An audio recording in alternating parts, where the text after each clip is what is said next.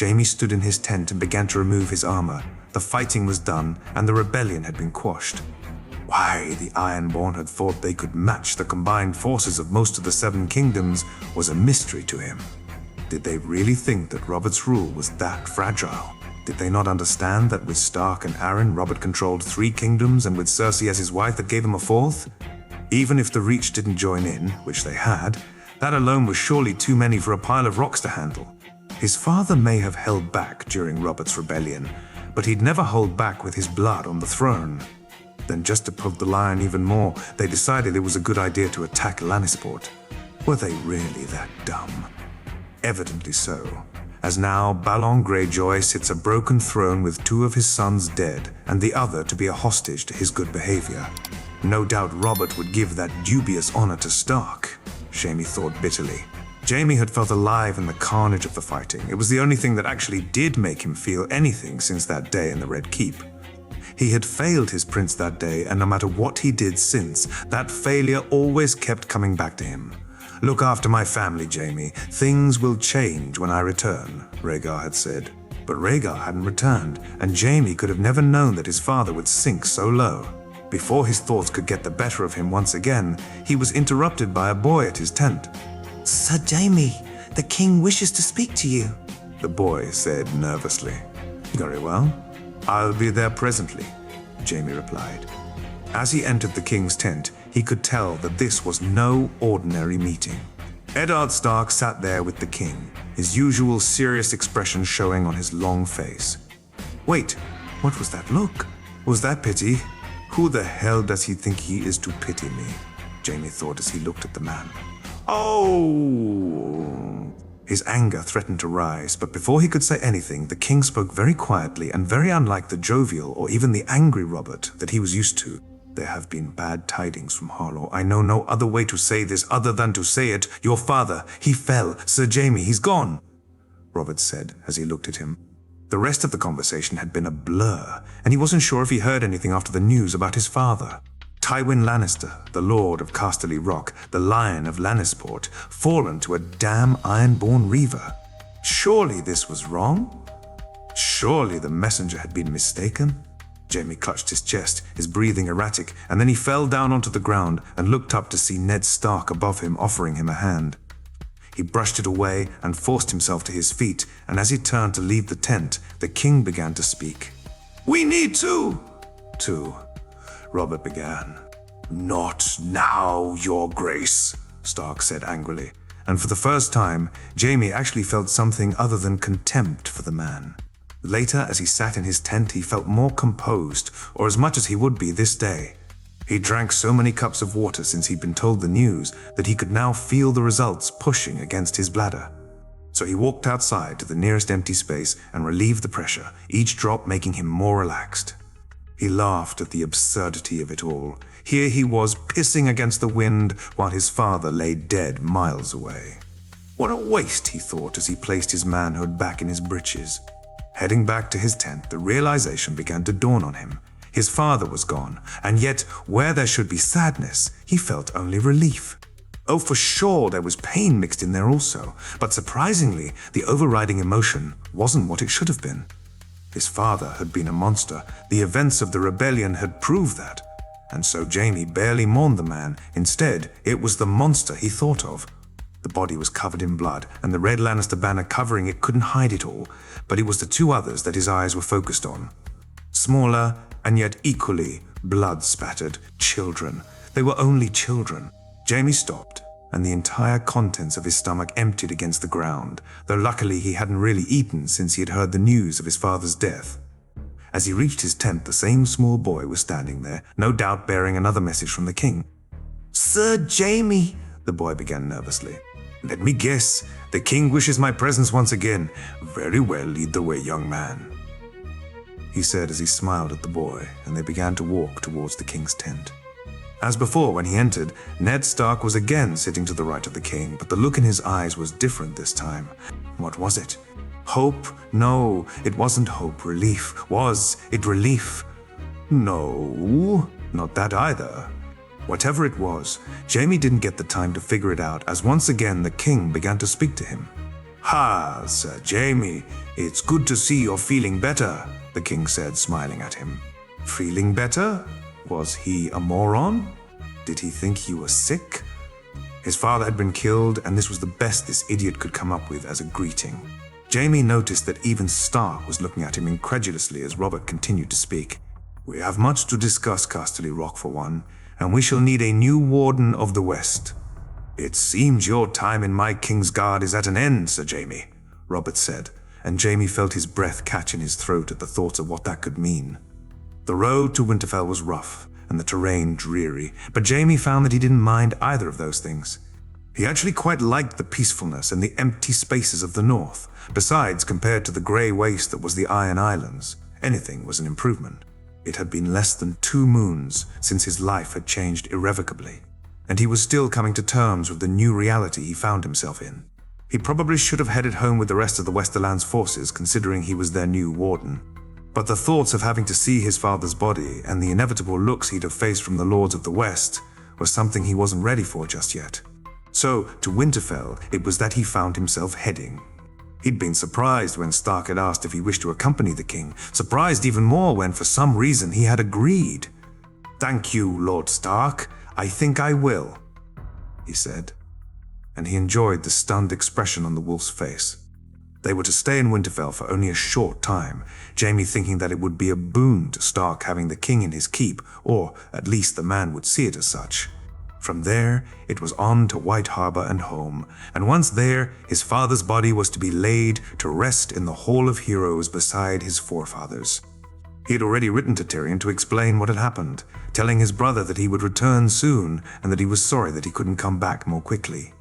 He could have, of course, but for some reason, he wished to go to Winterfell. "What a strange world we live in," he said aloud, and to the bemusement of the 2 guards that were riding nearest to him. As they crested a hill, the keep came into view. It was large and grey, but still very impressive. The walls and towers looked ancient but sturdy, and it would take a lot to see this keep fall, Jaime thought. He looked to the front of the procession to see Stark and the king laughing and joking with one another. "Just kiss already," he thought as a smile appeared on his face. As they entered the castle, he saw what must have been every single resident awaiting their liege lord and king, and almost as one they dropped to their knees. "Winterfell is yours, my lord, and yours, your grace," the young man said, stumbling over his words. He looked as uncomfortable as could be, and the long, serious face of the Starks was clearly evident, marking him out as Stark's brother, or so Jaime believed. Don't these people ever smile, Jaime thought, before the man who had spoken then showed that he actually could. "Benjen, it's good to see you, brother." Jaime heard Stark say, and he watched as the 2 brothers embraced, his thoughts going to his own little brother who was alone in Casterly Rock, and again Jaime promised himself he'd see Tyrion soon. "Rise, all of you, and welcome your lord home. We dealt the squids a mighty defeat, and your lord was at the very heart of it," the king said, his voice booming across the courtyard. He looked on as the king then moved to a woman who was torn between looking at him and at Stark. The lady was the latter's wife, obviously, pretty enough for a trout, Jaime thought as he looked at the exchange between the woman and the king. "Cat, you look as beautiful as ever," Robert said, and the tall, auburn-headed woman blushed as the king kissed her hand. "And this must be your boy. A fine warden of the north he'll make one day, won't you, lad?" the king said as he brushed his hand on the shoulder of a young, auburn-headed boy, while his mother looked on proudly. "Your grace, my lord, perhaps we should take this inside. The weather seems about to turn," the lady said as she turned to the small little girl beside her. She, too, was auburn-headed like her mother.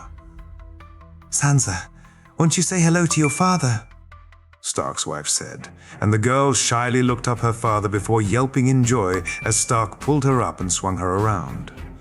A little girl's laughter rang out around the courtyard, and once again Jaime was in place he wished not to be. "Where's Balerion, princess?" "He's hiding, father." "Oh, shall we find him then?" "No, father, no tickles." He felt the tears welling in his eyes, and so he quickly turned around and walked to his horse, hoping that no one had seen his face as he did so. Later, as he was escorted to his room, Jaime noticed a small, dark-haired boy swinging a sword against a straw dummy. His form was terrible. but the strength he was showing was surprising, though he quickly realized that the boy was angry and was taking it out on the nearest available object. "Keep your chin up, boy," Jamie said, and for a second he thought he saw purple in the boy's eyes. But it was brief, and he felt he was mistaken, as instead when he looked again it was a grey-eyed boy that looked back at him. "I'm sorry, sir. I didn't mean any offense," the boy said as he dropped the wooden sword and sloped off towards the stables. "Don't worry, lad. None was given," Jamie said, but the boy was already out of sight. The feast that night was a dull affair. The Northerners had a different way of feasting than those in the South, and the king was in his usual boisterous mood. Robert, as always, was manhandling serving girls and getting drunker by the second. The only satisfaction that Jamie got was in seeing Stark's disapproval now aimed at someone other than him. That, and seeing his wife sitting beside him with a thunderous look on her face. Surprisingly, though, it didn't seem to be the king's behavior that was causing that look. Instead, it was focused on something at the back of the hall, or more precisely, someone. The boy from earlier sat there amongst what appeared to be the servants and guards. He was laughing at something one of them was saying when he looked to the high table. As soon as he did so, the smile stopped, and a look of seriousness that stirred something in Jamie quickly took over his features instead. Where have I seen that look before? Who is this boy? Jamie thought, and so he decided to look more closely at the lad, only for a loud bang at the front of the hall to grab his and everyone else's attention. "Well, help me, damn you," Robert said angrily, and both Trant and Blount moved quickly to pick the drunken king up from the floor. These were his former sworn brothers, and this is what the King's Guard had become, little more than arse-wipers to a drunken king. Jamie turned his attention from the fat oaf to search for the boy once again, only to find his seat empty. Where had he gone? He wondered. And so he got up from his seat and left in search of him, as his curiosity got the better of him. It didn't take too long to find him, as there he was once again with his sword in his hand and beating the hell out of a new straw dummy. "Your form is terrible," Jamie said as the boy turned to face him. "Sir, the boy stuttered, and so he smiled, trying to put him at ease. "Lord Jamie Lannister," he said, and the boy frowned when he heard his name. "Damn it," Jamie thought, and then he shrugged as he spoke again. "Would you like some pointers, lad?" he asked, and finally received a shy smile from the boy. "Yes, sir, I mean my lord," the boy said eagerly. For the next couple of hours, they went through stances, footwork, and forms, and the boy proved to be a quick study. Quicker than most boys of an age much older than he was, and Jamie found himself impressed with the raw talent the lad possessed. "What's your name, lad?" he asked, and the boy's face suddenly darkened. Jon Snow, my lord," the boy said, and Jamie realized why he was being so hesitant. The boy was a bastard. But more than that, this was the boy that had stained the honorable cloak of Eddard Stark, and that was not an easy thing to live up or down to. "Well, you've got talent, young man. If you keep it up, you'll be an excellent swordsman one day," Jamie said, and the smile the boy gave him was blinding, and familiar. No, it couldn't be, Jamie thought as he looked more closely at him. As before, though the boy quickly sloped away and Jamie was left standing there alone, wondering if he'd truly just seen a ghost, or if it was a trick of the light. The dreams came to him again that night as he slept in his bed, the bodies once again being placed before the throne. "I see no babes, only dragon spawn," the king said, almost reveling in the desecration in front of him. "Sir Jamie, have you seen Balerion?" the little girl asked. "Wah!" Mother said I'm not to let Balerion near Egg, but Egg wants to meet her. Look after my children. Sir Jamie, things will change when I return. A silver prince said, "Please, Sir Jamie, you have to help us away from here.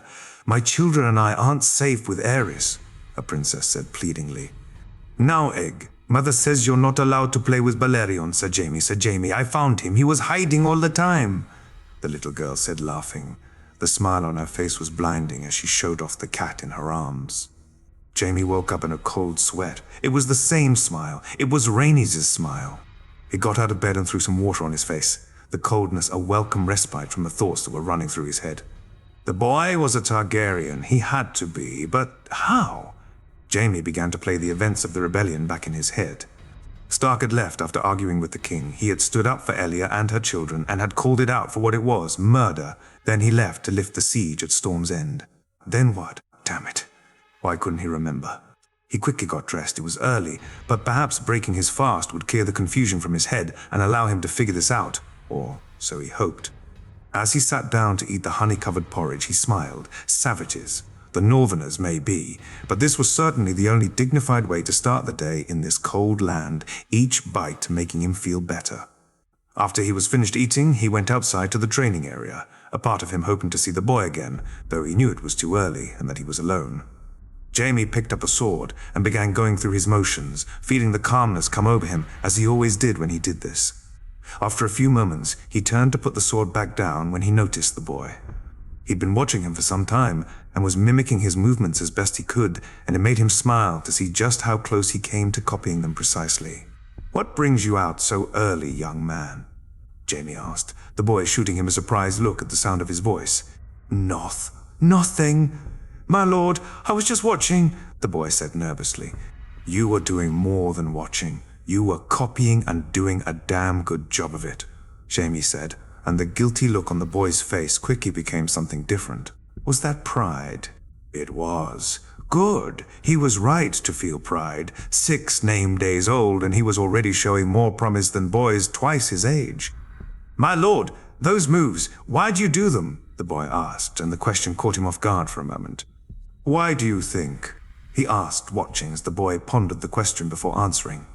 "Because the more you do them, the easier they are. Then doing them feel easy, and it calms you down," the boy said, surprising Jaime that he had understood it so quickly. Jaime looked at the lad more keenly, closer than he had before, and he could see it clearly then.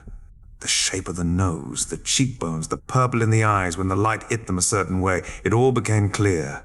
Jon Snow was Rhaegar's son, and that could only mean that Lyanna Stark was his mother. "Yes, lad, well done, that's exactly why. Would you like to practice some more with me?" he asked, and there it was, that blinding smile appearing on the boy's face once again. They practiced for a couple of hours, and at some point, the auburn-headed boy who was Stark's heir turned up. "What are you doing, Snow? That's the Kingslayer," the boy said, and Jaime grimaced. "Lord Jaime was teaching me swords. He's really good," Jon said, and Jaime found he couldn't help but smile at the earnest way he said it. "Whatever," the heir said dismissively as he turned around and headed back towards the keep. "Don't mind him. He's not a morning person," Jon said as he turned to face him. The boy was still smiling as they continued their moves and even began to have a mock spar. Later on, after they had parted, Jaime went back and sat in his room, his thoughts focused only on Jon Snow and the rebellion. Stark had broken the siege at Storm's End and had then gone to Dorne. He returned with his sister's body and a babe he named his bastard. No one had questioned it, because if the great and honorable Ned Stark was claiming a stain on his damnable honor, then it must be true. But what had really happened? Was the boy even a bastard? He needed to know, and Jaime knew that he had no other choice. He needed to go and speak with Eddard Stark. Mind made up, he left his room and headed towards the Great Hall. While he was on his way there, he heard a raised voice, and so he stopped to listen. "Boy, what were you doing with Lord Jaime? A bastard like you shouldn't be near their betters. I'll not have shame brought upon my family by the likes of you," the woman said, and Jaime could hear the sniffles as if he was standing right beside the boy. "From now on, I don't want to see you anywhere near any of the noble lords. It's enough. I am forced to tolerate your presence. I won't inflict it upon those better than you." "By the Seven, what would they think of us?" the woman said as she turned to walk away before Jaime managed to round the corner. Jon sat there on the ground with tears rolling down his face, and as much as he wanted to go to him, Jaime knew that he'd be embarrassed to be found in such a state. "I'm sorry, I won't do it again," Jon said between his sniffles, and Jaime found that he was suddenly very angry and annoyed about the boy's treatment. He turned away to go and look for Stark and hoped he kept his temper in check. It took him almost the entire rest of the day to get a moment to talk to Stark, as it seemed that he and the king were practically joined at the hip. Jaime had always heard that Lyanna was the great love of the king's life, but the more he saw of him and Stark together, the more he thought that perhaps Eddard was the Stark that Robert truly loved. Finally, he found the man alone, and so he moved to speak to him. Lord Stark, may I have a moment of your time when you're ready? He asked, as Stark looked at him with his annoyance clear in his face. I'm very busy, Lord Lannister, Stark said, and Jaime had to resist the urge to call him out for his kissing of the king's arse, though he supposed in its own way that was busy work, as Robert was now a far larger man than he had once been. I wish to speak with you about your son, Jaime said, and Stark's annoyance turned to confusion now. Rob, why would you want to speak to me about Rob? Stark asked, and Jaime almost laughed, as of course he'd think it was the heir he wished to speak on. Especially considering he was his only son, if Jaime was as right as he now believed himself to be. No, not Rob. I wish to speak about Jon, he said, and he watched as the color drained from Stark's face. Very well. How about we meet in my solar in an hour, Lord Lannister? Stark asked, and Jaime agreed before he turned and walked away. Stark, he was determined in his course of action. Rhaegar's son didn't belong here. Bastard or not, he deserved better than to be belittled by a stepmother that hated his very existence. He deserved better than to grow up meek and mild. The boy had talent, but he'd never be allowed to hone it here, nor would he ever be allowed to be anything other than a bastard. Jaime felt he had failed Rhaegar once. He'd not do so again. As he reached the solar, he noticed the guards outside. Was Stark worried about something? Was he afraid that Jaime would out his secret? Good. Let him be afraid. That'd make what he wanted to do far easier. Lord Stark, Lord Jaime is here to see you, a guard said as he opened the door before Jaime heard Stark invite him inside. The man motioned to the seat and offered him a mug of ale, and a part of him was almost worried that he'd poison him if he knew what Jaime really knew. Though he figured that guest right was way too important to Stark's honor for even that, and so he accepted the ale that was offered and sat down. My wife has told me that Jon has been hanging around you. Lord Jaime, I'll see to it that he doesn't bother you again. I've already spoken to. Jaime quickly put his glass down and shook his head. Gods, were these people really that dumbs? He thought as he looked to Stark and interrupted him. You misunderstand me, Lord Stark. I'm not here because the boy was bothering me. Quite the opposite, in fact. I'm here because I want the boy to be my page, and then for him to squire for me. I want to give the boy a chance to earn a knighthood. He saw how Stark looked at him with a mixture of shock and horror on his face, the man reaching down and picking up his mug of ale and emptying it in one swallow. Excuse me, but what? Stark said, and Jaime looked at him to see there was curiosity in his eyes, as if he was trying to judge the reasoning for his request. I said I want the boy to earn a knighthood. He's very talented, and under the right tutelage he could be an incredible swordsman, and so I wish to train him, he said, as Stark looked at him dumbfounded and then angrily. No, Stark said firmly. Why not? He asked curiously. Ooh. Jon is of the north, and we don't care for knighthoods here, Stark said almost snippily. Really? Isn't your master of arms a knight, and didn't Jorah Mormont get knighted by the king himself? Don't the Manderleys have knights in their family, or are they not Northmen? He asked while trying not to smirk. That's different. They're not Starks, Stark said dismissively. Neither is Jon, he replied in the same tone.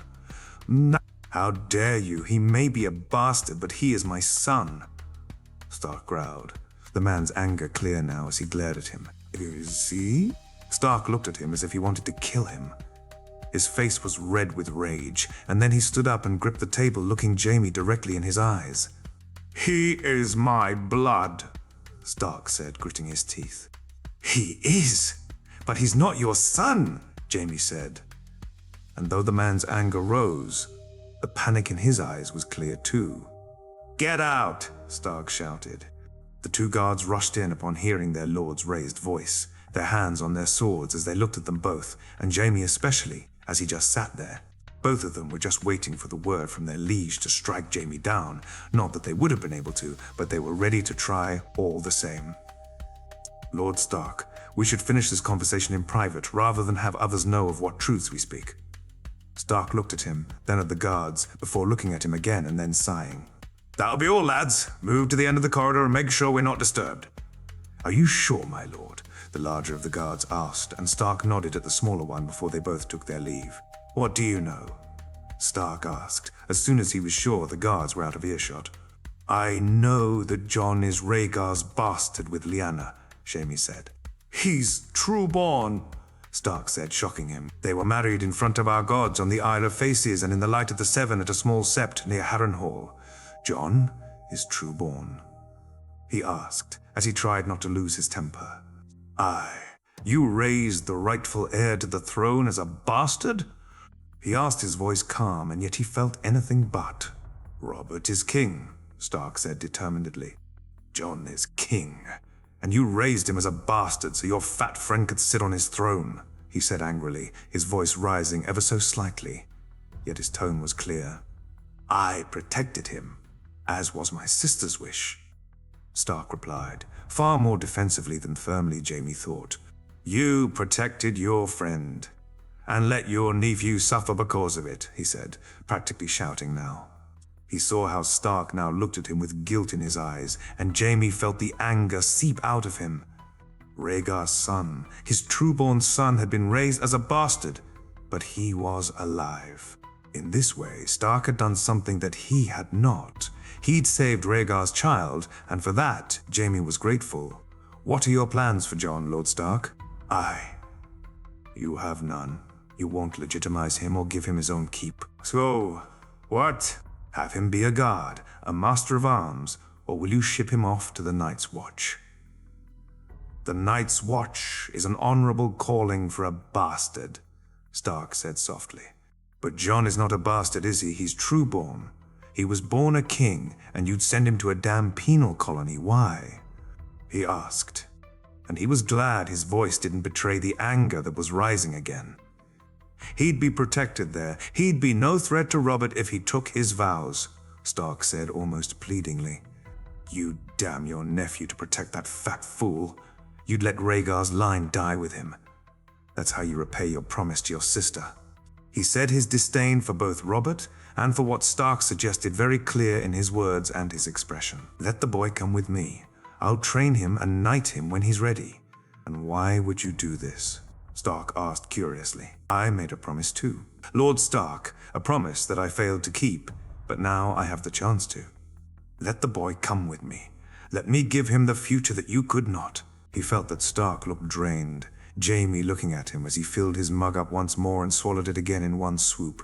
Finally, Stark looked up at him with resignation and what was perhaps even gratitude in his eyes, Stark said after a few moments, and Jaime felt his heart beat a little faster. He nodded and then stood up and left the solar, feeling much lighter than he had in years. He'd been given a second chance, a chance to right the wrongs his father had done, to right the wrongs he had done. He vowed he would train Jon and help him however he could. He swore that when the time was right, he'd put him where he belonged, on the throne that was rightfully his. Ned tossed and turned for most of the night, sleep hard to find. He eventually gave up and got out of bed quietly so as not to wake. Cat, he dressed and went to the one place where he always found peace, the Godswood. As he knelt before the weirwood tree, he thought over what had happened, what he had agreed to.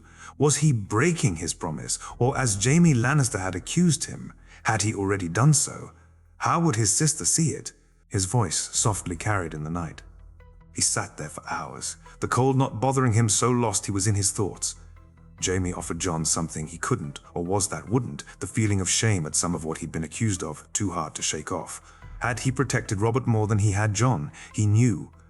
Kat had never accepted the boy, and while she had never been physically abusive, she had made it clear what he was and that he was not the same as her children, my children.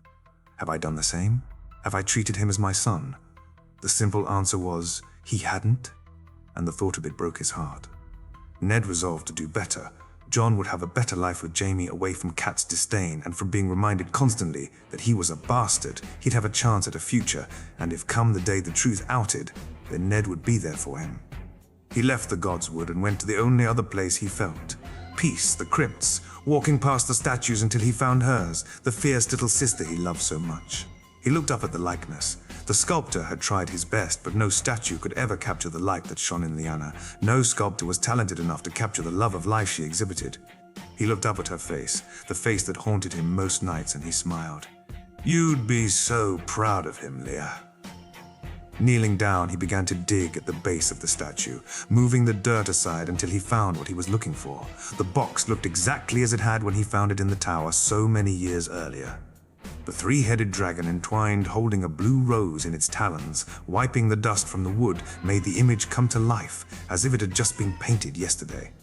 He opened the box and checked its contents. Once he was sure they were all there. He moved behind the statue and opened the base to find the other object, long and slim and wrapped in a sheet. He took it and the box and headed back inside. John woke up earlier than usual.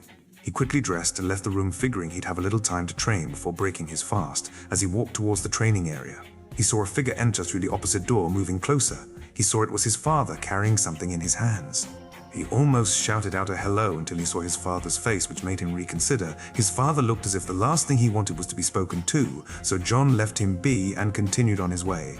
Jamie could get addicted to porridge and honey. What had started, firstly as a warm meal to break his fast on these cold northern mornings, had quickly become something he would make sure would be served in Casterly Rock from now on. He decided to have a second bowl, and as he motioned to the serving girl to bring it in, he saw John enter the room, sweat running down his brow. He looked as if he'd been training yet again. Jamie admired his dedication. Not every young lad would put in a training session before breaking their fast. He motioned the young lad over, deciding he'd like some company while eating the second bowl of porridge, and besides, the boy would no doubt eat on his own otherwise. Lord Jamie. "Sit down, lad. Break your fast with me." John looked pensively at him before looking around the room. After a moment, and obviously finding whatever it was he wanted to find, he sat down. "Were you out training again, lad?" "Aye, Lord Jamie, I was." "Good lad. The more you apply yourself, the better you'll become. In no time at all, you'll be taking victories from everyone, even from me." John smiled a full smile at him before shaking his head. "I doubt that, my lord. Everyone knows you're the best swordsman in Westeros. Not even Sir Barristan can beat you. I've no chance." "True, lad. Right now you've no chance, but mark my words, one day you'll be taking victories from me and everyone else. Then you'll be the best swordsman in Westeros." John looked at him with awe, the smile on his face even bigger than before. Jamie nudged him on the shoulder, making him laugh out loud as the serving girl brought the porridge and John's plate filled with sausages and bacon. The two of them tucked in, talking and laughing with each other as they ate. And then Geryon came in, his breeches around his legs, shouting, "Where is the little sod?" John was curled over, tears falling from his face as Jamie shared stories of the adventures he and Tyrion got up growing up in the Rock. Jamie, too, couldn't stop himself from laughing as he looked at the boy. He turned to drink some of the warm milk he washed his porridge down with, and when he turned back to John, he saw the laughter had stopped, the smile had disappeared, and instead John was looking down at his empty plate, a look of worry on his face. Jamie wondered what had happened to change the mood so quickly. Looking around, he saw Ned and Kat enter the hall, the scowl on the Trout's face quickly explaining John's sudden mood change. "Don't worry, lad. Soon you won't have to deal with her pettiness anymore." Later that day, Jamie headed to Ned's Solar. Stark wanted to see him before they told John about Jamie's offer. He walked past the guard who opened the door as he got there. Clearly, he was expected. "Sit down, Lord Jamie. There are things we need to discuss." Jamie took the offered seat, worried that perhaps Stark was going to backtrack. Perhaps he was going to call his bluff. Jamie had admitted he cared for John's welfare. Had he said too much? Was Stark now sure he'd never reveal the secret and was going to refuse to allow John to leave? "Before I speak to John, there are some things we should clear up." "Very well, Lord Stark. Call me Ned. This lord nonsense gets tiring when it's only the two of us speaking." "First name status, aren't I special?" Jamie quipped. "Damn it, Lannister, I'm trying to be civil." "Very well then, Ned," the smirk still on his face, clearly annoying Stark. "There are things that belong to John. Things his mother kept for him. Things I may not have ever given him if we hadn't spoken." "What things?" "I never meant for John to be treated differently. It was never meant to be like this." "Ah, confession time." "Is it, Lord Stark? Very well. Confess away." "I'll listen, if I must. Just as long as this leads to me leaving with Rhaegar's son, I'll put up with your inane drivel if that's the price." At first, it helped the story. What woman would love her husband's bastard? It was to be expected that she'd be distant. Even that she may be mean to the lad. Oh, she'd never touch a hair on his head. But I let it go on because it kept him safe. Jamie sighed. "But I suppose I never thought how badly it'd affect John." "Of course you didn't." What you said you was right. I put Robert's reign over my nephew. I did it to protect John, but you're right. I did it for Robert as well. I still think it's too dangerous for John to make a claim, but it should never be my decision to make once I decided not to claim for him. Ned stood from the table and walked to the back of the room. He returned carrying a box and something wrapped in a sheet, laying them out on the table. He looked at Jamie and pointed towards them. John's birthright! Jamie looked from the table to Ned. After receiving a nod, he reached over and opened the box. Inside, he found some papers, a piece of material wrapped around a round object, and a golden harp. Is this? It is. This is Rhaegar's harp. Aye, it is. Jamie looked at the harp with reverence on his face. No one who knew Rhaegar could forget the times he played that harp. The sounds he was able to get from it were otherworldly, his hands shaking. He lifted it up, the strings still as tight as they ever were. He carefully put it back down and picked up the papers. A marriage certificate between Rhaegar and Lyanna, signed by the Septon and witnessed by Sir Arthur and Sir Oswell, as well as a notice of annulment between Rhaegar and Elia, signed by them both. There's also a letter from Elia to her brothers explaining her choice. Jamie was stunned. Stark had all the evidence which proved that the rebellion was built on a lie. If Robert ever found out he'd lose his head, then Stark would lose his. The other two are Jon's birth announcements, one for a girl and one for a boy. They hadn't been sure, so they went with both. Jamie looked at the documents. We hereby announce the birth of our son, Jaehaerys Targaryen, second in line to the throne after his brother Aegon. Signed by his parents, Rhaegar Targaryen and Lyanna Targaryen, witnessed by Sir Gerald Hightower, Sir Oswell Went, Sir Arthur Dane. The other document was pretty much the same, except for it being for a Visenya. Jamie placed the documents back in the box and took the material-wrapped object in his hand. The heaviness of it surprised him, and he looked up to see Stark wipe a tear from his eye. Lyre's maiden cloak. Jamie nodded, understanding how difficult it must be for Ned to look at the cloak. Given what happened, he unwrapped it and almost dropped what it was covering. He had never seen one before, never even knew anyone who had. But it was clear as day. He was holding a dragon egg. The white swirls with flecks of blue shone in the small solar, and Jamie turned it over and over, looking at it in amazement. As he did, he noticed a small letter fall from the beneath where the cloak had covered the egg. He looked at it, and at Stark. What's this? I don't know. I've never seen it before. He picked up the letter and saw one word written on it. Jaehaerys. He handed it to Ned, who looked at it before smiling. Lyre's handwriting. They looked at each other, coming to a silent conclusion. This was not for them.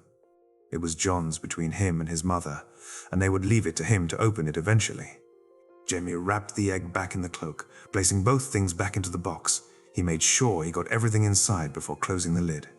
Then he looked at Ned, who was handing him the final object, something long and skinny and wrapped in a sheet. Wait. No, that wasn't a sheet, that was a banner, a specific banner. That was Rhaegar's personal banner. The three-headed dragon holding a sword in one talon and a harp in the other. Taking the object from Ned, he unwrapped it quickly, excitement building in his chest based on what he'd found so far. He almost dropped it when he uncovered it. This can't be it is though, isn't it? Aye, that's Dark's sister all right. How? Where? How? Was first to him something. Jon was worried. He'd been caught again. The first time Lady Catelyn had made it clear he was to keep away from nobles like Lord Jaime. But the thing was, Jaime wasn't like other noble lords. He was different. He didn't look down on Jon like they did. He talked to him, listened to him. He even sparred and trained with him. When Jon was with Jaime, he didn't feel like a bastard. He felt like a true-born son. He felt the way he thought Robb must feel when lords speak to him, when they compliment him. No one ever bothered to make Jon feel like that, but now he had ruined it. He'd been warned and got caught, and now his father wanted to see him. Jon hated disappointing his father more than anything in the world, and now he'd done it twice in 2 days. Here you go, lad. Your father's waiting for you inside, Sir Roderick said as he motioned for him to enter the solar. Ah, Jon, good. Take a seat, lad. Jon looked around the solar nervously. Lady Catelyn sat beside his father, her face in what Jon thought was a permanent scowl. Or, no, that's not true. She smiles sometimes, just never at me. Jon fidgeted in his seat, the worry starting to rush over him. If Lady Catelyn was here, then it was serious. Whatever excuse Jon gave, she was sure to ignore or shout down. Jon was in trouble, and he knew it. Sorry, Far. Lord Stark, I'm sorry, I won't do it again. Hush, lad, you're not in trouble, far from it. John looked at his father in confusion. If he wasn't in trouble, then why was he asked to come here? Why was Lady Catelyn here? John, Lord Jaime has come to me with a proposal, an offer for your future. He wishes to take you on as a page and then as a squire. He wants you to earn your knighthood with him. John felt his heart swell. A knighthood, he had never imagined such a thing. He looked at his father's smiling face and then to Lady Catelyn's, whose expression had changed into one he knew all too well, disgust. Aye, lad, he says he sees great potential in you, that you have it in you to be a great swordsman one day. Lady Catelyn scoffed and his father shot her a reproving look. John couldn't believe what he heard. Him, a great swordsman. Jaime had said it to him before, but he figured he was just being nice. But no, he said it to his father too and wanted him to be a knight, so it must be true, mustn't it? It'll mean you leaving Winterfell, though. You'd have to travel back with Lord Jaime when he departs, so you can take up your duties. John looked between his father and Lady Catelyn again, the words entering his head as he noticed the expressions on both their faces. His father looked sad while Lady Catelyn had a smile on her face. That's it! That's how she's punishing me! She's forced father to make me leave, and he convinced Jaime to take pity on his bastard. John jumped up from the seat, tears running down his face, and ran to his room. John, what's wrong, lad? But the words were missed to him as he ran towards his room. Gone! They want me gone! What have I done? Why do they hate me? He slammed the door shut behind him and fell onto the bed, his tears flowing freely. It took a few moments, but it felt like hours before John heard the knocking at his door. He knew it was his father, and as much as he wanted to keep his door shut, he knew he had no choice, so he wiped his face and got up to open the door. He was right. There was his father, a worried look on his face. Lad, what's wrong? Talk to me. Why are you throwing me out? Father, I don't want to go. I want to stay here. Please don't let them take me away. Ned looked at the tear-stricken face of his nephew. He could hear the sniffles in his voice as he spoke. Had he messed even this up? Could he do nothing right? John, I'm not, and will never throw you out. You hear me? Winterfell is your home. It's yours for as long as you want it to be. You mean it. Aye, lad. Of course I mean it. John threw his arms around his father, and for the first time almost since he was born, Ned hugged his nephew. He felt him relax against him, and felt the sniffling begin to subside. So he decided now was the time to speak to him like he should have in the first place. Having Cat there had been a mistake. He saw that now, but he thought the idea would have pleased John. Had he misread things, he needed to find out. John, the offer from Lord Jaime is real. He felt his nephew stiffen against him. He really does think you have the potential to be a knight and would like the chance to train you. This isn't about throwing you out. This is a real opportunity for you, John. But if it's not what you want, then that's fine. I only want what's best for you. But I'd have to leave, wouldn't I? Aye, you would, lad. But it wouldn't have to be gone forever. You could come back and visit. And when you were a knight, you could come back for good, if you want. It's up to you, lad. Ned helped him over to the bed, settling him down. He gave him his warmest smile. Pleased to see John return it, he tucked him in and ruffled his hair, getting a small pout that reminded him so much of his mother. It hurt. He sat down on the bed beside him. Listen, why don't you sleep on it? Ok. Have a word with Lord Jaime in the morning and then decide what you want. If you want to go for it, then do it. And if you want to stay, then do that. No one will force you to do anything you don't want. John, I promise you. Ned shuddered softly as the words left his lips. Hopefully he could keep this promise better than the last one. John nodded and shut his eyes, the events clearly taking a toll on him, so Ned got up and walked to the door. Looking back, he could see his nephew was already fast asleep. John woke up feeling much better. He didn't have to leave if he didn't want to, but did he want to? That was something he wasn't sure about. To become a knight, have a future. He dreamed of those things, to be away from Winterfell, from Robb, Sansa, little Arya and his father. That was the stuff of nightmares. But Winterfell also meant Lady Catelyn. She hated him. She would always hate him. And while his father said he didn't have to leave, she made it hard to want to stay. He needed to talk to Lord Jaime. He needed to know that he wasn't being offered this chance because of pity. If he really did believe in him, then perhaps leaving wasn't so scary. Jamie was nowhere to be found. Had he left already? Did he miss his chance? What would he do if he had left? John felt as if he'd messed up completely. If he'd just said yes when his father told him he could have left with him. Instead, he let himself cry like a baby. He was about to do so again. He could feel the tears welling in his eyes. So there you are. He turned around to see Lord Jamie staring at him intently. Relief filled his heart when he realized he had another chance to take his offer, but the little voice in his head reminded him that it may be because he pitied him. "Aye, you oak lad. Father told me that you may am. Ah, he told you about my offer to have you be my page, did he? Yeah, he said you thought I could be a knight. Not just any knight, lad, a true knight like Sir Arthur Dane or Aemon the Dragon Knight." John was stunned. Sir Arthur Dane, the Sword of the Morning, Aemon the Dragon Knight. These weren't just knights, these were legends. Sir Arthur was the greatest swordsman that ever lived, and Aemon was the noblest knight ever. But I'm a bastard. Is your heart less pure than a true-born son? John, is your skill lesser because of your name? You think I have skill. Everything I've said to you since I've been here, John, has been true, so listen to me now. I've never seen anyone as skilled as you are at your age. Even those who have years on you are less skilled than you. So, young man, what do you say? Do you have it in you to prove them all wrong? To show that you're not just good, but that you can be better than all of them? Will you be my page, Jon Snow? John looked at him. He saw the truth in his eyes. He meant it.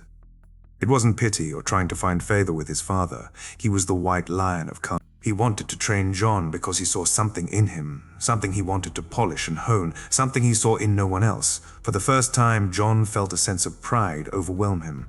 "Aye, my lord, it'd be an honor." "Of course it would," Jamie replied before the two started laughing.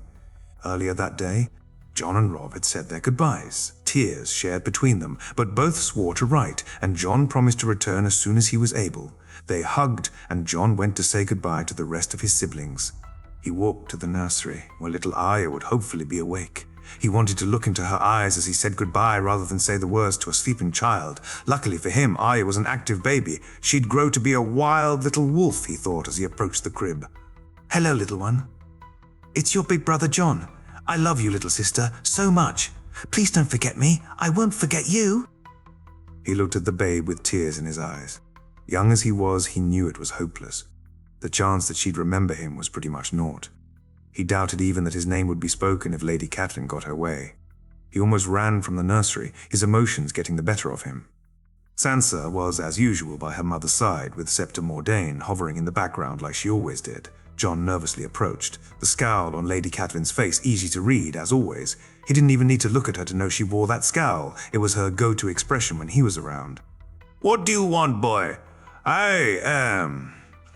I came to say goodbye to my sister." Catelyn glared at him, pulling Sansa tighter to her. "Do it and be gone." He approached as closely as he dared and looked down at the little red-haired angel that was his sister. She smiled at him and then frowned. He noticed that her mother had almost yanked her back when she saw the smile on her face. "Sansa, I came to say goodbye." "No, you stay." "I can't, Sansa." "I can't, Sansa. I'm going to be a knight. I'm going to miss you, sister."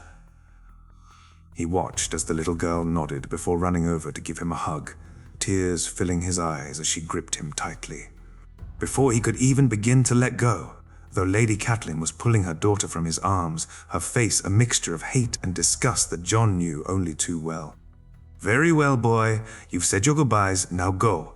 She turned with Sansa in her arms and walked back to the scepter, both women looking satisfied that the bastard would no longer be around to corrupt her precious children.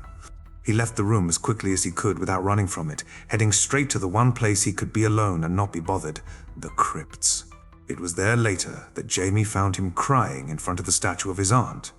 Jamie shook his head, clearing the memory as he turned to see John looking back at the castle with a last look. "Come, John. The rock awaits, and we have a long way ahead of us."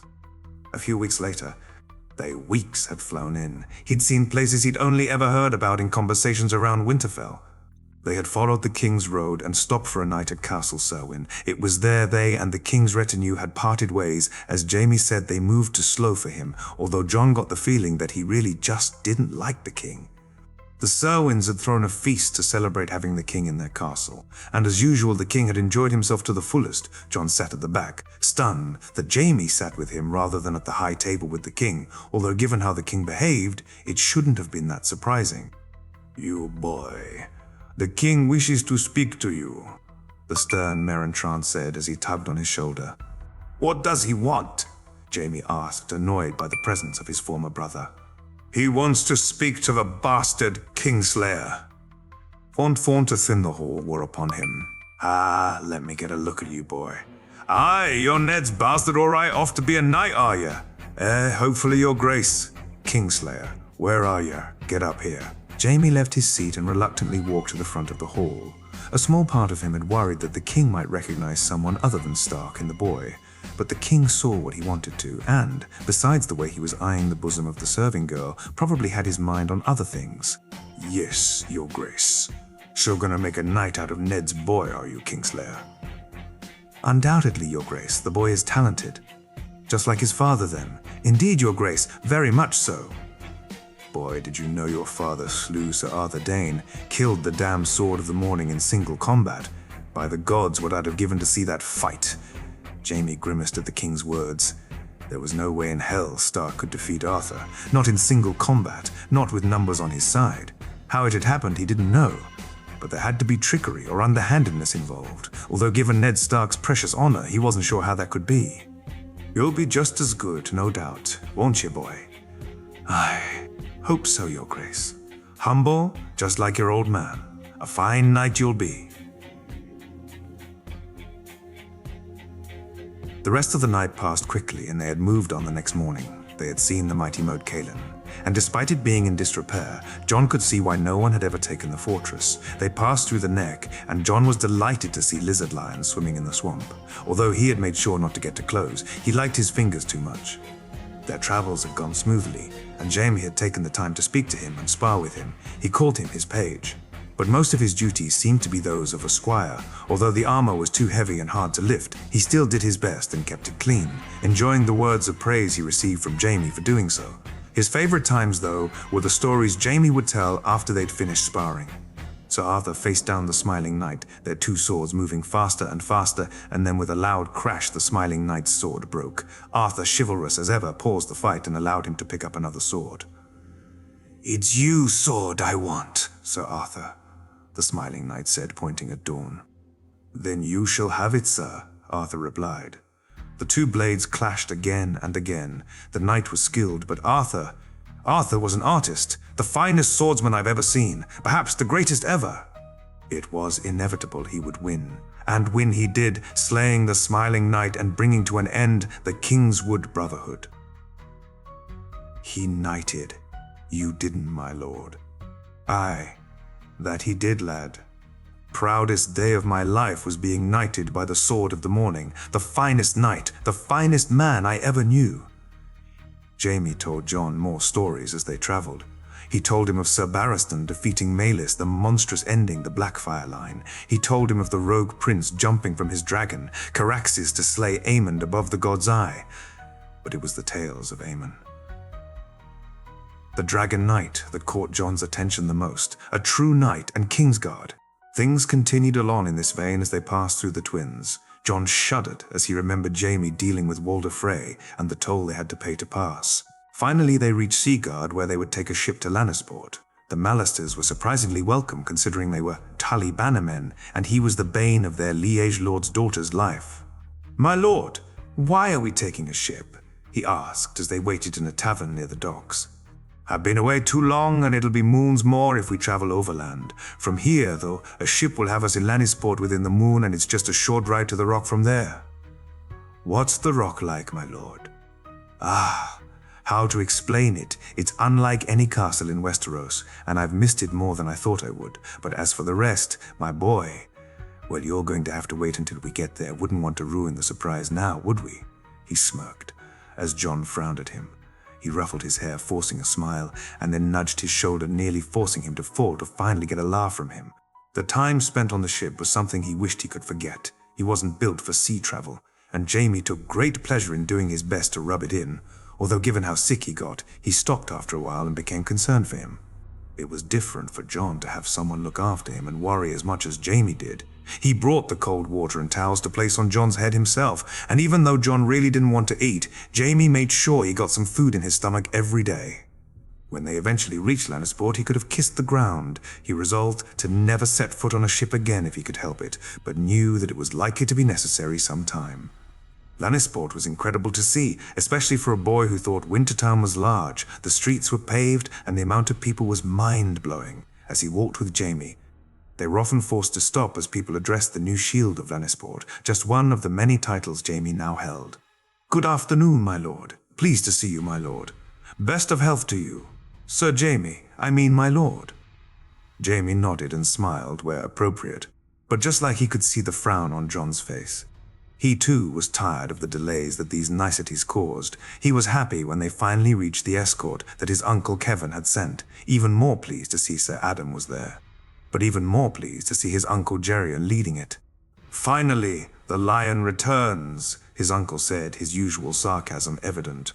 "Aye, looks like I came just in time, uncle. Why, you're looking positively dreadful."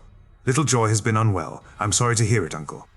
"Well, never mind. It's good to have you back, my lord." He shook his head as his uncle grabbed him in an embrace. If even Geryon was being formal, this was going to be a nightmare. He turned to John, who was standing there quietly, taking it all in, looking around at the strange city and stranger people. Well, Geryon was strange. Adam, not so much. He looked overawed. "Uncle, may I introduce my new page and soon-to-be squire?" "Ah, so that's who the lad is. Been wondering that since I got here, has the look of a northerner. What's your name, lad?" Geryon asked as John stepped forward. John Snow, my lord," John said nervously. "Well, young Master Snow, don't let this one overwork you." He bent down to whisper in his ear. He wasn't a very good page himself. "You know, don't let him fool ya." He laughed as he patted the boy on the shoulder. "Well, shall we? Your brother is waiting, as are your uncles. Be aware, though the new Lord of Casterly Rock needs to be presented, so it'll be a bit of palaver. Never let it be said we Lannisters are subtle or unassuming," his uncle said before laughing loudly. "Now where the hell did I leave my damn horse?" Jamie smiled. It was good to be back. Good to see his uncle again. If there was one thing he knew, with Geryon around, things wouldn't be dull. They walked to their horses and began the trek to Casterly Rock. He was pleased to see Adam talking to John, who looked enraptured listening to him. God knows what tales he'd tell the boy. But still, it was nice of his to take the time. "That's Ned Stark's bastard, isn't it?" "Aye, it is, uncle." "How in the hell did you get Ned Stark to let you take his bastard as a page? Actually, scratch that. Why in the hell did you take him as a page? Actually, never mind, I don't want to know. Just tell me this. How are you going to explain it to Kevin and the lords that you have a bastard as a page?" "I'm the warden of the West, uncle. My days explaining are over." Finally, they crested the small hill where he knew they see the castle for the first time. He motioned to Adam to send John over. As the boy rode towards him, he smiled. This is it. This is where it begins. This is where he fulfills his promise. And God help anyone. Welcome to the Rock. The last few moons had flown in for John. He'd been kept busy with lessons, sparring, and with his work as a page for Jamie. Surprisingly, he found that most of this included attending Jamie in meetings, and while he occasionally filled glasses of wine or got refreshments for the guests, he usually spent the meeting standing by Jamie's shoulder while Jamie held court. Today, though, he was given a free day. Jamie would do this every so often. Just give him a day to explore the Rock, speak to people, read, or whatever he wanted. Jamie said he needed to enjoy things as much as he needed his lessons. The lessons he took were completely different than the ones he had taken in Winterfell. Here he learned about running a castle, about trade. He learned about the houses of the kingdoms and their relationships to each other, and who their bannermen were. The lessons which confused him the most were when Jamie instructed him to learn High Valyrian and the harp. Why do I need these, my lord?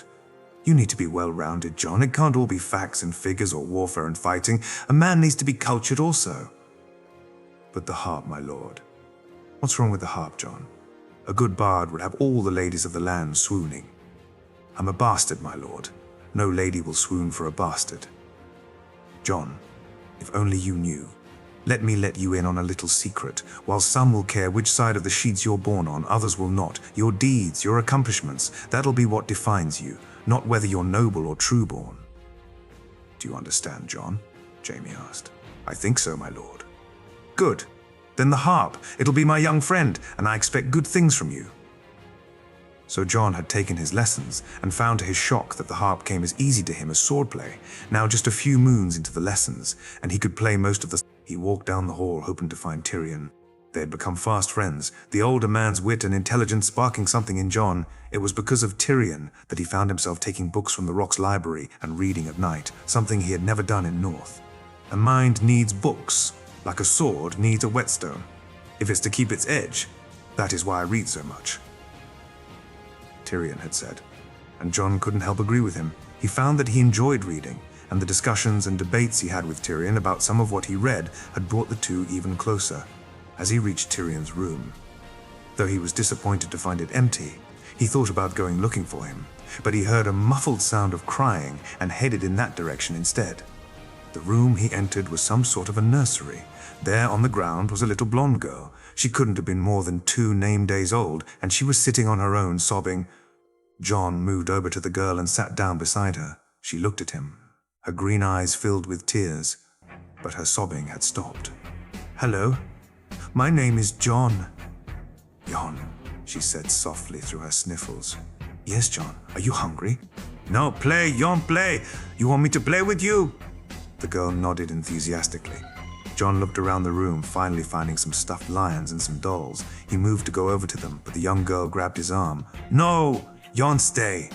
He smiled at her and reached his hand out to her. She looked at him confused before taking his hand, and they both went over to where the stuffed toys were. Grr, he said as he moved the lion towards her, the little girl laughing now. Grr, I'm a lion. No, John, no lion, John. She giggled at him as she backed away, so he picked up a doll and handed it to her, noticing the smile she gave get even bigger. What's her name? He asked. Yoan. No, that's my name. What's Dolly's name? Joy. You want to call the Dolly Joy, he said as the girl nodded vigorously. Is that your name? He pointed at her. Joy! She nodded before she pointed at him. Yon. She laughed. The two played for almost an hour before the maid entered the room. He noticed Joy's expression change from happy to sad, almost immediately. I'm sorry, my lord, I just stepped out for a moment, the maid said, clearly not expecting anyone to be here. I've been here an hour, you're lying. I'm sorry, my lord. It's fine. I'll look after Joy until her father gets here. You'll no longer be required. Please, my lord, I needs this job, my family. This is all we. You can work somewhere else in the castle, but you'll no longer be left in charge of a babe you can't take care of. Thank you, my lord. Thank you so much, the girl said before running from the room. John turned back to Joy to notice her smile was back on her face. He picked up the lion again and watched as she squealed as he moved towards her. The two of them played around before he heard a rumble come from her stomach. You hungry? Yep. John will take you for some food, little one. He stood up and offered her his hand as she took it, though he lifted her up and swung her around. The giggles he got for it stirred something in his heart.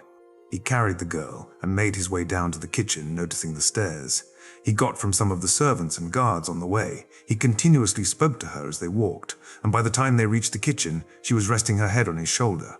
I came to get some food for young Joy here, he said to the small, dark-haired cook. Of course, my lord, right away.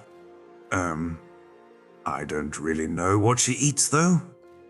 That's fine, my lord. I usually prepare Joy's meals myself. I know what the young miss likes. John sat down at the small table. He tried to put Joy in the seat beside him, but the little girl clung to him, so eventually he sat her on his lap and began to feed her the meal the cook had prepared. It was nothing fancy, just some soft fruits mashed together, but the girl seemed to really enjoy it, although she was messy, and John found himself covered in as much of the meal as she had eaten. Ah, there you are. I heard someone had stolen my child and ran off with her. Never did I think it would be you, Master Snow.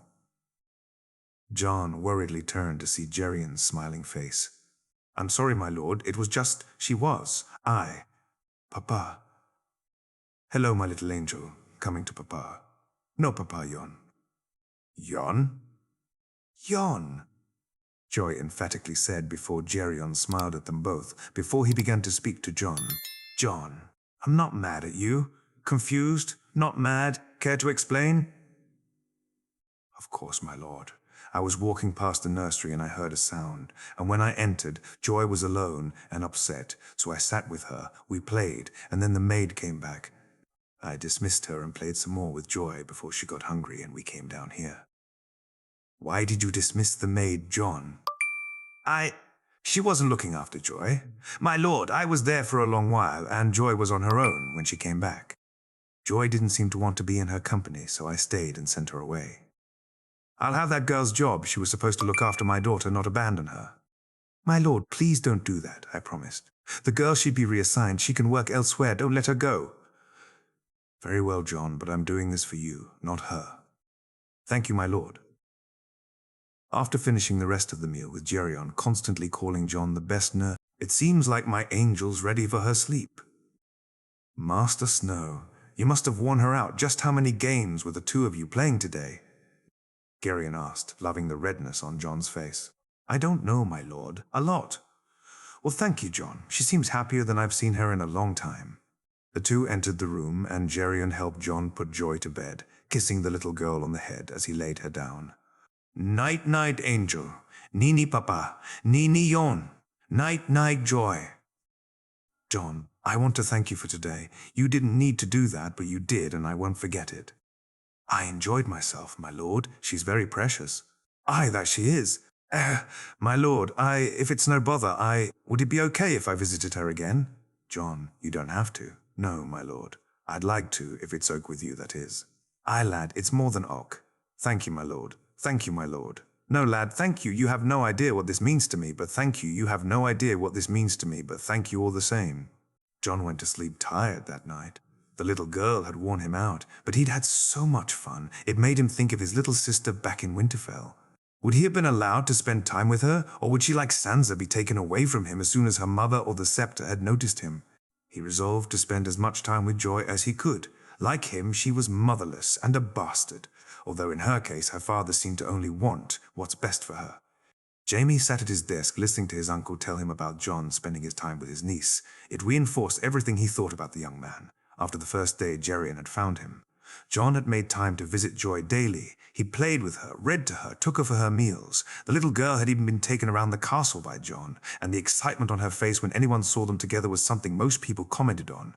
It had made John a lifelong friend of his uncle, more so because the boy did it not to curry favor, but because it made both his and the girl's days brighter.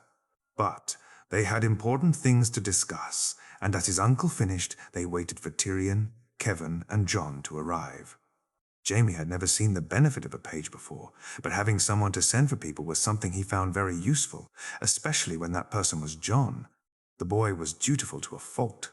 Ask him to do something, and quicker than you could think he'd be off on whatever errand he'd sent him on. How the boy managed to fit as much into his days as he did was an enigma to Jaime. My lord, John said, entering the room, Tyrion and Kevin beside him. Uncle, brother, come sit. We have much to discuss. John wine, if you will. Well, brother, what's so important? Indeed, my lord, I was just getting ready to ride to Lannisport, Kevin quickly added. Jaime had made Kevin overseer of Lannisport. It wasn't the equivalent of being Castellan of Casterly Rock, if anything. His uncle had more duties and responsibility. He had originally planned to leave Kevin as he was and have Tyrion oversee Lannisport. But if Tyrion was to be lord one day, then he needed to run the rock. After John poured the wine, he retreated behind Jaime, standing in his usual place at his right shoulder. Kevin, especially, had disagreed with this. But Jaime had held firm. This was how it would be, and he'd accept no arguments otherwise. Gentlemen, I intend for a tourney to be held in Lannisport in 4 moons' time. The largest tournament that we've ever held. A tournament? What's the damn use of a tournament? Kevin asked, irritation clear in his voice. This particular one is important. It's in memory of my father, Jaime said, noticing Kevin's expression immediately change. Oh, of course. I'll begin preparations immediately. We should endeavor to make sure everyone important attends. The king, the queen, all the lord paramounts, and the members of the great houses. It's what my brother deserves. Of course, uncle. We'll need to spend a lot of money on this, both in prizes and in making sure it's the spectacle it needs to be, Jaime said before looking to Tyrion. Well, it wouldn't be a Lannister tournament without lots of gold now, would it? Tyrion said, before Geryon interjected. You know you won't be able to compete, my lord. I know, Uncle, I'm the host, but that's fine. My page will be competing for me. What? Jon said in a shocked voice from behind him.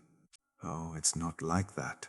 Jon, I intend to have a squires and pages tournament as part of the festivities, under 12s in a series of one-on-one duels. My lord, the boy is only 7 name days, his uncle Kevin said.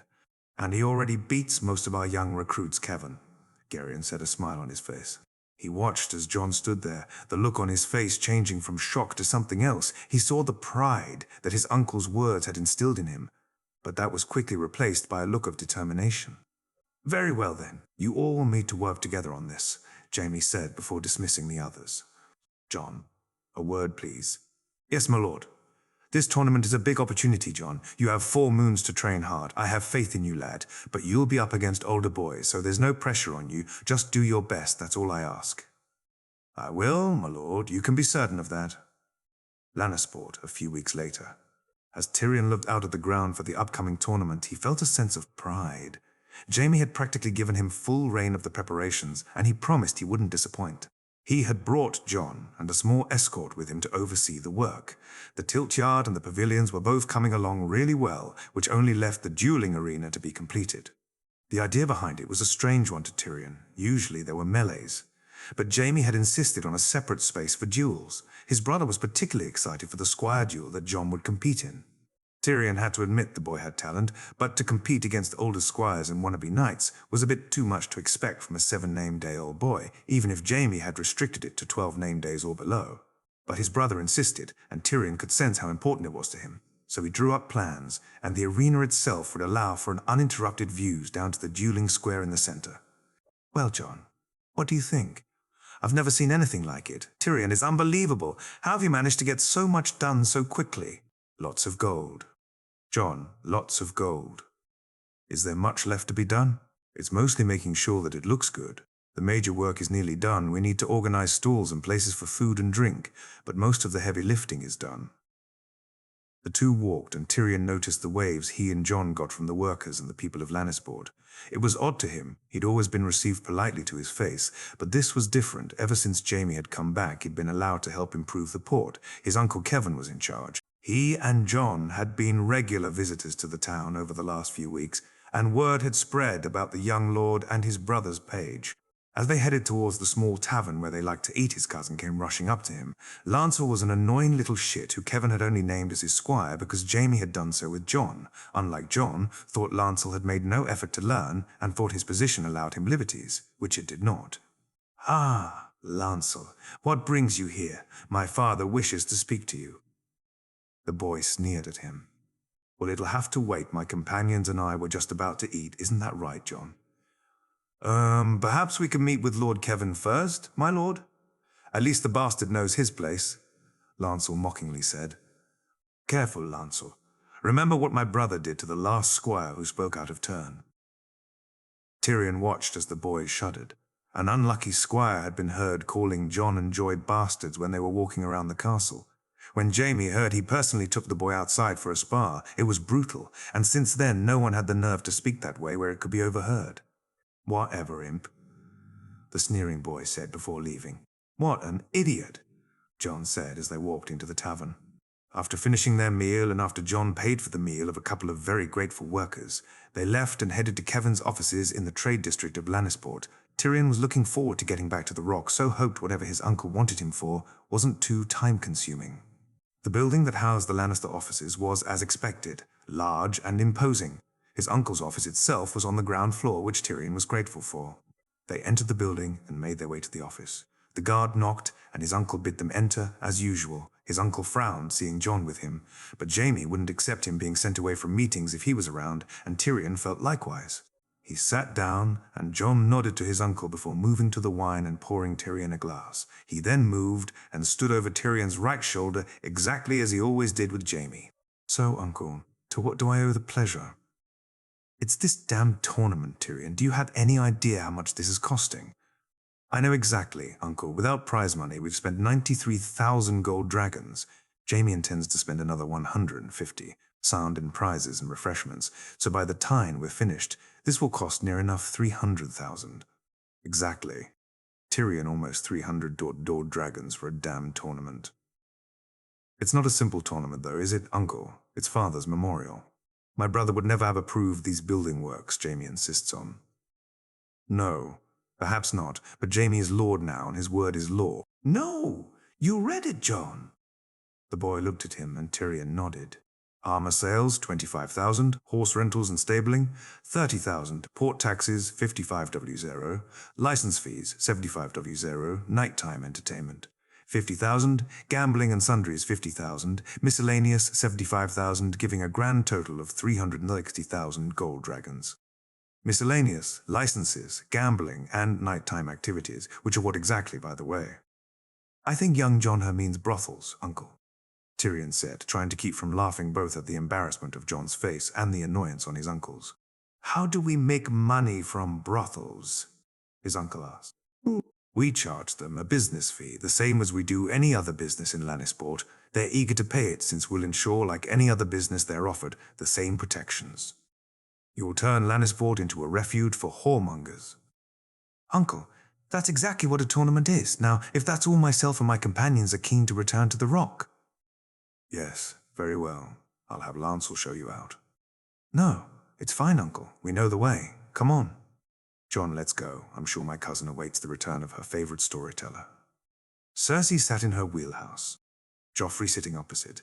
They had been traveling along the Gold Road for weeks, and she was tired of sleeping in the wheelhouse. But when asked to share the king's tents, she had said they weren't good enough for a queen, let alone a lioness like her. Thankfully, though they were nearing their first castle, and riders had been sent to inform them of their king's arrival. House Liddon was a proud and noble house, and one of her family's most leal bannermen, though the castle itself was more functional than luxurious Cersei would relish spending a night indoors. My queen, we shall need to leave the wheelhouse to enter Deep Den, Sir Barristan said as he knocked on the door. Surely not. Sir Barristan, how are we to get there? We need to ride off the Gold Road, my queen. The king's given orders to have your horse prepared. Cersei was apoplectic. This was a joke. What kind of savages didn't build their roads up to allow a wheelhouse to use it? Now she was expected to arrive by horse. Where was her litter? Was it not brought with them? Robert would hear of this, the indignity of it. She almost refused to leave the wheelhouse, but, in the end, necessity trumped pique, and she and Joffrey accompanied Sir Barristan to where the horsear were waiting. Her oaf of a husband sat on his destrier. Only a fool like him would ride a damn warhorse outside of battle. Her own grey mare was saddled, and Sir Barristan awaited permission to help her mount. My queen, she nodded at the man, and he helped her up. She sat there side-saddle, a scowl on her face, and looked to see her husband smile. She wished to rip the damn thing off his face, but instead she just glowered at him, and they began to ride towards the castle. After a few minutes, which to Cersei felt like hours, they arrived. She allowed Sir Barristan to help her dismount, and together with Robert, the king's guards and their accompaniment, they walked to where the castle's residents were already down on one knee. Deep Den is yours, your grace, Lord Lyman said to the king. Rise, my lord. It's been a long journey, and we're in need of sustenance. Of course, your grace, we have your rooms prepared, and there will be a feast tonight in your and her grace's honor. Good. It's a fine castle you have here. My lord, wouldn't be easy to take in a siege. No, your grace, Deep Den would not fall, I guarantee that. Good, good man, the king said before walking away. Your grace, it's a pleasure to see you again, Lord Lyman said as he bowed before her. Indeed, Lord Lyman, it's good to see a leal Westerlands man. I was always loyal to your father, and now I swore my oath to your brother, your grace. My family and myself remember those loyal to us, my lord, and we reward them. She watched as the older man's eyes lit up. Her father had taught her that men were easy to get on your side. Fear or reward usually did the trick. But as a woman, she learned that there was another way to get what she wished from men. She nodded to the man and presented Joffrey as the crown prince he was before. Along with Sir Barristan and the ladies Lord Lyman motioned to, she headed to her rooms. The feast that night was extravagant and, as usual, lost on her oath of a husband. The food was plentiful, rich and sumptuous, and after eating food prepared on the road, a welcome respite, the wine she was served was of the very best quality. Her husband was carrying on in his usual manner, groping serving girls and swallowing drinks like they were water. The captain of Lord Lyman's guards had caught Cersei's attention, though, and she had flirted with the man most of the night. His muscular body and tight, dark hair stirred something in her, and she could feel the heat pooling at her core, but she tried her best to douse the flames. She was close. Within the week she would be home and he would be there. She squeezed her thighs together and remembered what it had been like, how they fit together, how they would once more, soon, Jaime, she thought as she drank her wine. Gregor. Olenna sat in comfortable silence at the high table. Her son was being his usual oafish self, and she could see the Strombo roll his eyes while his father, Lord Roland, simply nodded along to her son's buffoonery. Down at the lower tables, her grandchildren sat with the younger members of the castle's residents. Garland and Laura's were entertaining the boys with tales of swords and the upcoming tournament. No doubt, but as usual, it was her granddaughter who was the center of attention. Marjorie had practically the whole table captivated. The boys, while listening to her grandsons, kept looking at her, and the girls had already started copying her mannerisms. No doubt by the time they returned to the castle, they'd be copying her hair, and how she dressed. Olenna thought and grinned. Allery was doing a good job of keeping Lady Crickhall engaged, and a part of Olenna felt bad that Willis had remained at Highgarden, but his injured leg didn't allow for comfortable traveling. Comfort had been sorely lacking on this journey. They had traveled the ocean road and stayed in tents. Luckily, the weather kept fine, but at her age, staying in tents was not something she'd recommend. Thankfully, they had decided to stay at Oakhart for a couple of days before moving on. "Grandmamma, are you well?" Her granddaughter's voice pulled her from her contemplations. "Of course, my dear. Just a little tired. I shall probably head to bed soon." "If you're sure, Grandmamma, I could come with you. We could read if you'd like." "No, my dear. Enjoy the feast. It'll be another moon until the next one. Just don't wear yourself out." She smiled at Marjorie as her granddaughter turned and headed back to the table. Olenna nodded to her guards, left and right, and bid good night to her host and her son and good daughter, citing age. She made her way to her quarters, glad of the chance to think in silence. The tourney was an interesting opportunity. She'd get the chance to get the measure of the strength of the new Lord of the Westerlands, and also a chance to begin her groundwork with the king. Her Marjorie would be queen. That was for certain, and it would start with this tournament. They left the next day. Traveling again was annoying, but the weather had held, and they would make good time. There was only one more major castle between them and Lannisport, but they would not be stopping there. There was no way on earth Olenna would have her family stay in the halls of Gregor Clegane's keep. Even traveling close to the castle gave her jitters, which is why she insisted on such a large escort. After a couple of weeks of traveling, the town of Lannisport was spotted in the distance. Olenna sighed and prepared herself. The Game of Thrones was about to begin. John sat at the edge of the bed, the little girl looking up at him expectantly as he began the story.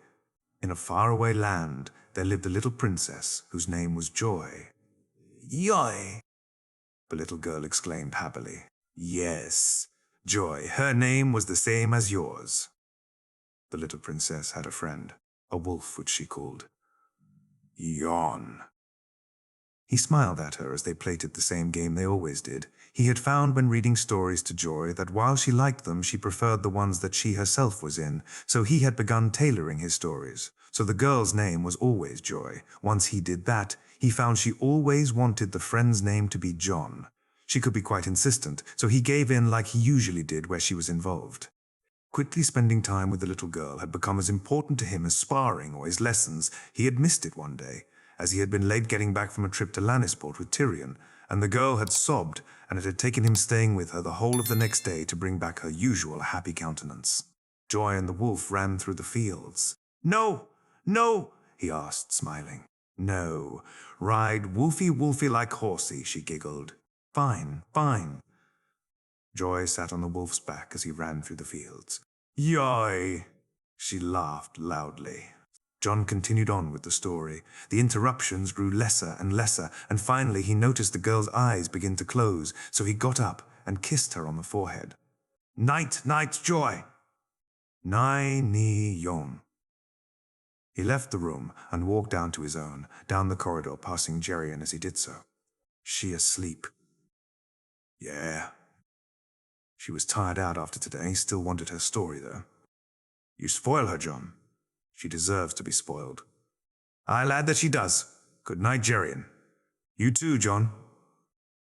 He entered his room. The tiredness hit him as soon as he sat down on the bed. Luckily, his duties would lessen over the next week with the tournament starting. Jamie wanted him to concentrate on that, so he wouldn't need to attend him as much, although would still be expected to do so formally. He looked to the training sword which leaned against the wall. Jamie had ordered it to specific requirements, and just looking at it confused John as much as it had when he'd handed it to him. The blade was more slender than normal. The hilt had been made to fit his hand. The measurements precise, and the comfort of holding it made it almost feel like an extension of his arm, swinging the blade. John noticed how much quicker it cut. Thorough the air. His swings were faster and his parries quicker when using it. His initial doubts had faded, and he looked forward to see how it would stack up when used in the duels. He took his clothes off and got into bed. Tomorrow was an important day, and he needed to be up early. Sure, he had met the king before, but tomorrow he'd be meeting the queen.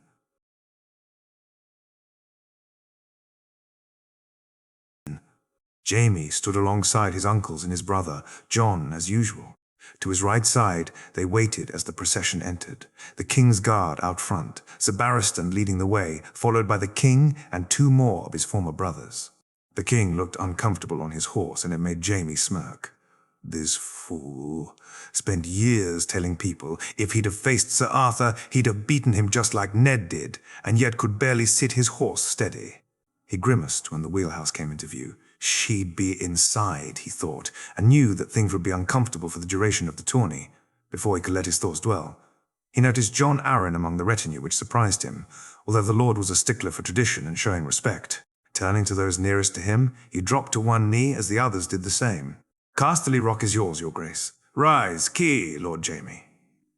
Thank you, your grace. Ah, Geryon. It's good to see you, my friend. The king jovially said, moving to his uncle. You too, your grace, his uncle said with a bow. It should be an epic tourney, don't you think, your grace? Aye, I do, Geryon. Lord Kevin. Your grace. And you must be Tyrion, the king said, moving down to his brother. I am, your grace. Jamie watched as the wheelhouse door opened, his sister exiting, holding onto the hand of her son. Joffrey was every image. His mother's boy, his blonde hair and green eyes reminded him of Tyrek, his nephew, the Lannister gene obviously strong. He swallowed as she made her way over to him. My queen, he said with an over-exaggerated bow. Lord Jamie, she replied, a devious smirk appearing on her face as her eyes practically devoured him. He noticed her look to his right and see John, the look quickly changing from predatory to something like disgust. He battled down his instincts and smiled at her, forcing her to look back at him, her eyes glimmering in delight. My queen, his Uncle Kevin said, his bow as exaggerated as Jamie's was, but seemingly more sincere. Uncle, it's good to see you again. You too, my queen. The toady voice of his uncle grated on him. Your grace. Geryon's voice was dripping with false courtesy. He and Cersei had never got on. His humorous ways and lack of seriousness always grated with his twin. Uncle. Finally, she looked to Tyrion. The look she gave him made the one she'd given Jon earlier seem almost welcoming. Disgust, contempt, even downright hatred was on her face before she had a chance to say anything, though Jamie decided to say hello to his nephew. Greetings, your grace. Uncle, the small boy said without any sense of emotion whatsoever. How was your trip, your grace? Terrible, uncle. The West Lands are boring. They are an acquired taste, your grace. Lord Jamie. Jon Arryn's voice called to him as he moved towards him. Lord John, it's good to see you again. Aye, my lord. Though perhaps it could have been under better circumstances, my condolences on your and your family's loss. I thank you, my lord. Perhaps we should move inside. I'm sure you and their graces have need of refreshing yourselves, and I'll have you shown to your rooms. Of course, my lord. Are you Ned's boy? Jon Arryn said, looking to his right. I am my lord, Jon Snow. Jon bowed while greeting the old lord. Well met, Jon Snow. I was your father's foster father for many years. Aye, father spoke fondly of you. Lord Jon, it seems I was named for you as well. Ned honors me. I look forward to seeing more of you, young Jon. Jaime turned to the rest of the group and gave them a nod to signal they should go inside.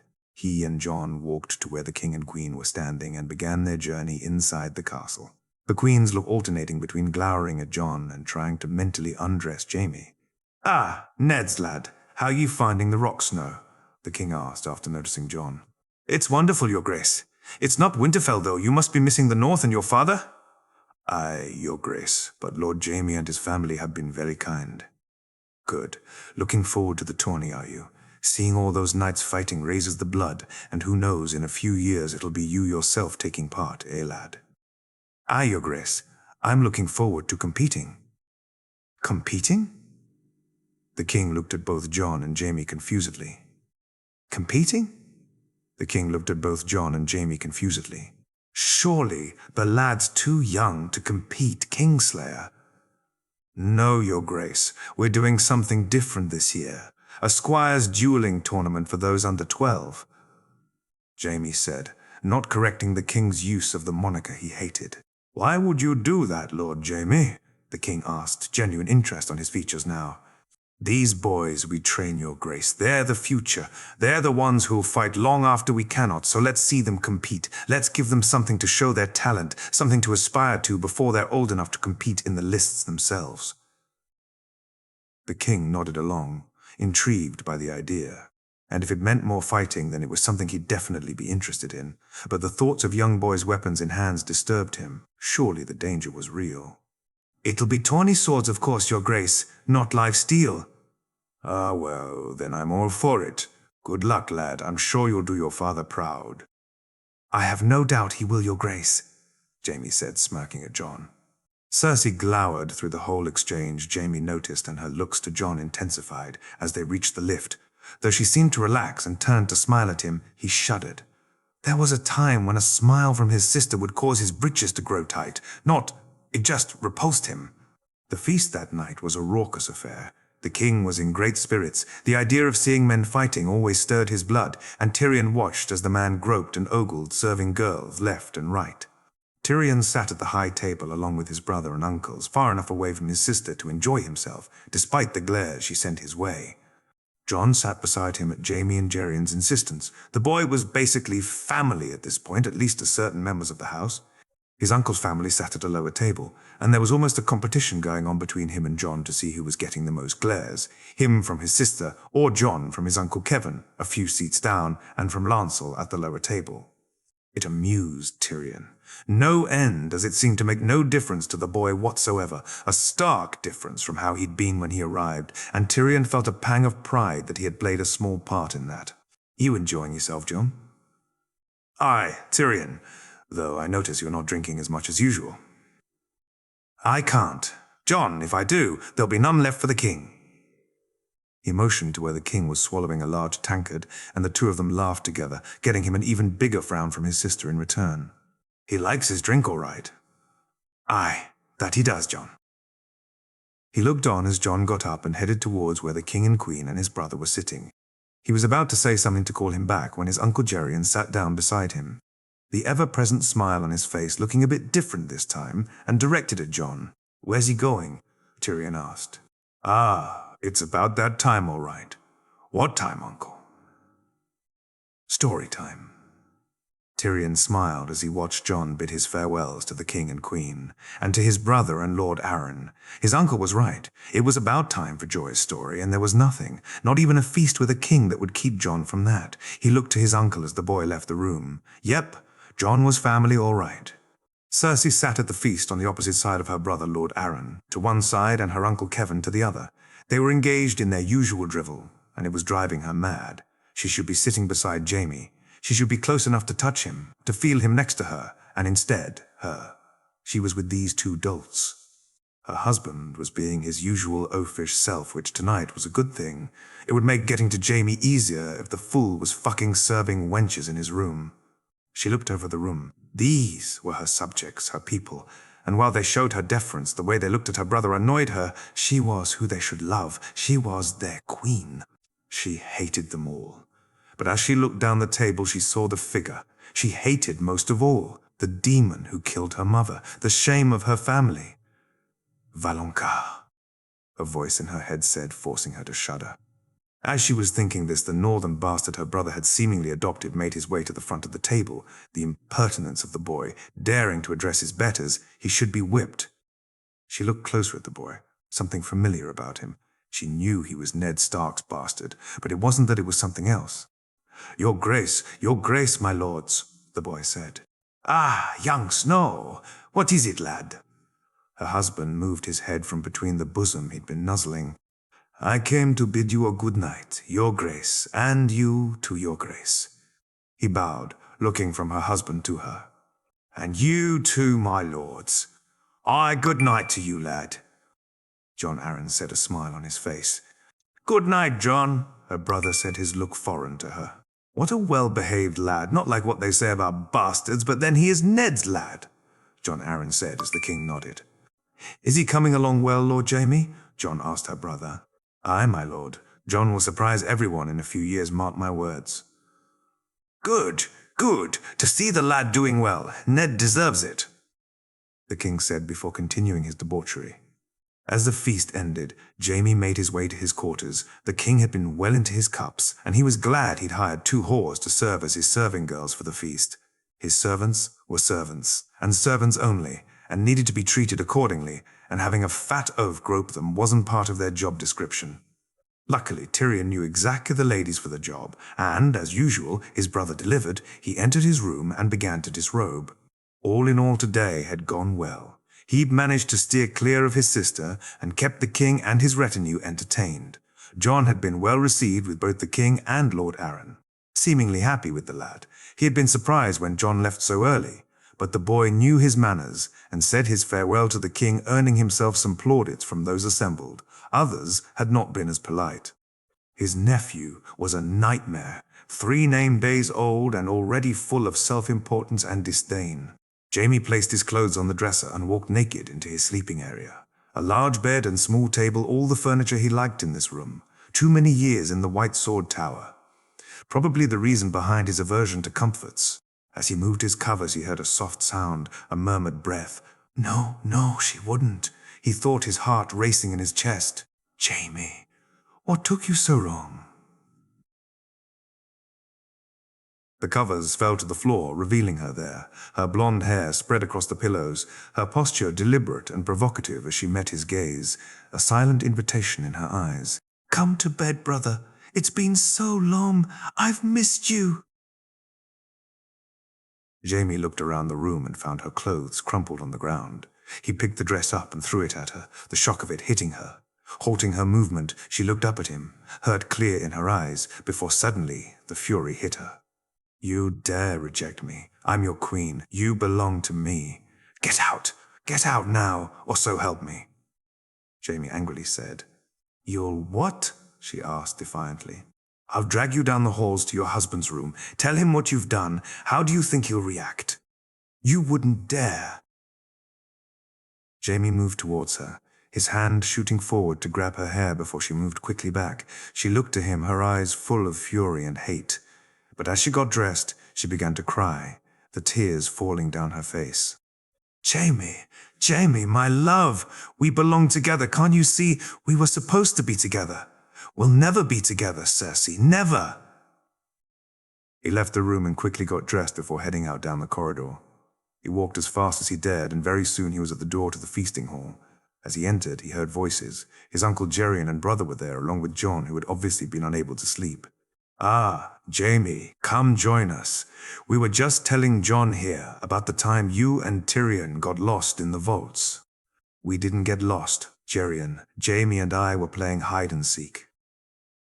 Tyrion, it's not hide and seek if no one's looking for you, Geryon said, causing all 3 of them to laugh. Jaime smiled and sat down. Jon immediately poured him a drink which he emptied, causing the boy to frown before he poured him another, this one. He sipped quietly as the stories continued.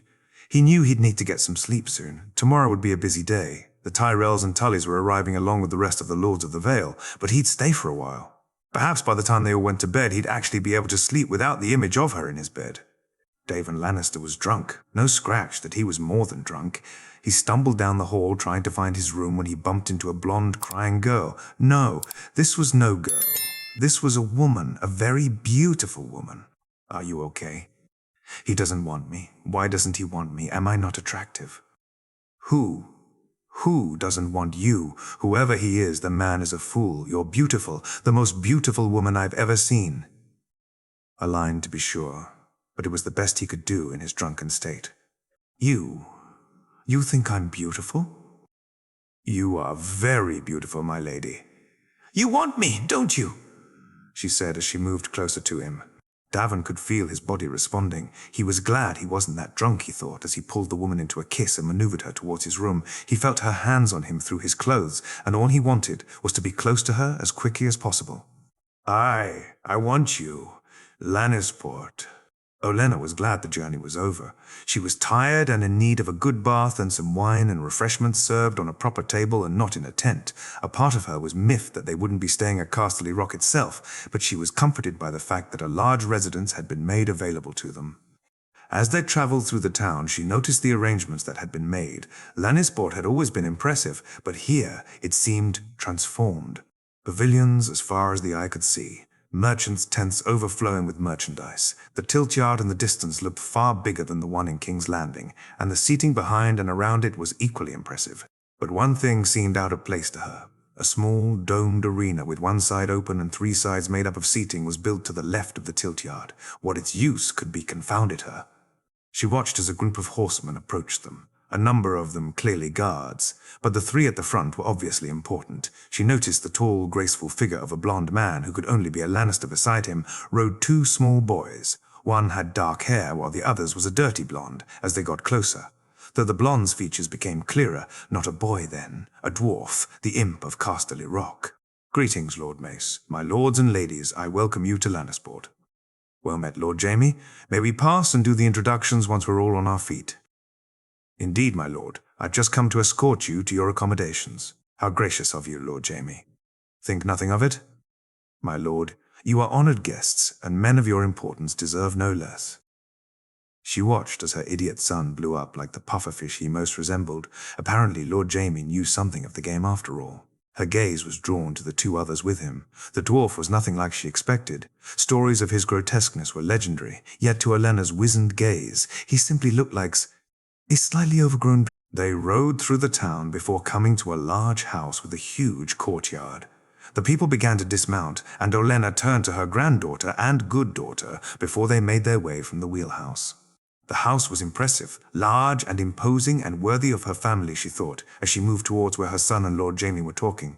At least he didn't try to slight them. Mother, may I present Lord Jaime? My lady, it's a pleasure to meet you. Is it now? She said, raising her eyebrow. Why, of course. What's better? Why settle for one queen when you can have two? She looked at him before smiling, noticing his gaze switching from her to her granddaughter. Maybe not such a fool. After all, she thought as he motioned to his two companions. My lady, may I introduce my brother, Lord Tyrion, and my page, Jon Snow. Well met, my lady, the dwarf said. Lady Olenna, the boy said as he nodded his head in a courteous bow. She looked carefully at the lad. He hadn't tried to kiss her hand, knowing his station may give offense, but he had courtesy, and it seemed genuine to her. My lord, young Snow. Garland and Loras accompanied their mother over while her granddaughter walked over to her. She watched as Lord Jaime and his brother made their introductions to the boys and her good daughter, while Jon Snow quickly engaged the two boys in talk about the tourney, grabbing their interest quite quickly with something he told them. And this must be Lady Margaery, the Rose of Highgarden herself, Lord Jaime said, taking her granddaughter's offered hand and placing a kiss upon it. Lord Jaime, a pleasure to meet you. I've heard so much about you. Not all of it's true, I'm afraid, only the good stuff. Jaime said, causing a small laugh from Margaery. May I introduce my page, Jon Snow? Well met, Lord Snow. Margaery offered him her hand, which he took and placed a kiss on. Just John, my lady. Well then, well met. Just John. Her granddaughter giggled, causing the young man to smile. Olenna watched the exchange with an eagle eye. The boy smiled at her granddaughter, and his features changed completely. He beamed, and it was hard not to smile with him. His whole face lit up, and she could see shades of the handsome man he'd become one day. She'd need to keep an eye on that one for sure. Tyrell women always had trouble resisting a handsome face. She herself was proof of that. The meal they had that night was the best one they'd had since setting out on the long journey to the tourney. Whoever had stocked the kitchens had done so incredibly well. Fine arbor gold, the finest foods from the Reach. Some of her favorite strawberry and lemon tarts were able to be made, and the pastry and freshness surprised her. Her grandmother was enjoying herself. Also, she could tell, she was sipping wine and eating the various cheeses that had been delivered only that day. Her father held court at the table, speaking to the other lords of the Reach that had already turned up. Thankfully, Lord Tarley hadn't so far. The grim lord really knew how to drive the atmosphere from any room. So are you going to enter with me or what? No, Loris, I'm not. It's for under 12 name days, and I've just celebrated my 13th. So they won't know. You expect me to lie? No, not lie, just don't tell them.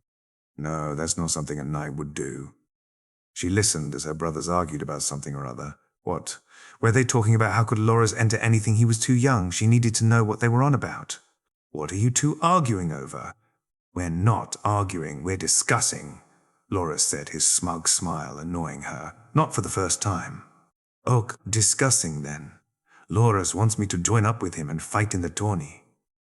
But you're too young. You can't fight in the tourney. Think about Willis. The worry clear in her voice. No, sis, it's not like that. There's a squire and pages tourney, a set of duels I'm entering, and I wanted Garland to enter too, but he's too old, so it'll just be me representing the family and winning glory. She rolled her eyes at him and looked at Garland. He looked eager to enter, but he would never lie about his age. He was far too gallant for such a thing, a squire's tourney, though she'd never heard of such a thing. Where did you hear of this? John told us. He's entering and says most of the squires and pages of age will too, especially when they hear of the prizes. You mean Jon Snow? He told you about this, Loras. Was that what you were all discussing so excitedly? Yeah, he's Jaime Lannister's page, or is it squire, I'm not sure. But he gets trained by Jaime Lannister, the Lucky Sword. Anyway, he told us that there's a dueling tourney for squires and pages of less than 12 name days, and the tourney has prizes. I hope I face him. If Jaime's teaching him, he must be good. Prizes? Apparently the semi-finalists get 250 gold dragons each, the runner-up 500 and the winner 1,000. Garland said grumpily. She nodded and looked at her brother. She knew the gold didn't matter to him. The competition, though, he'd like nothing more than to face the others and test himself. Although he had said he had no plans to enter into tourneys unlike Laura's, who was living for the chance to do so, this was different, though she could tell. For Garland, this would have been something he'd enjoy. She almost reached over to give him a hug, but he wouldn't accept it, and she didn't want to embarrass him, so she just nodded sympathetically and thought about the tourney itself. It'd be interesting to see boys of her, Laura's and Garland's age, fight, and she found herself looking forward to it. She'd be there to cheer Laura's on, as she thought about it. She remembered the smile the dark-haired boy had given her earlier. She wondered if he'd be any good. Laura seemed to think so. Well, then now she had two people to cheer. Jon Arryn walked from his rooms down to break his fast. He had slept better than he had in a long while. It seemed funny to him that Tywin Lannister's home made him breathe more easily than King's Landing. As he walked past a room, he heard laughter and giggling. The door was open, so he entered. "No, Jon! Horsey, go faster!" the little girl excitedly said. "Like this princess." The boy moved quicker, the little girl shrieking as she held on to his shoulders. "Yay! Go, Horsey, go!"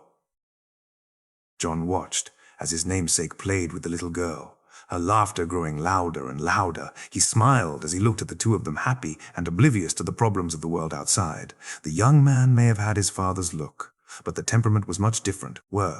Ned was stoic and withdrawn.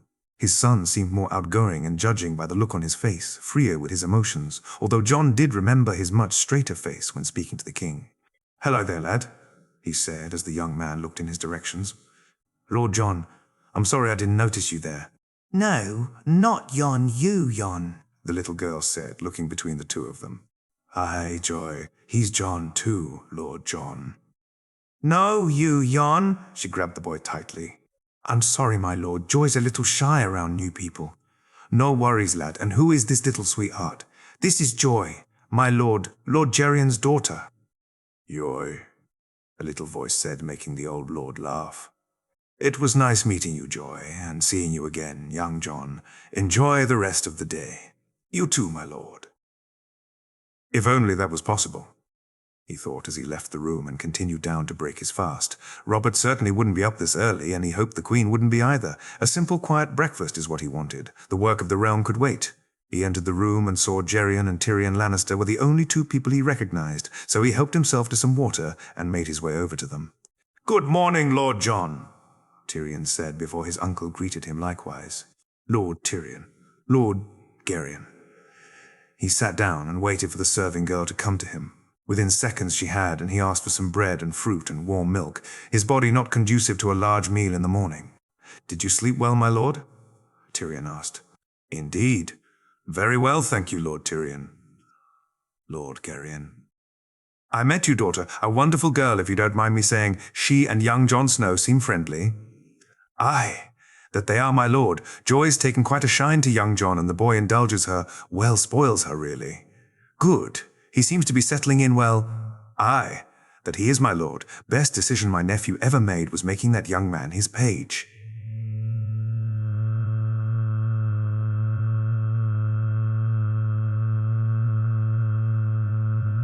It would be a good match, though. Jon and Joy, two bastards of great houses. Perhaps a keep somewhere could be arranged, and if the two got on well together, it'd be all for the best. Something to think of once they got older. He'd have to clear it with Ned, though. But that wouldn't be a problem. Jamie looked out at the assembled crowds. These last few weeks had been building up to this, and he was pleased at the turnout. Tyrion and his uncles had done well. All the great houses were represented apart from the north. He had expected that Stark wouldn't show, but he could sense the disappointment in Jon that he hadn't. He was tired of the greetings, though. The Tyrells had been fine, but the Tullys looked at him like they were better than him. The damn fishes that they were. The Lords of the Vale had always carried an air of superiority. But at least they had something to be superior about. All the fishes had done was force marriages, although given their daughters were between them, a bitter trout and a crazy one, that was probably an achievement overall. He looked to the king and queen beside him and shuddered. That crazy bitch would surely have been the death of him had he stuck with her. As he looked out to the crowd, his family sitting to his left, and the great lord spread about the arena, Jon handed him the proclamation. "Your graces, my lords and ladies, good people of Lannisport, the Westerlands and beyond, I bid you all welcome to the tourney of Lannisport." The crowd cheered. "My father fell fighting for his people and his king. He will be missed, gone, but not forgotten." The crowd chanted, another of Tyrion's good works. "This tournament is in his honor and is in recognition of the great victory won by our King Robert the First of his name. Hail, good King Robert." The chants rang out. Tyrion really did know how to stoke a crowd, he thought, looking at his smirking brother. So without further ado, by your grace's permission, let the games begin. The cheers in the crowd were deafening, and as Jamie sat down, a large chant of Lord Jamie filled the air. He looked to his brother, who shook his head, and looked to Jon, who just smiled at him. Jon swung his sword against the training dummy. Around him, boys were practicing their moves and showing off their skills, but Jon was simply building his endurance, using the heavier sword against the dummy like Jamie told him. His father had always said the reason he didn't appear in tourneys was so an opponent wouldn't know what to expect. Jon took that advice to the heart, but since he would be fighting instead, he underplayed his skills and didn't show off like the other boys were doing.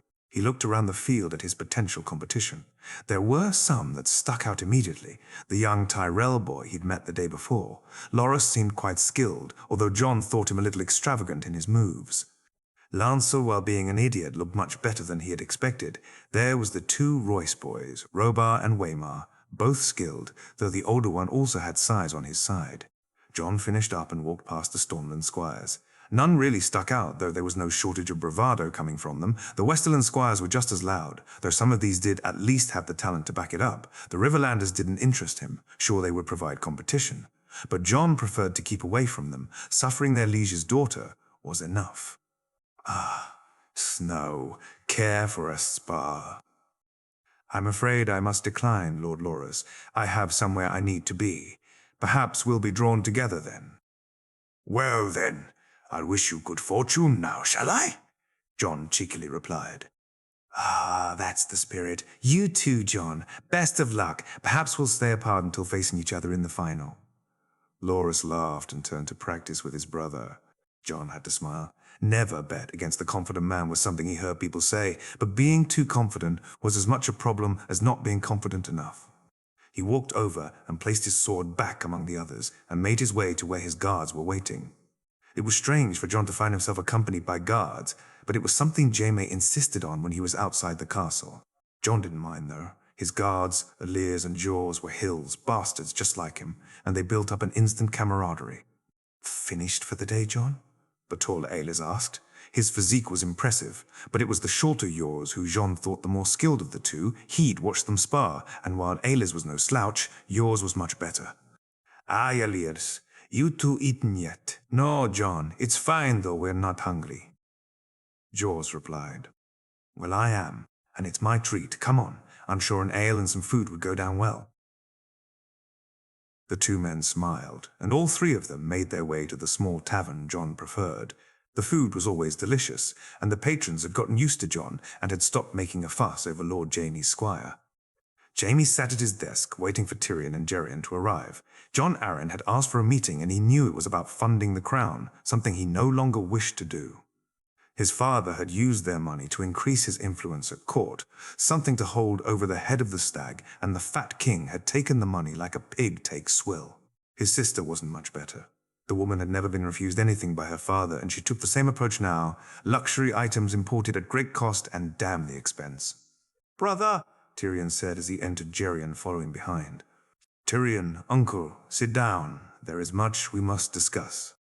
I intend to cut our contribution to the crown, he said, noticing the shock on both their faces. They already owe us nearly 1 million gold dragons. Father was funding the crown at the rate of almost 250.000 a year, not to mention the nearly 100.000000000. Caver, this needs to stop. I agree, brother, but it'll cause problems both with our sister and the crown. Damn our sister and damn the crown. I'm Lord of the Westerlands, not King's Landing. We need to spend our money on projects here. The gold won't last forever. We must do something now before it's too late.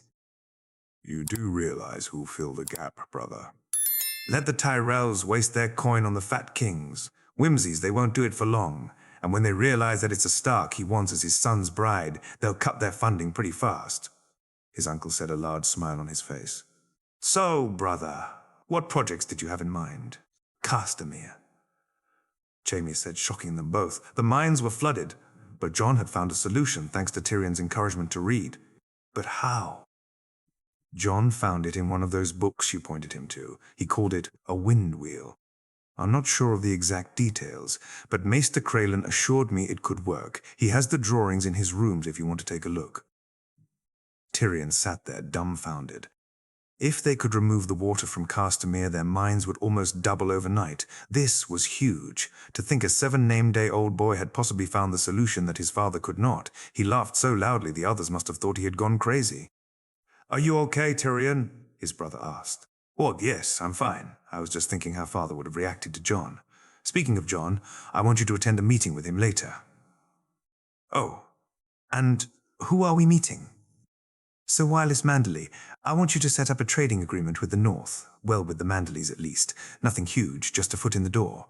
And you want me to bring Jon because he's his liege lord's son. He also knows more about the North than either of us, so he may see some opportunity we don't. Of course, brother. I'll have it set for after the archery. Good. We'd better make our way to Lannisport. Jon's already there. Are you bringing Joy, uncle? Aye. Jon wants to show her around the horse. Daven Lannister was not feeling well. His drunken encounter had created a whole set of problems. Problems that could end with him losing his head. The fact that he'd slept with his cousin was bad enough, but that she was the queen was downright treasonous.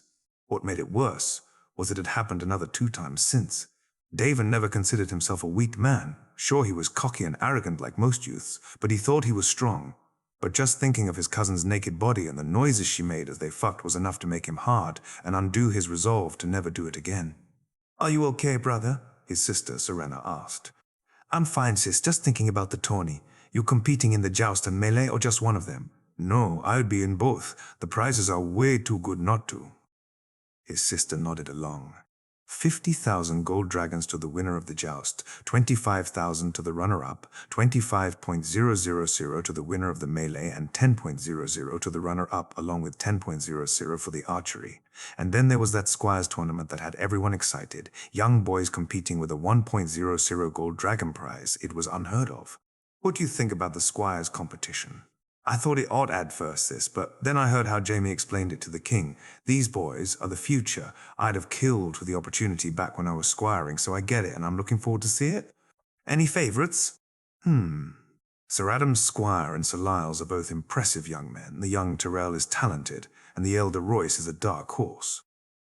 What about Lord Jamie's page? Jon Snow? Yeah, surely if he's trained by Lord Jamie, he'd be among the favourites. He looked at his sister and shook his head. He'd watched the young man train, and he showed very little talent, just swung away with what little strength he had. It had surprised him as he, like his sister, had expected more. No, sis, he would be lucky to make it past the first round. Jon walked with joy towards the large stabling area, the little girl mumbling excitedly about horses all the way, forcing Jon to walk with a contented smile on his face. His two guards behind him just shook their heads as he swung her hand as they walked, making the girl giggle. Garion and Tyrion had found him not long after he'd eaten, and he was delighted to see Joy with them. He'd promised her he'd take her to see the horses, and the hug she'd given him had brought a tear to his eye. Horses, Jon. She pointed at the stables. Yes, Joy, come, let's go see them. Yea, horses I come, she squealed. The two guards just followed on, trying not to laugh, as they reached the stables themselves. Jon had to hold her hand even tighter as the excitement got to her. He lifted her up, worried that if he didn't, she'd run off and get hurt. Want to pet the horsey, Joy? She nodded excitedly as he moved towards the small pony he'd picked out for her to pet. He held her tightly as her little hand brushed the horse's back and moved her closer to the horse's head. Nodding to Elias, he signaled to the bag he'd given the man earlier and watched as he took a small apple out of it and handed it to him. Here, Joy, let's feed the horsey. Here, horsey, din-din time. She laughed as the horse took the offered apple from Jon's hand. My turn, Jon. My feed, horsey. He looked to Elias as the man took another small apple from the bag and handed it to him. Carefully, he placed it in Joy's small hand and held her hand in his as he brought it to the horse's mouth as the horse took the apple. The girl gave an excited squeal, making Jon and the guards all laugh, before Jon heard a girlish giggle from behind him. He turned to see Marjorie Tyrell looking on, her face lit up in a beaming smile as she watched Jon and Joy feed the pony. Lady Marjorie, I'm sorry I didn't know you were here. That's quite all right, Lord Snow, I was just passing. No, not so, Jon, Joy exclaimed at the rows of high garden. Oh, I'm sorry, little miss, Jon it is then, Marjorie said with a delightful giggle. Jon, the little girl said definitively. And who is this precious little angel? Marjorie asked. Lady Marjorie, allow me the pleasure to introduce Lady Joy. Jon decided to play at formality, noticing that Marjorie was grinning even more now. Joy. Ah, Jon, it seems you misspoke. It seems the lady's name is Joy. Marjorie laughed at the exchange. Aye, Joy it is, isn't it, little princess? The little girl just nodded and hugged him tighter, and Marjorie couldn't help but smile at the sight. The boy seemed so at ease with the little girl that it reminded her of how Garland and Willers used to be as she was growing up.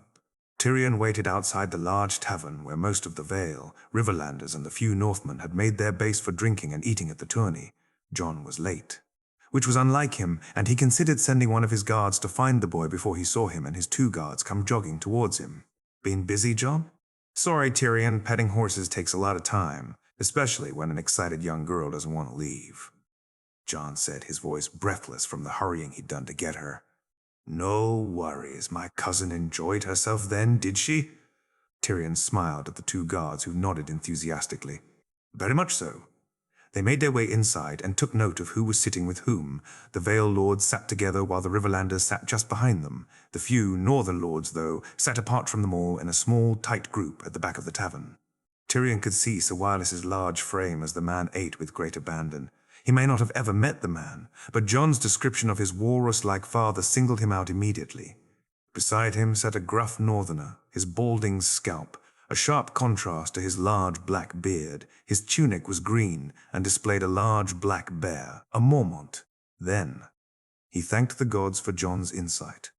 Nodding to John and pointing over to the table, they headed towards the northern men, Tyrion walking behind John and letting the boy take the lead in the introductions, figuring the northerners' dislike of the south would be tempered by one of their own. "Sir Wyllis, Sir Jorah," John said to the two men. "My lord?" Wyllis questioned, looking carefully at John before recognition broke out on his face. "Jon Snow?" "Aye, sir it is. Sit down, lad, move.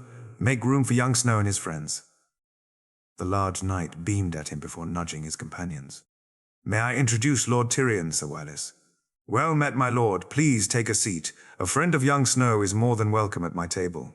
Tyrion sat down, noticing the grim look the Bear Knight gave him. The others looked him up and down before turning away and continuing their meal. At the end of the table, a small man watched him intently, his dark green hooded robe covering the sigil on his chest. Tyrion looked back down at him and noticed the sigil more clearly. 3 black water lilies on a field of purple. He nudged John to show him where he was looking. John just nodded at him and took his seat beside him before calling a serving girl over and buying a round of drinks for the table, which resulted in an immediate thawing of the looks from the rest of the northerners and a deeper frown from the Bear Knight. Tyrion noticed that Sir Wyllis looked on with a proud expression on his face, obviously approving of John's actions. "So, young John, how are you finding it here in the south?" Sir Wyllis asked. "Warm, sir, very warm," John replied, getting a large laugh from the big man and most of the others. "Aye, 'tis that all right. Doubt these southerners would do too well on a crisp northern morning." More laughs from the table ensued as the northerns started to talk among themselves. Tyrion decided to continue to let John take the lead. Far better to sit and watch, for now, he thought. "Your father is well, Sir Wyllis." "Aye, John he is. He'll be pleased you asked." "Your father's a good man, sir." "That he is John, as is your own. I had thought he may join us." "Father doesn't like to leave the north unless it's vital." "True that. Not a man for tourneys is Lord Eddard. Well, the north is well represented with both myself and Sir Jorah competing in the lists and young Jagan in the archery." Sir Wyllis adeptly changed the subject, noticing John's face when his father's absence was brought up. "Sir Jorah, your family's well, I hope?" "Aye, that they are Snow," the man grumpily replied. "So, they treating you well up here, John?" Wyllis interjected, looking suspiciously at Tyrion and the guards. "Very well, sir. I've been more than fairly treated," John said, his smile answering more clearly than his words. The conversation flowed as much as the ale, the atmosphere between the northerners and Tyrion and the guards quickly disappearing. Even the Bear Knight seemed to lighten up, although the small man Tyrion noticed earlier still seemed to be watching intently. Tyrion caught him from the corner of his eye, wondering why he was so suspicious of him before he noticed it wasn't him he was looking at. It was John. John, the man at the end of the table. Why does he look so intently? Tyrion whispered as John looked at the man and smiled, receiving one back. "He's a Cranogman, one of Lord Reed's bannermen.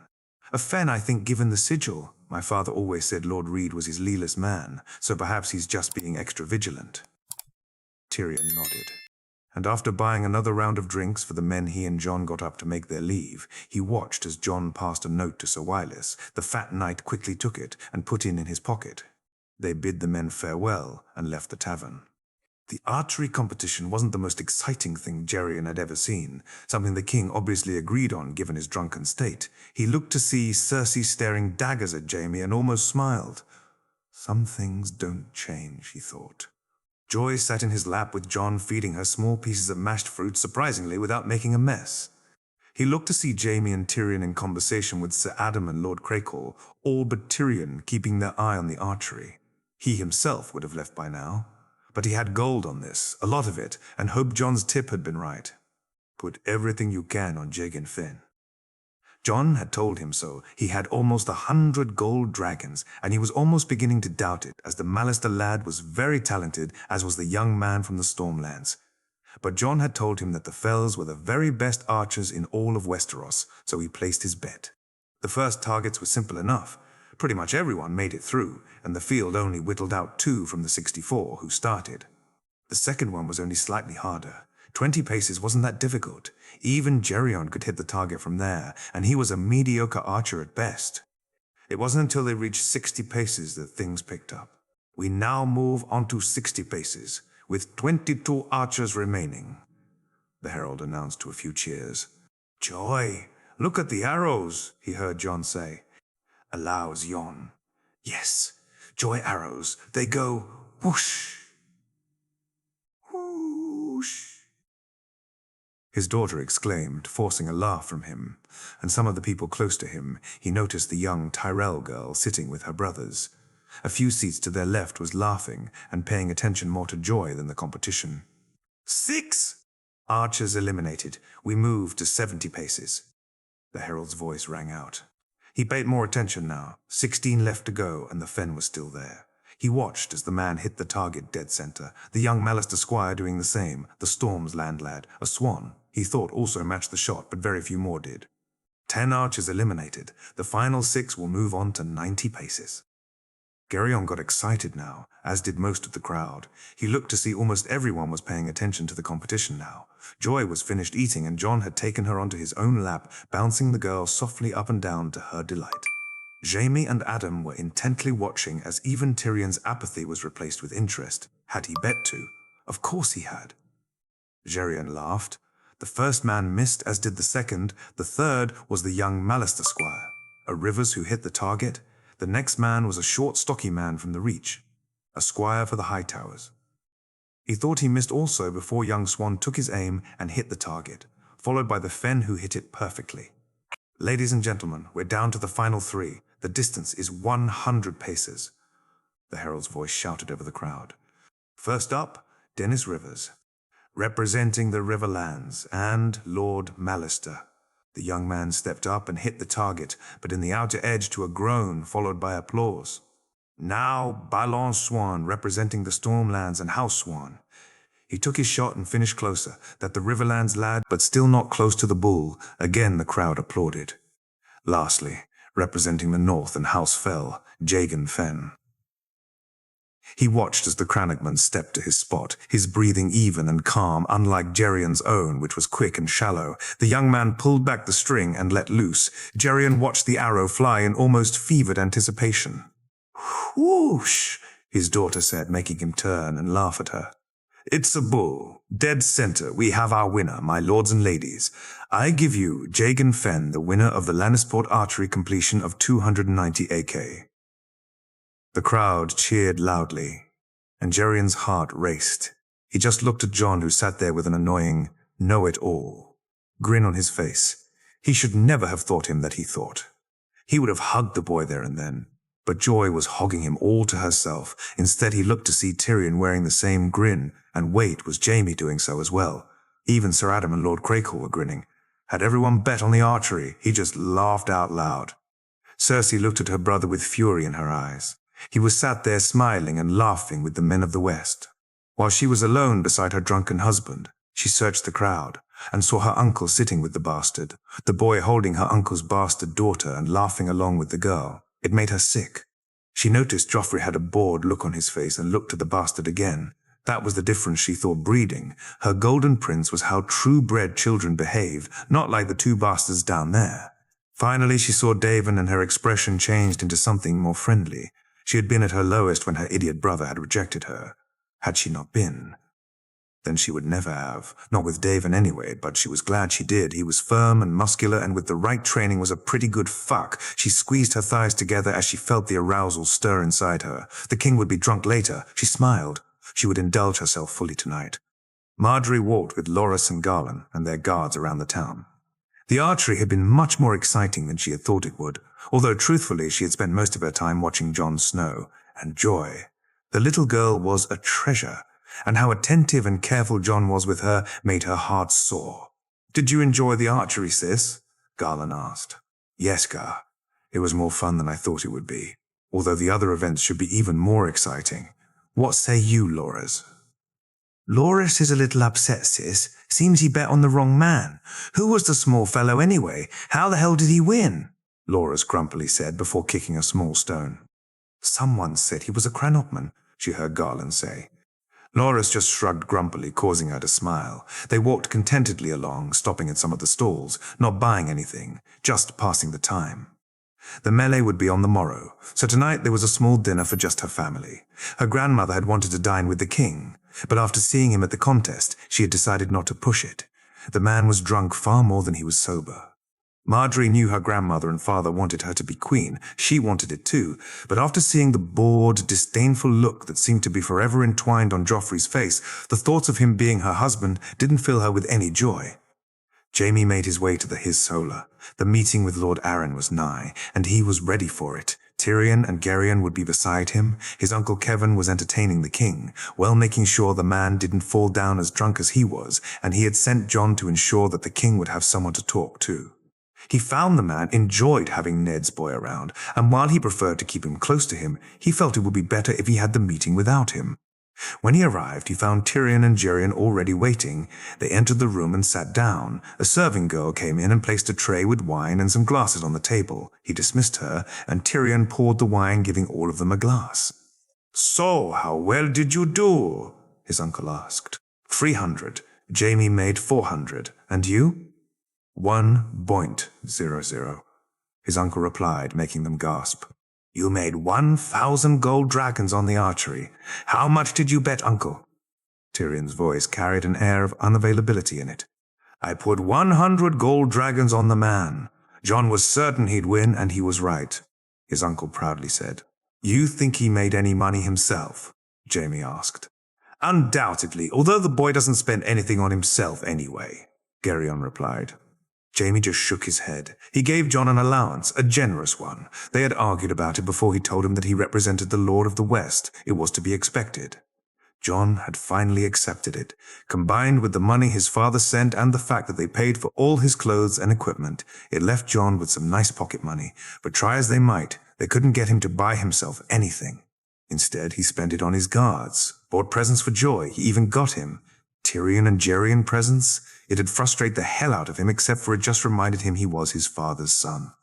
The knock on the door broke his train of thought. He bid them enter, and Lord Arryn walked in. The old lord looked well rested and not as tired as he had been when he arrived, and a part of Jaime felt guilty that what he would say may disrupt that peace.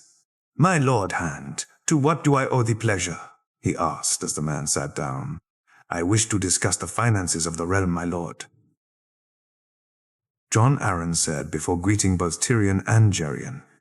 Of course, my lord, and how can I help you? Well, Lord Jaime, as you know, your father lent the crown a substantial amount of money. It seems though we may need to not only extend the time frame for paying it back, but are in need of another loan also. Lord Arryn's bluntness pleased Jaime. Indeed, my lord, on the extension I see no problem with that. However, on the further loan there is some difficulty, I'm afraid. Difficulty, my lord? Well, I'll be blunt. Lord Arryn, if I may? Of course, Lord Jaime. I am not my father, my lord, while he was content to waste our money. I am not when there are essential projects that need funding here in the West. Essential projects? Lord Jaime, what projects are those? Lannisport suffered great damage during the Ironborn attack. My lord, as did the Lannister fleet, both of these need to be seen to, which requires money. I cannot loan the crown and repair the fleet, and I needs must do what's best for my people. Of course, once we fulfilled those needs, we would be willing to accommodate when able, Tyrion said in a much more conciliatory tone after seeing the frown that Lord Arryn was wearing. Very well then, I understand, although you leave me in a difficult position, Lord Jaime. I'm afraid it can't be helped. Lord Arryn, as I said, I needs must fix my own problems first. Tyrion will accompany you and explain the terms regarding the outstanding debts. I'm sure you'll find them agreeable. Very well, Lord Jaime, Lord Geryon. Shall we then, Lord Tyrion? Of course, my lord, his brother said as the two men made their leave. Jaime waited until they were both out of the room. Nodding to Geryon, his uncle got up and made sure they were gone before closing the door. Jaime swallowed down the wine in his glass and filled it once more as his uncle sat down and took a drink from his own. Very well played, nephew. Very well played. John broke his fast early. He was excited for the day. The melee was something he looked forward to more so than the archery. Although he had made some coin for himself and his friends, his 2 guards had taken his advice and walked away with almost 6 moons' pay because of it, earning him wry smiles when he greeted them this morning. Last night had been odd for John. Jaime had a meeting with the Hand, along with Tyrion and Geryon, and John had assumed he'd be required, but instead he'd been asked to spend time with the king and his family. Both the Queen and the Prince had ignored him, and while the King was drunk and was as usual groping serving girls all night, he had taken the time to speak with John whenever he could. "So, Snow, looking forward to the melee?" the King had asked. "Ah, aye, your grace. Although truth be told, I'm eager for the squire's tourney to begin also." "Ah, that's a good lad. Nothing gets the blood boiling more than fighting. I'll tell you, why the happiest times of my life were spent in battle fighting beside your father, my true brother," the King wistfully said before grabbing the serving girl and nuzzling her chest, forcing John to look away. John finished his meal and made his way to the front of the castle. He was eager to get to Lannisport earlier today. He knew Jaime would be leaving much later, and he wished to see some of the squires practice before he needed to do his duties. Geryon would be staying with Joy for most of the day, only leaving closer to the time of the melee, and Tyrion wasn't a morning person, so it gave John the opportunity for some free time. The ride to Lannisport was almost uneventful, but as they just about reached the town, he saw Aliers and Jaws stiffen on their horses, looking around to see what had got their attention. He watched as a group of horses rode past. The man at the front carried a large banner, 3 black dogs on a yellow field.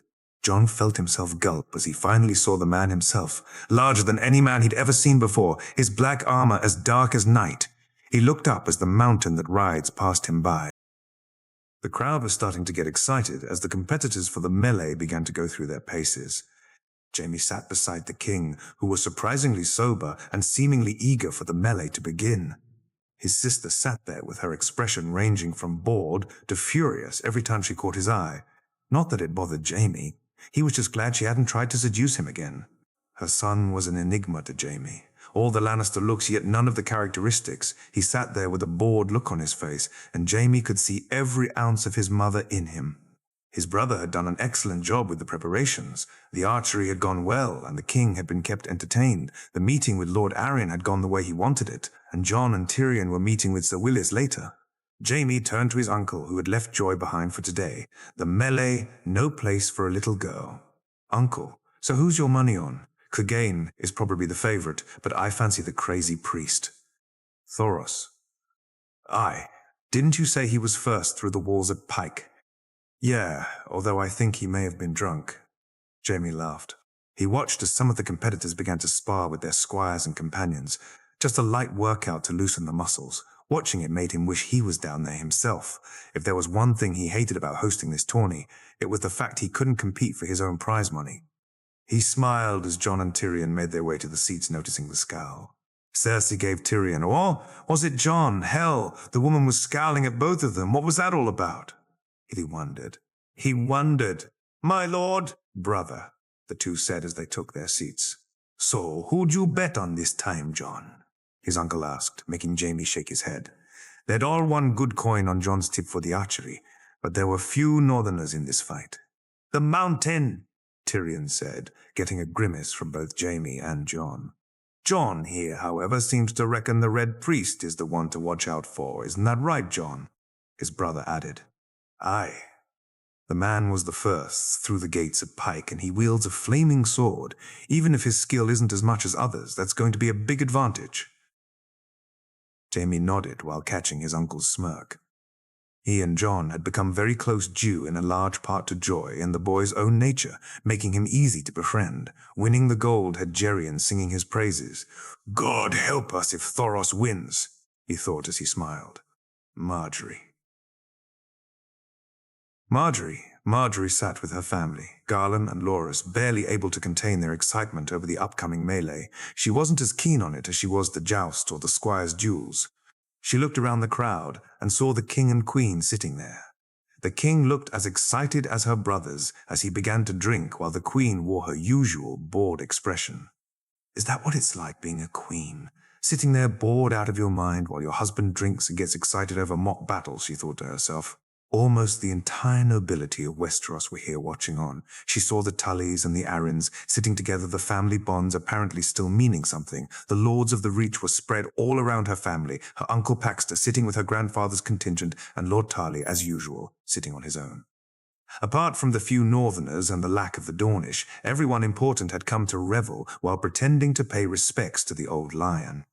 The Lannisters sat in pride of place beside the king, and she knew it irked her grandmother that they hadn't had their chance to get closer to him and his son yet, although as she looked at the boy, she was reminded of the bored expression Cersei wore.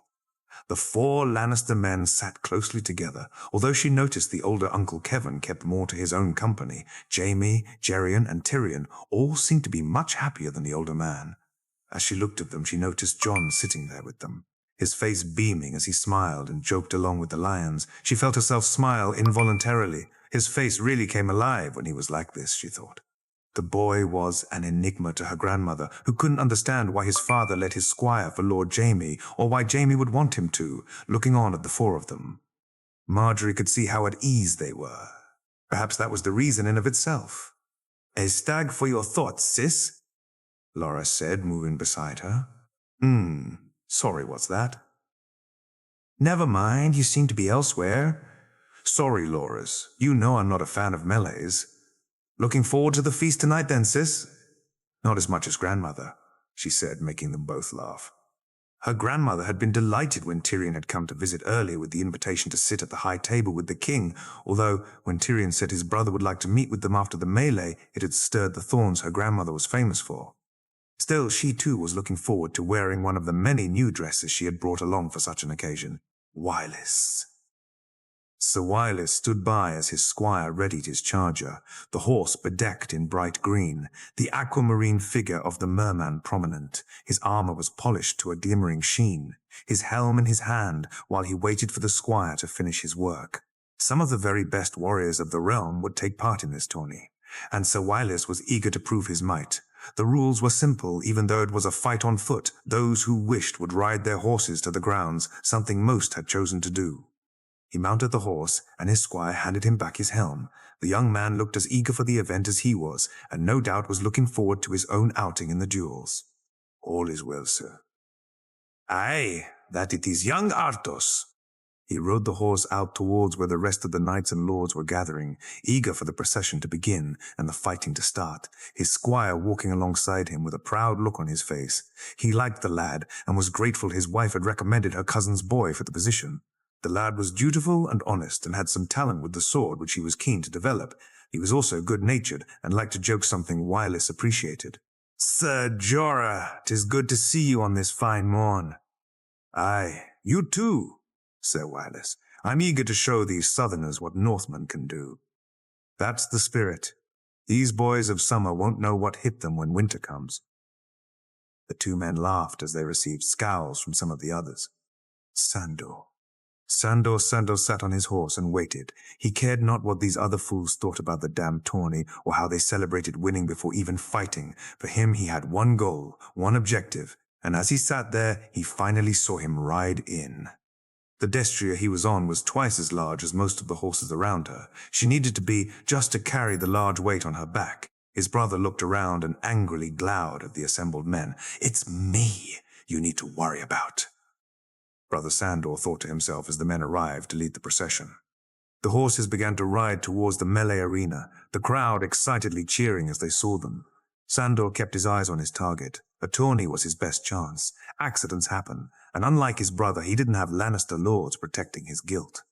"Your graces, my lords and ladies, men and women, I welcome you all to today's event. The melee, 50 men will fight for the right to be proclaimed the champion and the prize of 25,000 gold dragons." The crowd cheered excitedly at the herald's announcement. "We are lucky to have such notable warriors as Sir Lyle Crakehall, the Strongbow, Bronzion Royce, Sir Brynden Tully the Blackfish, Sir Jorah Mormont, knighted by the king himself," the herald said, whipping up the crowd as the sum of those mentioned waved. "Sir Wireless Manderley, Lord Jason Mallister, Sir Ryman Frey, Thoros of Myr, Sandor Clegane, and of course, the mountain that rides Sir Gregor Clegane." The crowd booed at the last name, and the man just scowled at them, forcing some of them to turn away. Finally, the procession reached the middle of the arena. The men turned and bowed to the king and queen and began to dismount, their squires and attendants quickly rushing to take the horses from the field. The herald turned to the crowd and acknowledged the king and queen before continuing. "My lords, good sirs, the fight is to a yield. Those who deliberately set out injure an opponent once he's yielded will be dealt with severely. When the remaining two competitors are left dueling, rules apply. If neither of the two men yield, the king will declare a winner or a draw. Now I wish you all the best. Let the melee commence." John sat there at the edge of his seat. His excitement was palpable. He had never seen such a grouping of men ready to fight before. The fact that some were amongst the very best the realm had to offer made it even more significant. He searched for the Northman he knew. Sir Jorah was wearing a dark grey, flat-topped great helm. His armor looked strong and sturdy, and his shield was embossed with the familiar black bear his family was so proud of. But for John, all of that paled into insignificance. When he saw the sword he wielded, he heard the gasps of the crowd when he had unsheathed it, and he too had been stunned. Valyrian steel glistened like no other blade. It shined and shimmered in the light, and John was awestruck as he looked upon it. "Is that Valyrian steel?" Tyrion said, turning to him. "Aye, Longclaw, House Mormont's ancestral blade," John said, noticing both Jerian and Jaime were looking at it appreciatively. The melee itself commenced quickly. Once the blades were drawn, and John's attention quickly went back to the field, he watched as Thoros' blade lit up the fire, glowing green and otherworldly as people moved out of his way. On the field, Bronze Yon and the Blackfish faced off while Lyle Crakell tried his luck against the mountain. John groaned at the sound of the mountain's great sword as it clashed against the Strongboar's much smaller one. Sandor moved quickly through the men. He'd made a Riverlands knight yield quickly and had beaten the Stormlands. Man who tried to catch him unawares, he saw his brother and Crakell fight and was willing to bide his time when a man of his own size appeared in his path. "So you're a Clegane, a little smaller than the mountain, but you'll do, Roland Storm, the bastard of Nightsong, at your service." Sandor said nothing and just attacked. The boy was big in size but green. You don't talk during a fight, you fight. He swung his sword heavily down, almost catching the boy unaware. He was quick, though, and he moved out of the way, bringing his sword up to parry. Sandor was ready for that and quickly pulled his sword back, confusing the young man. Before he had time to readjust, Sandor was on him. The first blow just grazed him, but the second caught him flush on the shoulder as he tried to recover. Sandor raised his sword and caught him across the helm, knocking the boy to the floor. He quickly placed the sword at the boy's neck, forcing him to yield. "Next time, don't bloody speak, kid," he growled before moving towards his brother.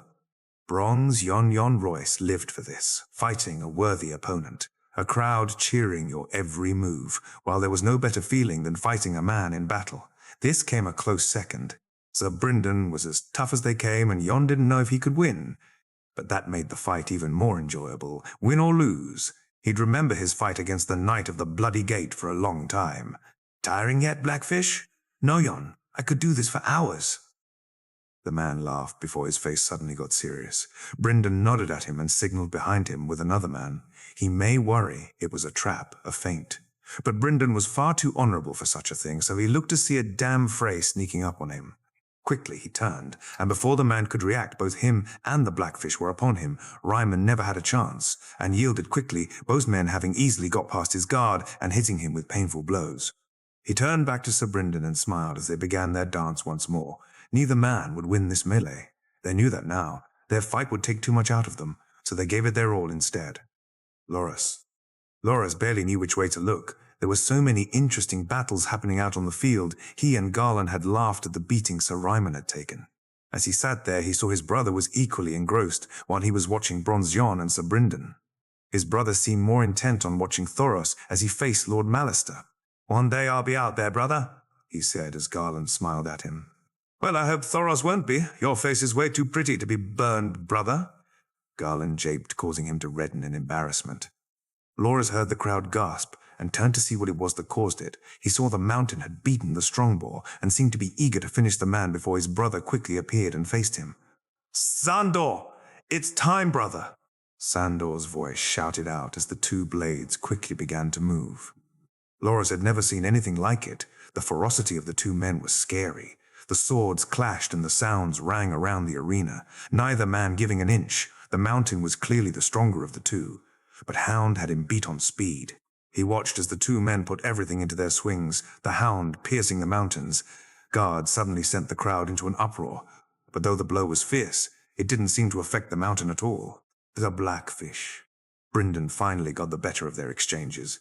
He could feel Yon's strikes lose their potency, and his own started to land easier. He caught the Lord hard across the side and noticed the man wince. He feinted to the left, and as Yon moved to parry quickly, he suddenly changed the arc of the sword and caught the Vale Lord flush across the helm. Yon dropped to his knee, his sword hanging loosely in his hand, dazed and confused. He could only watch as the sword was brought to his throat. "Do you yield, old friend?" "Aye. You win, Brynden. The day is yours." Brynden helped him up and nodded as the man made his way towards the exit. He hadn't had a fight that stimulating since he and the Bold took on melees during the War of the Ninepenny Kings. He turned to overlook those who were left seeing his brother's bannerman in a tough fight with Thoros and the two Northerners battle it out, while the Clegane brothers engaged in their own internal battle. 6, soon to be 3, he thought. He smirked. A little rest would do his old bones good. The hand of the king, the hand of the king. Jon Arryn had watched the fight between Lord Yon and Sir Brynden with great appreciation. To see two men of the Vale fight so well filled him with pride. Sure, Tully was a Riverlander, but his home was now the Vale, and he was family, so Jon was doubly satisfied with the result. He looked to the king, who was looking on with great eagerness. They had argued the night before when Robert had wanted to fight in the melee himself, but he had talked him out of it, and the king huffed and sat grumbling like the child he used to be for the rest of the night. Jon's attention was drawn to where the Lannisters were sitting. The meeting they had was a disaster. No longer funding the crown was going to cause a large shortfall. Thankfully, the repayment schedule the younger Lannister had proposed was much easier to manage than the one under Tywin. But without their funds, it really left only the Tyrells to bankroll them, and Jon knew what the cost of that would be. As he looked, he noticed how at ease Ned's son was among the Lannisters. It surprised him immensely that Ned would allow his bastard squire for Jaime Lannister of all people, but there was no doubting the boy seemed both welcomed and appreciated by Lord Jaime and his family. The boy seemed more a ward than a page or squire, and that stirred Jon's memories of the two boys he'd fostered all those years ago. He hoped the lad turned out more like his father than his other ward. Shrieks from the crowd forced his attention back to the field.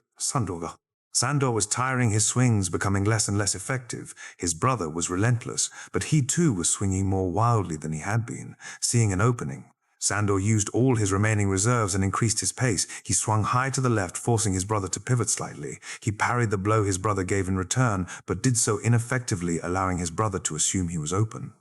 As Gregor swung high, Sandor ducked and caught him across the knee. Hearing a growl from his brother, he swung with even more might, hitting the knee once again. He almost yelled out in happiness when he saw his brother fall to the ground.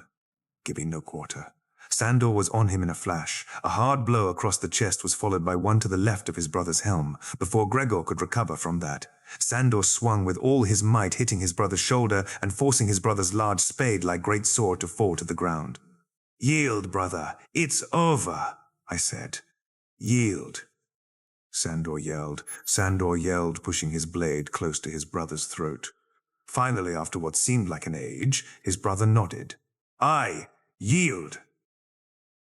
Sandor almost smiled. He was that happy. He turned and walked away, eager to face whoever was next. After beating his brother, he felt ready to face anyone. With his back turned, however, he didn't see Gregor rise to his feet and regain his sword, nor did he see him charge towards him. He did, however, hear the shrieks of the crowd, and when he realized what was happening, he tried to turn, knowing he'd be too late. But the blow never came. Instead, a longsword parried his brother's attack. Sandor was surprised to see the man who had come to his aid, the Blackfish, and he had crossed paths a few times, and every time he was left in no doubt of the man's disdain. But here he was, more than likely saving his life. And Sandor couldn't help but feel grateful. He joined in with the man's parries of his brother's sword. "E-N-O, guards!" Lord Jaime's voice boomed across the arena. "Clegane, stand down!" Jaime shouted as the guards quickly entered and surrounded the three men still locked in a deadly fight. Gregor felt the blow on his side from the Blackfish's attack, followed quickly by one from his brother on his arm. He heard the shouting of his liege and saw the guards come towards him. 5, 10, now 20, all heavily armored. He glowered at his brother, and the man who'd cost him his prize. He lowered his sword and took a knee. "Next time, brother, it won't just be your face," he said as he rose and was escorted from the arena by all 25 of the guards who'd made it inside. It took a few moments for the mountain to be removed, giving each of the last 6 remaining men a chance to rest. When the guards had left, Lord Jaime proclaimed, the melee restarted. Sir Brynden stood facing Sandor, Sir Jorah opposite, Sir Wylis and Lord Jason squared off against Thoros, who'd used the opportunity to change swords. As the men turned to each other, a green flame appeared on Thoros' sword, and the fight began in earnest. John watched as the mountain had been removed. The man had no honor. John knew that, but to see him try to attack his own brother from behind, if it hadn't been for the Blackfish, then Sandor Clegane would be dead. And John shuddered at the thought of it. How Lord Jaime could have such a man in his service confused John. The Jaime he knew was honorable and good. Something didn't make sense. He wondered if he should speak with him later, but dismissed the thought. If Jaime wanted to tell him, he would. Well, that was fun. Gerion japed, making them all laugh, relieving the tension. What was Clegane thinking? Tyrion grumbled. Told you not to put your money on him? Gerion quipped, causing Tyrion to frown. Well, John, we're still in with a chance, Gerion said, nudging him on the shoulder. Quiéreme. Jaime, though, had his eyes fixed firmly on the Crown Prince. The boy had a disappointed look on his face, as if he wished the mountain hadn't been stopped. It disturbed him greatly. Ares used to have the very same look when he planned something vile. The king was deep into his cups. He had been practically sober when this started, and now barely 2 hours in, and he was almost falling down drunk. He noticed Jon Arryn's face was as disappointed as his was disgusted while looking at the king. Serves you right, Falcon. This was the man you raised, the man you thought would make a good king. I won't make the same mistake as you. My king is already a better man than yours ever will be. The Blackfish. Brynden wasn't going to win this fight. The Hound was younger and stronger, and he had more energy reserves than he did. But fight he did, and perhaps his greater skill could do what his weaker body could not. The 2 swords flashed forward, meeting in the middle with a large bang, the vibrations of the hit traveling straight up his arm and almost causing him to lose his grip. He tried to feint, but the Hound was ready for it. The man quickly brought his sword down in a furious swing, catching him across the wrist. It was no use. He lost his grip, his sword, and the fight. I yield, he said as the sword was brought to his chest. Well fought, sir, the Hound said respectfully. You two, I wish you good fortune in the fights to come, Brynden said as he nodded. Sandor watched the man pick his sword and walk away. The crowd cheering in the background, he looked to see Thoros about to beat the Mallister Lord, and saw the flames of the crazy priest's sword. He wanted no part of it, so instead moved to where the 2 Northmen were locked in a furious fight. He'd take the winner and hope Thoros jumped in. Perhaps then, he and the Northmen could take the Red Priest out. The Bear Knight Sir Jorah was surprised at the intensity the merman fought with. He knew Sir Wylis was skilled, but he had thought the man would tire quickly. After taking out a few of the lesser fighters very easily, he found himself across from his fellow Northerner. He had thought this would be over just as quickly. But they'd been fighting for almost an hour, including the resting time while the mountain was removed. He pushed forward, increasing the speed and ferocity of his swings as Sir Wylis's parries became less effective. He thrust his sword towards the larger man's chest, but quickly, as Sir Wylis moved to protect himself, he pulled the sword halfway back to him, and in a short swing caught him across the arm, the contact sending a shudder right up his own arm. He saw the wince the other man gave.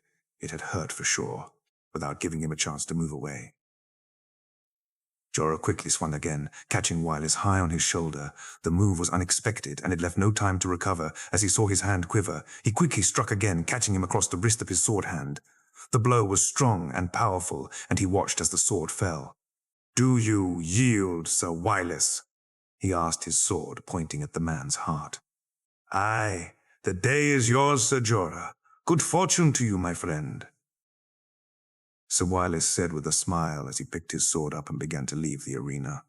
Jorah didn't even get the chance to rest before the Hound was upon him, the strike of the sword almost catching him unawares as he barely managed to block it. He turned into his stance and faced the taller man. So it begins, he said as the blades crashed together. The bold. The red priest was relentless. His sword moved like it was an extension of his arm. His strokes seemed wild and uncoordinated to those who were ignorant of battle. But for Barristan it was a dance, and Thoros was a master at it. The flames on the sword only made it even more like art, as they seemed to almost come alive as the sword moved. Lord Jason had done well to continue for this long, but as he watched him tire, Barristan began to worry for the man. Melees had rules, and serious injuries were actually pretty rare, but when dealing with a flaming sword, even one mistake could be fatal. He watched as the priest swung low and high, wide arcs and short thrusts, feints and parries, and the Riverland Lord's resistance began to fade. Jaime Lannister had once said that Sir Barristan was an artist who painted only in red. Well, if that was the case, he just found one whose color was green. The sword came crashing down, the flames growing higher. Lord Jason tried to move back, but it was too late. And as Sir Barristan watched the flame get close to the man's face, he shuddered. It ended without injury, though. Lord Jason, in moving backwards to avoid the flames, had slipped, and within seconds had yielded as Thoros pointed the flaming sword at this chest. "Now that's a fight, Barristan?" the king drunkenly said. "Aye, your grace, a fine fight indeed," he replied. "So who's left?" the king asked, and Barristan squirmed. "Was the man that damn drunk?" "Sir Jorah, the Hound, and Thoros, your grace," responded as the king drained his tankard and nodded to his squire for more. Barristan looked from the field around the crowd, not checking for threats, but more to see who was engaged and who not. Mace Tyrell was surrounded by his lords and was speaking animatedly, no doubt explaining his own martial prowess, though he possessed none. Sir Brynden had sat back among his family. His old friend had done well, and the fight with Bronze Yon had stirred memories of their times together. He looked up to see Jaime Lannister sitting with his family, all of them laughing and joking at something the young lad was saying. He looked closer at the young boy. Ned Stark's bastard squiring for Jaime Lannister had caused a bit of a stir, and Sir Barristan couldn't understand the reason for it. As he watched him, the boy turned so he was almost facing him, his dark grey eyes catching the light, causing him to blink before it was gone. Was that purple he saw? No. It must have been the light, he thought, as he watched the older Lannister uncles nudge the boy, as the boy smiled back at them. Barristan's heart almost stopped. The fight was down to the last 3 people. Sir Jorah and the Hound were fighting each other, and Thoros had thrown down his sword and moved to his final one. He took a large swallow from his wineskin, the cool liquid refreshing him as he swallowed. He turned and grabbed the last bottle of wildfire. The fight between the 2 men would be over soon, and he'd be ready for the winner. Sandor was tired. Very tired, but compared to the man he was fighting, he was in much better shape. The 2 had only been fighting for 5 minutes or so, but the power both put behind their blows had taken their toll. It wouldn't be long now, he thought as he swung again. His blow caught the other man flat-footed and gave him the opening he needed. It took him just 3 more strikes, and the fight was over. All 3 had hit home, and Sandor knew they'd bruise, but it could be worse in a real fight. Jorah would have lost an arm. He placed his sword at the Northerner's throat. "I yield," the man said as he nodded at him. "Well fought, Clegane." Sir Jorah said, a note of respect in his voice. He turned and left the arena, turning back to see Thoros' sword light up yet again. Better you than me, he thought as he looked at the Hound before leaving. Thoros moved quickly once the fight was done. He lit his sword and approached as fast as he could. As he closed the distance, the Hound turned, and Thoros saw it in his eyes. Fear. This would be easy, he thought, as the 2 men faced each other. "Keep that damn fire away from me, priest. I'm afraid I can't comply. Clegane, my lord, commands me, not you. Touch me with that damn fire and you'll be seeing your lord sooner than you planned." "If that's Rallor's will, then so be it, shall we?" Thoros said as he moved to swing the sword. Sandor moved away from the flaming sword, all thoughts and battle plans gone in that moment, replaced by one simple overriding concern. Don't get burned. Don't get burned. He barely parried the first stroke, and when the second one hit his arm, his instincts kicked in. He dropped the sword from his other hand and quickly went to put the flames out. "Yield? I yield." Sandor said, relieved that the flames hadn't caught. The crowd cheered as Thoros was declared. The winner, the flames on his sword finally gone out as he bowed and waved. Jon looked to Geryon and smiled while Tyrion looked on grumpily. Jaime just laughed. Who was Jon going to pick in the joust, he wondered. The feast was almost ready to begin, just the procession of the king and queen to come to get things started. Jon was sat beside some of the sons and daughters of the more important lords. There had almost been a fight between Jaime and Kevin when it was decided, but Jaime refused to back down.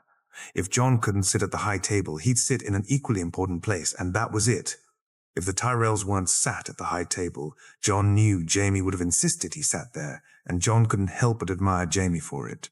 He looked around the table. The two Tyrell boys and their sister were sat opposite him. Lancel and the Red Wine boys sat at the end of the table, which Jon was glad of, none of them being his favourite people. The two Royce boys sat together talking to two lads from the Stormlands that Jon didn't know the names of. There were a group of girls from the Riverlands who'd almost been put as far away from Jon as possible at the Tully's request, and he sighed. Obviously, it wasn't just Catelyn who hated him. The doors opened and the procession began. The king and queen at the front, both looking like they'd prefer to be elsewhere. Jaime accompanying Lady Olenna, followed by Lord Mace and his wife. Lord Arryn walked alone slowly behind them, while Tyrion walked with an uncomfortable, very beautiful blonde woman. A Hightower, he thought, followed by Geryon and his sister Jenna, and lastly by Kevin and his wife, Lady Dorna. They made their way to the high table and took their seats, allowing all of those present to do the same. Finally, I thought they'd take forever, Garland said with a smile. Grandmother looks happy. The younger Tyrell, Loras said. Well, as happy as she ever is, he added before his sister gave him an admonishing glare. Lord Jaime was very gallant in accompanying her. Don't you think so, Jon? Margaery said, a lopsided smile on her face. Jon almost gulped when he realized he was being spoken to. He looked to Margaery and could see the amusement in her eyes, although he noticed it wasn't the mean or spiteful sort of amusement. Aye, Lord Jaime is very gallant, Lady Margaery. Just Margaery. The smile even warmer now. Of course, just Margaery, Jon replied before they both broke out in laughter. Garland and Loras looked on in confusion as the two of them continued to laugh before Margaery turned to them. A private joke, Marge? Garland asked. Not private. When we met Jon, I called him Lord Jon. He insisted he was just Jon. Although later when I met him again, his young lady insisted he had a different name, she said, and looked at Jon with her eyebrow raised. Jon, Jon said, causing both of them to laugh once again. Both Garland and Loras turned to each other and then back to their sister and Lord Jaime's page, neither understanding what the other found so funny. So, where is young Joy tonight? Did she not accompany you? Margaery asked, getting her laughter under control. No, my lady, it's way past her bedtime, and once she's heard her story, she's out like a light. Are you the storyteller, then? Garland interjected a small smirk on his face. Aye, my lord, Jon said sheepishly as he glanced at the still smiling Margaery. What did you think of the melee, Jon? Loras asked. It was good, my lord, made me eager for the duels. Jon, he's Loras, my brother's Garland, and I'm Margaery. If we can call you by your name, then you should do the same. It wouldn't be proper, my lady, Jon replied. It would if we wished it, Jon, she said determinedly. You better listen to her, Jon. When my sister makes her mind up, it's better to just go along with her, Garland quickly added. Especially when I'm right, Margaery said softly, hitting her brother on the shoulder. Jon sat there with a smile on his face. He looked to the end of the table where Lancel and the horrible twins were shooting daggers at him before he looked back to Margaery and her brothers. Loras and Garland were both talking excitedly to each other, but she was looking at him, that lopsided grin on her face, and his smile immediately grew larger. Jaime. Jaime sat at the high table beside Lady Olenna, the king sitting to his right, already beginning to get drunk while his sister sat there fuming. Lord Mace and Lord Arryn were in intense discussion, much to the chagrin of Lady Olenna by his side, and it would have made Jaime smile if his attention wasn't captured by the events at Jon's table. He looked down to see Jon in rapt attention while Lady Margaery spoke to him, his young charge hanging on every word, and it reminded him of himself when he was younger and how Cersei could make the room disappear when she spoke to him. He smiled and turned to the lady beside him, deciding to have some fun. Your granddaughter seems to be enjoying herself, Lady Olenna. Was it your idea to place a bastard at my granddaughter's table, Lord Jamie? The women scowled at him.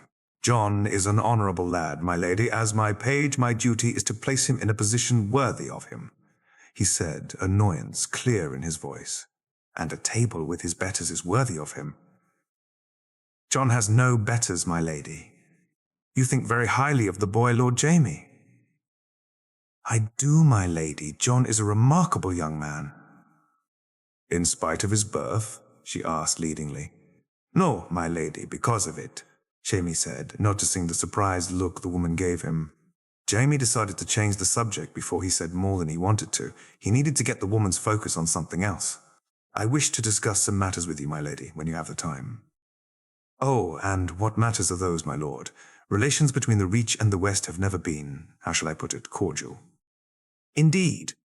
Lord Jamie, they haven't. Your father always felt, what was he said? Oh yes, that we reached afar. My father was a man often blind to his own faults. And you, my lord, Olenna said mockingly. Oh me, I'm well aware of my faults, my lady.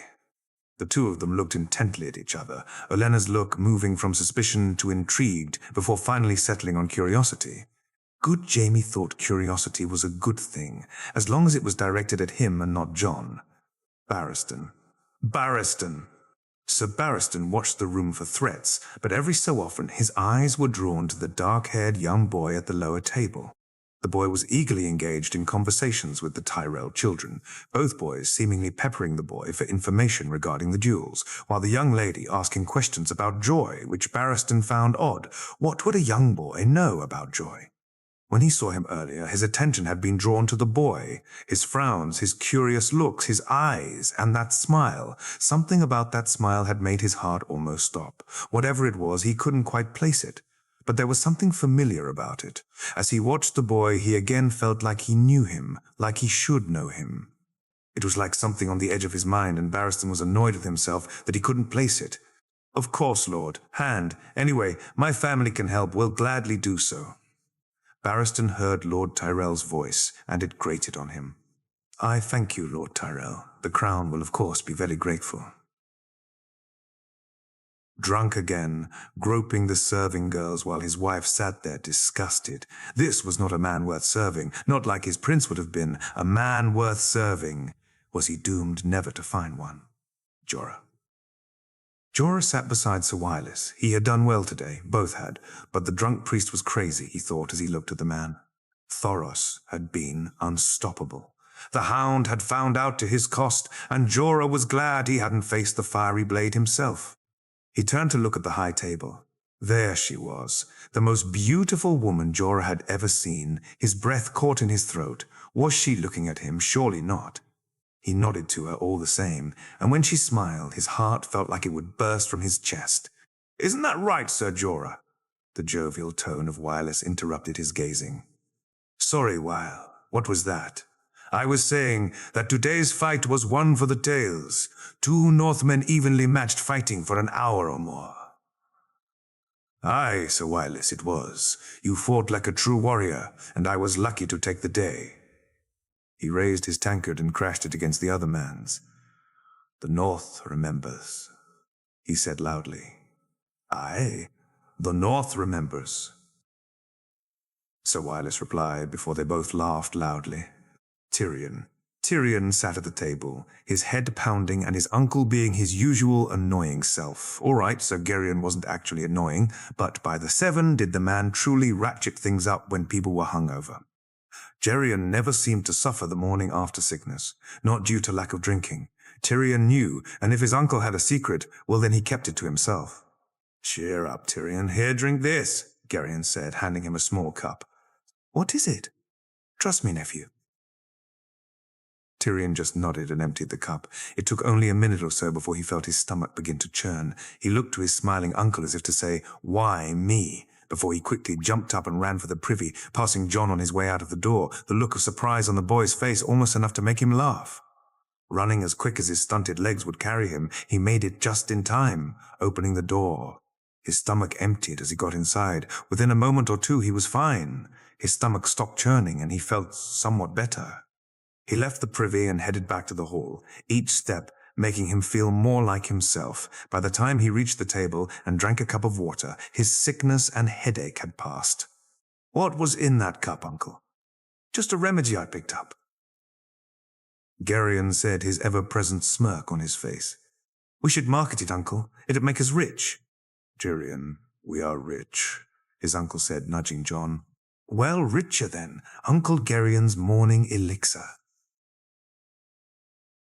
John looked on in amusement as Tyrion tried to convince Geryon to either give him the recipe or to make some more. He broke his fast on the small oatcake and placed one in his pack for later. After they broke their fast, he and Tyrion would be riding to Lannisport for a meeting with Sir Wylis, and John was nervous. Setting up the meeting was easy, but actually helping Tyrion negotiate was not something he looked forward to. Jaime was putting a lot of faith in him, and the thoughts of letting him down worried him. He looked to see Tyrion was waiting for him and quickly finished so they could get on their way. The meeting needed to be done early so Sir Wylis could prepare for the joust, and John was upset it would take his time away from Joy. "Will you be bringing Joy to the joust, Geryon?" he asked the older man. "I'm afraid not, John. The noise may be too much for her, and I worry if she saw a horse get hurt." "Of course, I'll try and pop in and see her before the joust then." "Thanks, lad. I'll let her know. No doubt she'll ask for you when I go see her." John nodded as he and Tyrion left. They quickly made their way to their horses, and despite Tyrion preferring to ride slowly, they instead rode quite hard to Lannisport. Once they reached the town, Aliers and Jaws handed off the horses, and they made their way to the tavern to meet Sir Wylis. They found the man sitting alone for once, his guards lounging against the wall. "Ah, Lord Tyrion, John, it's good to see you came so early. I worried you'd be late." "Of course not good. Sir, we wouldn't dream of it," Tyrion said, taking his seat. "So what can I do for you both? My brother sent me to discuss a trading arrangement with you, Sir Wylis." "Trading, Lord Tyrion? I'm not aware we have such an arrangement," the man said, confused. "Indeed not, Sir Wylis. But I think that Lord Jaime and Lord Tyrion would like to rectify that situation," John added quickly. "So what items would you like to trade?" "Wood and ships, my lord, as well as discuss mutually beneficial trading routes," Tyrion said before John handed him a couple of pieces of paper. "We have ore and minerals, good craftsmanship and weapon-making, and our own trading centers to help develop trade further," Tyrion added as he looked over the papers. The two men spoke for over an hour with no agreement even close to being entertained, let alone agreed to. Sir Wylis seemed distrustful of the Lannister motives, and Tyrion was on the verge of blowing up every time the man questioned them. "Look at Wylis. I don't know what else I can say to you," Tyrion said, the exasperation clear in his voice. "Aye, my lord, not sure what there is to say. You two are behaving like idiots," John said, stunning the two men. "Careful, Snow. You may be my liege lord's son, but that doesn't give you the right." "The right to what good, sir? Point out idiocy when it's clearly being shown in front of me," John said angrily. "Lord Tyrion and Lord Jaime are offering you something that your father and yourself would jump at normally. This deal allows for your family to make a great profit. It's larger than almost any deal you have at present, am I right?" "Aye, Snow. That's true, but a deal with the Lannisters is not one my father would go for," Wylis said, noticing the angry look Tyrion shot him. "And why is that, sir?" John asked, placing his hand on Tyrion's arm and shaking his head. "How can we trust them? Snow, you know what the North thinks of them." "Sir Wylis, what does the Reach think of your family?" John said, catching the man off guard. "When you came north, what did the North think of them?" John quickly added. "But my father always said Lord Wyman is the smartest man in the North, and his lealness is unquestioned," John said, noticing the look of pride in Wylis's face. "Aye, he is that, John. But what has that got to do with this?"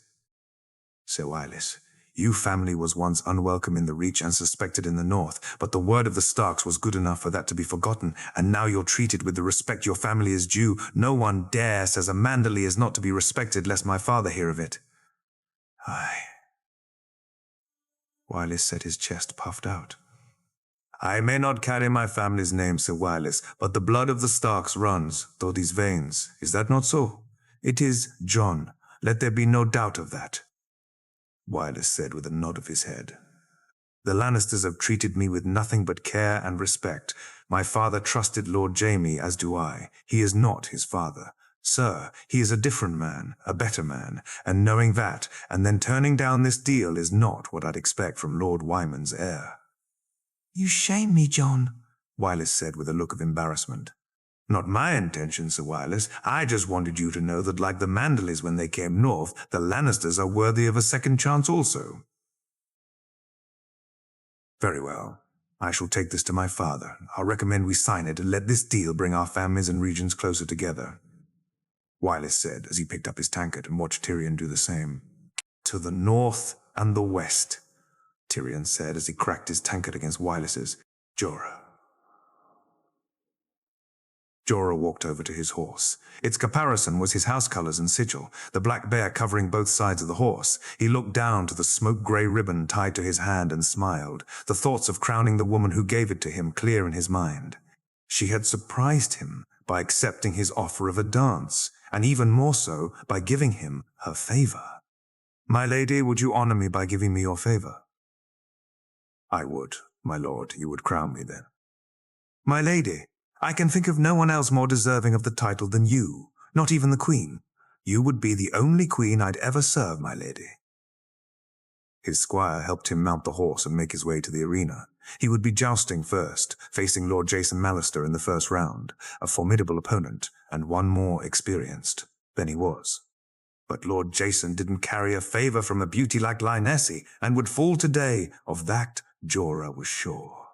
As he finally made it to the tiltyard, he looked to the stands and saw her smiling at him. He picked up the lance and moved to the end of the run, looking down to see Lord Jason at the other end.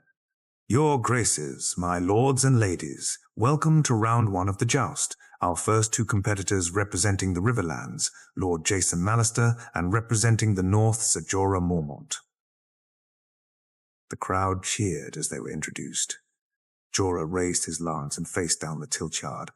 At the herald's order, the horses began to charge. His lance hit dead center in Mallister's shield, forcing the other man to stumble but not fall. He barely even felt the hit from Mallister. He made his way back and his squire handed him another lance, kicking his horse into gear. He charged yet again. This time the lance hit true, and he watched as Lord Mallister was unseated. "Victory to Sir Jorah!" the herald announced to cheers. As Jorah sought her out in the crowd, he saw her smiling at him, and his heart lifted. Jaime. Jaime sat watching as the jousts continued. He was itching to be out there, but his uncle was right as host. There was no way he could compete. Still, it rankled him to see those competing when he knew he was better than most, if not all of them. He watched as Jon Royce beat the Blackfish and as Thoros fell to Lyle Crakehall. But he felt himself stir as he watched the mountain make his way to the tiltyard. Gregor Clegane was a man Jaime would like to kill with his bare hands. What he'd done, what his father had sent him to do, sickened him, and the thought of him walking around as a knight after his axe shamed Jaime. He wanted to kill him but stayed his hand. The mountain was not his to kill. He turned from the joust where Barristan was lining up to look at Jon, whose glaring at the mountain mirrored his own. No. Barristan. Barristan felt the muscles of his horse stir beneath him as he kicked it into gear. The firm ride focused him on the beast in front of him. He could raise his lance and no one would know, he thought as he neared the middle of the alley. No, I'd know. He lined his lance and struck good and true, but the mountain did not fall. He rode back quickly and took another lance. Lining himself up, yet again he charged, as before. The lance hit true, and as before he barely moved the mountain. Luckily, the man's own lance work was average at best, and Barristan barely felt the lance scrape off his shield. They lined up for a third time. The breathing of their horses could almost be heard by the crowd, Barristan's horse faring much better than his opponent's, his weight a much easier burden than the colossal mountains. He shifted in his saddle slightly to the left as he lined his lance, hitting Clegane square in the chest. He smiled as the mountain crashed to the ground. He didn't even bother to see if the man regained his footing, and just began to ride away when he heard a groan. Turning back, he saw the mountain tear his helm off and look at him. Did the man wish to carry this on with his sword? Apparently not, as he watched the mountain grimace and turned to walk away. Jon cheered louder than almost anyone in the crowd when he saw the mountain unhorsed by the bold himself, 2 knights, one the epitome of chivalry and the other the blackest of them all, and it brought Jon an immense amount of satisfaction to see Barristan victorious. It'd be for the best if we set guards on Clegane later, Tyrion said as Jon turned to him. Why? He asked. Clegane is a bad loser, Jon. Who knows what he'll get up to if he's not under escort, Geryon said while Tyrion nodded along. Surely he wouldn't do anything here. This is his liege's land. The mountains, a rabid dog. One day he'll bite even us, Tyrion whispered as he took a drink. Then why keep him around? Clegane had his uses for my father, deplorable though they were. But Jaime's in charge now. Tyrion, why keep a monster like him now? Jon, it's complicated. What Clegane did he did on my father's orders, so he didn't break any laws. He broke the laws of the gods, the laws of decency, Jon angrily said. Aye, but he committed no crime in the eyes of the king. Believe me, there's nothing I'd like more than to see him suffer for what he did. But as of right now, there's nothing that can be done, Tyrion said, hoping to calm him down. Jon just nodded along. If, in the eyes of the king, the mountain was innocent, then that didn't speak well of the king himself. He looked up to where the king was spilling more of a tankard over himself than he was drinking. No?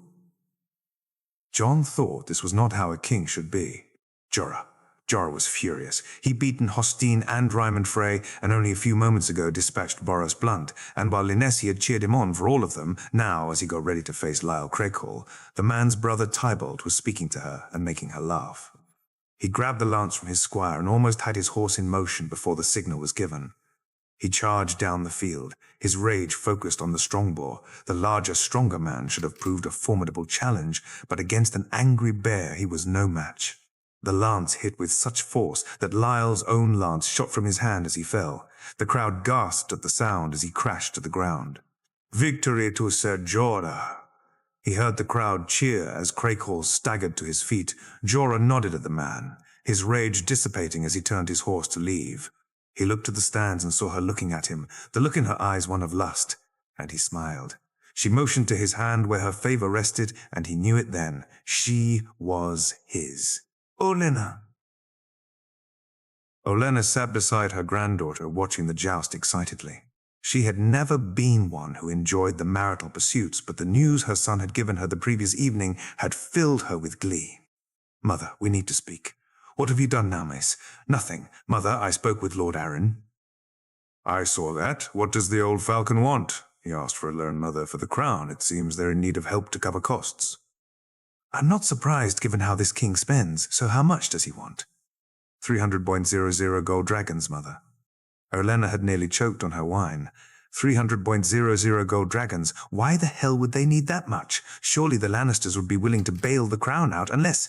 Of course, the young lion wasn't being as cooperative as the old one. This was a huge opportunity. With the Lannisters out of the equation, they could take advantage. And what did you tell them, Mace? That we'd be delighted to help, of course, for certain considerations. It was a rare occasion that Olenna felt pride in her son. Last night had been one of the few times. She looked at him sitting beside Lord Arryn and felt it again. Are you enjoying the day, Grandmamma?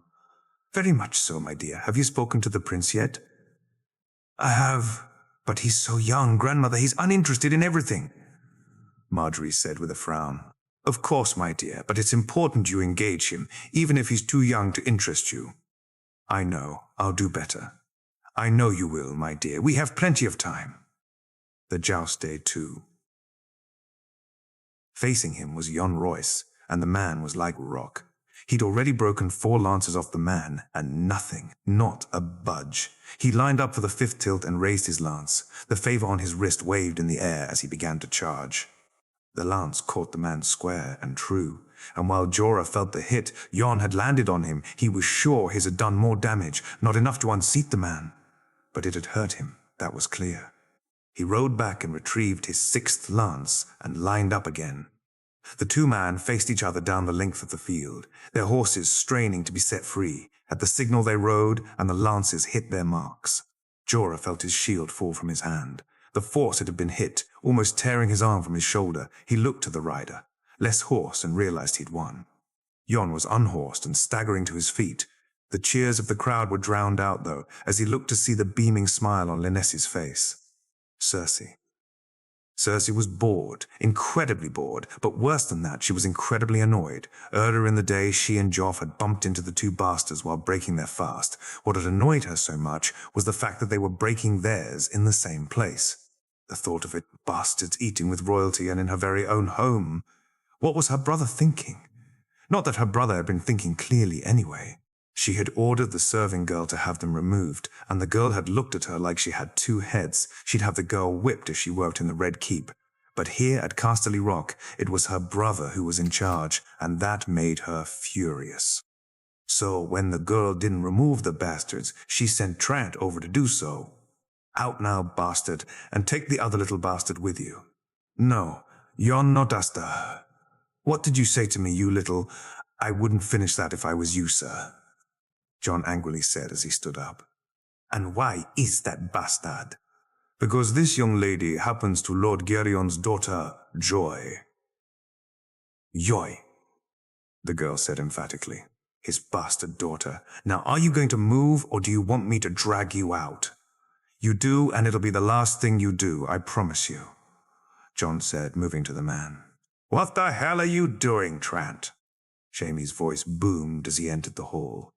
Getting these two bastards out of the Queen and Prince's company, Trant arrogantly replied.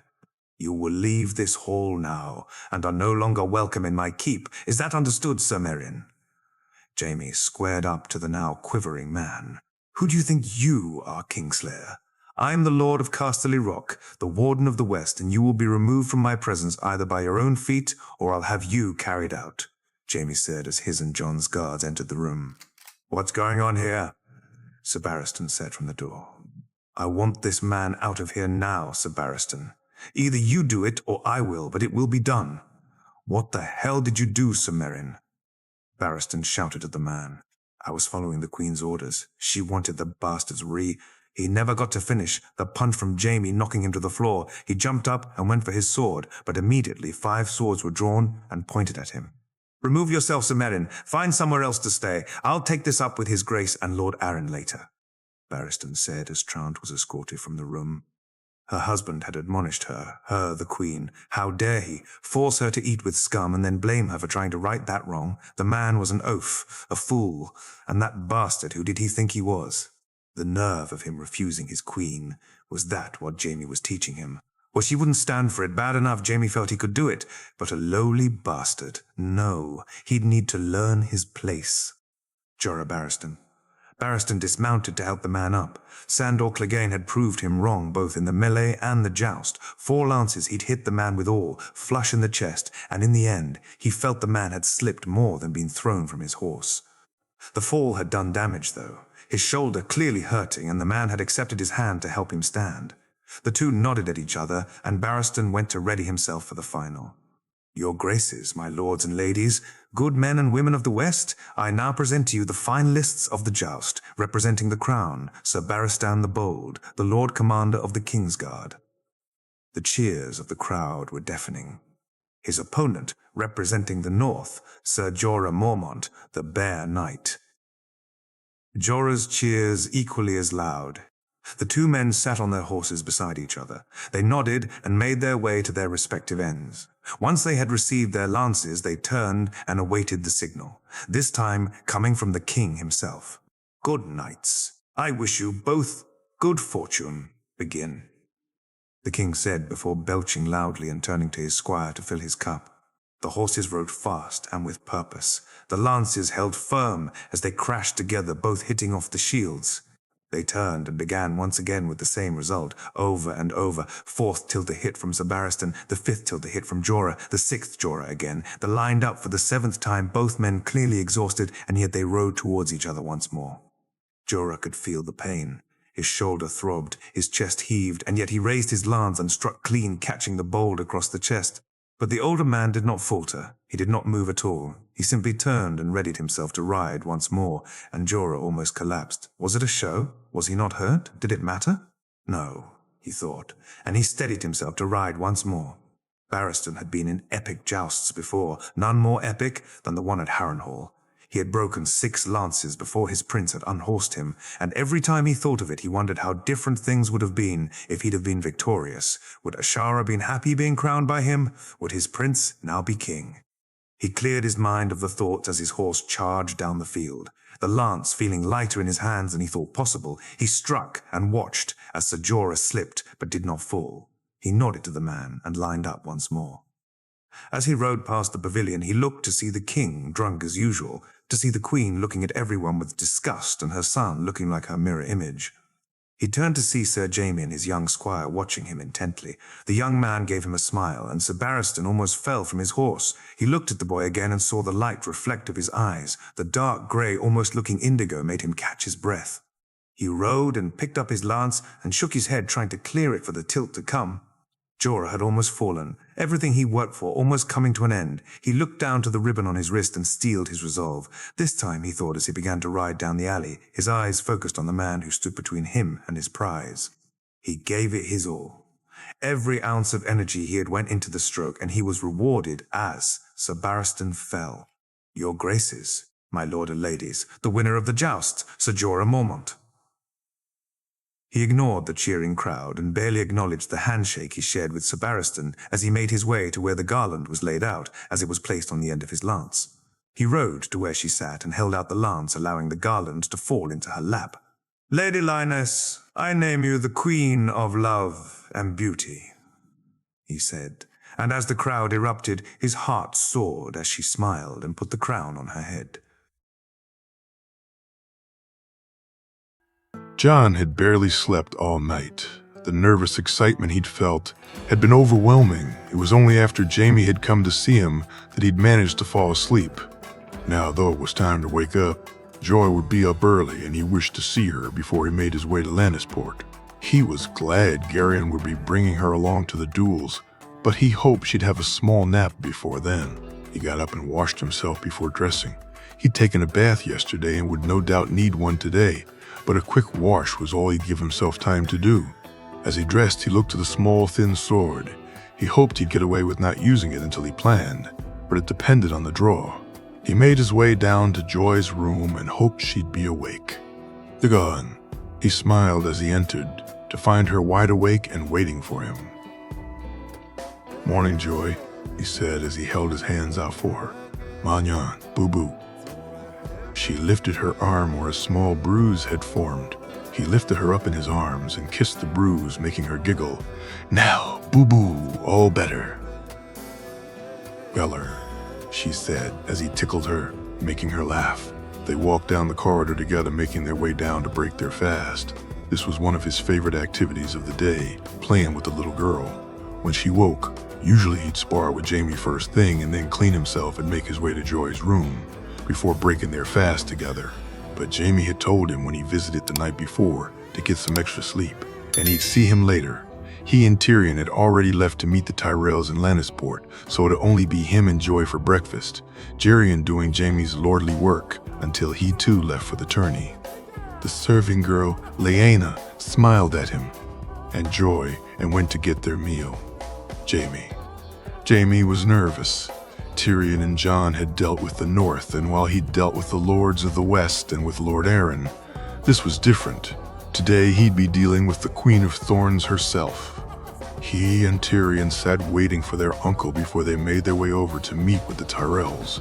His father would never have gone to them. He'd have made them come to him, met them in the Rock, his domain.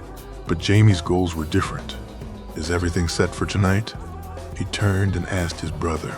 "Yes, both feasts are well organized, and the new girls I had serve the king last night were much appreciated."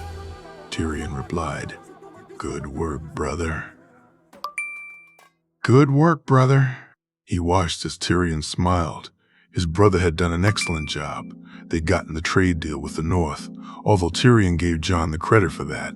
But the arena, the feasts, all of that had been Tyrion, and he was proud of the work he'd done. Finally, Kevin arrived. "Ah, good. If you're ready, Uncle, we have a ways to go," Jaime said with a smirk. "Why do we have to go to them? Surely they should be coming here to meet with us." His uncle said, clearly agitated. "Why, Uncle? If you'd rather not, I'm sure Tyrion and I can handle things. No, it's fine. I'm ready. Let's go, Kevin said quickly. They arrived at the building they'd given the Tyrells for their stay in Lannisport and were met by a steward who showed them to where the meeting would take place. As they walked, Jaime almost laughed.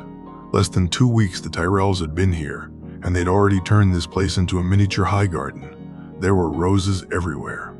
The Tyrells were waiting for them as soon as they entered.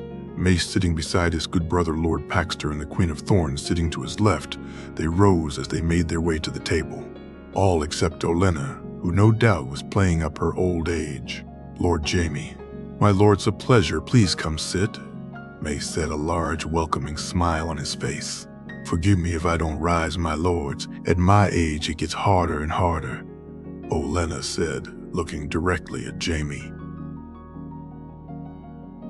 "My lady, think nothing of it," Jaime said as charmingly as he could, watching as she raised her eyebrow before smirking. "Lord Mace, Lord Paxter, I trust you're enjoying the tourney so far?" Kevin asked. "Indeed, my lord, it's been most exciting. You must come to a tourney in Highgarden the next time we hold one," Mace replied. "We would be delighted to, wouldn't we, Uncle?" Tyrion said as Kevin nodded. "My lords, there is much we must discuss and the duels start soon. Shall we get to business?" Jaime said, moving things along. He wished to be done here as quickly as possible, and left to Mace this would turn into an all-day affair. As he spoke, he noticed Olenna looked at him with something like approval. "Of course, Lord Jaime. So how can we be of service?" Olenna said. The discussion themselves were pretty straightforward. Increased trade between the Reach and the West, more products being bought by them, and the purchase of some ships from Lord Paxter, all of which would cost the West a lot and make the Reach a decent profit, even with the discounts they'd managed to get. Jaime had led the negotiations, but the ideas themselves were mainly Tyrion's. When they were finished, he looked to his brother and uncle, one looking happier than the other. Lord Paxter seemed happy, while Mace was puffed up and stuck his chest out like he'd just won the damn tourney himself. It was Olenna's face which interested him the most, though. The woman looked at him constantly, and it was unnerving, although she had kept relatively quiet in the meeting itself. "My lords, Lady Olenna, I think we've achieved all we wish. May the Reach and the West both continue to prosper," Jaime said, while Mace and Paxter nodded their agreement. "Lady Olenna, I wonder if I may take up a moment of your time on another matter?" he asked cryptically. "Of course, Lord Jaime. I was just about to have a small spot of luncheon. Would you join me?" "It'd be my pleasure, my lady. John." The area where they were waiting was just off the arena's main structure. It was a small yard with some tents for the competitors, and was just out of sight of the people inside. There was a small gap where they'd enter from, and John stood there looking at the arena itself. It was magnificent to see. 3 sides were covered while one had been left open. The largest side would hold the king and queen and the most important lords and ladies, while the other 2 sides would hold lesser lords and the men and women of Lannisport and the West that had been lucky enough to get a seat. The open area would be where most of the people who couldn't get a seat would stand. It was raised so it was almost a hill, allowing for people to be able to see better. John was nervous. Not of the duels themselves, he'd trained for that, but there was a big difference sparring in front of a few people in Casterly Rock and dueling for a prize in front of a huge crowd. A crowd filled with not only the lords and ladies of the realm, but the king and queen also. Not that he cared particularly for either of them. The king was a drunken whoremonger, and the queen was an out-and-out bitch. He looked over to see how the rest of the competitors were handling things. Some, like Laura's and the Royces, seemed to be almost preening themselves. Others were quieter, seemed completely overwhelmed. There were 1 or 2 doing stretches and loosening themselves up, although John noticed they were actually overexerting themselves, something he had been guilty of before. Jaime pointed it out to him. "You need to be loose, John, not tired. But doesn't this loosen me up, my lord?" "Aye, lad, it does, but you're putting too much effort into it. You should let it flow. Let the movements become more natural. Here, let me show you." After that, they spent a few minutes before each sparred doing the same few movements. Now John did them without even thinking. Finally, they were called. and they made their way into the arena itself. John saw some of the boys look around in awe, and he couldn't help feel the same. The three sides were completely full of people, and the crowd that filled the open end was enormous. John had never seen so many people in the same place at once. The king and queen sat high in the stand, looking down perfectly at the dueling circles. He saw Jaime sitting with his family and smiled as Geryon had joy waved down at him. As they were lined up, Jaime rose to his feet and began to speak. "Your graces, my lords and ladies, good people of the West, I bid you all welcome to the Squire's duel," Jaime said as the crowd cheered. "The boys before you represent the best of Westeros. They are the future knights, the future lords. They will lead men and bring honor to themselves and their families. Here today you will see them show their abilities, and in years to come, you will be able to tell your children tales of seeing the first ever winner of the duels of Lannisport." Jaime paused as the crowd grew louder. Tourneys come and go, jousts and melees happen everywhere. But here in Lannisport on this day, everyone here will be part of something new, something no one has seen before. Your graces, my lords and ladies, men and women of the West, here today we bear witness to the future. The chants rang out, and Jaime smiled at Tyrion before taking his seat. He looked to Jon and almost mouthed the words, "Show them, Jon. Show them a real king." Barristan, Barristan felt his emotions rise at Jaime's speech. Lannister had never been one for talking too much. Sure, he'd make quips and jokes occasionally, but never before had Barristan seen him command attention the way he did during this tourney. The things he'd said about the boys had made Barristan even more eager for the duels than he had been. He was right. These boys were the future, and if his suspicions were right about young Snow, then this was more true than anyone here knew. He looked out as the boys began to make their way back and caught sight of the young man he most wished to see. The boy walked casually, as if he hadn't a care in the world, and Barristan smiled. He even walked like his father. After the joust, Barristan hadn't even cared. He'd lost. Seeing something in Jon Snow the first time could have been a trick of the light, but the second time he saw it, he knew the truth. Jon Snow was Rhaegar's son. It made sense to him, and he could kick himself for not thinking it through before now. Ned Stark was too honorable to father a bastard, and the boy did have Stark looks on the surface at least, which meant he was either Brandon's or Lyanna's. While Brandon was a known cad and it couldn't be ruled out, the boy's age worked against that being the case, which only left Lyanna. Barristan wasn't aware of the exact circumstances between his prince and the Stark girl, but he knew he didn't kidnap her. That was not Rhaegar, and Arthur would never have stood for it, which could only mean she went willingly. The more he pondered on it, the more it became clear. Arthur and his other brothers left guarding Lyanna Stark had always seemed strange to him, but left guarding a pregnant girl carrying his prince's child suddenly made all the pieces fall into place. There were still questions that needed to be answered. What was Stark's role in this? What was Jaime Lannister up to? Was the boy a bastard or true-born? But Barristan would get the answers before he left, which left only one question that he needed to ask himself. What will I do? Olenna sat beside her granddaughter, who seemed especially nervous. No doubt worrying about her brother, Jaime Lannister had built this dueling up into something which Olenna could not understand. After all, it was just small boys playing with pretend swords. What was so special about that? But the speech he had given had riled the crowd up. She saw men and women in the crowd shift in their seats, their excitement for what's to come suddenly raised. Jaime Lannister was a puzzle to her, and one she knew she'd need to solve soon. She thought back to their meeting earlier that day. She made her way to outside where the table had been set up for her luncheon with Lord Lannister. Sitting down, she nodded to the younger man and bid him join her. After offering him some cheese and some fruit, with a glass of Arbor Gold to wash it down, they began to speak. "So, my lord, to what do I owe the pleasure?"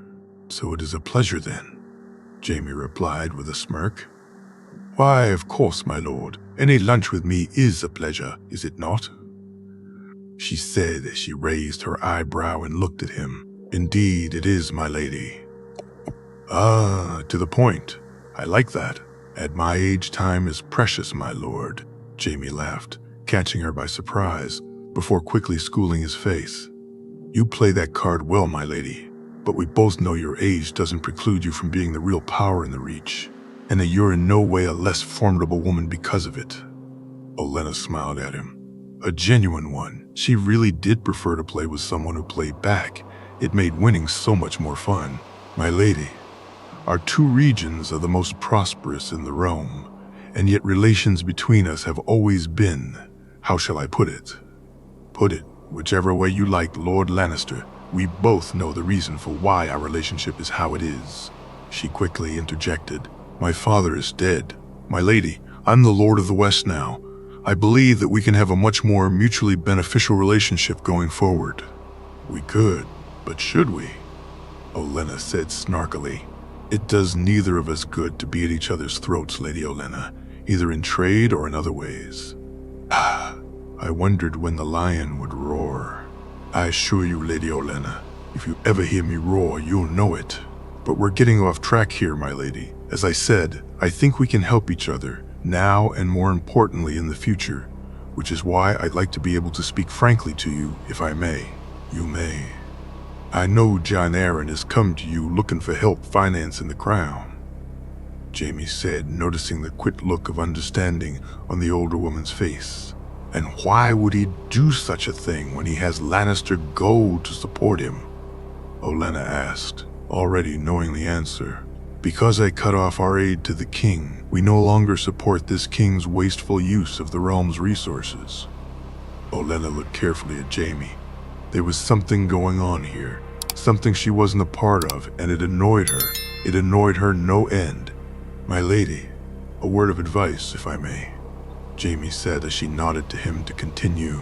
"Harris was a mad man, but under him and my father the realm's finances were well looked after. The treasury was full. Sometimes a king may be good at some things and terrible in other ways. When such a king sits on the throne, decisions have to be made.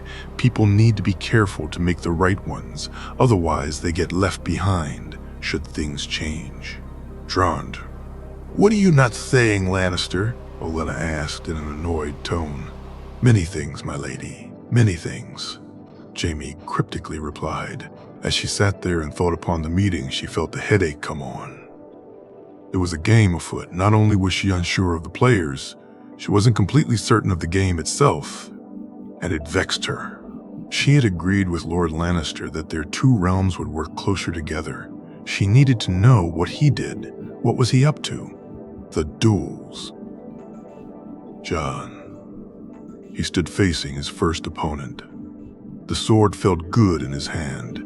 He had been drawn to fight second against a young lad from the Stormlands who was squiring for Sir Aemon Eastermont, and was a couple of name days older than Jon. As they waited for the judge to explain the rules, Jon studied the young man he was facing, larger than Jon by both a few inches and pounds. The boy looked clumsy on his feet to Jon. He'd no doubt be stronger, but Jon would be quicker, and he'd use that against him. The duel is to 5 points or a yield. 1 point is awarded for a hit, and once the result is called, you must shake hands and make your way to the back after bowing to their graces. Am I understood?" "The judge?" Lord Brax asked. "It is, my lord." Jon and the young man, Andrew, he had said his name was, both answered at the same time. "Then take your positions, and I bid you both good fortune," Lord Brax said as they moved to face each other. The first swing was hard and heavy, and Jon was waiting for it. Stepping deftly to the side, he quickly struck the boy across the arm and followed it up with a hit to the side while the boy tried to recover from the missed strike. 2 points up, Jon moved back as he again allowed the older boy to make his move. This time he parried and feinted before catching the boy once again on his arm and side. The boy relied on his strength too much and wasn't used to quick counterattacks. Jon could almost see the disbelief on his face that he was already 4 points down and hadn't managed to get a hit in. The final point had seen Andrew learn his lesson. His attack was more cautious this time, his swings a little less powerful. Jon, though, was in his element. He was fully in control of this match now, and he began to enjoy himself. He parried a hard blow to his left and feinted a return, forcing the other boy to step backwards. As he did so, Jon was upon him. A short thrust followed by a quick arc. to the right gave him his opening. He swiftly took it, his sword hitting the boy square in the chest and earning him his first victory. He held his hand out, and Andrew shook it with a shrug of his head and a small smile. He'd been beaten by the better swordsman, and he accepted it with grace, earning him John's respect. Finally, both boys turned to bow to the king and queen. "You're a winner. 5 points to none, Jon Snow," Lord Brax said, smiling. After heading to the back, Jon made his way to the gap between the pavilion and the arena to watch the next match, Loras Tyrell versus Lord Brax's son Flement. As with Jon's opponent, Loras's had him beat in size, weight, and age. Flement was just below the age limit, barely managing to qualify for the duels. He looked on as the two boys faced each other, both looking eager to begin. Jon was probably more nervous than either of them, truth be told. As the fight began, Jon noticed that just like with his duel, Loras relied on speed and skill while his opponent favored strength, where Jon was efficient and kept the showing off to a minimum. Though Loras reveled in it, his strikes were flamboyant, his arcs exaggerated, and Jon smiled as he watched them fight. Loras eventually triumphed 5 points to 2, but Jon had seen enough. If he faced Loras, he beat him. As good as he was, his showmanship took away his effectiveness. A good guard was better than a cheer from the crowd, and if he continued this way, Loras would find himself dead on a field before long. He watched as Garland chastised his brother, Loras, looking hurt that his brother wasn't celebrating with him. Before too long, it was time for his second fight, this time against Artos, the young boy who was Sir Wylis's squire. Jon looked forward to facing his fellow Northman. It made him think of the times he and Robb had sparred in Winterfell, and while he missed his brother, he found he didn't miss their spars as much as he thought he might. He would never be as good as he was now if he'd stayed, and the friends he'd made here made his longing for Winterfell seem almost a distant memory. As he stepped into the arena, he looked to see Jaime nod down at him. Beside him, Tyrion gave him a smile, and as he looked to Garion holding Joy, he gave her a wave, overjoyed to see her wave back, and though he couldn't hear it, he could see she was shouting his name. "Jan!" he thought, and his smile beamed back at her. He nodded to Artos, and noticed his grip was similar to how Robb would hold his sword. An idea came to him, and he wondered if it'd work here. As the two boys faced each other, Jon took a defensive stance and waited for the other boy to attack. He weakly parried the blows and allowed Artos to get the first strike, in feeling the pain of the blow against his left arm. As he backed away, he waited and saw what he wanted. Artos, like Robb, increased the power behind his swings, feeling that he could easily breach Jon's defense. Jon, though, parried both strikes by maneuvering his sword, so the blows glanced off it, rather than throw it like they had the first time. The momentum caught Artos by surprise, and as he tried to readjust his feet, Jon made his move. He quickly swung his sword to Artos' left, forcing him to turn to parry, and as he did so, Jon swept his legs from under him before he had a chance to react. Jon's sword was placed against his neck, the boy laying on the ground, unable to do anything but nod. "I yield," Artos said as Jon helped him up to his feet. "Where did you learn that, Snow?" Artos asked, shaking his hand. "Fighting my brother Robb. He fights like you. So I tried something that worked on him and got lucky." Jon said, "Nah, wasn't luck. Snow, you beat me fair and square. Good fortune, Snow. Win this for the North." Jon turned as Lord Brax readied himself to make the announcement, the Lord patting him on the back and giving him a nod. "You're a winner by a yield, Jon Snow," Lord Brax announced as the crowd cheered the first yield of the day. Jon and Artos bowed to the king and made their way from the arena. They said their farewells, and Jon walked to the tent where the boys kept their equipment. He grabbed a mug of water and swallowed it down before filling the mug again. He went over to where he kept his things and checked to make sure the thin sword was still there along with his spare tunics. Once he saw that they were where he'd left them, he made his way again to watch some more of the matchups. There were only 3 more left in this round, and then it'd be down to the last 16 competitors. Some of those who'd lost had surprised Jon. Waymar Royce had been easily beaten by a Riverland squire, and the Strongbow squire had been beaten by a young man from the Vale, a Harding.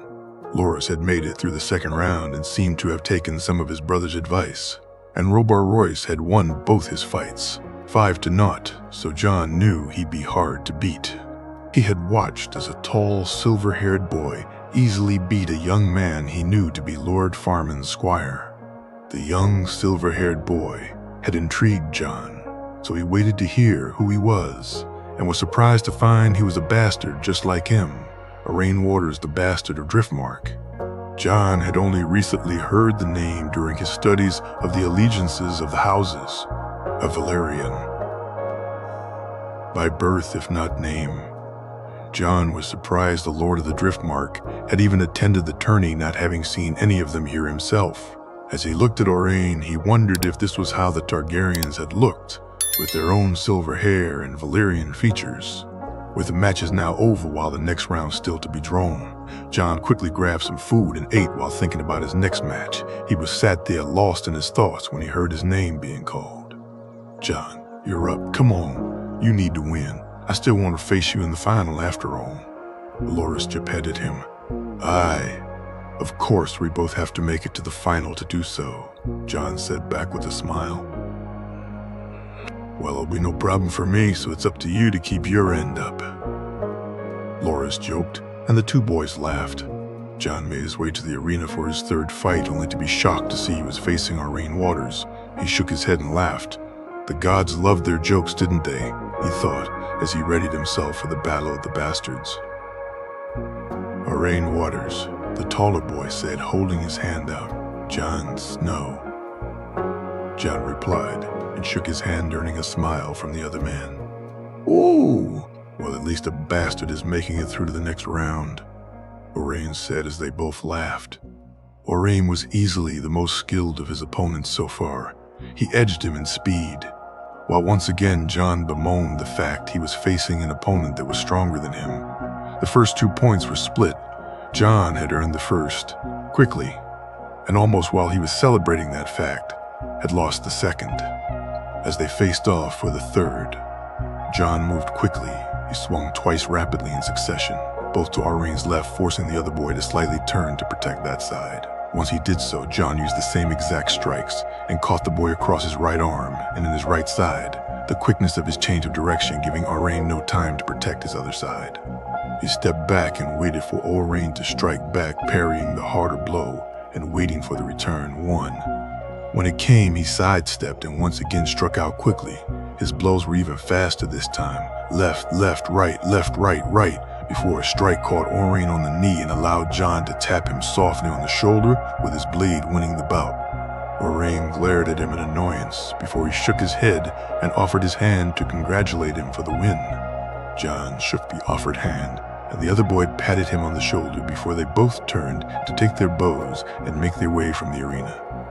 The judge this time was Sir Adam, and he actually winked at John before announcing the winner. "Your winner, 5 points to 1, Jon Snow," Sir Adam said as the crowd cheered. As John and Arain made their way out, he noticed Loras was heading in. He turned and wished him good fortune and continued to walk with Arain. "You caught me by surprise, John. I've never fought anyone that quick before. Lord Jaime gave me some exercises to help with quickness. It's helped me a lot. I could show you if you like." "Lord Jaime, as in Jaime Lannister?" Arain asked. "Aye, I'm his page," John replied. "Well, you can keep whatever the hell the Kingslayer taught you to yourself," Arain angrily said as he began to move away. "Call him that again and it'll be more than my sword you'll be taking a beating from," John said as he squared up to the other boy. Before things could escalate, though, Sir Adam stepped in between them. "Enough. On your way, Waters. Snow, come with me," Adam said as Arain angrily stormed away. "I'm sorry, Sir Adam," John began, before Adam interrupted him. "Nothing to be sorry about, lad. You were standing up for my liege lord, who also happens to be my closest friend. That's exactly what a future knight should do," Adam said with a smile. Besides, the boy was being an ass. He continued making John laugh. John watched on as Robar defeated yet another opponent. This time the boy was actually bigger than Royce, but it hadn't mattered, and Robar had beaten the young Baneford squire easily. John admired how Robar fought. He was strong and skilled, and out of all the potential opponents he'd face, John felt he was the one that could beat him. When the fight was over, John made his way to the arena for his fourth fight. His opponent was an actual lord, and John smiled at that fact. Beric Dondarrion was a few name days older than John.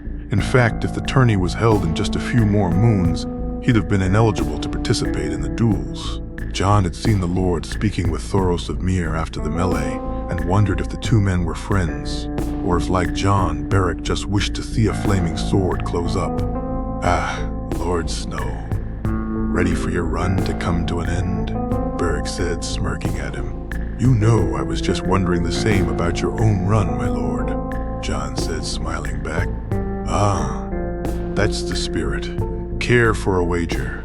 How about 50 gold dragons to the winner?" "Of course, my lord. I shall endeavor to spend your coin wisely," John said, making Beric laugh. The two boys lined up. For the first time, John was facing someone he was matched with. Strength-wise, Beric was skilled also, and quickly they fell into a rhythm. Thrust, parry, feint, riposte. The first point took almost 10 strikes before John earned it with a strike to Beric's thigh.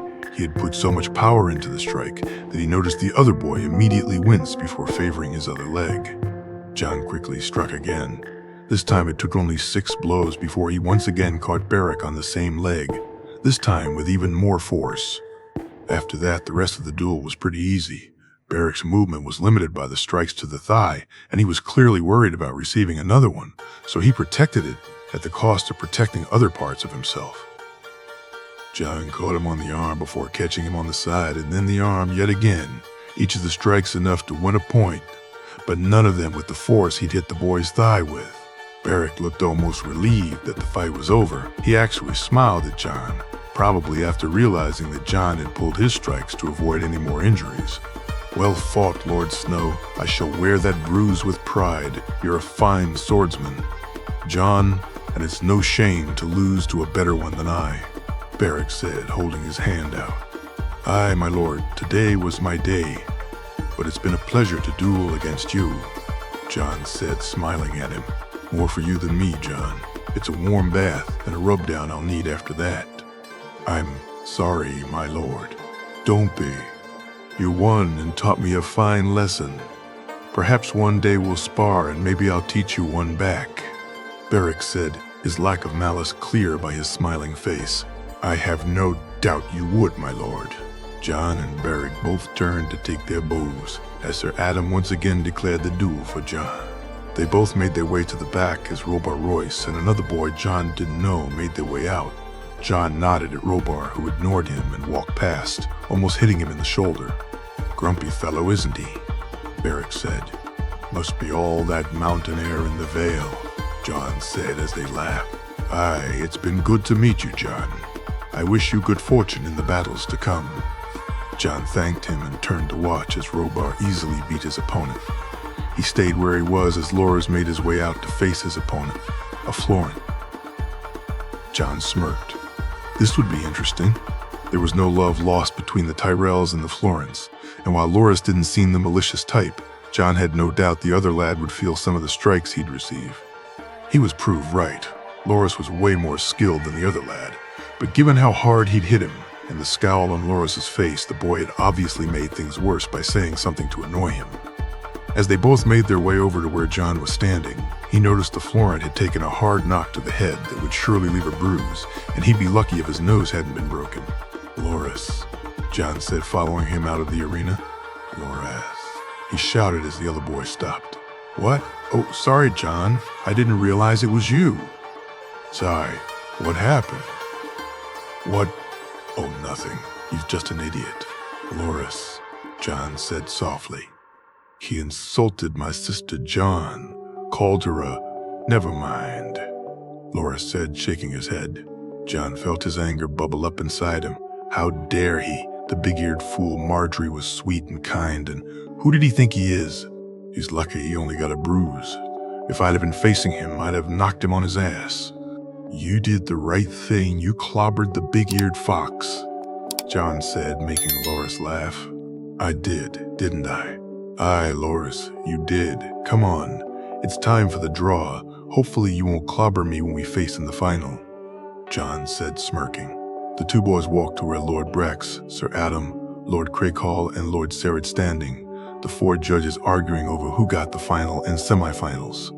Sir Adam gracefully stepped away, and it was finally decided that Lord Brax would take the first semi-final, with Lord Serret taking the second, with Lord Craighall taking the final. Sir Adam placed the four names into a jug and drew them. Robar Royce was to face Michael Redford, the two Vale men well known to each other, which left John to face Loris, to both of their disappointments. Their disappointments seemed to be shared by the two Vale boys who looked at them before walking away, both clearly thinking it'd be easier to face either of them than each other. It was true. Then, the Vale was full of arrogant shits, John thought. Well, looks like it won't be the final we both wanted, John. No, but it'll be just as good, Loris. We both know whichever of us wins will win the final, so this may as well be our final, John said, trying to lighten the mood. Aye, that it will, John. Good fortune, my friend, Loris said, holding his hand out. You too, you'll need it, John said, before shaking his hand and laughing, making Loris laugh with him. They stood facing each other, both waiting for the other to make their move. Finally, Loris swung his sword. John parried and made a thrust of his own, which Loris easily swiped away. The blades crashed together, both boys seemingly evenly matched, before John turned and spun, catching Loris by surprise, the hit resounding as he caught him on his leg. Loris grimaced and backed off, but John didn't give him time, catching him as he retreated and scoring another hit, this time to the boy's arm. Loris retaliated. Though John was able to parry the blow and noticed the other boy beginning to get frustrated, he took advantage, and with a quick swing to the left followed by a feint to the right, John caught Loris once again on the arm. He knew now he had the match won. Loris, as good as he was, hadn't received one-on-one training by Jaime Lannister. But Loris was someone John now considered a friend, and he didn't wish to humiliate him. John waited for the strike and slowly moved towards it, giving Loris the chance to change the angle he was swinging his sword, and catch John hard across the shoulder. The blow was harder than John had been expecting. He watched as Loris smirked before they began again. The next hit took much longer. He made Loris work for it before he missed his strike to give Loris the opening. He was better prepared for this hit though, and it didn't hurt as much as the last one. John moved quickly to take the next point. A low thrust was followed by a hard swing at the arm he'd hit twice. He knew Loris would protect it, so halfway through the swing he changed direction. Catching the other boy completely by surprise, he instead thrust his sword and caught Loris in the chest. The return strike by Loris caught John napping. He had been deciding what strike to use for the finish, and Loris, seeing him hesitate, had capitalized. Catching him on his thigh, he backed away and allowed Loris to come to him. The other boy dictated the pace, and the crowd cheered as both boys put on an exhibition. Feint, thrust, parry, swing, left, right, high, low. The blades moved with swiftness and precision, after what was probably only a minute or two. But to both boys had felt an hour. John saw his opening, his movements quickened, and he once again caught Loris on his arm. The crowd cheered as the duel ended. John held his hand out, and Loris, after shaking his head, took it, before Lord Brax walked over and gave both boys a pat on the back. Your winner, 5 points to 3, and our first finalist, Jon Snow, Lord Brax said as the crowd cheered. John and Loris bowed, and he looked to the stand to see Jaime looking on with a huge smile on his face. Beside him, Tyrion was also smiling, while Jerian and Joy were waving at him, which he returned as he was turning. He caught sight of where the Tyrells were sitting. He was surprised to see Garland give him a nod, and as he looked to Marjorie, she was wearing that same lopsided grin he had come to realize he really liked. Come, John. You have a final to prepare for, Lord Brax said as he and Loris began to walk away. You did well, both of you, Lord Brax said with a grin. It was John's day today. Loris said, a note of sadness in his voice. Then perhaps it'll be yours tomorrow, John said and smiled at his friend. Aye, I'll get you next time, Loris said, returning his smile. John watched as Robar beat Michael Redford, 5 points to 1. The larger boy was certainly the best he'd seen during the competition, and John knew he'd need to be at his very best to have a chance of winning. He quickly made his way to where he kept the other sword and swapped them out. He'd been fortunate not to need the thinner sword thus far, and knew it was his best chance at winning. John's biggest strength was quickness, and with the thin sword he was much faster than with the normal one. Your graces, my lords and ladies, men and women of the West, it's my pleasure to introduce the finalists of the Lannisport duels of 290 AC. Representing the Vale Robar Royce, and representing the North and our liege lord's very own squire, Jon Snow. The herald said as both boys walked towards the dueling circle. Jon had tried talking to Robar, but the boy had ignored him, apart from looking at him like he was dirt. Apparently, Robar was influenced greatly by the faith's teaching, and for him, Jon wasn't just a bastard, but a heathen also. Jon just shook his head. He remembered the stories from Old Nan of how the kings of winter continually threw back the Andal attempts to take the north. He thought of Theon Stark, the hungry wolf, and what he had done to them, and he smiled. The two boys turned to bow to the king and queen, and Jon looked to see Jaime give him a nod, while Tyrion and Jerian smiled down at him. He saw Joy excitedly bounce on her father's knee, and he smiled back at her. He noticed that Loras was sitting back among his family, and he nodded and got a wave in return. Marjorie too gave him a wave, and he couldn't help himself, and waved back at her before noticing the look he got from her grandmother. You both know the rules, first to 5 or yield. I wish you both the best, Lord Crakehall said as both boys turned to face each other. What the hell is that? A girl's sword, Robar said with a sneer, finally noticing the blade Jon was carrying. Jon said nothing. He just looked at the boy, and then, as he had seen Jaime do countless times, he tapped the point of his blade on the ground and held it out ready for the spar to begin. Robar began aggressively, as was his style, the first strike actually aiming for his head, which annoyed him immensely. Jon began to move his blade and watched as the expression on Robar's face changed. He had spent many hours practicing with the larger, heavier turning swords in public, while in the privacy of his room, he'd used the smaller, thinner blade Jaime had gotten made for him. The difference was startling at first, and incredible by the time the tourney began. Jon was always fast, but the lighter blade and the training had enhanced it by leaps and bounds. Before Robar made his next swing, Jon had caught him on the front of his left knee. Then he spun to strike him on the back of the same one. Now behind him he smashed his sword on the back of the right knee, before he spun again and struck him on the front of the same knee. 4 strikes so quick and precise that Robar never had a chance to see them coming, let alone stop them. As the boy fell over from the pain of the strikes, Jon crashed his blade down hard on Robar's wrist. He felt the bone pop, and the sword fell from the other boy's hand. Jon raised his blade and pointed it at Robar's neck. The bout was over. He won 5-0, but he wanted to hear the boy yield. Yield. Jon said, I yield. Jon nodded before turning to the crowd. He could see some stunned faces in there, and it took a second before the cheers began. Lord Crakehall made his way over to him, his head shaking in disbelief. Your winner and the champion of the Squire's duel, Jon Snow.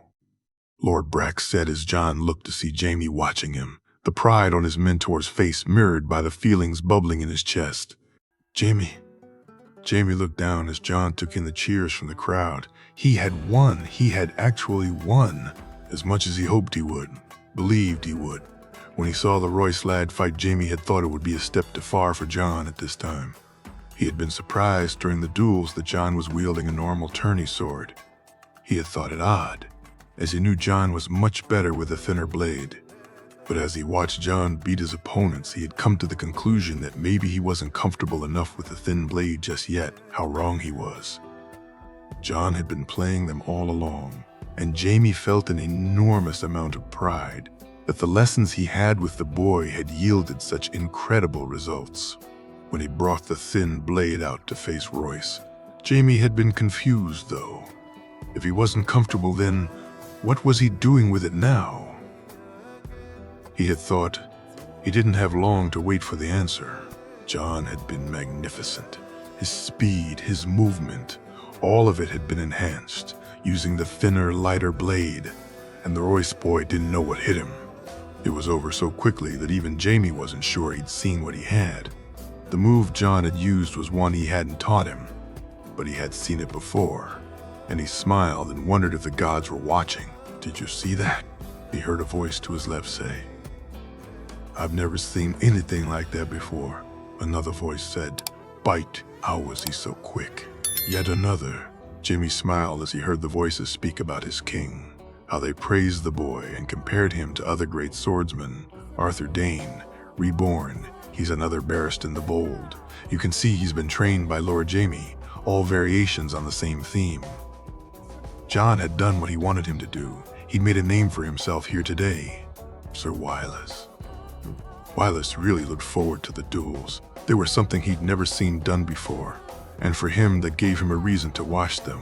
The fact his squire and his liege lord's son were both competing just added to his interest. Jon Snow was not like he'd expected him to be. He had met the boy a few times, when he and his father had made their visits to Winterfell.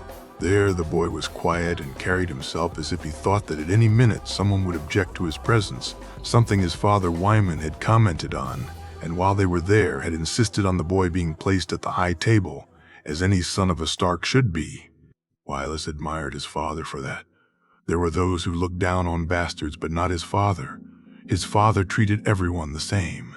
A good man is a good man, Wylus, regardless which side of the sheets they were born on, and mark my words, that lad will grow up to be a good man.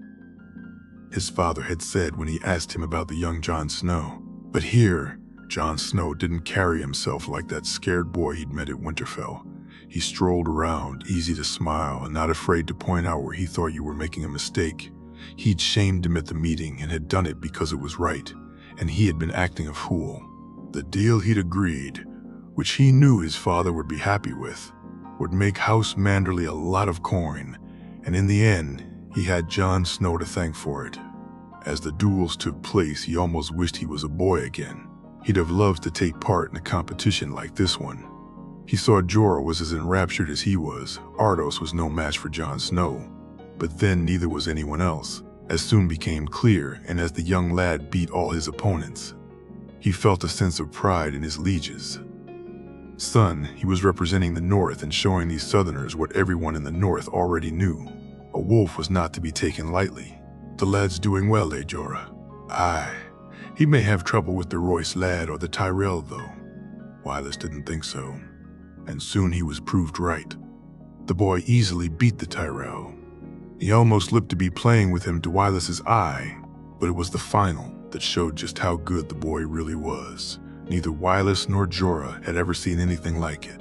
How quickly he moved, how soon it was over, caught them both by surprise. "Did you see that, Jorah?" Wylus said, smiling as he turned to the man he had become quite friendly with. "Aye, not sure I believe it though," Jorah replied. And Wylus noticed he too had a smile on his face. The king. Robert sat there stunned. By his own standards, he was sober. Others would call him drunk. But Robert had taken it easier today. He'd been enjoying the duels, and while he never admitted out loud, it was a damn fine idea the Kingslayer had come up with. Watching the boys fight brought him back to his time at the Vale. He and Ned taking on all comers in the yard. He with his hammer, and Ned with his trusty longsword. The skill of some of the lads surprised him. The young Royce lad had obviously inherited his father's talent, and the young flower from the Reach was quite good, though a little too flashy for Robert's taste. But it was Ned's lad that had him gripped all through the event. The way he moved, how quick he was with his attacks, was something he relished seeing for himself. When the boy had beaten the dragon seed, Robert had cheered as loudly as he had when he'd killed Rhaegar, the boy's silver hair reminding him of that accursed dragon spawn. But he'd been no match for Ned's boy, and Robert celebrated the victory as if it was him who'd won. He tuned to Jon Arryn to see he too was engrossed in the fight. "Did you see that, Jon? Did you see Ned's boy?" "Aye, your grace. I did. The boy is his father's son, although I don't think even Ned was that good at that age." "He damn well wasn't," the king said, laughing. The next matches went by fast, and Robert, while enjoying them, was waiting for Ned's boy to come out again. When he did, it was to face one of his bannermen.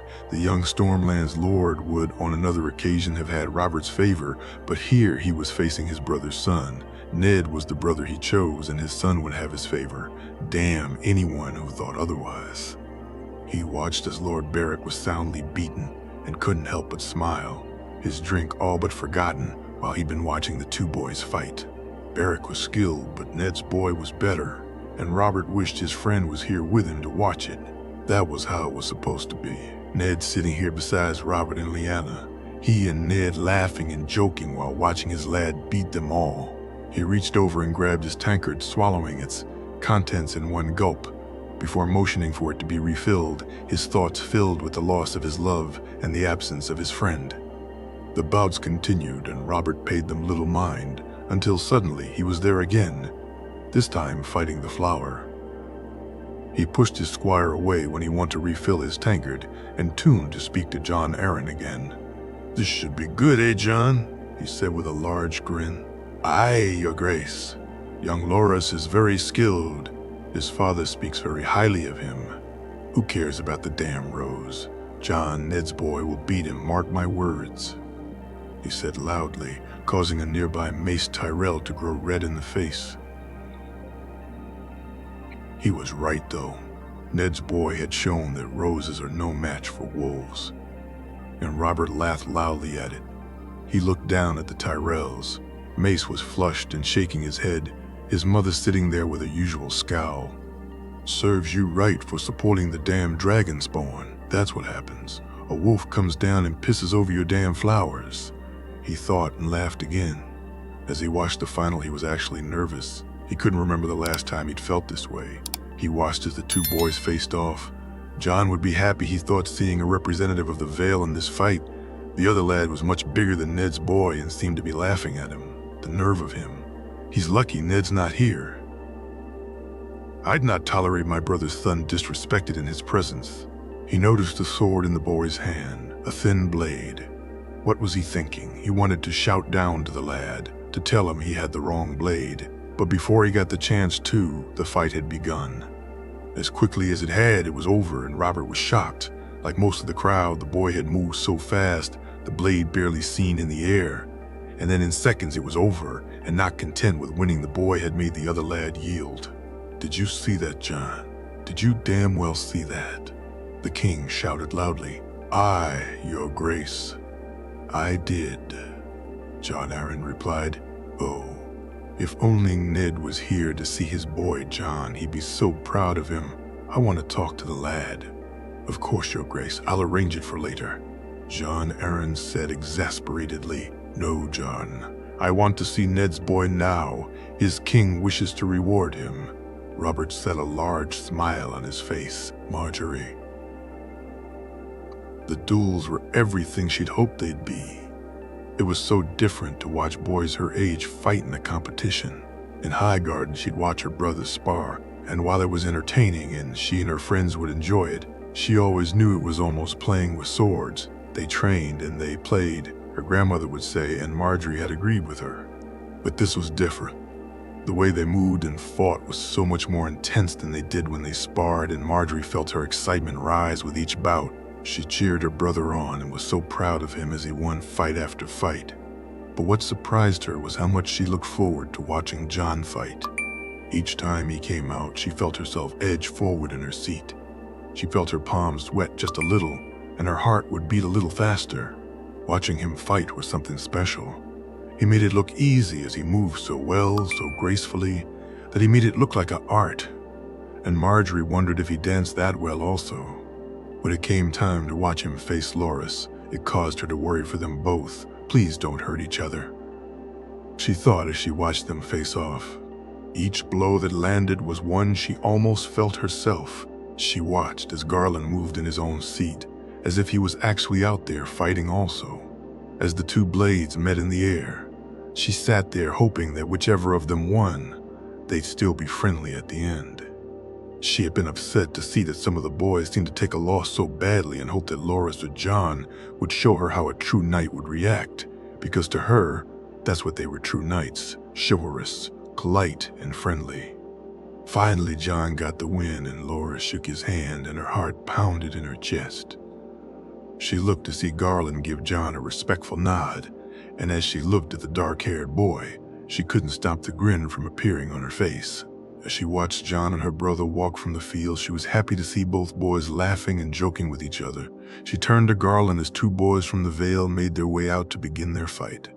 "Well, sis, what did you think, Loris? Did well, didn't he?" Garland said, smiling. "He did. If he'd have faced anyone other than John, he'd have won. Probably. Though he had no chance against John, the boy is much better than him. He scored 3 points. Gar, on another day he may have beaten him," Marjorie said indignantly, sticking up for her brother. "Perhaps. It doesn't matter. Anyway, at least we have someone to cheer in the final." "Do you think John can win?" Marjorie asked, a note of concern in her voice. "I don't know. John's good, but I think Robar may edge him," Garland said, drawing her attention to the fight below. After she watched Robar win, Marjorie had to agree with him. Robar had John beat in terms of strength and size and was very skilled. She didn't think Loris would be able to beat him, and John had only just beaten Loris. As the two boys left the field, she and Garland were joined by Loris. She smiled at him and moved closer to him as he sat down. "You were great, Loris. I'm so proud of you," she said, hugging her brother tightly. "Aye, you were really good, Loris. It just wasn't your day," Garland said, patting Loris's shoulder. "John was better today. It's no shame to have lost to him," Loris said with a smile that warmed her heart. The three siblings sat there waiting for the final to begin. After the two boys were introduced, she looked down at John. He looked determined, and she waved and wished him good fortune, smiling as he waved back at her. She sent a prayer to the warrior that he'd win. She looked to see her brothers both sitting there with frowns on their faces. "What's wrong?"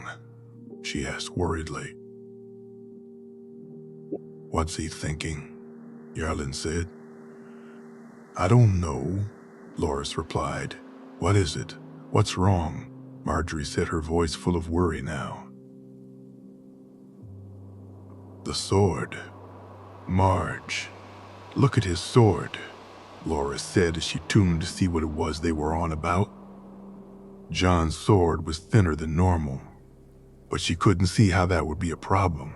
"What's wrong with the sword? Is it too thin?" she asked. I don't know what he's thinking of. He'll be lucky to block anything with that," Loris said, shaking his head. Marjorie watched on nervously as the fight began. She hoped John wouldn't be hurt. She felt herself grab the edge of her seat when Robar's blade struck.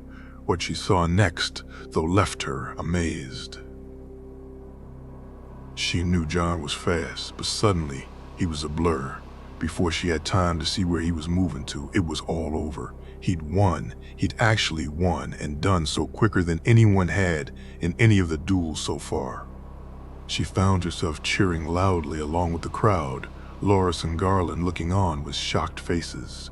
Jerian could barely keep Joyce still in his arms when she saw John come out for his duels. His daughter bounced excitedly and kept pointing and saying his name. It made Jerian smile to see her so happy. When Jamie had brought the northern boy back with him as his page, he hadn't known what to think. If it had been Tywin who'd done so, he'd have thought it was some kind of power play. But that wasn't his nephew's style. So he'd gone along with it and decided to give the boy the benefit of the doubt. The fact of him being a bastard didn't bother him like it did his brother. But then again, the more time he'd spent around the boy, the more he liked him. John was a modest boy, who, while initially closed off, was a completely different person once you got to know him. But it was seeing John with joy that completely won him over. The boy went out of his way to spend time with his little girl. He read stories to her, he played with her, took her for little walks around the rock, broke his fast with her, and had meals with her whenever he had the chance. His daughter adored him. He could see it in her face every time he saw them together. But it wasn't just the fact John spent time with her. It was that he did it for no reason other than he wanted to. He had told him time and time again he didn't need to, but John wouldn't hear of it. If he had a free moment and Joy was awake there, he'd be playing with her or taking her on one of their little adventures, as he had heard John call their walks. His daughter had come on so much. Gone was the shy little girl she had been. And just like John himself, she too was more open and outspoken, and he found he loved the boy a little for that. "Jan," his daughter said, and Jerian looked to see John about to face off against a northern lad. As he did, he saw John wave to his daughter. "Wave at John, Joy," he said. "Jan," she shouted as he held her hand and waved. The fight began, and Jerian watched as John took a hard knock to his shoulder. "Jan boo-boo," Joy said as she saw the hit landing. "What's that, princess?" "Jan boo-boo," Joy said sadly. "We'll kiss it better for him then, won't we, princess?" "Beller," Joy said and smiled. Jerian couldn't help but laugh, but his laugh soon died as he saw Meryn Trank glower at him. In Joy, he had heard what happened and how John had stuck up for his girl and even thought Jaime had punched the idiot and had him removed from the rock. For Jerian, this wasn't enough. If he thought his white cloak was protection, then he knew nothing about how far a father would go for his daughter. Before he could let the thoughts get the better of him, he heard the crowd cheer and looked as John won yet again. He and Joy enjoyed the rest of the duels, his daughter growing more and more excited each time John came out. It was incredible to him how quickly she would recognize it was John, from where they were sitting to where the boys came out. Must have been the length of 2 tilt yards at least, and yet as soon as John walked through the entrance, his daughter would say his name, making Tyrion and Jaime laugh beside him. When John beat the Tyrell lad, Joy had waved all on her own, and Jerian had sat there waving along with her, a huge grin on his face as John waved back at them before waving at someone else in the crowd. Jerian looked to see Lord Tyrell's daughter wave at him, a small blush appearing on her face before she turned and waved at Joy, making her laugh excitedly. The final was like nothing he'd ever expected. He had thought John would have his work with the Royce lad and had expected it to be a tough fight, but the reality was something different altogether. John was amazing. He moved so fast it was over before it had even begun. Joy, who had been bouncing excitedly on his knee from the moment that John came out, was finally relaxing, almost like she too was in as much shock as everyone else. Barristan enjoyed the duels immensely. The level of talent was surprising, and if he had been watching it as a Kingsguard, he'd probably have been evaluating like Sir Gerald used to do with every tourney. Even though these boys were years away from ever being Kingsguards, he knew his old commander treated every contest as a potential recruiting opportunity. If someone did exceptionally well or showed talent in a melee, then Gerald would take note of them and keep them in mind for later. But Barristan hadn't been watching the duels as a Kingsguard. He'd been watching it to see the young lad in action, and he had been left breathless of what he'd seen. Jon Snow fought like his father. He evaluated and waited for opportunities. He took advantage of any shown weaknesses and laid traps for people to fall into. But even Rhaegar had never had that much skill.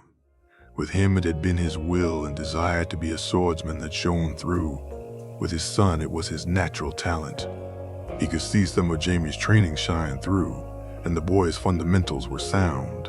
But no matter how well trained you are, if you didn't have a natural talent, then you were limited to how good you could be. Jon Snow, to his trained eye, had no limit.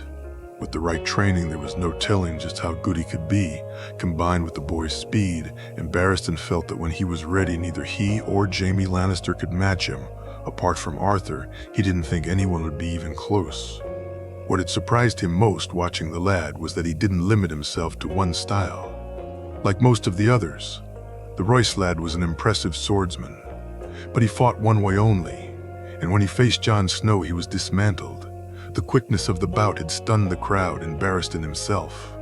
But perhaps no one was more shocked than the Royce lad. Even now, as he watched the boys sit down, he could see the disbelief in his face. Barristan made his way to where Jon was standing with Sir Adam and some of the other lords of the West, all of them congratulating the boy who stood there laughing and shaking his head. He wished he could leave the boy to enjoy their praises, but the king wished to see him before the prize giving, so he was sent to fetch the lad. Jon Snow, Barristan said as he reached the group. Yes, Jon said, turning. Please forgive me, Sir Barristan. He quickly added when he saw him. Nothing to forgive, lad, Barristan said with a smile. The king wishes to see you, John. Would you come with me? The king, sir. Why? He wishes to reward you for your victory, lad. There is no need, sir. I'm getting the winner's purse. That's reward enough. John said, looking down at his feet. No, lad, you deserve much more, Barristan said softly. Barristan said softly, Come, John. The king's not a patient man, he quickly added. He watched as John said his farewells to the lords and Sir Adam. Then he and the boy made their way back into the arena to where the king was waiting. You were very impressive, lad. Very impressive indeed. Who taught you to fight like that? Barristan asked. I learned the basics with Sir Roderick Cassell in Winterfell, sir, but I've been training with Lord Jaime since I became his page. Well, John, you did them both proud. I'm sure your father would be also. Thank you, Sir Barristan. Though father would never have wanted me to compete in a tourney, John said with a note of sadness.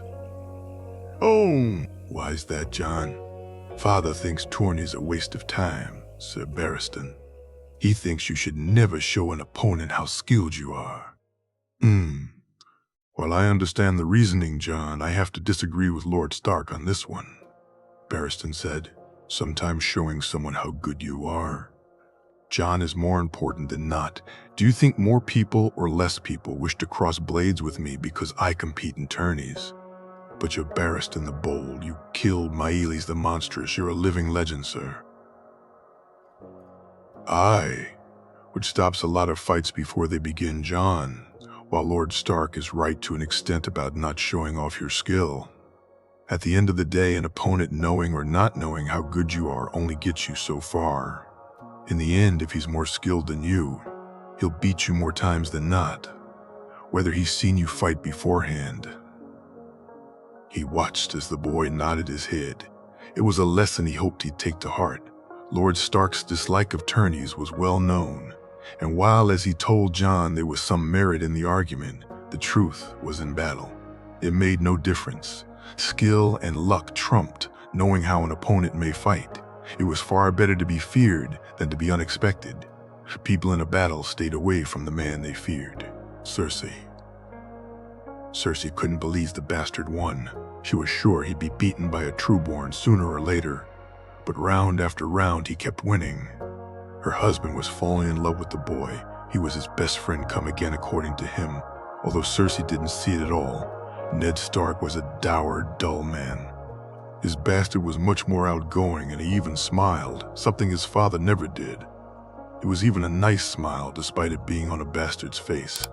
The boy would grow up to be a good-looking lad, and with a smile like that, he'd have no shortage of girls willing to give him a bastard or two of his own. But he'd aggravated her and annoyed her, and now with her husband falling for him, no, she won't have it. Something would need to be done. Why, if no one put the bastard in his place now, then who knows which of his betters he'd try to beat later. As she watched the bastard beat the Royce boy, she fumed. Who does he think he is? When she heard her husband order Sir Barristan to fetch him so he could be rewarded, she snapped. No, I will not have it. He will not be presented in front of the king and queen. That was just too much. But what to do, what to say? Robert had already admonished her over Trant. How could she do this, she wondered. Robert, my love, surely that can wait. We do have a feast to go to, and Joffrey's tired, she said in her sweetest voice while holding on to her son. I wish to reward Ned's lad, woman. The boy just won. A damn tourney, the damn feast can wait, Robert angrily said. But Robert, perhaps at the feast itself would be a better time to reward the bastard, she whined. He's Ned's lad, and I'll reward him when I damn well choose, and I choose now. Robert growled at her. She pouted and turned away from him. The damn bastard was causing her nothing but grief. No, this will not stand. A few moments later, Sir Barristan arrived with the bastard, and she watched as he got down on one knee before her. And her husband, the boy, at least had the good grace to keep his eyes to the ground and didn't dare look her in the face. Rise, lad, Robert said, and she could see he was smiling. Your grace, your grace. The bastard aide bowing to them both. You were magnificent out there, lad, just like your father. That move, though, at the end, that was something else. Where did you learn that? Robert asked. Thank you, your grace. I didn't learn it. It was just something I thought might work. The bastard said humbly, annoying her. Gods, how does Jaime put up with him? Well, it was impressive, lad. Was it not, John? Aye, your grace. It was a fine performance young Snow gave. John Aaron's weaselly voice gratingly replied, Well, lad, your king wishes to reward it, so name it. What is it your wish for? Her husband asked. Your grace, there's no need, no reward is necessary, the bastard said, and she smiled smugly. See, he wants nothing to do with you, just like his father. Just like Ned you are, humble even when you shouldn't be, Robert said with a grin. I'll tell you what, lad, I'd give you your name if your father asked, but since he won't, how about a blade or a horse, or I'll match the purse you won, but your king's wishes to reward you, and reward you he shall. Robert said, stunning her in the bastard. He'd legitimize him. Him a bastard. He'd legitimize him. She was apoplectic. Your grace, it's too early for me to get a proper blade, and I've no real use for coin, so if it pleases your grace, then I'll take the horse. Very well, lad. John will see to it. Now go prepare for the feast. There's no better feeling in the world than feasting after you've won a fight, well apart from fucking after one, but you're too young for that. She heard her husband laugh loudly as she, John Aaron, and Sir Barristan looked on shocked by what he said. The feast, John. The closing feast for the tourney was done differently. Instead of being held in Casterly Rock, it was held in Lannisport itself. The large hall of Lord Kevin's private residence was just as big as the one in the Rock, and it allowed for people who weren't staying at the Rock to be able to feast longer. John had actually been late to the feast, as he had spent some time with Joy and had stopped off at the other feast, which was going on in the town. Jaime had Tyrion organize a large outdoor feast for all of the workers who helped with the building work, and ensured the tourney went off without a hitch. John, who knew some of them had decided to drop by, and he, along with the Lears and Jorahs, had ended up staying there longer than they'd anticipated. Most of the workers had watched the duels earlier, and John had ended up being welcomed enthusiastically. By the time he'd arrived, the feast was in full swing. At the high table, Jaime had given pride of place to his Uncle Kevin, and had taken a lower seat than he, as Lord and Warden, should. Kevin now, though, was stuck closer to the king and had to watch as he continued on in his usual behavior. Not a serving girl managed to leave a dish or fill a glass before the king had groped her, and John looked on in disgust as he watched him fondle a girl's breasts openly. John's seat at the lower table had been given away, by Kevin, no doubt, John thought, as he watched some of the Vale lads try to engage Marjorie in conversation. Not that they were having much look, polite though she was. She looked incredibly bored, and both Garland and Loras were staring at one blonde lad in particular. John and his guards took a seat nearer the back of the hall alongside some of the boys who'd competed earlier. Ah, here he is, lads, the champion, Artos said as he smiled at him. I got lucky, John said humbly. Nah, you deserved it. That final was something else, Artos said while some of the other boys nodded. Where did you learn how to move like that? David Rivers asked, the young Riverland squire having made it to the third round. Lord Jaime taught me some exercises that help with movement. John replied, Show us, a couple of the boys asked. So John got up and walked them through the movements. By the time he was done, there were almost 20 of the boys who competed that day practicing them. As they were doing the moves, Loras and his brother came over and stood there watching, Loras' feet moving into some of the stances John was showing off. When he noticed them, he finished and said goodbye to the boys before heading over to where Loras and Garland were standing. John, they your fans? Loras japed as both he and John laughed. No, just some of the lads who didn't get as far as we did, looking for some pointers. Perhaps you can give Loras some, Garland said, smirking. I don't need, Loras began before his brother broke out laughing. So easy, Garland said as Loras looked on with an annoyed look on his face, before John bumped his shoulder and both boys pushed Garland, nearly making him fall. All three spent the next hour messing around and making japes at each other before things calmed down as Marjorie arrived. "Lady Marjorie," John said formally as the other two boys giggled. "What did I tell you, just John?" The girl smirked. "Sorry, just Marjorie," John said as they laughed. "I thought you may not be coming," Marjorie said a little put out. "I arrived late. I was at the other feast." "The other feast?" Marjorie looked at him confusedly. "Aye, the one for the workers and the townspeople," John said, smiling. "We should have gone to that one," Marjorie said as both Laura's and Garland agreed. "Why, this one no fun without me," John joked. "Oh no, it was a nightmare. I'm so glad a gallant knight such as yourself came to save us all from the annoying boys of the Vale," Marjorie said in an over-exaggerated swoon, making all of them burst out laughing. Jamie sat with his brother and uncle and was actually enjoying himself at one of these things. For once, today had been incredible. The event had been really well received, and he had no doubt there would be squire dueling at every tourney from now on. John had been really well received, and the crowd had cheered so loudly when he won that Jamie had felt sorry for his niece, although the little girl didn't seem to mind. He had been nervous when the king asked for John to be brought to him. When he mentioned giving him a name, he had almost jumped from his seat. But John had handled it perfectly. He knew why he refused the sword and the coin. He had no use for the latter, and he would get the former when he earned it. And Jamie knew he wished it to come from him and not the king, which made him enormously proud of him. As he looked out on the hall, he saw John with the Tyrells laughing and joking, the young Tyrell girl and he seemingly being the main instigators of most of the japes. He smiled and turned to see whether Olenna had noticed. Luckily, she was in deep conversation with Lord Aaron and hadn't seen what her grandchildren were doing. John had pulled his strikes during the duel with the Tyrell lad, and as he watched all four of them laughing, he could see why.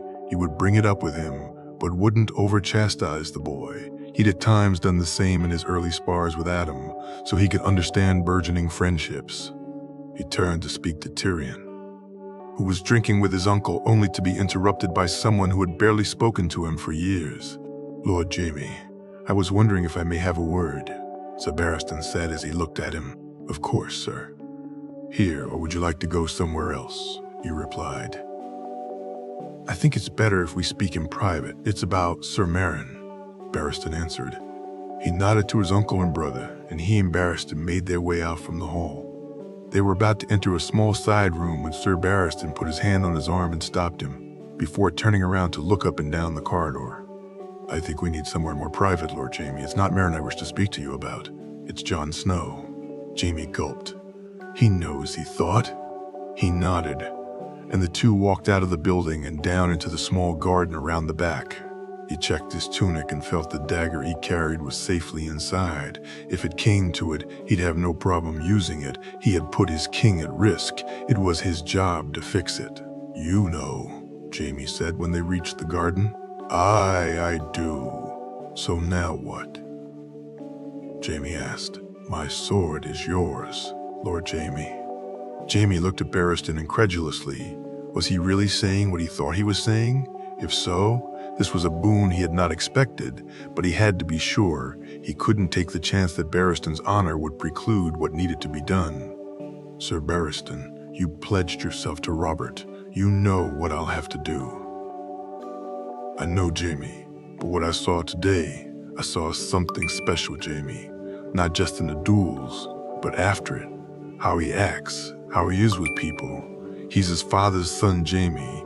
He's everything he was, the prince that was promised." "No, Sir Barristan, not a prince, a king."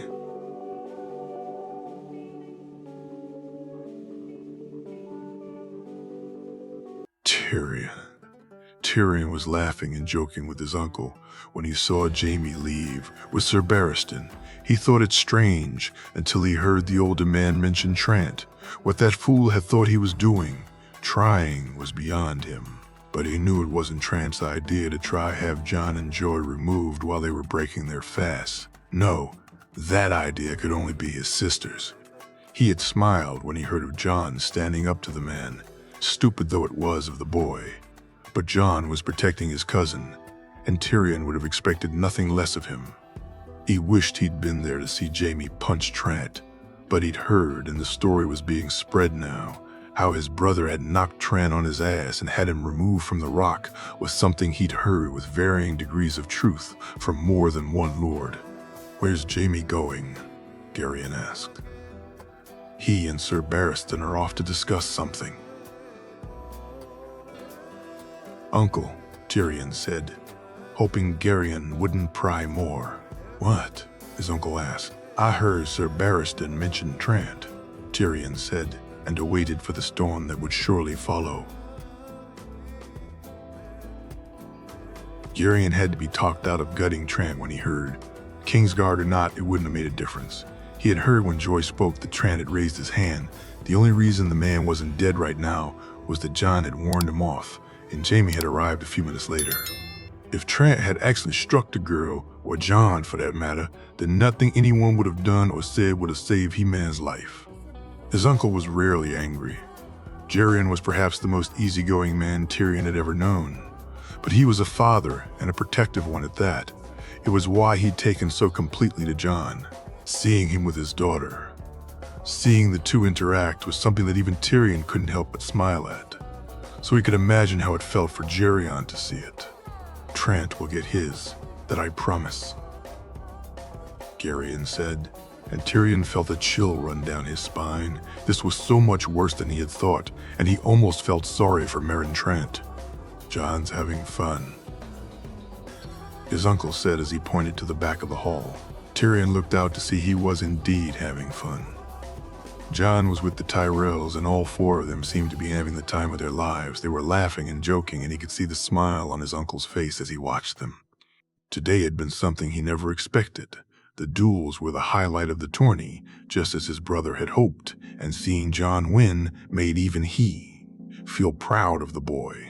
He watched as Jon and the Tyrell girl whispered together before nodding to the two boys. There was a small discussion, and the younger Tyrell boy, Loras, made his way to a couple of his guards while Jon went to Jorah's and Aelir's. Tyrion's attention flipped between the two of them, each discussing things with their respective guards.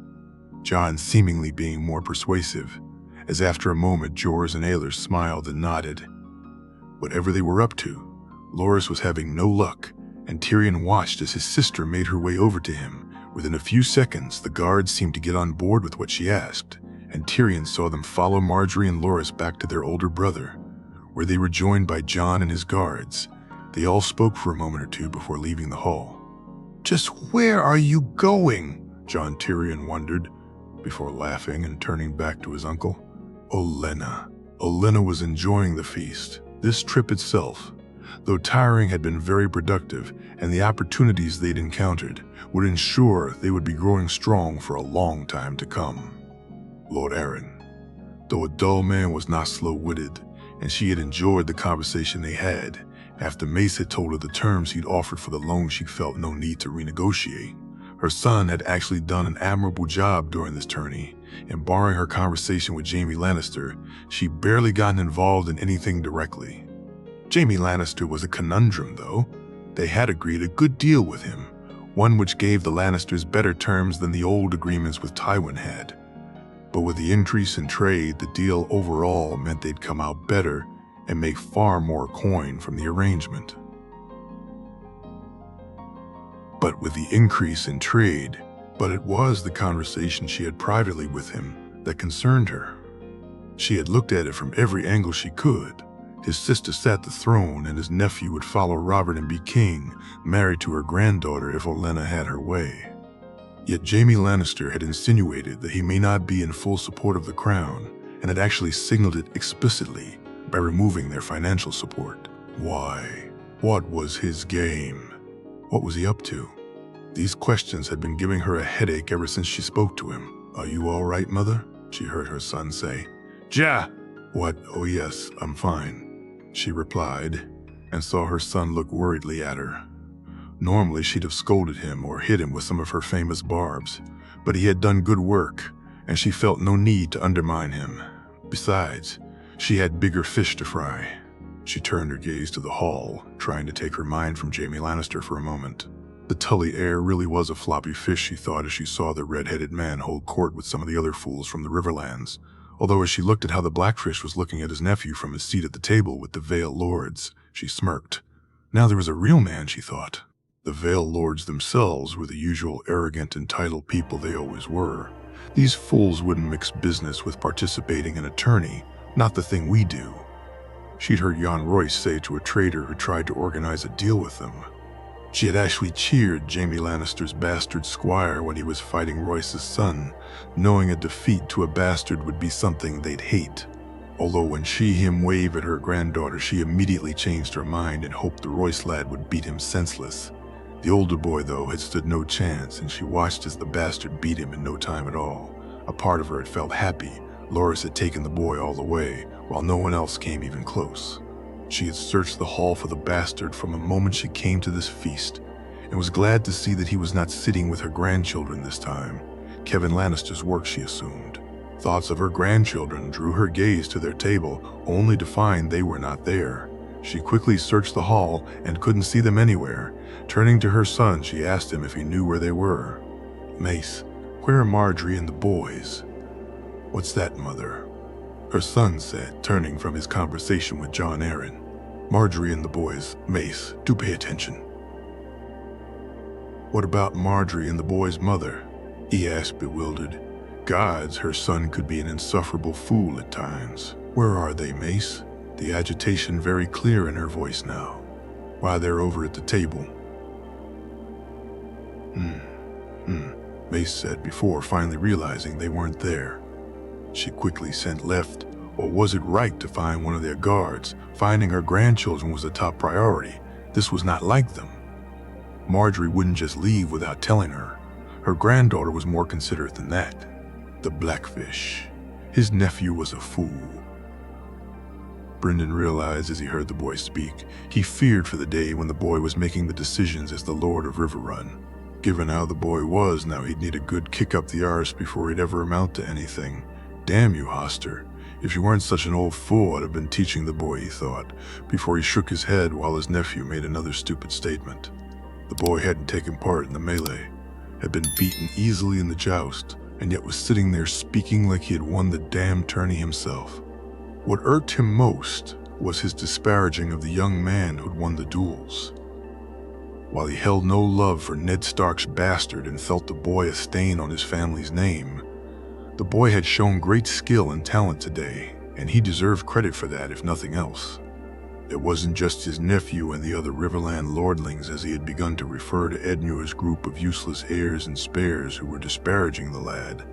Some of the lords of the Vale had not taken too well to seeing Jan's lad beaten by a bastard. Brynden shook his head at that. Which side of the sheets you were born on may determine most things in your life, but your skill at combat wasn't one of them. How did that bastard make it into the duels anyway? He's Jaime Lannister's squire. But he's a bastard.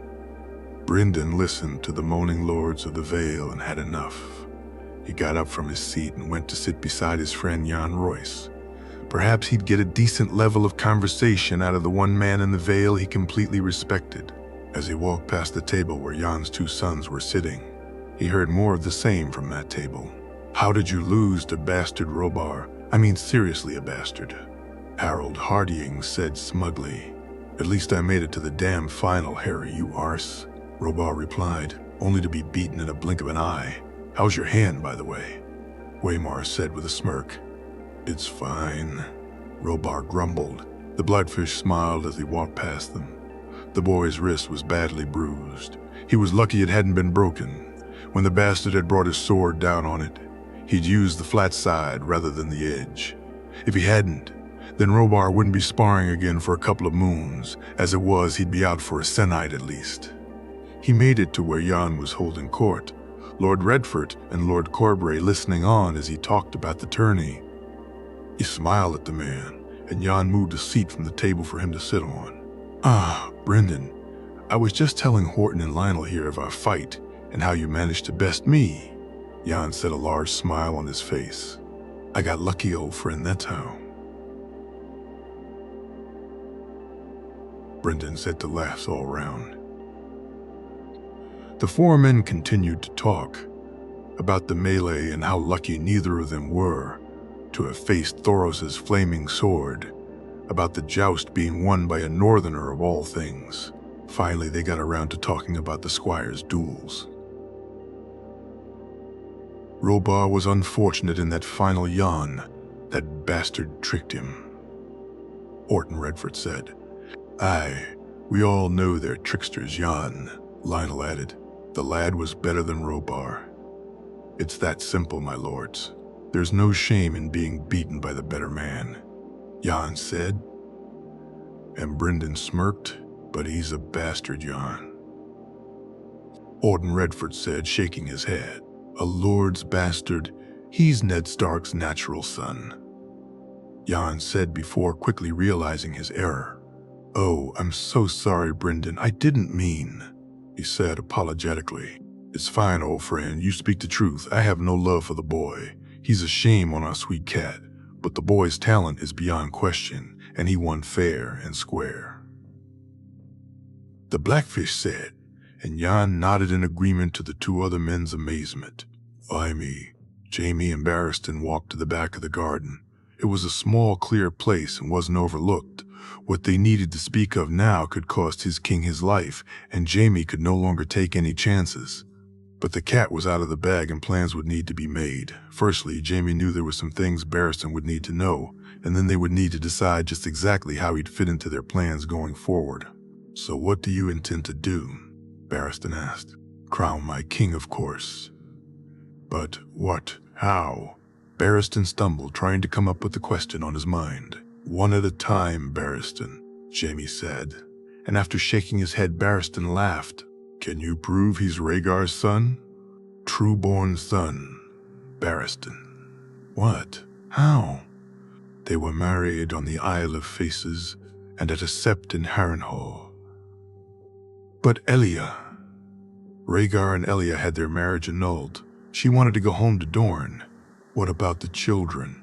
Aegon remained the heir. Jaehaerys was second in line. Jaehaerys, Barristan said, smiling. Aye, Jaehaerys Targaryen, the third of his name. Boz. Stark had all the documents, along with some other items, which I'll show you later. Stark, what's his role in your plan? Barristan asked. Stark has no role in my plan, Jamie said angrily. He was relieved that Barristan didn't seem to want to push it. So what exactly is your plan? A war? Do you see any other way the stag will give up the throne? Jamie said, the agitation clear in his voice. I don't want a war, Barristan. But if it's the only way to put the king on the throne, then so be it. Jamie watched as Barristan stood there silently contemplating the true nature of what he'd agreed to. For him, it was simple. Crown Jon by any means necessary, but would it be the same for his former brother? So be it. If it's to be war, then I'll stand with you and the king, I swear it, Barristan said, and Jamie sighed in relief. So what do we do now? Barristan asked. We wait. Barristan, until the time is right, we wait and we prepare. For now, you stay where you are. If you find out anything we need to know, then you can pass it on to me. I'll make the arrangements for a secure way of communication and let you know. You wish me to be a spy? Barristan said aghast. No, Barristan. But if you learn of any threat to the king or to his throne, then I'd expect you to act as his Kingsguard and help eliminate those threats. Jamie replied as Barristan nodded in acceptance. The king doesn't know yet, Barristan. It's not time for him to know, so for now, it's just me and you. He added, Very well, Jamie. When do you plan on telling him? We're not prepared enough yet. Once I know I can protect him if the truth was revealed, I'll tell him. Until then, I'll continue to strengthen the West. Once he knows the truth, he'll decide how we proceed. What will you tell him about his grandfather? Barristan asked, and Jamie shook his head. It was time. If they were in this together, then it was time he told Barristan the truth. I'll tell him his grandfather was a madman obsessed with burning people alive. that when my father's forces reached the gates of King's Landing, he ordered me to bring him his head. Jaime said quietly. So that's why you stabbed your king in the back to save your father, Barristan's anger clear in his voice. No. I stabbed him because he ordered Rosar to light the wildfire caches. What? You know what he was like, Barristan, his obsession with fire. How it excited him, you and I both to our shame. Stood outside those chambers while he raped the queen after burning someone alive. We kept true to our oaths and allowed a mad king to do as he pleased. I asked Jonathan one time, weren't we supposed to protect her? Do you want to know what he told me? Yes, Jaime, but not from him. How was that right, Barristan? How was it right we let that monster hurt his wife, our queen, and claim we were good and true knights? Jaime said, his voice shaky now and tears beginning to well in his eyes. That day in the throne room, I. When he gave the order, I knew what I had to do. So I went after the pyromancers and I stopped them. And when I returned and he realized what I'd done, he stepped down from the throne and said, I am a dragon and I will have my fire. Burn them all. What choice did I have, Barristan? What was I supposed to do? I was a boy of 10 and 6 and I was the only one who could stop him. What else was I supposed to do? Jaime said angrily. Barristan just stood there in shock. All these years he had thought Jaime Lannister the blackest of knights, a man with no honor, a false brother of the Kingsguard, and it turned out he was the truest of them all. Jaime had found their prince's son, the heir to the throne, and he had begun the process of regaining his birthright. But more than that, in slaying Aerys, Jaime had saved thousands, hundreds of thousands. He had protected the weak, protected the innocent, and Barristan, like everyone else, had judged him an oathbreaker because of it. You did the right thing, Jaime. You are a true knight, Barristan said, placing his hand on Jaime's shoulder. I failed as a knight. I failed Elia and the children. I should have gone to them, protected them, but I thought they were safe. I never could have imagined my father, what he did. What kind of a man does that? Jaime looked at Barristan, his eyes pleading for something, anything. Jaime, you're not your father. You're a better man, and that's all you can be. Had you gone to Elia and the children first, then the city would have burned, and you, them, and thousands of innocents would have died along with them. But you stopped that. You saved those people. You don't understand. I failed him, Barristan. I failed Rhaegar. He told me to protect his children, and I failed. Jaime said, his tears falling freely now. You didn't fail, Jaehaerys. Out of all of us, you're the only one who didn't fail, Rhaegar. Thanks to you, we still have a chance. Jaime, you have no idea how grateful I am because of it, Barristan said as Jaime looked at him. The two men stood in silence for a few moments. Jaime regaining some of his composure. He felt as if a large weight had been lifted from his chest, a weight he'd carried for 7 years. He nodded at Barristan, and the two men made their way from the garden. Jaime felt an enormous sense of relief. His king now had 2 men in his corner, and for Jaime the burden was suddenly a lot lighter. Should anything happen to him, he knew Barristan would protect Jon, and even though they had yet to make contingency plans, just knowing he had a man like Barristan looking out for the king made him believe that they could do this. They could and would do this. Jon. The town's feast was an altogether much more fun affair. Garland and Loras were enjoying themselves, and Marjorie hadn't stopped smiling since they got here. They were standing by a large table which was filled with food and drink. Their guards were relaxed and there was no protocol being followed. People were just having fun. It didn't matter here if you were a lord's son or daughter or a bastard squire. A little while earlier, Jon. This other feast, is it still going on? Marjorie asked. Aye. It'll probably finish long after this one. We should go, she said, smirking. What? We can't. What would father say? Loras said shakily. Never mind, father. What would grandmother say? Garland quickly added. We'll be back before they notice. Come on, Loris. Where's your sense of adventure? Marjorie said teasingly. I don't know if we should, Marjorie. John shook his head as he spoke to her. Please, John, this is so dull. She said, her eyes wide and pleading. He had never stood a chance.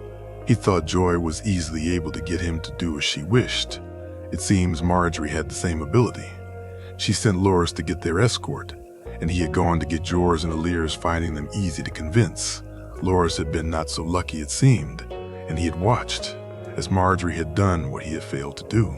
It had been a really good idea to come here, though. Compared to the other feast, this was so much more lively. As they stood there, he refilled Marjorie's cup with some of the sweetened berry juice she seemed to like so much, getting a huge smile in return.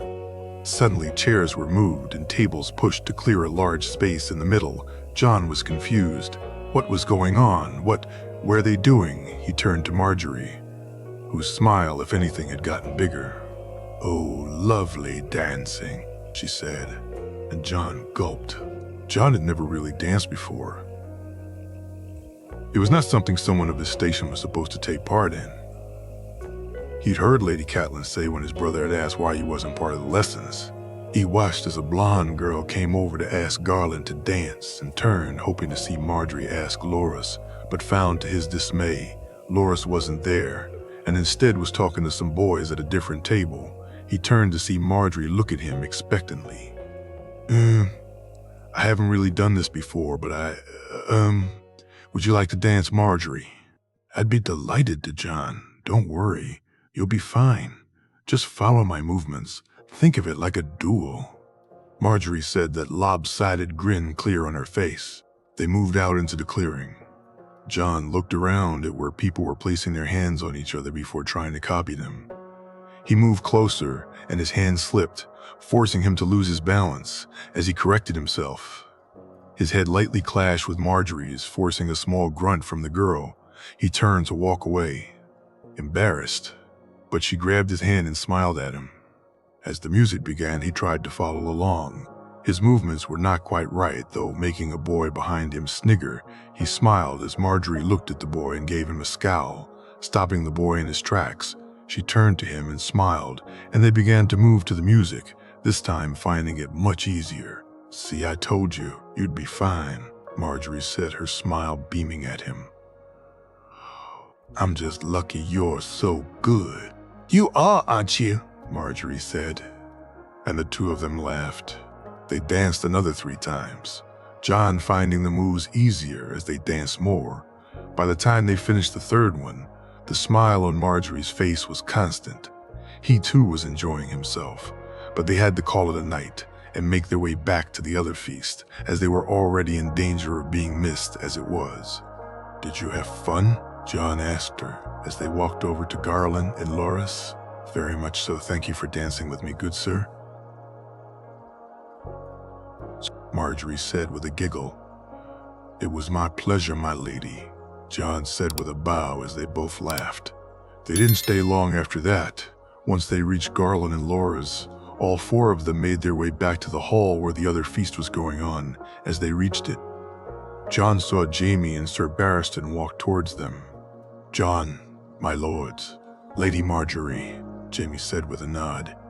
Lord Jaime, Sir Barristan, Garland and Loris quickly said, looking at the 2 greatest living swordsmen like the icons they were to them. Lord Jaime, it's been a wonderful tourney. You must be so proud of it, and of your squire for winning the duels, Marjorie said, making John blush a little. I am indeed, Lady Marjorie, and John has always made me proud, Jaime said, looking at him. Sir Barristan, it's a pleasure to meet you. I'm sure my brothers would be most interested in speaking to you, Marjorie said as both Loris and Garland eagerly agreed. Of course, my lady. I'd love to speak to your brothers, Barristan said and motioned for them to walk with him. Lady Marjorie, you don't mind if I steal young John here for a second, do you? Jaime asked with a smirk. Of course not, my lord. John, thank you for the dance. It was a pleasure, my lady, John said, watching her raise her eyebrow before smiling and noticing the smirk on Jamie's face. As Marjorie walked away, John walked over to Jamie, who motioned to the small garden he'd just left. They both headed in that direction, neither saying a word, before Jamie began the teasing. "So, made some new friends, John?" Jamie said, his smirk clear on his face. "I bet she's much more formidable than her brother." He teased, making John frown. "So where were you all coming back from?" We stopped by the other feast. Marjorie wanted to go, and John said sheepishly. "Ah, no worries, John. I'm just playing with you. You're way too easy," Jamie said, laughing before John shook his head and laughed with him. "Oh." When they entered the garden, Jamie pointed to a small seating area, and they both made their way to it and sat down. After a few quiet moments, Jamie stood up and looked at him, making John nervous. "I'm proud of you, John. Today, what you did, you were incredible." Jamie looked down at him, his smile beaming on his face. John couldn't help himself. He jumped from his seat and threw his arms around Jamie, hugging the man who made this all possible. Without Jamie, he'd be back at Winterfell being the shame of House Stark, and instead, here he was being welcomed and appreciated. It was almost too much for him, and he felt his eyes water. 2 days later, they assembled at the front of the castle to say their farewells to the king and queen, and Jamie was happy to see them go. Robert had been his usual self, and while that had annoyed him especially since he was wearing a crown that didn't belong to him, though truth be told, he had barely caused Jamie any real headaches. The same could not be said for his sister. After he threw her from his bed, she had not tried to seduce him again, and he was glad of it. However, the look she gave him ranged from hate to lust, and he didn't believe their issues were anywhere near resolved. As he saw the king make his way towards him, he signaled, and everyone knelt on one knee. Robert waved him up, and as he stood, he noticed Cersei staring at him. He kept his features as straight as he could, resisting the urge to frown at her. "Your Grace," he said as he bowed his head. "Lord Jamie, you did your father proud. It was an incredible tourney, a fitting send-off. I look forward to seeing you in King's Landing soon, my lord." Jamie almost grimaced at the insincerity in Robert's voice. Jon Arryn must have coached him this morning, he thought. "Thank you, your grace. Brother, it's been a pleasure," Cersei said as she smiled at him. "Indeed, my queen," he replied, looking at her suspiciously. "Lord Jamie, I thank you for your hospitality," Jon Arryn said stiffly. "Their graces and yourself, Lord Hand, are always welcome at Casterly Rock." Jamie watched out of the corner of his eye as the king and queen made their way down the line, catching his sister's grimace as she stood before Tyrion, her stilted way of saying Tyrion's name leaving no one in doubt of her true feelings. He caught his breath as Robert made it to where Jon was standing. "Ah, there he is, the star of the tourney. I hope you'll come. Defend your crown at the next tourney in King's Landing, young Snow. I mean to have a duel take place in that, and I want the champion to take part. So what say you, lad? Will you come fight in front of you, king, once more?" Robert said, a huge smile on his face. "Your grace, I'd be honored to." He heard Jon quietly reply, "Ah, that's the spirit, lad. Perhaps we can even get your father to come, eh, lad? He'd be proud to see you fight. I know I was. You showed 'em all, good lad," Robert said, slapping his hand so hard on Jon's shoulder that even Jamie grimaced at the force of it, although Jon just smiled and nodded at the king. "Your grace." He watched as Jon greeted the queen respectfully, Robert already making his way to his horse. "Jon Snow, you've made quite an impression, young man. I see a bright future ahead of you," Cersei said sweetly. Her smile beaming at Jon, and Jamie almost had a seizure until he saw the smile change when she looked at him, replaced now with one much more devious and malicious.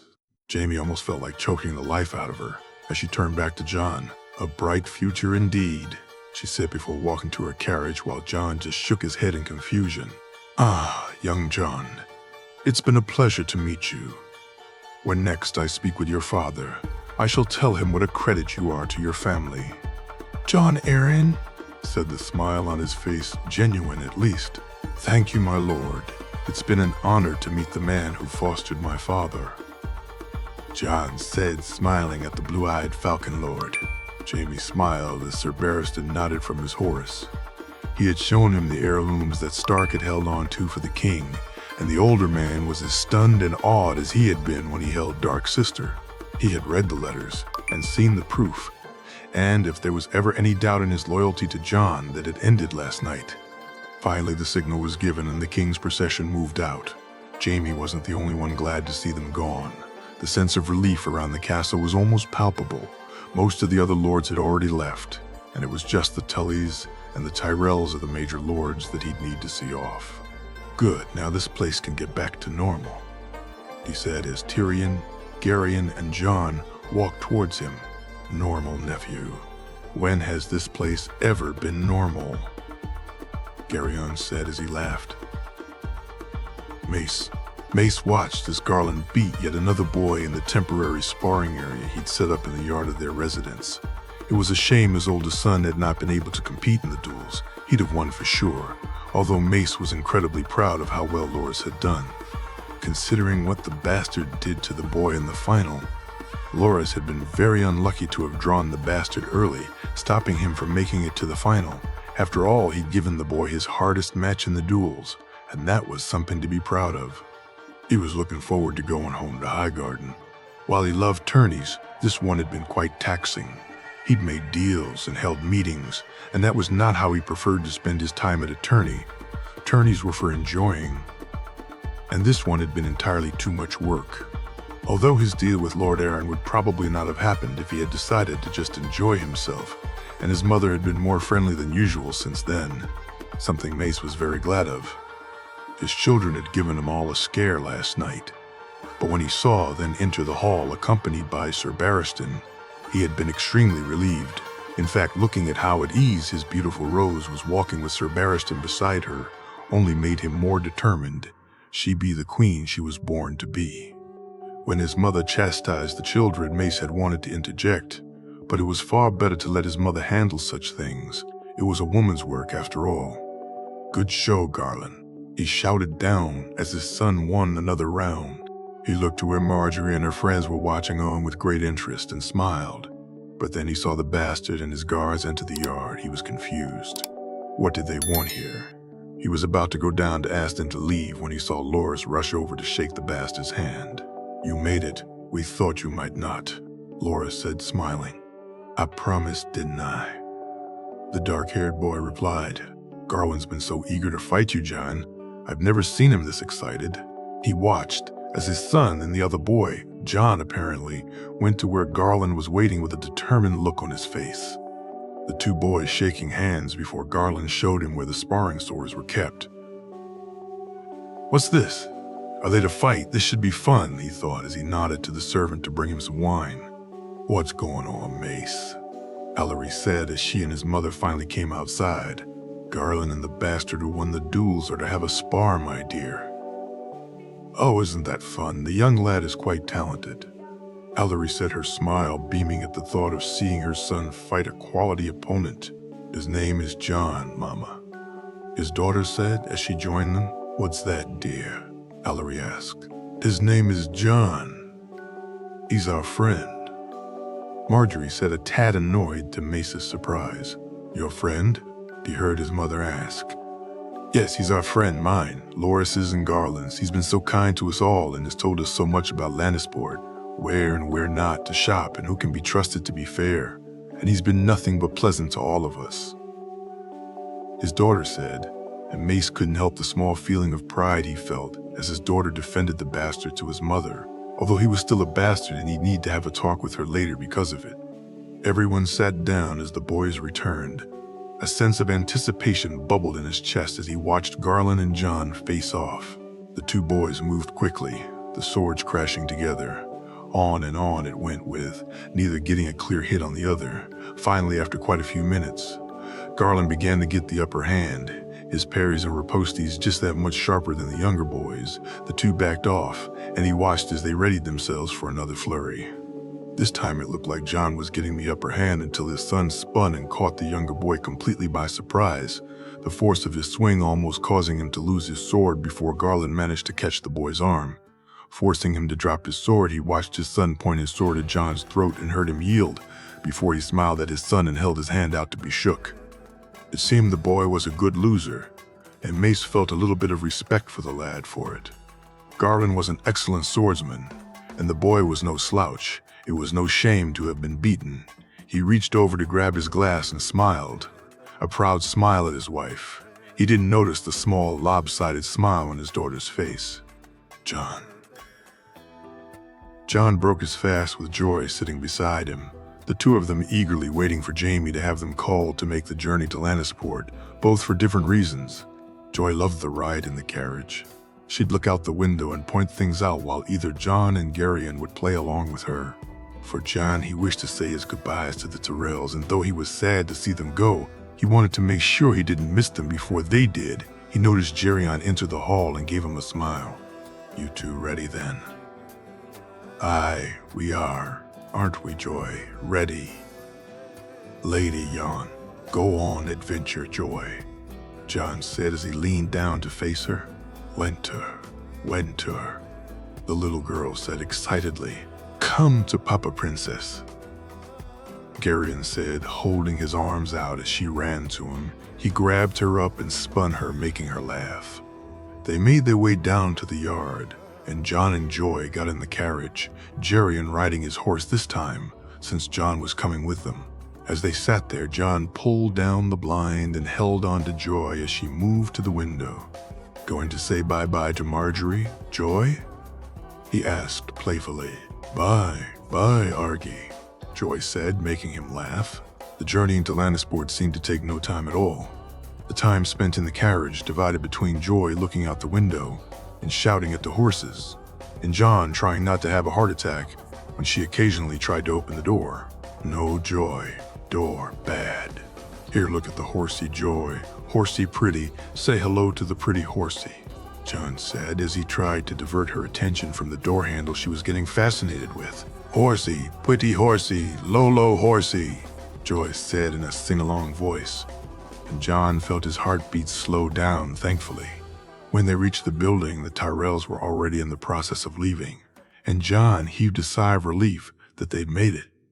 He and Joy got out of the carriage, and he took her hand and went looking for Marjorie and her brothers, while Jamie, Tyrion, and Geryon waited to bid her parents and grandmother farewell. He very soon came across all three of the Tyrell siblings as they were heading to the awaiting wheelhouses and horses. "John, we hoped you'd make it," Marjorie said, a huge smile on her face when she saw him and Joy. "I said I would. Besides, Joy wanted to say bye-bye, didn't you, Joy?" he said, turning to the little girl. "Say bye-bye to Marjorie, Joy." "Bye-bye, Argy," the little girl said as Marjorie beamed at her before bending down to give her a hug. "Bye-bye, Joy. I'll miss you," she said, hugging her tight. "Miss Ooh," Joy said, causing them all to laugh. John said his farewells to both Garland and Loras, the three boys having become quite friendly over the course of the tourney, and he hoped he'd see them again soon, before he turned to say goodbye to Marjorie. "I guess this is goodbye then," he said sadly. "For now, John, you must come visit us at Highgarden.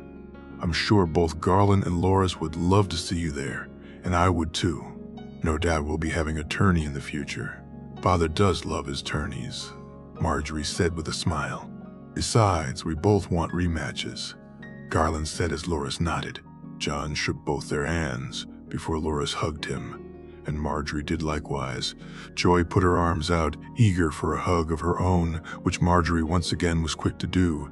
They all began to walk from the building, and when they reached outside, they once again said their goodbyes. He watched as the boys got onto their horses while Marjorie went and got in the wheelhouse, her mother and grandmother apparently already inside and waiting.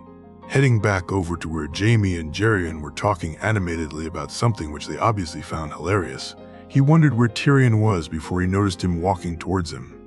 As the retinue made their way out of the courtyard, he smiled when Marjorie's head popped out of the wheelhouse's window and gave him and Joy a wave, which they both returned.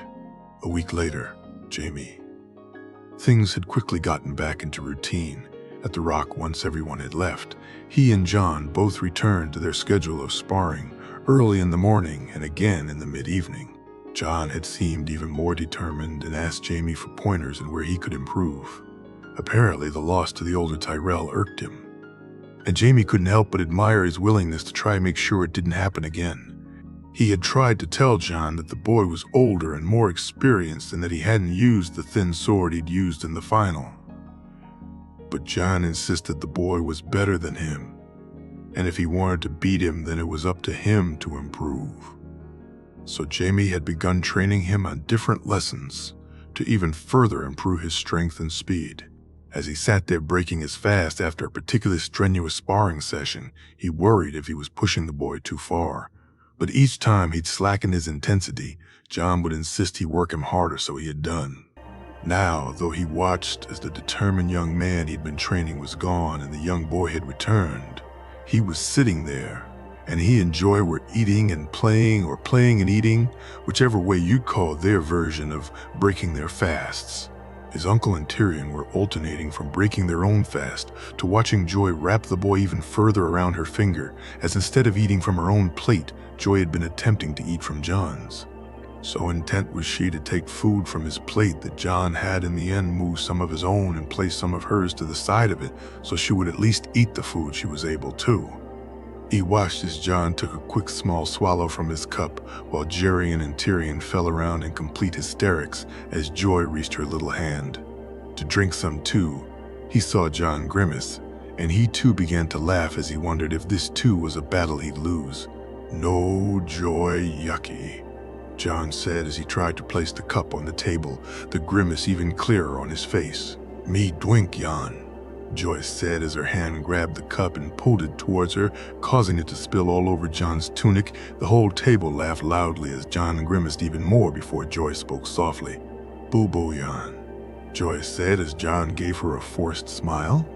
Tyrion quickly got up and lifted her from John, who was covered in the sweetened milk, before his uncle looked at him apologetically, only for John to smile and wave it off. "Say sorry to John, princess," his uncle said. "Sorry, Jan." Joy said John didn't answer her though, and instead just smiled and shook his head, which he found a bit unusual, as his uncle walked from the room to clean Joy up. Jamie looked over to see John stand up shakily. He watched as he took a couple of steps before he collapsing on the floor. Jamie jumped up from his seat and rushed to where John was lying on the floor. "Please, no, oh gods, no," he thought as he reached the unconscious boy. "Somebody get a maester." He heard Tyrion shout as he turned John over onto his back. The sight of the blood leaking from his nose almost forced his heart to stop. He grabbed the boy in his arms and ran from the room. He heard John moan painfully as he did so, but he'd make it to Kraylin quicker than the maester would make it to him.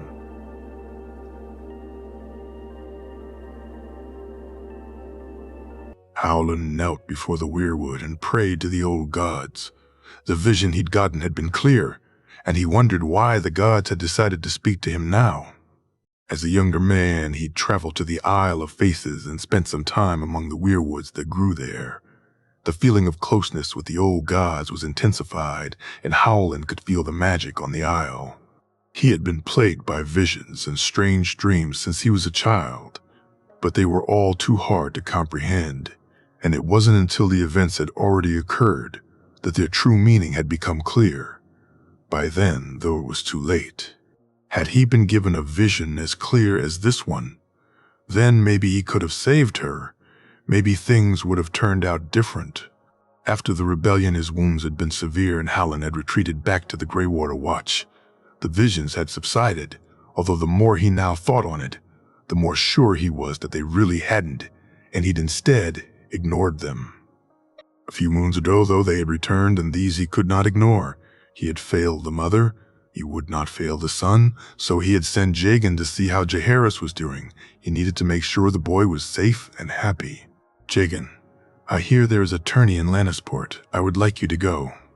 "Trey, a tourney, my lord, why?"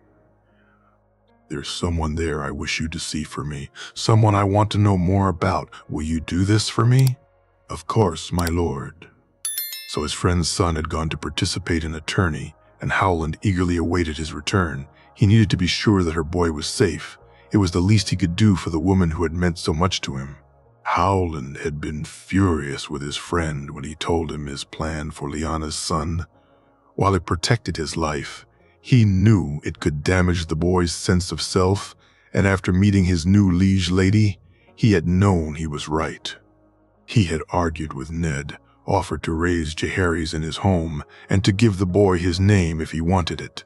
But Ned had refused, and the rift between the two men had barely been breached since. When he heard how the boy had been raised, how he was treated, he had considered stealing the boy away himself, but Gianna had talked him out of it, telling him rightly that such a thing could damage the child irreparably.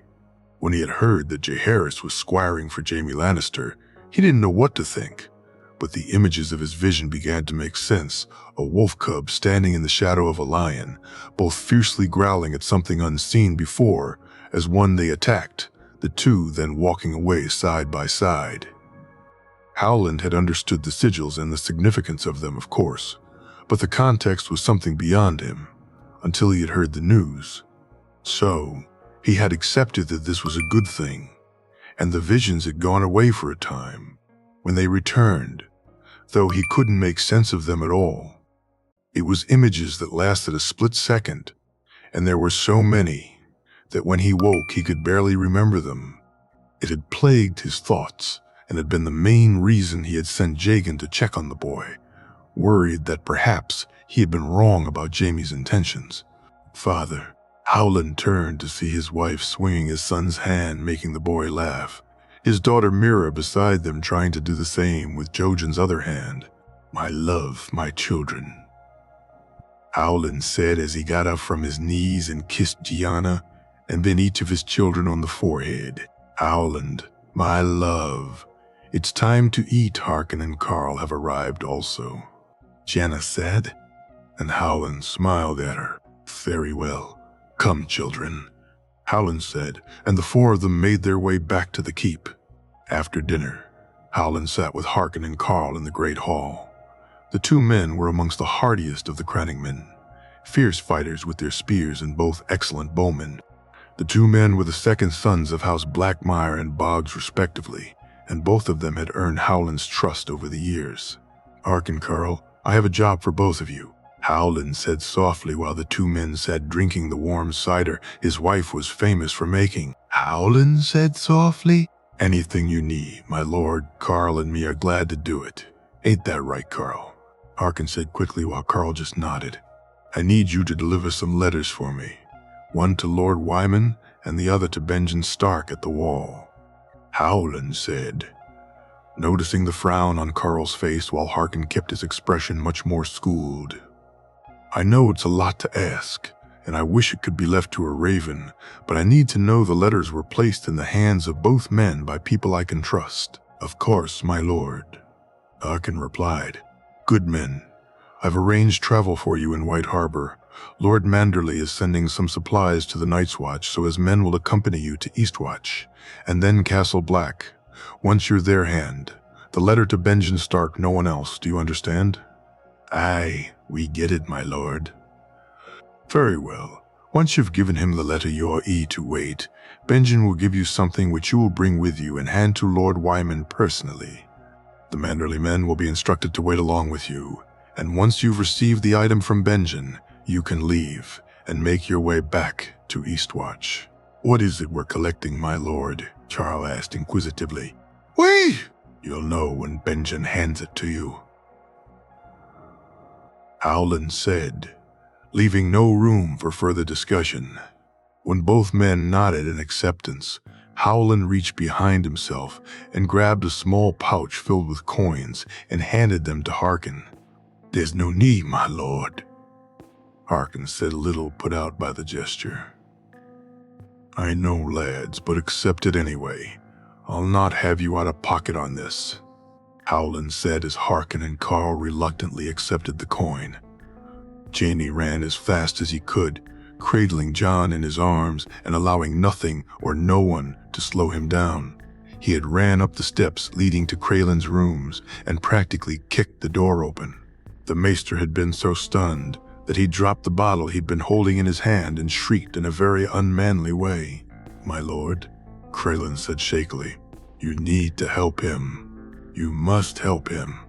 Jaime pleaded as he laid John down on the small bed, wiping the blood that dripped from his nose. "What happened?" Kralin asked as he began to examine John. I don't know. We were breaking our fast, and he got up and then fell. When I got to him, he was out cold and had blood dripping from his nose. I don't know, maester. I don't know," Jaime said, his voice almost breaking. He watched as Kralin undid John's tunic and took it and his undershirt off, before Kralin leant into John's chest and listened to his breathing. The maester wiped the blood of John's nose and took a small piece of the cloth he used and carried it, the tunic and the undershirt, to a table at the back of the room. Jaime stood there and watched as John took slow breaths, before the boy began to shake and convulse in some kind of fit. "Maester, quick," he shouted. Kralin rushed over and held John down. Thankfully, after a few minutes, John seemed to settle. But almost as soon as he did, the convulsions started again. "My lord, you needs must turn him over on his side and hold him. I'll be back in a moment," Kralin said as he got up. "What? You can't leave," Jaime angrily said as he held John while the boy shook violently. "I'm not, my lord. I needs must make the boy purge himself. He has to empty his stomach," Kralin said, while Jaime nodded in understanding. The maester was incredibly quick, although Jaime gulped at what he held in his hand. The large piece of metal was almost a foot long and a couple of inches thick. It was curved at the end, and when he saw it, he knew that it would soon be going into John's mouth to force him to empty his stomach. He held on to John as the maester began pushing the metal into his mouth. Within seconds, John began to shake again, and Jaime looked at the maester, who just shook his head and continued to force the metal down the boy's throat. Finally, after what felt like an age, Kralin quickly removed the metal, and he felt John heave as his stomach emptied. The maester looked on with something like relief in his features and asked Jaime to wipe the mess from the boy, while he once again went to the back of the room. Jaime cleaned John as best he could and sat there on the bed holding the boy in his arms. After a few moments, Tyrion arrived, followed closely by Gerion. Joy apparently in the care of one of the new servants Gerion and John had approved of. "How is he?" Gerion asked, the concern clear in his face. I don't know," Jaime said. Before they could ask any more questions, Kralin returned, carrying a small glass with the same metal object as before, and looked at Jaime and the others. "My lord, I need you to hold the boy while I have him swallow this. He needs to be held steady. My lord, you must be firm," Kralin said, and Jaime nodded determinedly. "Raise the boy up, my lord, so he's sitting." Jaime did as he was told, and Kralin nodded at him before signaling for him to hold John tightly while he poured the liquid into his mouth. He watched as Kralin used the metal to force John to keep his mouth open and slowly poured the liquid in. He then quickly took the metal out and washed and waited before nodding, obviously satisfied. "Good. The boy has a chance now," Kralin said and walked away with the empty glass and the metal. Jaime carefully laid John down, the peaceful look on the boy's face almost making him forget why they were here. He turned to see both Gerion and Tyrion were looking on with concern. He got up and went to find the small sheet that covered John's still naked chest, finding one that seemed suitable. He wrapped it around him and waited for Kralin to come back. The three men all sat silently, each lost in their own thoughts. Kralin returned and carried a glass jug with yellow water and a piece of cloth inside. He also carried John's tunic, which he'd cut a section from, and a piece of cloth. In his other hand, he had another glass filled with what looked like water. He nodded to Jaime and motioned for him and the others to follow him to the small table in the corner. When they did, he finally began to speak and confirmed Jaime's worst fears. John had been poisoned. "It's wolfsbane, my lord. A strong and unfortunately an extremely potent poison," Kralin said. "Dah! What? Who the hell would want to poison John?" Gerion said angrily and began to pace around the room. I don't know, Lord Geryon. I only know he's been poisoned, Kraylin said, not easing Geryon's agitation whatsoever. How can you be sure, Maester? Maester, Tyrion asked. There is no other explanation, my lord. The boy's been poisoned, I'm certain of it, Kraylin said a little put out that his competence was being questioned. No, Maester, you misunderstand. I'm not questioning the poisoning. What I was asking was, how can you be sure it's Wolfsbane? Tyrion asked. Oh, I'm sorry, my lord, Kraylin said apologetically. But Tyrion just waved him on. When Lord Jaime brought the boy, Graylin began. Jay-Own. His name is Jane, Geryon shouted at the Maester. I'm sorry, my lord. When Lord Jaime brought John in and I removed his tunic, I noticed a smell. A sweet smell like fresh flowers, Kraylin said as he handed the cut of piece of tunic to Jaime so he could smell it, which he did before handing it to Tyrion. The Maester was right. Jaime didn't understand the relevance. I doubt that John bathes in rose water, my lords, Kraylin said with a smile that no one returned. So given that, and given that John had been breaking his fast, I suspected poison and that it may be wolfsbane given the smell and the condition of John, so I tested it. The test itself being quite easy, just a simple matter of using the right items and adding a piece of the poison, and the water would turn a yellowish color. Kraylin took the piece of tunic from Tyrion and dropped it into the small glass, all of them looking on as the liquid began to turn yellow. So that drink you gave him, that was the antidote, right? John will be fine now, won't he? Geryon asked concernedly. It's not that certain, I'm afraid, my lords. We managed to purge the poison, and John hasn't expelled the antidote, which are both good things. But I'm worried, my lords, that his age may work against him. We have to prepare for the worst. Raylan replied, Are you saying he may die, Maester? Tyrion asked worriedly. I'm saying that it's likely he will, my lord, Kraylin said before Jaime grabbed him by the chain and forced him against the wall. He won't die. You'll save him. You'll damn well save him, or I'll have your head mounted on the wall. You hear me? Jaime shouted at the stricken Maester. Jaime, Tyrion said as he and Geryon attempted to pull him from the Maester. Finally, after a few minutes where the Maester looked like he'd pass out from the pressure Jaime was putting on this chain, Jaime released him and walked to the bed. He pulled a chair and sat down, his head in his hands as he looked down on John. Tyrion sat in Jaime's solar and awaited the arrival of his Uncle Kevin and Aunt Jenna, both eager, no doubt, to say their piece. It had been 2 days since John collapsed, and the boy was still unconscious. And in those 2 days, his brother had refused to leave his bedside. Jaime had barely ate, drank, or slept since they'd been told that John may not wake up, and Tyrion was worried how his brother would handle it if John didn't survive.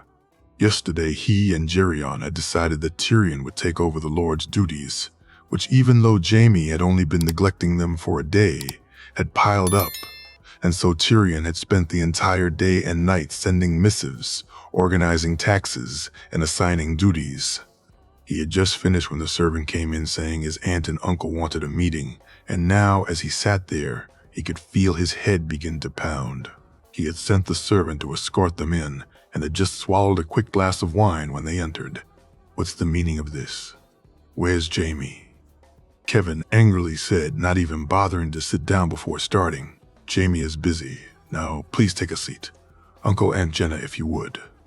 He watched as they both sat down, the angry scowl on Kevin's face apparent, while his aunt, as always, was much more circumspect.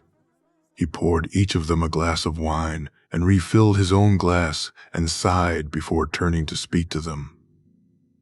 Now, Uncle, what seems to be the problem? Where is Jaime? Why isn't he here? Kevin almost shouted at him. As I told you, Uncle, Jaime is busy. Now what do you need? Busy with what, Tyrion?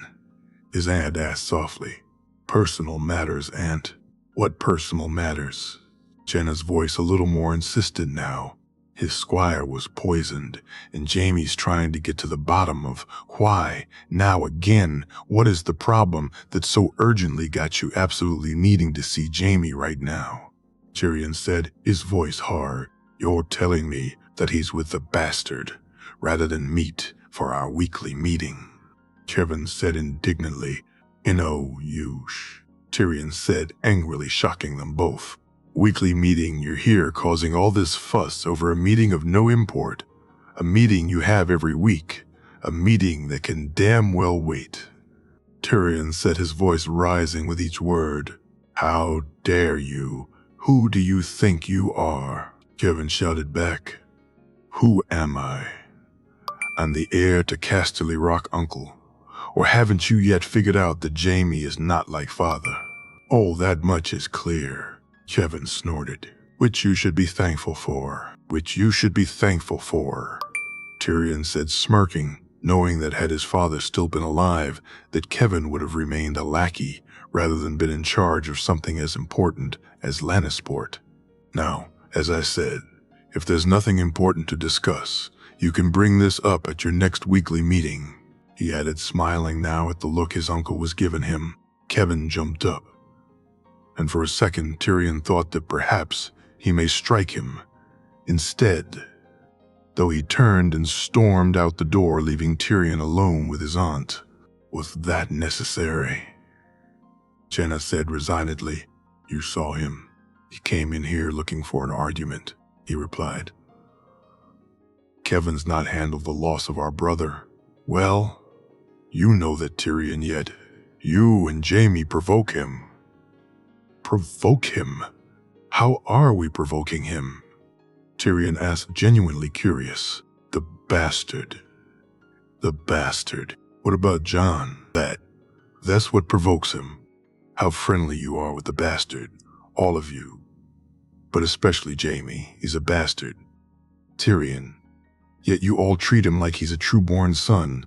Kevin may be open about it, but others have spoken of it. Not only is he a lord's bastard, and as you saw with the duels, or should I say would have seen if you'd bothered to turn up, he's an accomplished swordsman, and I didn't turn up because you gave a bastard my old room. Jenna said, annoyance clear in her face. Tyrion laughed. He actually almost fell over. He laughed that hard. All of this, all his aunt's pique was over the damn room she had when she was a girl, a room she hadn't spent any time in for years. Jenna had moved from Casterly Rock into Kevin's residence not long after Jon arrived, and both he and Jerian had put it down to them, helping each other get over the loss of their brother, when in fact it was the loss of a damn room. My dear sweet aunt, he got that room because it was the only free room available on the family wing. It had nothing to do with it being yours. I swear Jaime wouldn't know who stayed in what room apart from his, mine, and Cersei's. But why does he need to stay in the family wing at all? Tyrion, he's a bastard, she asked. Who happens to be the Lord's squire, aunt? Tyrion said before adding, have you even bothered to speak to the lad, spend any time with him? Of course not. Jon, so you haven't seen him with Joy.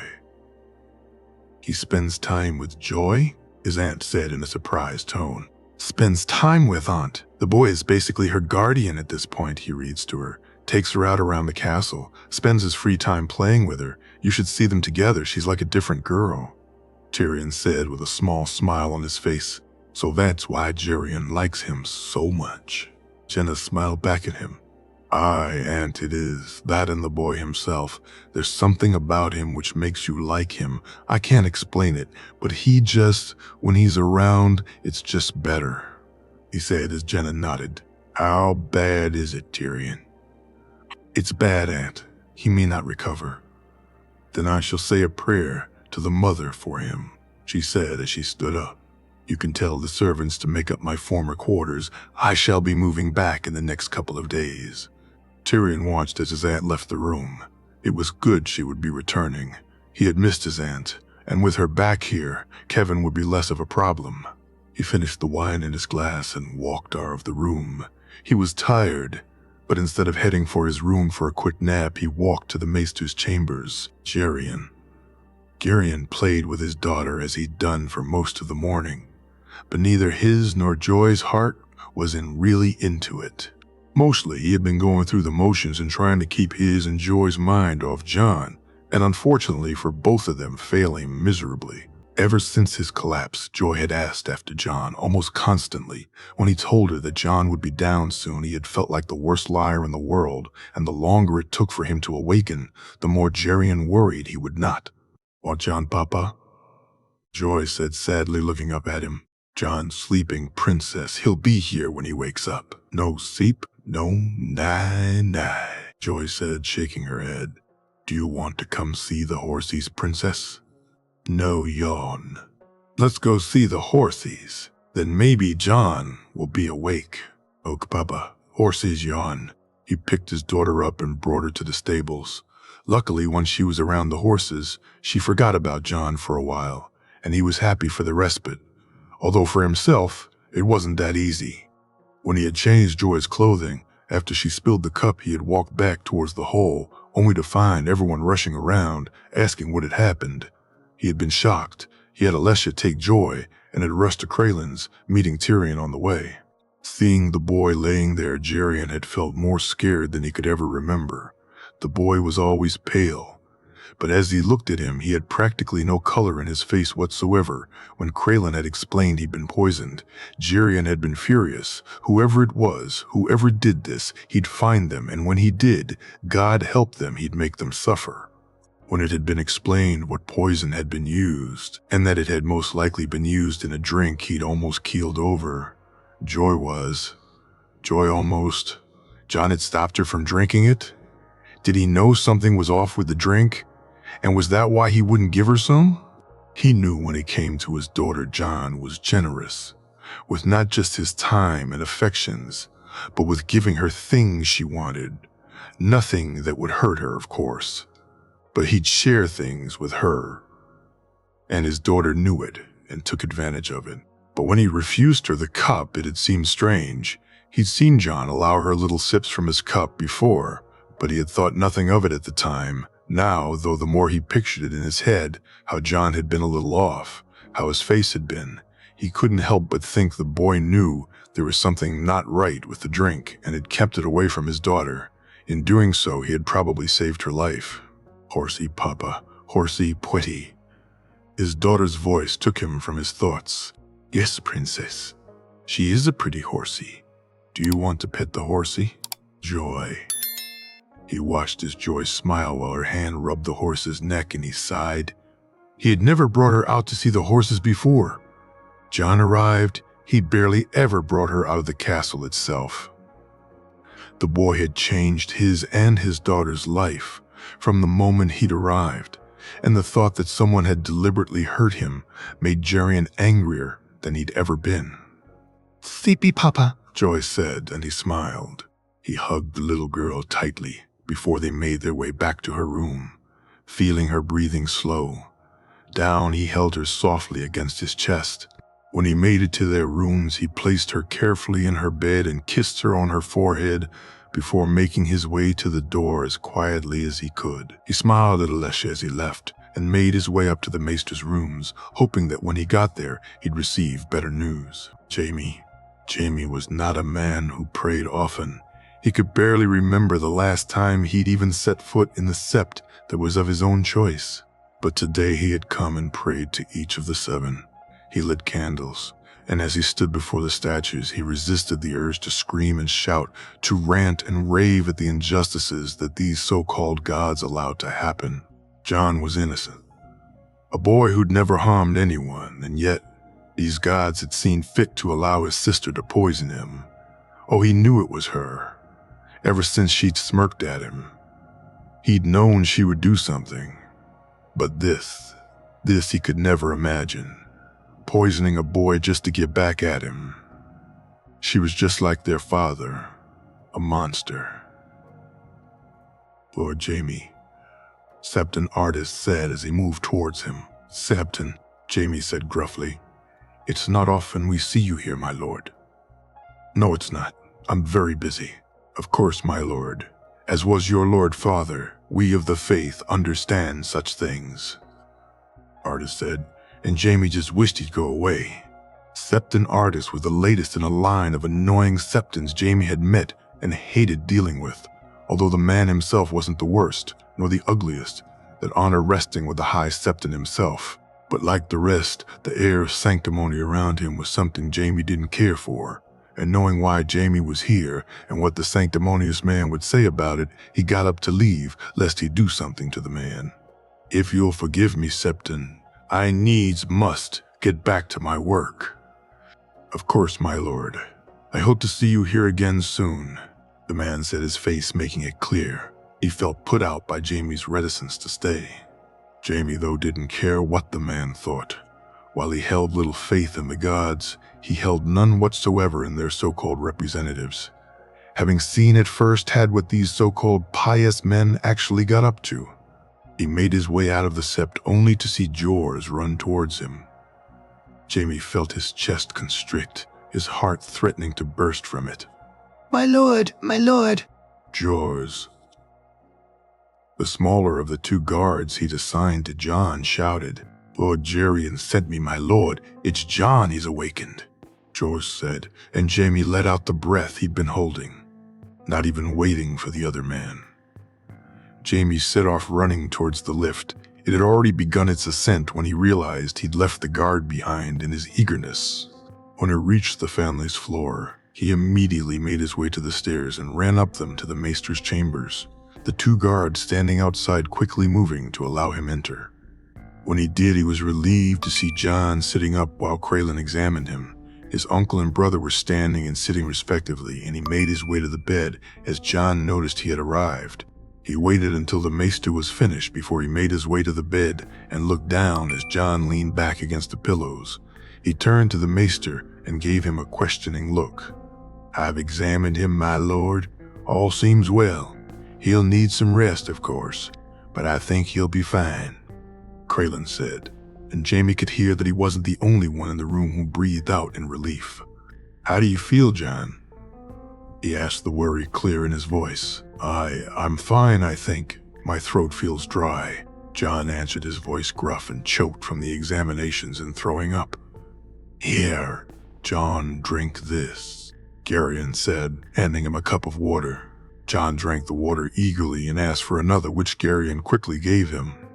This one, he took a little more time over, and Jamie was happy to see the color was starting to come back to his face. "What do you remember, John?" "John," Tyrion asked. "We were breaking our fast. I was drinking. It tasted awful. Really bad, Joy. Joy was there. She wanted to drink it, but I wouldn't let her. And then I felt strange. I don't know. Try. What breaking our fast? I wouldn't let her, and then we think you had some milk that was off, John, and it made you very sick," Garion said. Sticking to the story they'd decided on, now was not the time to tell him he'd been poisoned by a crazy, spiteful woman. "Wait, Joy, is she all right?" John asked worriedly. "Aye, she's fine, lad. You stopped her from drinking the milk," Garion said, and Jamie could see the pride in his uncle's eyes as he said it. "John, why don't you get some rest here tonight, and we'll have you move back to your room tomorrow. I'm sure when you're up to it, Gerion will bring Joy to see you. She's been missing you, as have we all," Jamie said and smiled at John as he nodded. The three of them and the maester left the room, leaving John on his own. When they got outside, Jamie saw that Jors had arrived with Elirs, and both men relieved the two guards at the door, feeling they deserved to know how John was. He motioned to the maester, Gerion, and Tyrion to wait, and allowed Craylan informed them all of how John really was. "Well, maester," Jamie asked. "The lad's fine, my lord. He'll make a full recovery, as I said. There doesn't seem to be any lasting damage. It seems we made it in time. He's a much stronger lad. A few days bed rest and he'll be back as fit and healthy as he was before," Craylan said before heading back to his room. "Thank the Seven," Jamie heard Elir say. Jamie turned and walked to the two guards. "You two are now fully in charge of who comes and goes into John's room. He's to have no meals except those brought by either Jereg or Maris. Is that understood? No meals and no drinks unless it's brought by those two." "Of course, my lord," Elir said. Starting tomorrow, I want one of you with him at all times, until I tell you different. I'll be appointing 2 new guards so you can split your time, even when he's in his room. I want 2 guards outside his door from now on. Is that clear? Jaime looked at the 2 men, who nodded. It is, my lord. We understand you can count on us, George said. I know that. Thank you both, Jaime said, and gave them a small smile before walking away with his uncle and brother, Tyrion. The 3 of them walked to Jaime's solar. Tyrion had never seen his brother like that. He had basically made Jon more protected than anyone else in Casterly Rock, himself included. Tyrion understood, though. The thoughts of how close Jon had come to dying were clearly bearing down on his brother, as they had on both him and his uncle. They entered the solar and sat down while Jaime looked at them silently. Tyrion reached over and poured himself and Jurian a glass of wine as he went to pour Jaime one, though his brother shook his head and instead picked up the water jug and poured himself a cup of that before swallowing it down in one gulp. From now on, all our meals are to be prepared by only the cooks who've been here for years. No new cooks or maids are to be anywhere close to the family's meals, either in preparing them or serving them. Tyrion, Jaime asked. Of course, brother. I'll need to rearrange some of the staff, but yes, I'll make it happen. We need to find out how the hell this happened. I doubt one of the servants who've been here for a long time would do this, but I can't be sure. We have to know who it was who actually put the poison in Jon's cup, Tyrion. You're going to have to question anyone who had access. I already did, brother. One of the servants has disappeared. A young girl who had only recently started. I've sent guards looking for her, but she's gone. Fine. She was probably the one who actually poisoned Jon. But I need to know we can trust the rest. Tyrion, you know who we can trust. Use them to see if there are any we should be worried about. I will, Tyrion said determinedly. Good, uncle. When Jon's up and about, I need you to go to King's Landing, Jaime said, confusing Tyrion. Hear me? Why? Jerian asked. I need you to speak to Cersei, to warn her what will happen if she tries this again. Tyrion was stunned. Was he hearing this right? Was Jaime actually saying their sister had poisoned Jon? Why, what possible motive would she have? Cersei, are you sure? He asked. I'm sure, Tyrion. Did you not think that little performance she gave when she was leaving was strange? Suddenly talking to Jon and being nice, after having tried to get him thrown from the hall and trying to stop the king rewarding him. Suddenly she had no problem with the bastard boy and was wishing Jon well. Does that sound like our sister? No, but that doesn't mean, Tyrion began to say before Jaime cut him off. I know she did it, the way she smirked at me. I knew she was planning something. I just didn't think it was this. But why? Jerian asked. Jerian asked to get back at me for rejecting her, Jaime said before sighing. The night they arrived, she tried to seduce me, Jaime added while Tyrion and Jerian sat there with their mouths open. Tyrion had always known that Cersei and Jaime had been close, but they had never, as far as he knew, had they. When I threw her out of the room, she threatened me. I threatened her back and hoped that it'd be the end of it. But I should have known it wouldn't be that easy. She was always going to try and get back at me. I just never imagined she'd use Jon to do so. What do you want me to do? Jerian asked. Jerian asked, when you get to King's Landing, I want you to warn her that if she tries something like this again, Robert will find out the truth. Jaime, you can't tell the king his wife tried to seduce you. What if he didn't believe you, or worse, blamed you? Tyrion said. No, the truth about who Joffrey's father is. You can't mean? Tyrion asked. Take it, Jaime said, and Tyrion and Jerian gasped. How do you know? Because she made me guard the door while she fucked our uncle. Jaime said, the disgust clear in his voice. Jerian broke out laughing, forcing Tyrion and Jaime to look at him.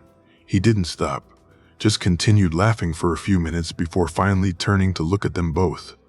So her son's a bastard, Jerian said before laughing again. Yes, and if Robert found out, he would take both their heads, Jaime said.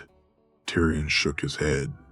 Was Jamie seriously suggesting that they tell the king it'd mean war? Sure, his sister was a bitch, but while the boy was a bit off, he was still a child. You don't approve, Jamie said, looking at him. She's our sister and the child's our nephew. You can't, Jamie. I'm not and I won't, but this is the only way to keep Jon safe. When she finds out he's alive, Tyrion, she'll try again, and no matter how many guards or how many changes we make, he won't be safe. This way she'll know what happens and it'll stop her. So it's a warning then, for now, Jamie said, and Tyrion shuddered.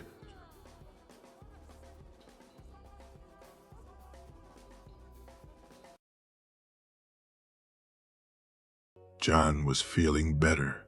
They had finally moved him down to his own rooms. And while they weren't allowing him to leave, just being in familiar surroundings made him feel more comfortable. He lay in the bed and thought on what he'd been told. Apparently, he drank milk that had gone bad. It seemed strange to Jon that this would lead to him collapsing, but the maester was quite insistent that it would. When he realized the milk had made him sick, he immediately worried about Joy. While he had stopped her from drinking the milk, she had spilled it, and some of it may have landed on her hands or face. He was told, though, that she was fine, and he felt an enormous sense of relief. He would never forgive himself if she got hurt because of him.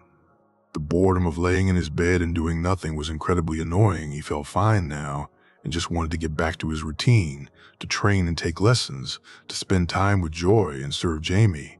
But instead, he was stuck here and would be for the next few days. Luckily, Tyrion had come by and left some books for him to read. He was in the middle of reading Maester Lormus's tome on strategies and tactics for cavalry when Geryon arrived carrying Joy. Yawn. The little girl said, practically jumping from Geryon's arms.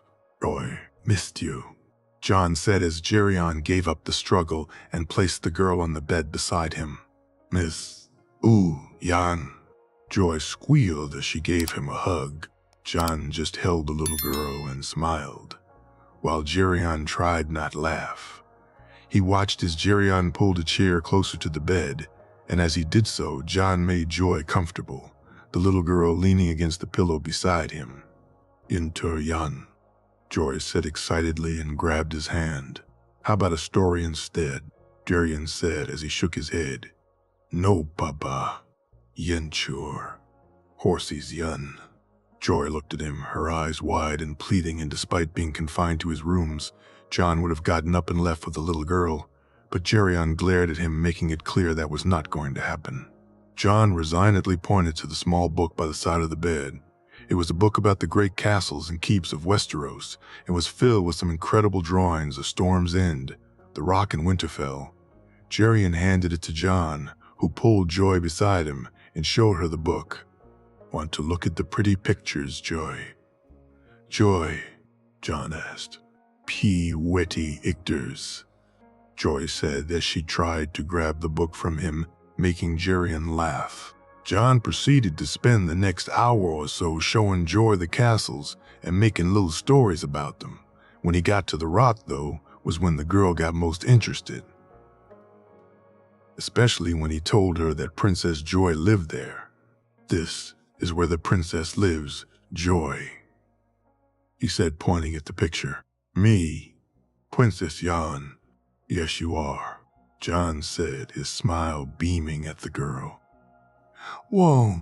Unfortunately, all good things had to end, and after a while, the maester arrived to check up on him, not wanting Joy to get upset while he was examined.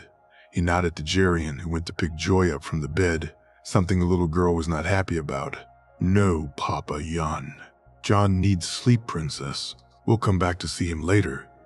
No sleep, no nee. Go with Papa Joy. No, Jan. Stay, Joy stay. Princess, let's go see the horses, and then we come back and see Jon.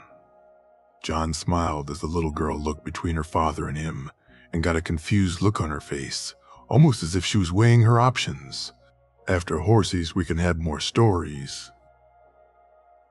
Joy, I promise, Jon said, trying to sweeten the deal. Horses, Jan. Joy finally said, decision obviously made. "Oh, princess, say bye-bye to John." "Bye-bye, Jan," Joy said as he waved at her from the bed, making her laugh. John felt a little sad watching Joy and Jerian leave the room, while the visit had cheered him up. It also reinforced the fact that he was stuck in this room for the next few days. A few days later, Jamie.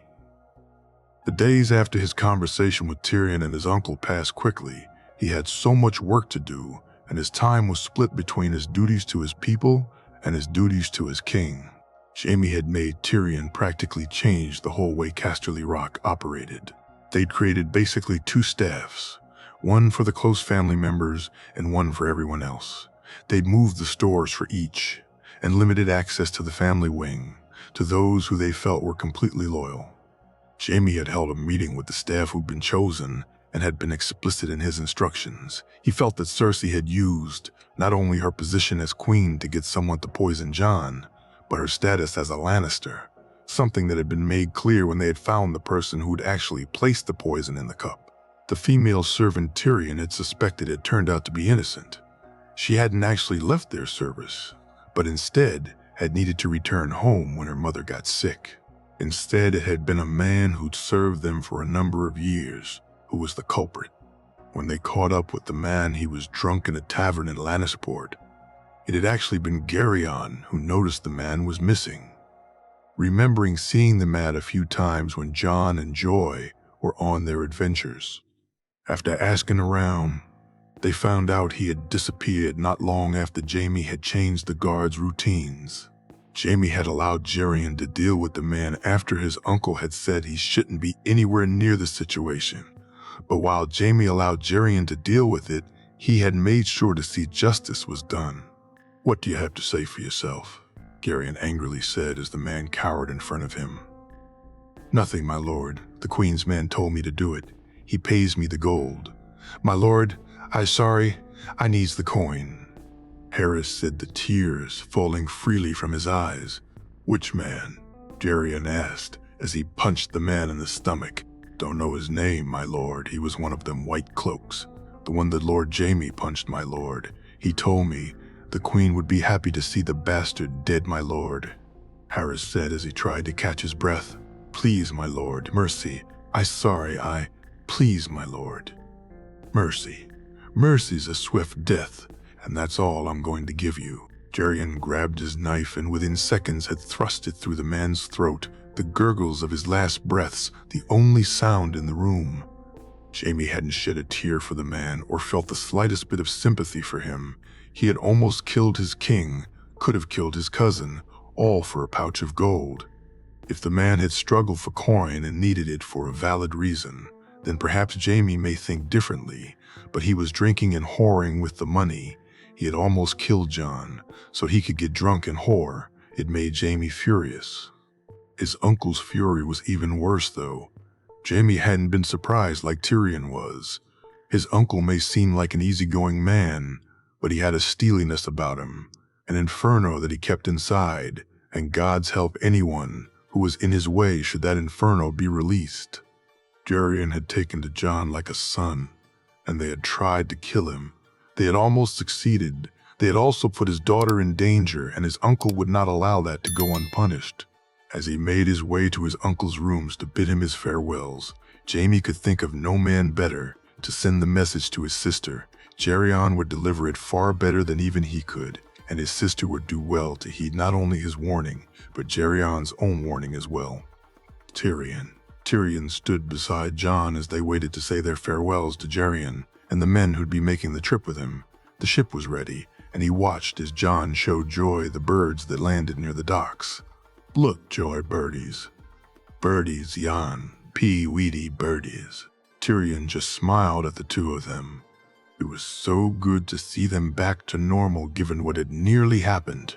Finally, it was time, and Geryon made his way over. Jon let go of Joy's hand so she could run and give her father a hug. "Hello, princess," Geryon said as he knelt down to greet her. "Papa," the little girl said excitedly as she hugged her father tightly. John walked over and took a knee beside them before Joy noticed him and hugged him too. The fact she'd only done so a little earlier, having no bearing on the child whatsoever, Tyrion was sorely tempted to go over so he could have a hug also, but in the end managed to restrain himself. Thankfully, though Geryon decided to walk to him.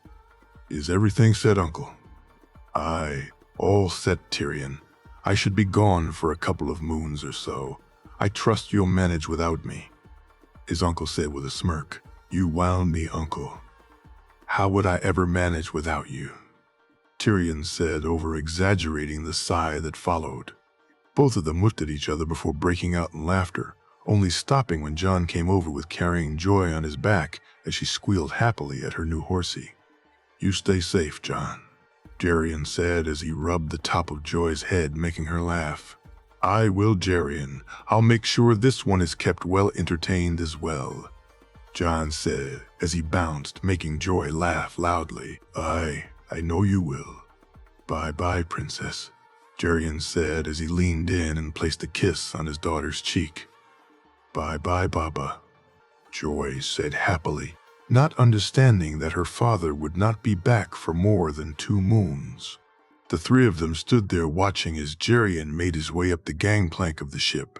John had lowered Joy to the ground, much to the little girl's annoyance, but now he lifted her up and pointed to her father, and she forgave the interruption to her game of horsey.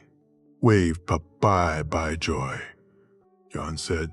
"Bye-bye, Baba." Joy sang happily as she waved him off. They stood there and watched the ship depart before making their way to a tavern for some refreshments, with all the precautions they now took with their food and drink. Tyrion was happy that there were still places they could go that were safe. This tavern was such a place.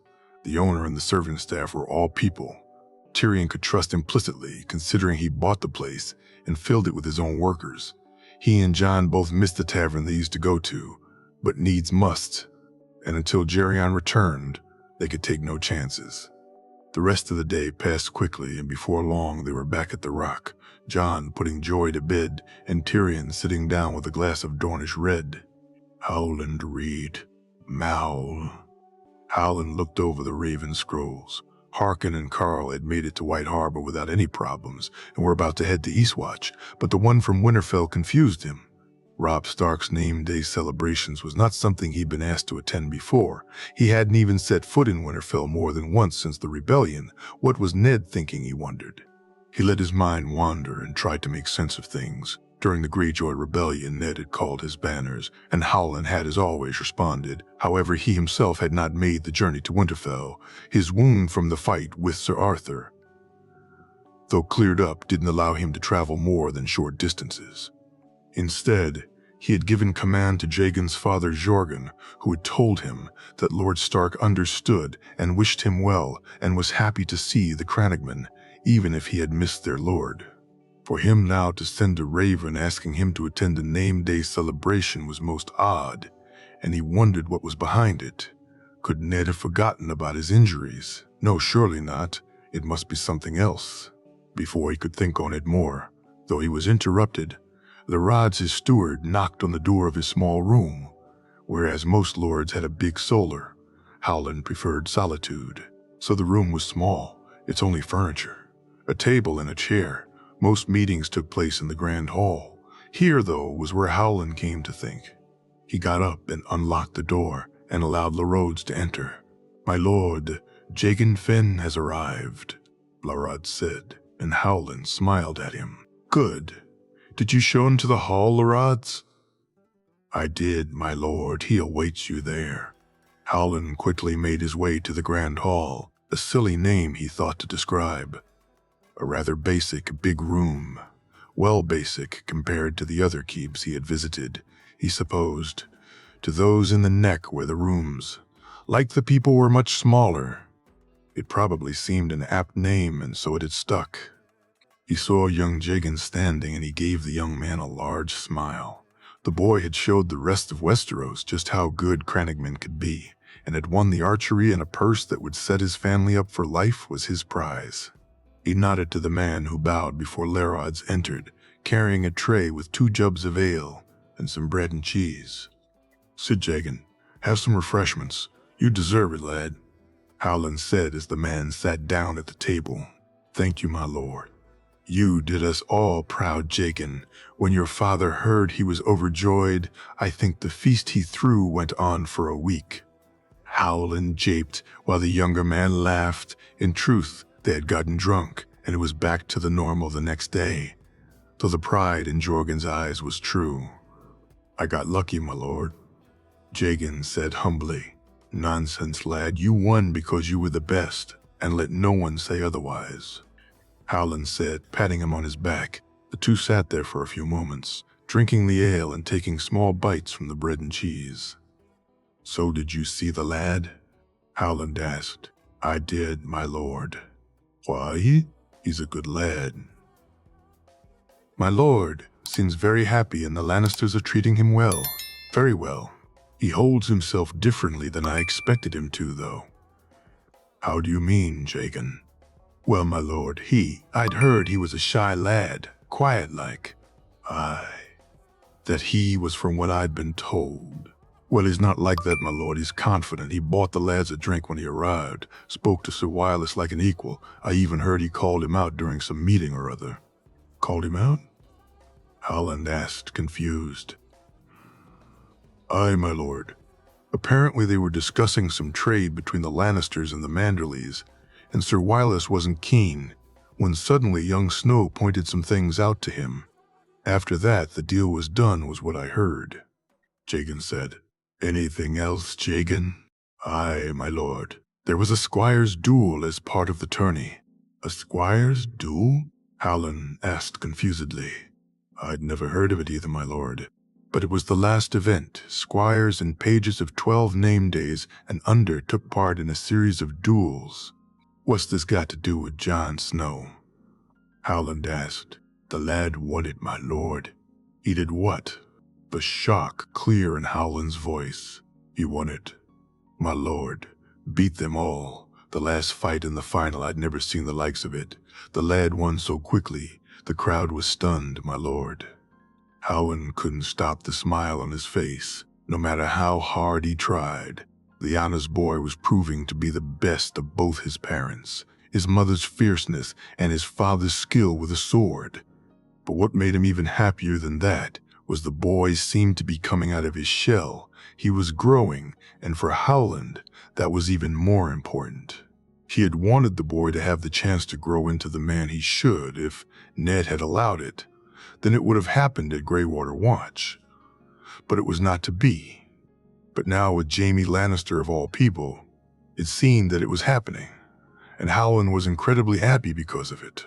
Once his men got back to White Harbor, the lad would be getting something very soon that would ensure he grew stronger still. Jenna. Jenna had moved back to the Rock 2 moons ago, and things had quickly developed from there. She had taken Tyrion's advice and began to watch the bastard more closely and found, just like they had, that there was more to him than just being the bastard son of a lord. Jon Snow had something about him. A presence, Tyrion had called it, and the more she observed the boy, the more she saw it. At first, she saw it in his interactions with her niece. She had never seen the little girl as happy as she did when she saw her with Jon Snow. He paid her attention, played with her, took her on walks, as Tyrion had told her. But it was more than that. There was genuine affectation there, and it surprised her. Even after Tyrion had told her he spent time with her niece, a part of her assumed it was to curry favor. Nothing could be further from the truth, it seemed. The boy genuinely liked to spend time with Joy, and it warmed her heart to see it, so much so that she began to reevaluate her opinion on her own 2 younger boys, spending time with the boy, although she still had as of yet allowed it. With Jerry away on some business or other, she had heard the boy had asked if he could forgo some of his lessons so he could spend more time with the girl, and to her surprise, Jaime had agreed. What was even more surprising, though, was that while the boy didn't attend his lessons directly with the maester or one of the many tutors Jaime had hired during this time, he still managed to fit in the lessons themselves, asking instead for some sort of written questions to ponder while on his own. She had assumed that perhaps he was using Jirian's absence as an excuse to dodge his lessons, as was a boy's wont, but that was not the case here, apparently. "Aunt Jenna, how are you this fine morn?" Jamie said, taking her from her thoughts. "I was just thinking about your squire," Jenna said, and looked at him with a raised eyebrow. "John, what about him?" "I may have been a little premature about the boy," she said, surprising her nephew. "He's a good lad, Aunt. You should give him a chance." Jamie said, "Perhaps you're right, nephew. I take it he's with Joy again," she said, smiling. "Aye. He's actually sparring, though. Joy's with Alessia watching him. Listening to her shout bang and whoosh every time he lands a hit is incredibly funny," Jamie said, and began to laugh. "I'll bet it is. So where's my brother off to, Jamie?" Jenna said, serious now. "Garion's away on business. Aunt, he should be back within the next moon." "What business, Jamie?" "Important business. Now, if you'll excuse me, Aunt," Jamie said as he kissed her cheek and left the hall. She'd get to the bottom of what Jerian was up to when he returned. For now, though she got up and walked to the courtyard, hearing a little girl shout bang was something she very much wished to be a part of. King's Landing. 1 moon ago, this city smelled worse than the last time he'd been here, and Garion almost cursed Jamie for sending him. However, once he found out what had happened, he would have demanded to go if Jamie had not already asked him to. For now, though he had things he needed to do, and so he would spend more time in this terrible city than he would like, but needs must, and he needs must, protect his family. He and his guards made their way to the Red Keep. He'd have to announce himself before the court, although by now he was sure the spider would already know he was here, who was with him, and which of them was not wearing underclothes. Which of course was him, he thought as he smirked. The guards at the Red Keep wore bored expressions as they stopped them, actually asking who they were, as if the red cloaks and the lion sigils didn't give the game away already. Apparently the clever guards were elsewhere today, he thought, as they finally allowed them pass. He followed the 2-guard escort into the throne room, where Lord Aaron was holding court. Robert no doubt drunk, or buried in a bosom somewhere. As he entered, he saw a small, slender man with a dark hair starting to streak gray and a pointed beard stare at him intently. He nodded to the man, who smiled a mirthless smile back at him. He awaited his turn to be presented, and was joined by Sir Adam and Captain Viler, who was to personally take over Cersei's household guards under Jaime's direct orders. After he and Tyrion had talked Jaime out of removing the household guards from the capital, the 3 of them had come up with the alternative of replacing them with men loyal to Jaime, Vilar being the obvious choice to lead them, as the man was loyal to the Rock above all else. "Sir Adam, Captain," Garion said as the 2 men nodded to him. "Lord Garion, by the 7 you can still smell the shit even here." Adam said, grimacing, "Aye. Unfortunately, that's one thing about this city that never improves. Not that much does," Garion replied. "I suppose we both have it better than Damon here. At least both of us are only here for a short time," Adam said, laughing as Viler shrugged. The 3 men stood there as Lord Aaron dealt with various disputes or problems before finally Garion was called. He made his way towards the ugly throne and bowed in front of the hand, as did his companions. "Lord Aaron, a pleasure," Garion said as he looked at the older man. "Lord Garion, I'm surprised to see you here," John Aaron said, looking at him intently. "Aye, my lord. Some business for Lord Jaime and a visit to see my niece and grandnephew. I'm afraid the queen is indisposed today. My lord, her pregnancy has taken a toll," John Aaron said, shaking his head. "I'm sorry, my lord. We were unaware of the queen's condition." Garion said, his surprise genuine. "It was a surprise to us all." John said, a note of suspicion in his voice that Garion picked up on. "Well, my lord, I look forward to speaking to my niece when she's feeling better. Perhaps I could be informed when it's appropriate." "Of course, my lord. I'm sure the king will be glad to see you're in the capital." I very much look forward to seeing his grace. Geryon said, the fake smile on his face practiced enough to fool better men than the hand. He bowed and made his way out of the throne room. While he could, if he wished, stay in the keep, and he knew both Jon Arryn and the king would probably prefer it. For Geryon, nothing could be worse than staying under the same roof as his niece. He had come here to deliver a message, and that was the limits of the time he'd spend anywhere near that woman. It took them almost 2 weeks before he got to meet with Cersei. 2 weeks where he had to endure Robert's idiocy. As soon as the man found out he was in King's Landing, he was immediately summoned to the king's side. Geryon wasn't sure when Robert got the idea they were friends. Or was it that the man was so desperate for them that he'd made it up in his own head? But Robert had been overjoyed to see him, and feasts and drinking had ensued. Geryon wasn't a fan of the former, and though not over-enthused about the latter, he found time spent in Robert's company was easier spent drunk than sober.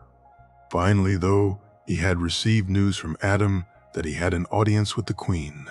He made his way to the keep and was escorted to her rooms. He had to hold himself in check when he saw Meryn Trant guarding her doors. Now was not the time, he thought to himself as he walked towards the disgrace of a night. "Sir Meryn," he said with a smirk.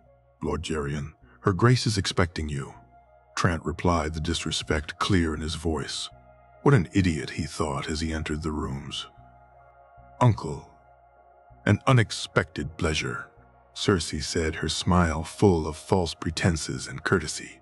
"Your grace, the pleasure's all mine," Geryon said with a bow, noticing her green eyes glimmer. "And may I congratulate you on your good news? You and the father must be overjoyed." He added the glimmer, now replaced by a look of pure disdain. His grace was most pleased. Cersei's false smile returned. "I'm sure he was. Children are so precious. I'm sure his grace can't wait to hold his child in his arms." Geryon's smirk this time was real. "So, uncle, what brings you to King's Landing? As delighted as I am to see you, I assume I was not the reason for your journey." "Oh, but you're wrong, your grace. You're entirely the reason for my journey," Geryon said as she glowered at him. "Why is that, uncle?" "Lord Jaime asked me to deliver a message." "Really? And what does my beloved brother wish to say to me?" Her eyes lit up in excitement. "That it stops now." "Whatever could my brother mean, uncle?" She fluttered her eyelids coquettishly. "The attempt on Jon Snow's life failed, Cersei," Geryon said, noticing her expression shift quickly to annoyed, before once again the innocent smile was back. "Oh, someone tried to kill the young man. That's terrible. I do hope you found the culprit, uncle," her inquisitiveness at the latter giving her away. "Oh, I found him all right, and I dealt with him personally. You see, not only did he try to kill Jon, but in trying to do so, he almost killed my daughter," Geryon said angrily, watching as his niece barely changed her expression. "I know you were behind it, as does Jaime, and it stops now, Cersei, or you'll pay the consequences. Mark my words, girl." "How dare you? I am your queen. I should have your head for speaking to me this way." "You forget yourself, Cersei. You think a crown protects you. You could have killed my child, almost killed Jon. There's not a damn thing in this world that'll protect you from me. Should you try it again, do you hear me?" Geryon said, moving towards her. "Sir Meryn," she shouted. "Careful, Cersei. We've yet to discuss Tyget," Geryon said, enjoying the shocked expression on her face. The knight rushed in, sword raised, and Geryon smiled at her as if to say, "Go on, do something." The silence stretched on for a few moments before Cersei turned to the knight. "Your Grace," Trant asked before Cersei looked at Geryon's smiling face and back to the knight. "It's fine, Sir Meryn." "Are you sure, Your Grace?" "Yes." Geryon watched as the knight left the room before he turned back to look at his niece's face. He could see her discomfort, and he relished it. What he was about to do now was something he relished even more. "I don't know what you mean, uncle," she said, smiling at him, as if she hadn't called a knight to kill him a few moments earlier. "I know your son's a bastard born of incest. Garion said. What a hypocritical bitch you really are. Looking down on my daughter and on John, wanting them to be removed from your presence, when all the time your precious Joffrey was a bastard. He added, My son is not a bastard. She screamed at him. Sure he's not. And nor is the babe you're carrying either. But if you ever try anything like that again, I'll make sure the world knows they are. I could have you killed, Cersei said angrily. Go ahead. Should anything happen to me, then your husband will find out the truth. What do you think he'll call them? Lion spawn, perhaps? Garion said as he turned to leave. Please, uncle, you can't tell anyone. Please, I'll do anything. Cersei grabbed him, turning him around, her hand slowly moving down towards his groin as she smiled at him. Anything at all, she said in what he assumed she thought was a seductive voice, her hand sliding down his stomach before he grabbed it and pushed her away. As I said, try anything like this again, and Robert finds out, if so much as a hair on Jon Snow's head is harmed, if my daughter gets a nosebleed because of you, then he finds out. Kill me, and your brother will ensure that the next bodies to fall will be you and your sons. Don't test me on this, Cersei. Have I made myself clear? Fine. The bastard is safe from me. Good. Then you're safe from me. And to ensure that safety, your brother asked me to inform you that Captain Vilaire will be taking over command of the household guard.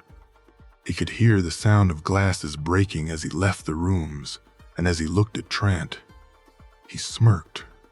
A nice meal with some fine wine would go down well, he thought as he began to whistle. Sir Barristan.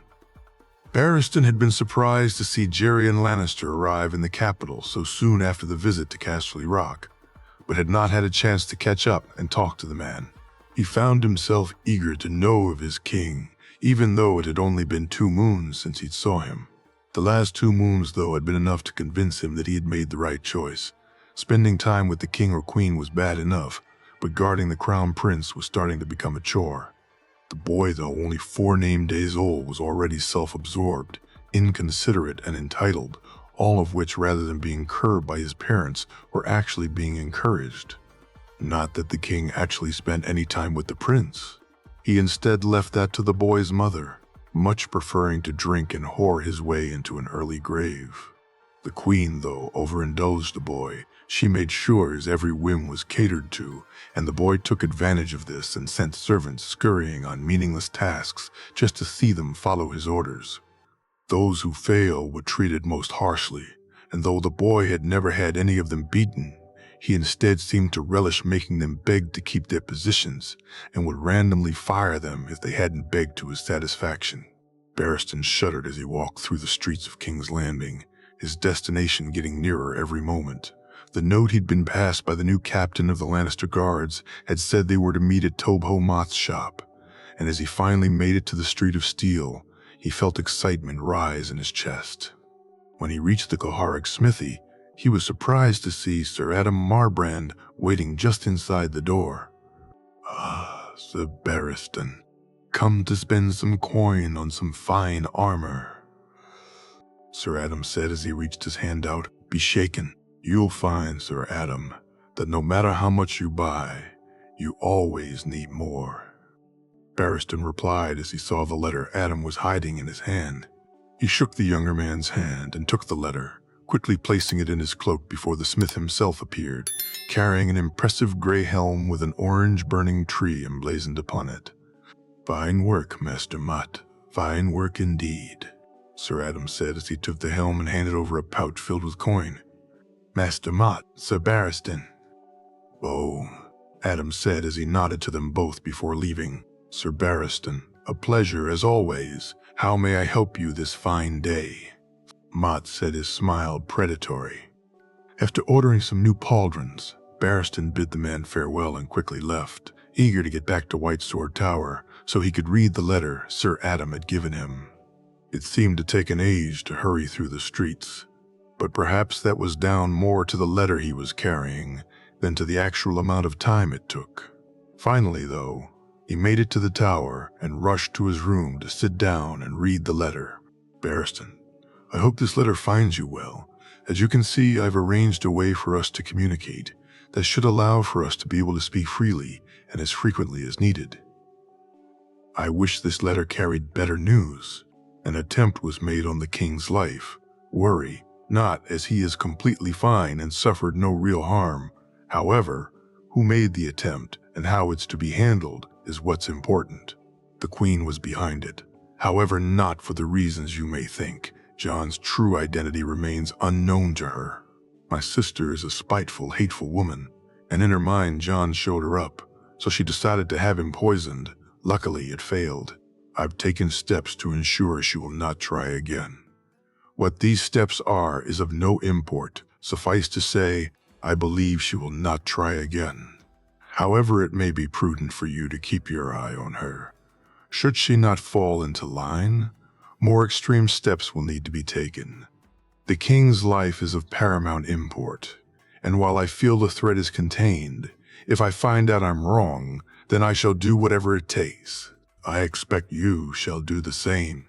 Should you need to contact me, then Captain Vylar will ensure that I receive your message, as he will that you receive any of mine. Your brother Jaime. Barristan was stunned. The queen had tried to kill John, all because he irked her. Because she felt put out by a bastard, her response was to try and poison a child. What kind of a woman was she? He took the letter and held it against the candle flame, watching as it burnt. He breathed a sigh of relief that the king hadn't been harmed, but the thoughts that he could be filled him with trepidation. The queen would need to be watched more carefully. If he even got a hint that she may do something to harm his king, then he would stop it. He would stop her, even if he had to become a queenslayer in the process. The wall. Benjen was surprised to be called into the Lord Commander's quarters. His last ranging had been over 2 moons ago, and since then he had been reduced to helping around Castle Black where he could. Although his injured leg was well healed, he had not been among the last group to go out, and assumed that Jorah was giving him some more time to fully recover from the wilding ambush. As he made his way up the rickety stairs, he noticed some men wearing the Merman sigil unloading supplies. He nodded to one of his brothers as the man helped unload the supplies, a smile on his face when he saw the ale casks. If nothing else, we'll have something better than the piss the Night's Watch calls ale to drink for a while, he thought as he reached the door. He knocked and was bid to enter. As he did so, he saw the 2 Crannogmen sitting facing the Lord Commander. Have a seat. Stark, it seems these 2 men have a message for you. Gior said, and Benjen sat down. Lord Stark, the taller of the 2 men, not that either were tall, said as he looked at him. No lords here, just brothers of the Watch. It's just Benjen. Benjen said, as Gior smiled at him. Benjen, we were asked to deliver a letter to you from our lord, Carl said as he took the letter from his cloak. Howland sent me a letter. Why? Benjen asked confusedly. I don't know, my lord, Harkin said. Benjen took the letter and broke the seal. Benjen, what I'm about to ask you to do may seem strange, but it's of great import to your nephew John. You must go beyond the wall to the weirwood where you swore you vows. What you find there must be brought back and given to my men. They will make sure that John receives it. The old gods will protect you, Howland. Benjen read and reread the note. Howland had always been strange, but this seemed crazy even for him. He had half a mind to just burn the note and send the men back to Howland to tell him he wanted no part of what this was. But the thoughts of his nephew stayed his hand. He had been wroth with his brother for allowing John go to the Lannisters of all people, but no matter what he had said, Ned had refused to change his mind. Benjen had stormed from Winterfell the next day, and had in his haste to leave forgotten to even say goodbye to his nephew, something which shamed him to this day. He had even offered to switch with Yoren for a time, hoping that perhaps he could visit the West to see John while at the same time help recruit for the Night's Watch. But he had been refused. So as he finished the note for the 2nd time, he resolved, no matter how strange and cryptic Reed was, he would do as he asked. If it could help John, then he'd do whatever he could. He handed the note to the Lord Commander and asked the two crannogmen for some privacy to talk to Jor. When they left, he turned to see what the old bear's reaction would be. "John, he's your brother's bastard, isn't he?" Jor asked. "Aye. He's squiring for Jaime Lannister." "The Kingslayer?" Jor said, shocked. "Aye. I don't know what it's about, but Ned allowed it. You really think there's something beyond the wall that can help him?"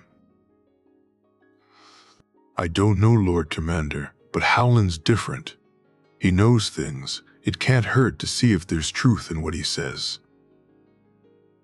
Benjen nodded and stood up before he left the room to prepare. The ride itself would only take a few hours, but you never knew if the weather would turn or what you may face. It took Benjen almost an hour to get ready. As he rode out, he wondered what it was that he'd find. The weirwood itself was magnificent, even more impressive than the one in Winterfell's Godswood. When he reached it, he could see nothing, though. There was nothing at the base of it, nothing around it. He checked again and again, and was about to give up when he heard the sound of twigs breaking. He quickly turned around to find himself face to face with the largest wolf he'd ever seen. No, not a wolf, a dire wolf. He drew his sword, but he knew it was pointless. The wolf was too big. He moved back, trying to get around the tree. As he did so, he noticed the wolf was carrying something. In its jaws, he tried to look. But as he backed away, he fell hard on the ice, his sword falling from his hand and sliding away from him. He tried to back up, but he was too late. The wolf was there, and he closed his eyes and prepared for his fate. Something fell onto his chest, something that was moving. He opened his eyes and looked up to see the large wolf was staring at him, its eyes white as the snow. When he looked to his chest, he saw a wolf pup crawling to his face, its white fur, a stark contrast to the black of Benjen's clothing. The large gray wolf looked at him one last time before turning and moving away, leaving Benjen alone with the small wolf pup he looked down at. Its face, and noticed its red eyes seemed to be staring straight into his soul. King's Landing 1 week ago. He watched as the man strolled through the street. He had watched him for the past week. When he had found out what the man was looking for, he had been disgusted. When he found that people were willing to provide him with it, he had been repulsed and angry. As he watched him now, he only felt a sense of purpose. He followed him down the side streets and quickly cut through the alleyway to get in front of him. He had picked the perfect place for what needed to be done, and as he rushed towards it, he readied himself. It took a few more moments for the man to arrive, and as he did so, he began to stumble towards him, acting as if he was just another drunk. He bumped into the man. "Watch where you're going, you fool," the man snapped at him. "I'm so sorry, sir," he said, his voice garbled. "You will be if you don't watch it," the man said, grabbing him by the hood he wore. As the hood fell down and realization dawned on the man's face, he struck, his forehead catching the man and breaking his nose. He raised his knee and caught the man in his groin before he quickly smashed his elbow into the side of his jaw, feeling the bone crack as he did so. When the man fell to his knees, he reached into his cloak and pulled the knife. What was to come would not be pretty. "Why?" Meryn Trant said his words, barely intelligible. "For my daughter, for John," Jerian replied. The knife was quick, and his hands were steady as he stabbed the man in the chest a number of times. Then he pulled it out. He wiped it on his cloak, and before walking behind Trant and holding him by the hair, he could hear the gurgles and the pathetic whines of the man. And he had enough. Taking the knife, he quickly ran it across Trant's throat, and as he let go of his hair, he keeled forward. Jerian looked down at the corpse of the man who had tried to kill John, the man who could have killed Joy, and he smiled before he spat on him. As he turned and began to walk away, he began to sing softly. "And who are you," the proud lord said, "that I must bow so low? Only a cat of a different coat. That's all the truth I know."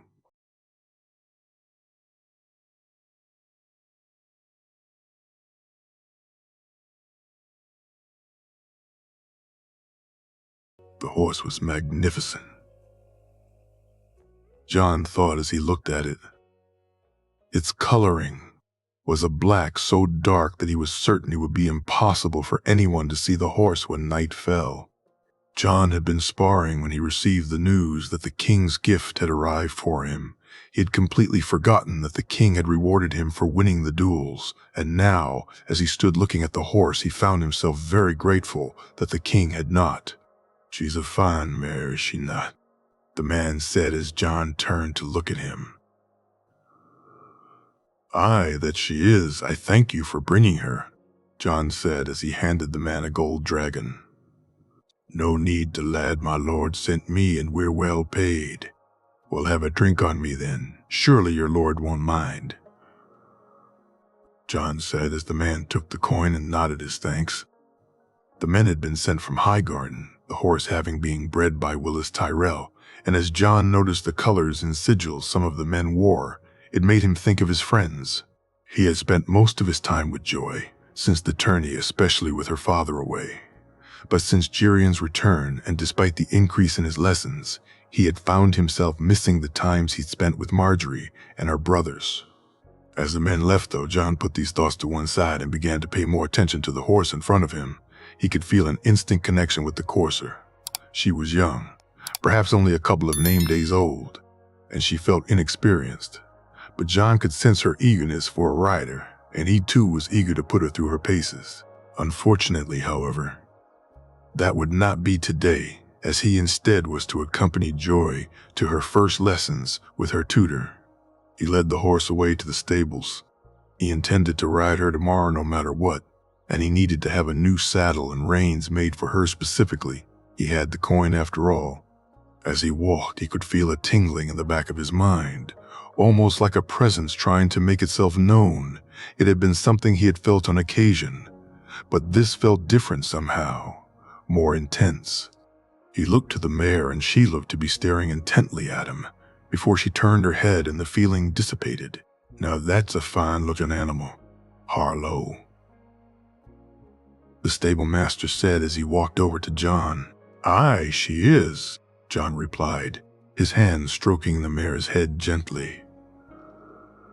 "Does she have a name, lad?" John thought for a second and looked at the mare again. Names flew through his mind so quickly that he barely had the chance to even register them, before finally a word kept repeating itself over and over. "Winter. Her name is Winter," John said, and the mare neighed in response. After the horse was settled, John made his way to Joy's room to take her to her first lesson.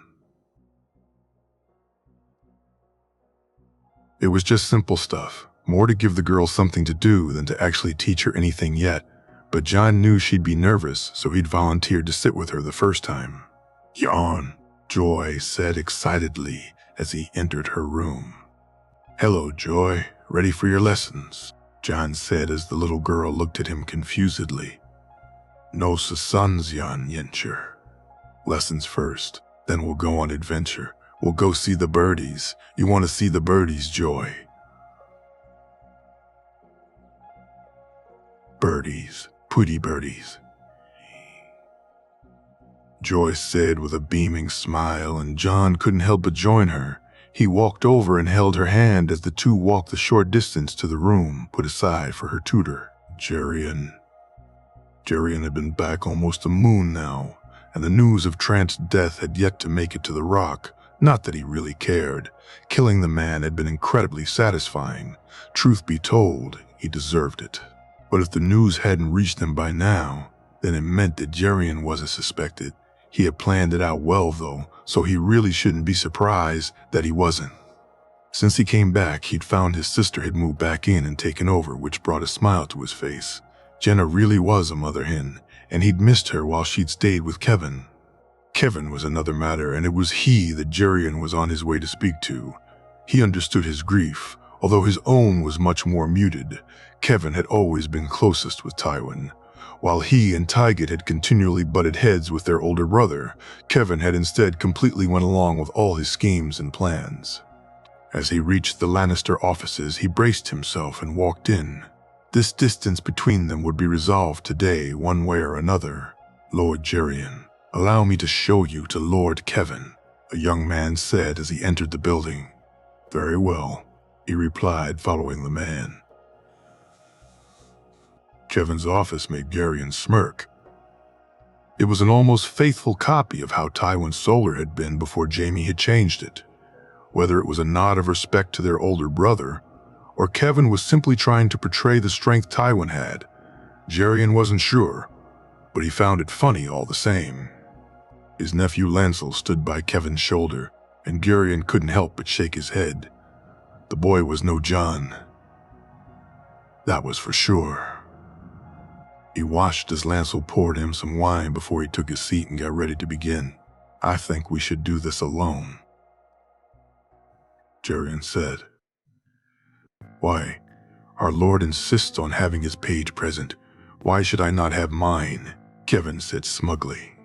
"Because, brother, I care not for such things. I'm here to speak to my brother, and to speak of things a boy has no business being a part of. So either Lancel leaves or I do. The choice is yours."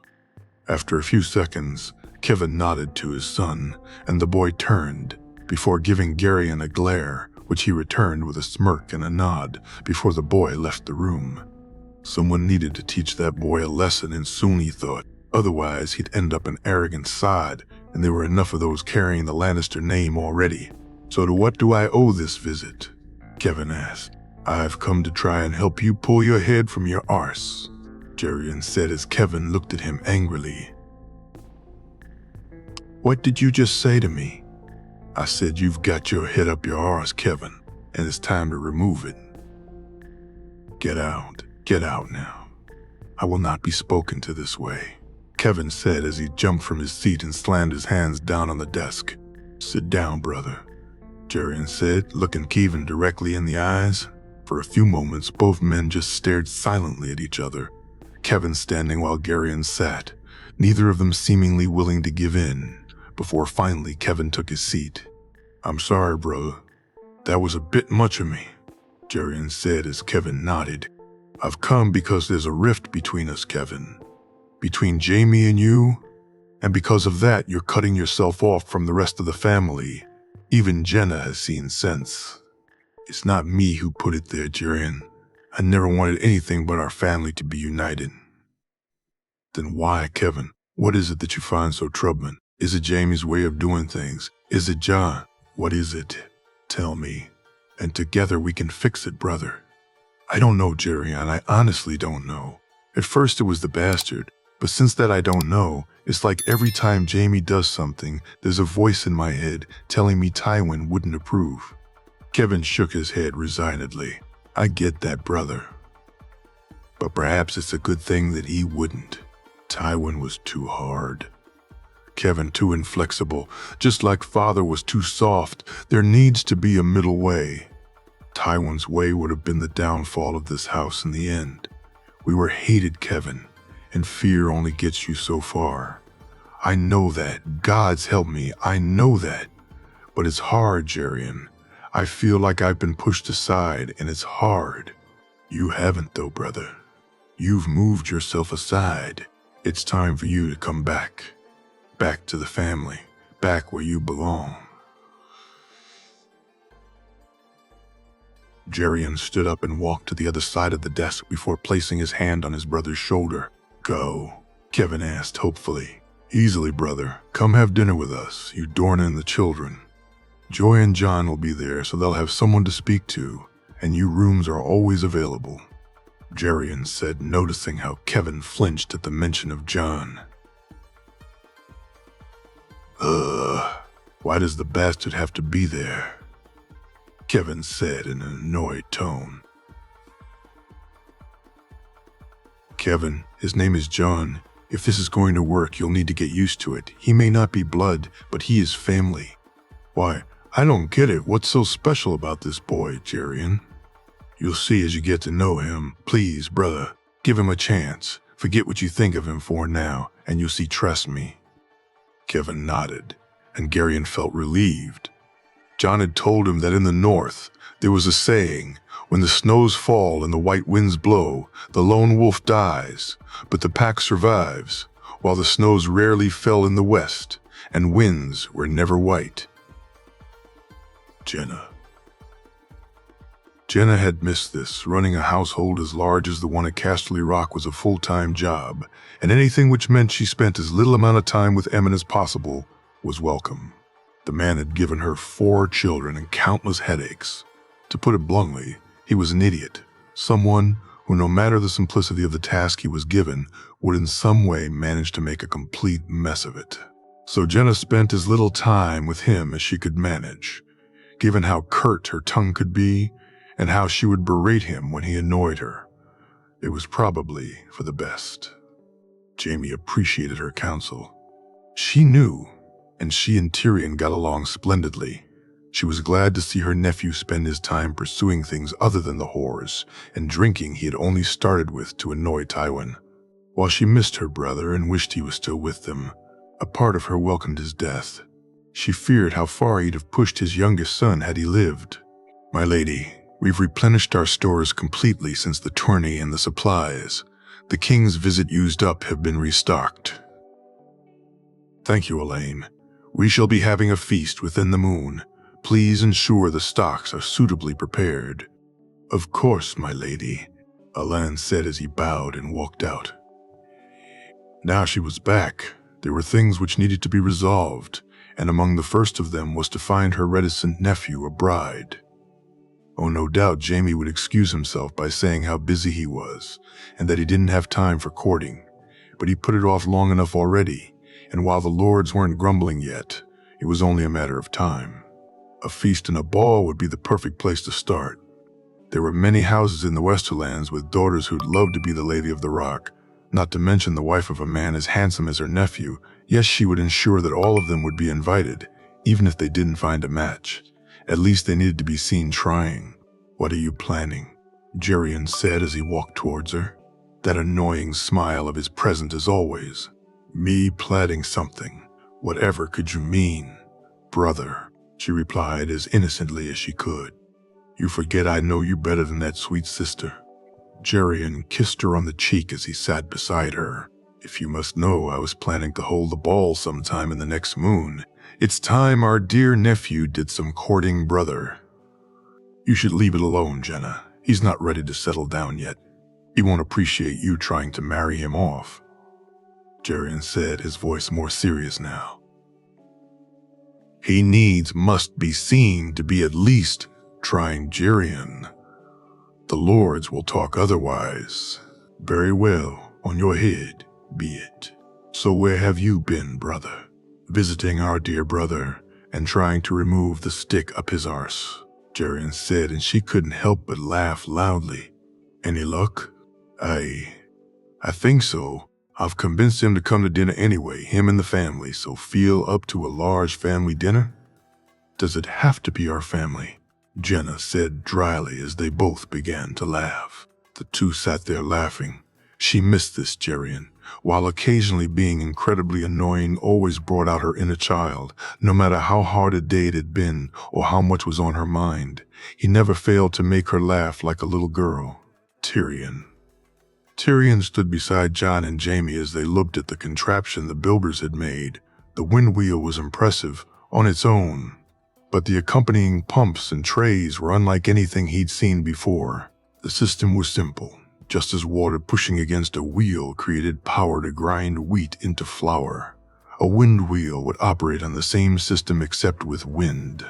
This would, when used in reverse, force the water to be pumped out rather than in. The trays would operate like large buckets, and the water would be carried and spilled back into the nearby small lake.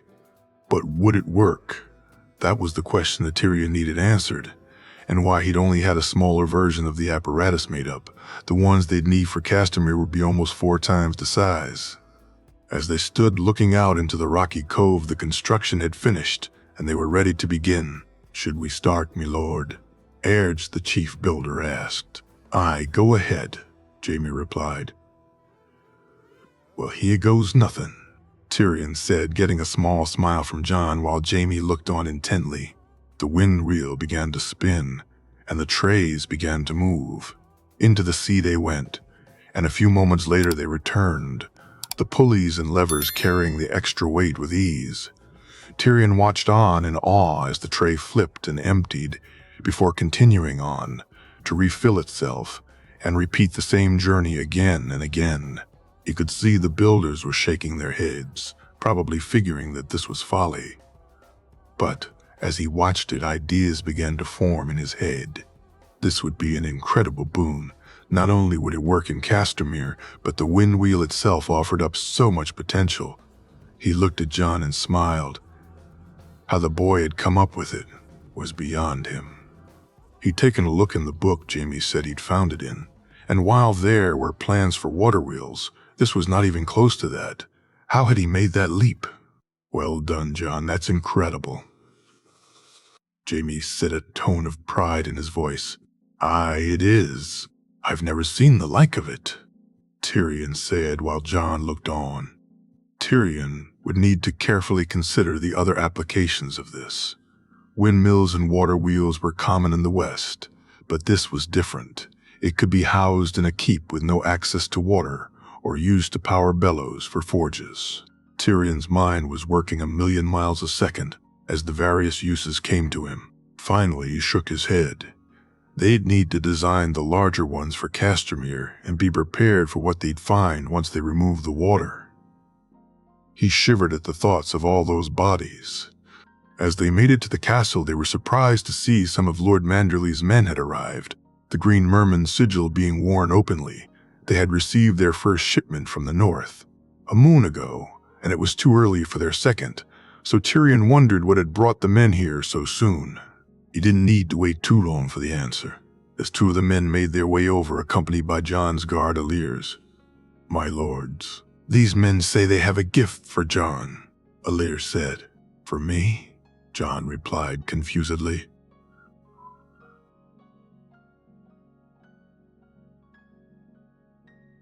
Aye, my lord.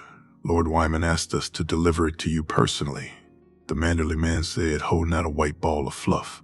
Tyrion watched as Jon took it in his hands, only to be surprised when it revealed itself to be a dog of some sort. Is that a dog? He asked. No, my lord. It's a direwolf. It can't be. No one's seen one south of the wall, Tyrion said, shaking his head. Aye, that's true, my lord. I'm not sure where he came from. Only heard it's from the lad's uncle at the wall.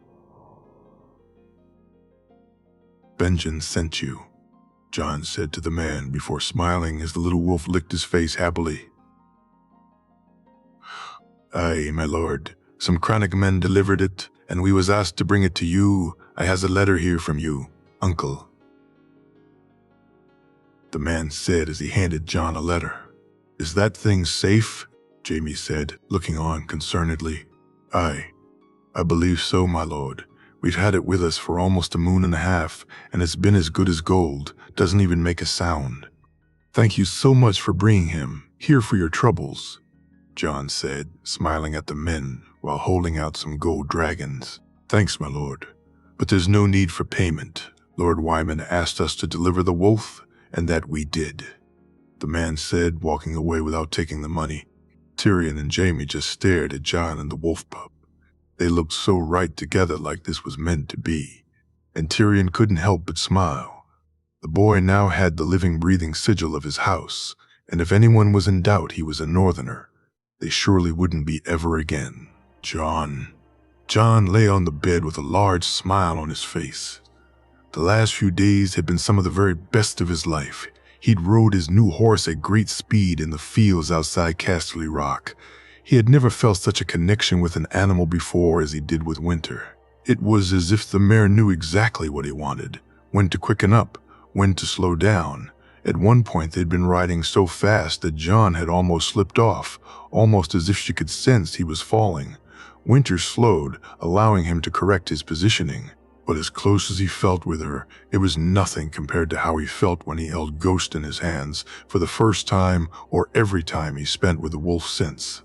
He lay there with the wolf sleeping on his chest and felt more complete, more whole than he'd ever felt before. It was like he had found a part of himself that he never even knew was missing. When the Manderley man had handed him the wolf, He felt an immediate connection. When he looked into those red eyes, it was like looking into a mirror. The recognition, the intense feeling of being known was like peering into his very soul. The wolf felt it too, ever since he held him. He looked to the letter his uncle had sent him. Reading it made him cry as he found he missed his family so much. He still wrote and received letters from Rob and his father, even received one which was basically a scrawl from Arya, which had made him smile. But they were different than they had been, more detached, more removed, almost like strangers inquiring about another stranger's well-being. The ones from his father were especially cold. While his father had never been the most open person, John knew he loved him. But as the letters started to become lesser, they seemed more like courtesy than genuine interest. The questions seemed like a checklist to John. How are you? Do you need anything? Have you got enough? All basic questions, not how do you feel or we miss you, nothing like that, which is why his uncle's letter had such an effect on him.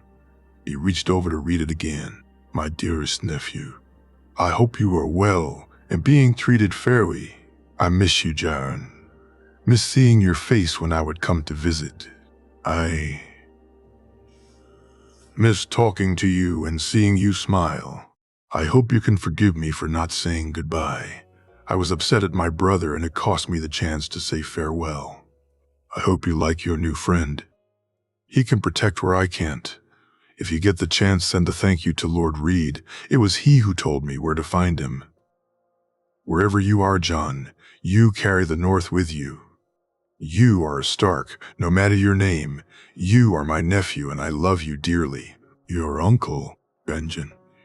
John felt the tears begin to fall and moved the letter back to the table so he could wipe his eyes only to find Ghost wide awake and looking at him. The wolf licked his face and did so again, causing him to laugh. Stop it, you little furball, he said, laughing. The wolf cocked his head to the side and just carried on licking his face. Within seconds, John was feeling better, and the wolf stopped to look at him before laying his head back on his chest and falling off to sleep. John couldn't help but smile, thinking about the adventures he and Ghost would get up to. Ghost. The name just fit the wolf perfectly. It had come to him the first day he'd had the wolf, how it would silently move, how it didn't even bark, just growled occasionally, especially at Lancel to John's amusement. He moved over to his side and placed Ghost on the pillow beside him, the wolf curling into a small ball of white fur. And as he stared at him, he felt himself drifting off to sleep. He dreamt that night of white snow and a wall of ice, a great weirwood tree and an old white-haired man surrounded by children. He dreamt of a woman with long dark hair riding a horse as swift as the wind, and man with silver hair playing a harp. Jamie was nervous. He hated these things.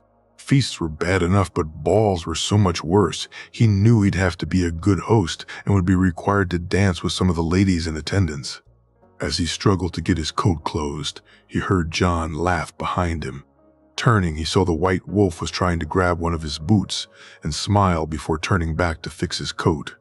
He'd been wary of the wolf when it first arrived, but something about it gave him pause. Seeing John so happy was part of it.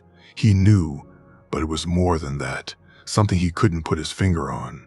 The more he thought on it, the more he came around to the idea, if the wolf could be tamed, and looking at how it was with John, that seemed very likely, then it would be as good a protector as could be without raising questions. When Garyon had returned from King's Landing, he'd removed the extra guards on John and just kept Alirs and Jors with him, returning back to the normalcy they had before his sister's idiocy. There were still some restrictions in place, and he kept the changes he'd made to the kitchen and servants that served the family, but things were much calmer now, although considering he was anything but calm about this ball, perhaps. That was a bit premature on his part. The dinner they'd had with his family the other night had been more to his taste. He was surprised his Uncle Kevin had come. But things had gone well, and his two young sons had got on really well with John. Lancel was still a problem, but boys of the same age are always jealous of other boys. Finally happy with his appearance, he turned from the mirror. Ready, John? Aye, my lord. You know you can't bring Ghost, right? I know, my lord. I'll drop him off in my room on the way, John said while the wolf looked at Jamie with a sad face. Sorry, Ghost, but you'll scare the ladies. Not that it would be a bad thing. Jamie jipped. They left the room and walked down to John's, where the boy quickly left the wolf inside before they made their way to the lift. Will he be all right on his own? Aye, my lord, he has food and water, and I left him one of your shoes that he seems to enjoy chewing on, John said as Jamie turned to look at him, only to see the boy smirking. All right, that does it, Jamie said as he pushed the boy against the wall and began to tickle him. The two of them laughed as the lift came to a stop, both trying to compose themselves as befitting the Lord of Casterly Rock and his squire, and both failing miserably. They left the lift and walked to the door of the grand ballroom, Jamie squirming nervously, while surprisingly John seemed calm. Then again, he wasn't who they would be trying to set up with every eligible lady. Not yet, anyway. Jamie thought before he smirked. Entering the ballroom, Jamie felt like a piece of meat. He was used to ladies' attention, of course, but he had never paid it much mind, knowing that his vows kept him off the market allowed for a sense of distance. Women could look but not touch, something which to his chagrin made him more desirable. But even that didn't compare with being the Warden of the West and Lord of Casterly Rock for desirability. He made his way to the high table and took his seat, his Aunt Jenna in the seat the Lady of the Rock would sit at, no doubt being given envious glances by all those who'd do anything to make the position their own. His uncles were sitting either side of her, his brother in the seat closest to his. John would sit with Lancel and some of the other sons. And second sons, Jamie had agreed not to sit him at the high table for the ball, but that was as far as he'd go. My lord, Jenna said formally, my lady aunt, you look positively ravishing. Where's my good brother? Jamie said, knowing it'd get a rise out of her. You know quite well where he is, Jenna snorted. Emmon had come down with a serious case of food sickness.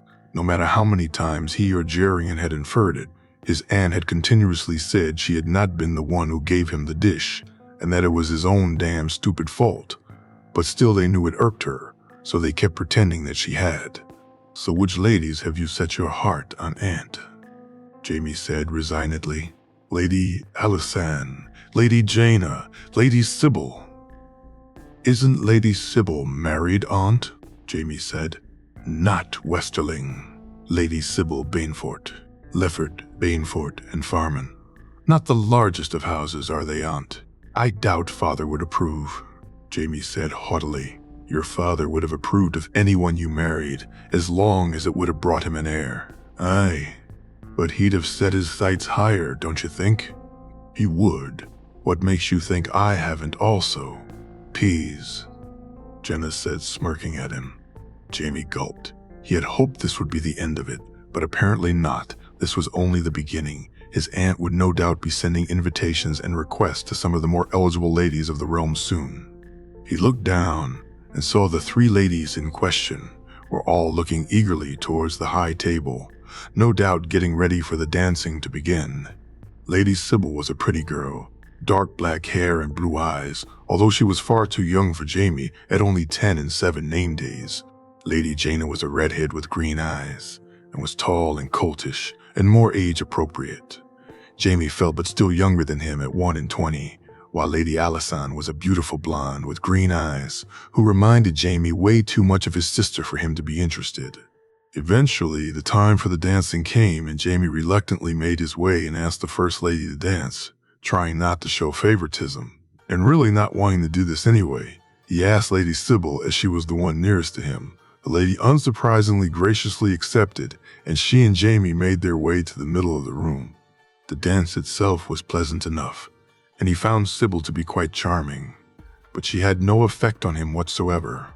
He returned to his chair and sat the next few dances out, before once again getting up and asking one of the ladies to dance. This time it was Lady Jaina, and Jamie couldn't wait for the dance to end. The woman never stopped talking, and Jamie could feel his head hurt after one dance. let alone the thoughts of speaking to her for any period of time. This time, he didn't return to his seat, and instead walked to where Lady Alysanne was sitting. He knew it was not the done thing, but he wanted to get this over with as quickly as possible. "My lady, would you do me the honor of the next dance?" he said, and smiled at the blonde girl. "It would be my pleasure, Lord Jaime." Alysanne replied. The two made their way to the floor and began to dance. Unlike Sybil or Jaina, he found he really enjoyed Alysanne's company. She was witty and smart, and not above calling him out for leaving her to last. "I had hoped you would ask me to dance, Lord Jaime. I'm glad I did, my lady. Really, I assumed by leaving me to last you were just being polite." Alysanne said, a suggestive smirk on her face. "No, my lady. I'm just not used to asking beautiful women to dance. This is all so new to me, I wasn't sure how to approach it." Jaime replied honestly. "Well, in that case, I'm glad you approached me last then." She giggled. "Why is that, my lady?" Jaime asked confusedly. "Because, my lord, the first two dances must have been so awkward, of course," she said, and they both laughed. The two danced another 2 dances before Jaime finally brought her back to her seat. The other 2 ladies were giving both of them death stares, obviously feeling Alysanne was now leading whatever race they thought they were in. "Thank you for the dance, my lord. I hope we shall have the opportunity to do so again," Alysanne said with a genuine smile. "I hope so too, my lady," Jaime said before taking her hand and placing a kiss upon it. He made his way back to his seat, where he ignored Geryon and Tyrion's smirking faces. His aunt looked happy as he sat down beside her. "So Lady Alysanne then is it?" she said smugly. "She's a fine lady," Jaime replied truthfully. "How?" "That she is nephew," his aunt said, and he could see the wheels turning in her head.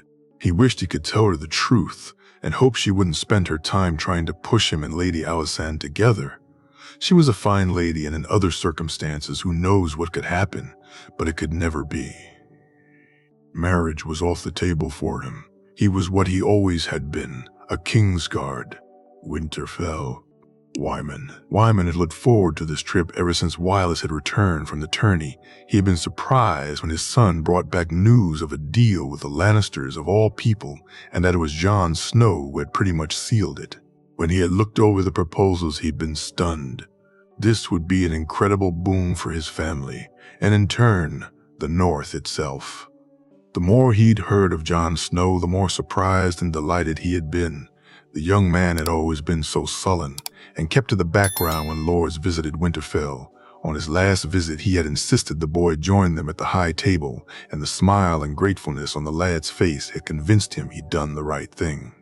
The picture that Wylis painted of him, however, was completely different, no longer sullen or content to sit in the background. The boy was showing signs of something he had thought when he spoke to the boy. One day that boy would grow into a great man, and it seemed from what Wylis had witnessed that day was growing ever closer. Wylis said the boy was polite but outspoken when he needed to be, and that the Lannisters treated him far better than his own family had. When the proposal of the deal had been brought to his son, he had been cautious and quite hostile to it, something Wyman himself was when Wylis brought it to him. However, when Willis explained what young Jon Snow had said, he too felt a sense of shame. The boy had rightly pointed out the benefits of the deal, and then had proceeded to remind Willis of their own history. He smiled now as he thought of it. There was a level of cunning in the boy he had not foreseen, and it reinforced his view that the boy, when grown, would be formidable. "Will be arriving at Winterfell within the hour, my lord." "Artos," his son Squire said as he rode towards Wyman's sleigh. "Good. Have my son come see me." "Will you, Artos?" Wyman replied. As he watched the young man ride away, his thoughts again turned to the other young man who'd been on his mind. He had thought, after hearing the details of the Lannister deal and Jon Snow's part in it, that would be the end of the shocks he'd be receiving regarding Ned's son. But when Willis told him about the duels, he had been stunned into silence. He never heard of such a thing before. A squire's duel was just not something anyone else had thought of, and yet now he couldn't imagine why it hadn't been done before. But to hear that Jon Snow had not just taken part and done well, but had actually won it, beating lord's sons and even a lord himself, he felt an enormous sense of pride in the young boy. He had represented the North, just like his son and Ser Jorah had, and he had shown the Southerners the true measure of Northern men. To hear how he won that last fight had filled him with a small sense of regret, though. Oh, to have seen it, to have witnessed it in person, it must have been incredible. He had thought that would be all he heard about the boy for a while, and then the strangest thing happened. He received a raven from Howland Reed asking if some of his men could join the supply run to the wall. He had agreed, not seeing the harm, but was even more surprised when the men arrived carrying a letter and a request from Howland. A few moons ago, Wyman sat in his sower as the two crowningmen entered. They had asked for a private meeting to deliver a letter from their lord, and he had granted it to them. His son Wendell sat beside him, and they handed him the letter, which he began to read. "Wyman, my friend, I need your help. When my men return from the wall, they'll be bringing something with them, something important for Jon Snow. I ask your help in delivering it to him in Casterly Rock. It's very important to us all that he receives this. Your friend, Howland." To say he was intrigued would be an understatement, and he had accepted and looked forward to see just what it was that was so important to both Howland and Jon Snow. While others in the north and south looked down on the Crannogmen and Howland, Wyman was not one of them. He had learned firsthand just how good a friend Howland was, and if the man said this was important, then he would ensure it would be done. After a few weeks, the Crannogmen returned, and what they were carrying was unbelievable to him. He, like all the men of the north, had heard of direwolves, but to see one south of the wall was incredible, and though he himself followed the seven, he couldn't help but notice the wolf's coloring. This was a gift from the old gods, white fur and red eyes. The wolf was the color of the werewoods themselves. Unfortunately, they had arrived after the first shipment to Lannisport had taken place. The next not due for another moon. However, he had no intention to wait so long. He organized a party to take the wolf to Seaguard, and to take one of his ships from there to Lannisport. If the old gods wanted Jon Snow to have a direwolf, then he would see it delivered with haste. As he thought back to the little wolf pup, he smiled. To think that Jon Snow, while in the heart of the West, would be walking around with a living, breathing representation of his house's sigil was something he loved to see. He pondered on whether or not he should make a visit to see the young man himself. Perhaps he would. After all, it was thanks to him that they were making so much coin. "You wish to see me, father?" Wylis's voice shook him from his thoughts. "Aye, son. I was just thinking on how we'll handle Jon Snow while at Winterfell." "It's fine, father, I understand. I'll not mention him in front of the trout," Wylis said, laughing. "On the contrary, son. I think not only should you mention him, you should be loud in your praise of the lad." Wyman said as Wylis looked at him confusedly. "Very well, father, as you insist," Wylis finally said after a few moments of silence. "Wylis, be sure to correct any mention of the boy's bastard status should it be brought up," Wyman said, and his son nodded before riding away. Ned stood with his family lined up. Lord Manderley's retinue were spotted and would be arriving presently. He had been surprised at the raven from Wyman announcing a visit. Not that he was against such a thing, but just that he had hosted most of his bannermen not too long ago, and Wyman had been among them. For him to want to visit so soon meant there was something he wished to discuss, and Ned was at a loss to what. He noticed Jory give his uncle a nod and awaited the arrival at the gate. Wyman's sleigh was an overly elaborate thing in Ned's mind, and the number of horses it took to pull it could be put to better use.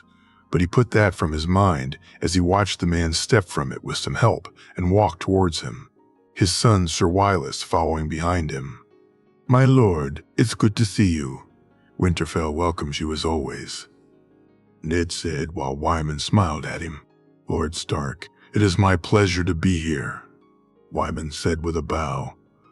"Lady Stark, as beautiful as always." he said while kissing his wife's hand. "Lord Rob, you look more and more like a true northerner every day." Ned watched as his heir smiled at the man.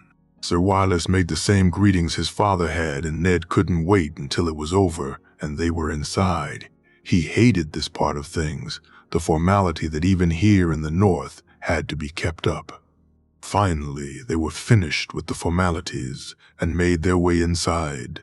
Sansa had smiled brightly at the mermaid brooch Wyman had given her, thanking him profusely for the gift. He had noticed the sour looks both Wyman and Wylis had given Theon and resolved to keep the young man from them as much as possible, while his father deserved their scorn. Theon did not, though Ned did not wish to correct his bannerman in public. They walked to the keep and Wyman and Wylis made their way to their rooms. There would be a feast tonight, and he'd speak to Wyman in his solar later. For now, though he was content to just go over some papers until he found out what it was Wyman had come for. Later that day, "Lord Stark, Lord Manderley, and Sir Wylis request a moment of your time," Vayon Poole said, entering the room. "Of course, Vayon, show them in." Ned stood as Wyman and Wylis entered the room, Vayon showing them to their seats before he left to get some ale and some bread and cheese. Though he was not hungry himself, he was certain the Manderleys would be grateful for something to eat before the feast began a little later. The three men sat down and Vayon returned carrying the tray with the tankards and the small snack. "Thank you, Vayon," Ned said as his steward left the room. "My lord, I thank you for welcoming me here," Wyman said. "Of course, my lord. I'm always pleased to see you, though I am surprised that you've come, since your last visit was but a few moons ago. I had some things I wished to discuss with you, Lord Stark, that I felt were better done in person than a raven." "Of course, Wyman. What's on your mind?" Ned said, dropping the formalities, allowing Wyman to follow. Recently, Wylis took part in a tourney. Ned, attorney in Lannisport. Ned stiffened. "What's this about?" "John, was he all right? Had something happened to his nephew?" "Is John all right, Wyman?" he asked agitatedly. "John is fine." "Ned, more than fine. I'm sorry if I worried you. What I wanted to speak to you about is partly in relation to young John, but it's also about the Lannisters themselves," Wyman said, and Ned let out the breath he'd been holding. "What about the Lannisters, Wyman?" "Wylis was approached regarding a trading deal with the West while he was there. A very good trading deal, one which he initially turned down," Wyman said to Ned's relief. "However, he was talked around in the end and accepted the deal. It was John who convinced him," Wyman added, and Ned felt his heart shudder. "John, my John, convinced you to deal with the Lannisters?" "Aye, Ned, that he did. It seems young John can be very convincing when he wishes to be." The lad pointed out the benefits to Wylis, and that we were being a little hasty in distrusting the Lannisters. "I have to agree with him on that. The deal is very beneficial, and the relationship between the North and the West is one which needs must be better."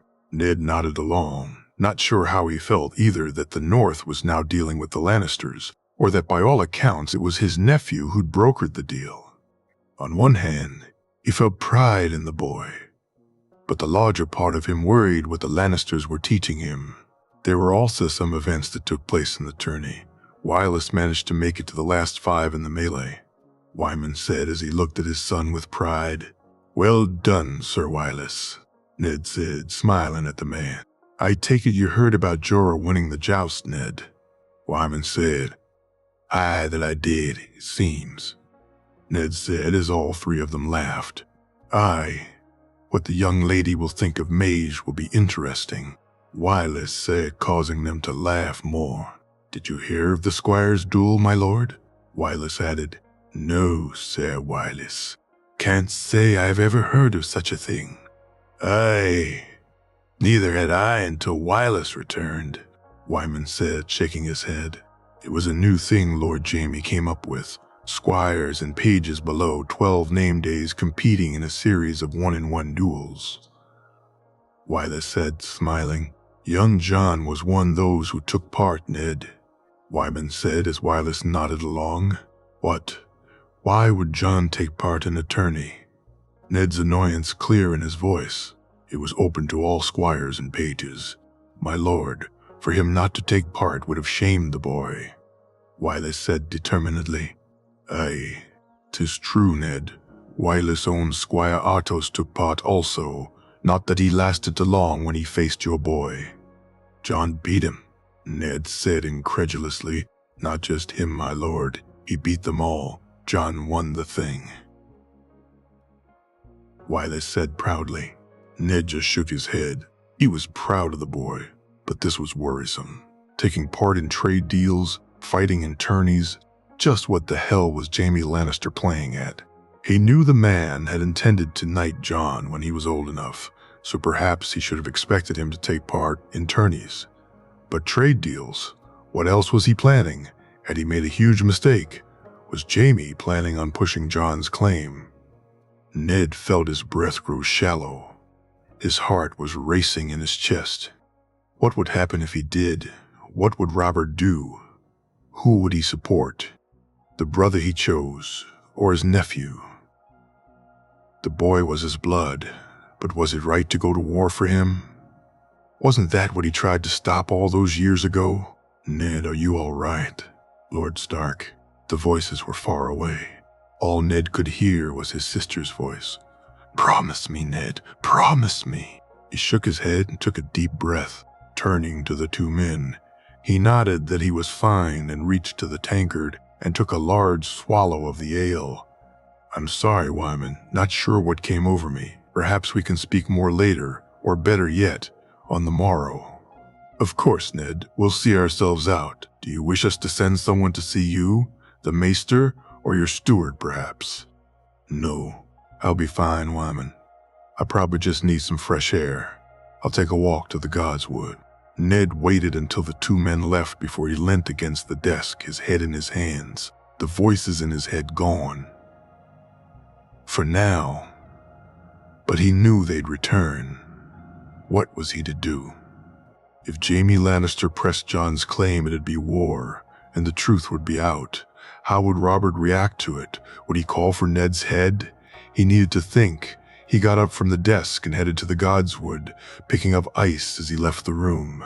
Wyllis. The feast the night before was a dull affair. Lord Stark was acting strange, and his father had picked up on it. He left his father to speak to Lord Stark alone today, and was heading to break his fast in the small hall.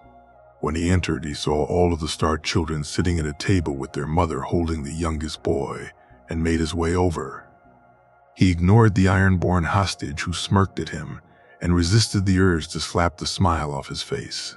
His people had suffered far too much at the hands of the Reavers, and many a Manderly ship had been attacked by them. He sat down opposite the young lord. He had spoken to him briefly the night before, and had told him that he had met his brother while in Lannisport. The boy had been eager to hear more, but his mother had heard them speaking, and before he could tell him of the boy's adventures, the young lord had been whisked away. Keeping his father's words in mind, he resolved to speak loudly about Jon Snow this morn, and looked around the room happy to see Ser Roderick and his nephew present. Speaking of martial arts with martial men present was always a way to ensure the conversation flowed, and should Lady Stark try and remove Lord Robb now, it would be noticed. He looked at the young man who would one day be his liege and sighed. The boy was all Tully where his brother was. Pure Stark. Right down to now having the living, breathing representation of them with him, far off in the west. Sir Willis, you met my brother, did you not? Robb asked.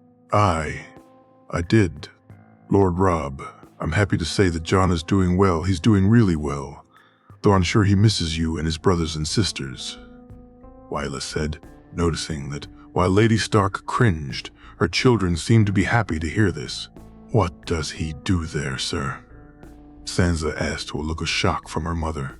He does many things. Lady Sansa. While I was there, he was Lord Jaime's squire, accompanying him to meetings, and he helped welcome the king and queen. He watched as Lady Stark tried to appear disinterested, but was now hanging on to his every word. He met the king and queen, Sansa said excitedly. Aye, that he did. My lady even received a gift from the king himself. A gift? Why? Sansa asked, her face now open. In its wonderment.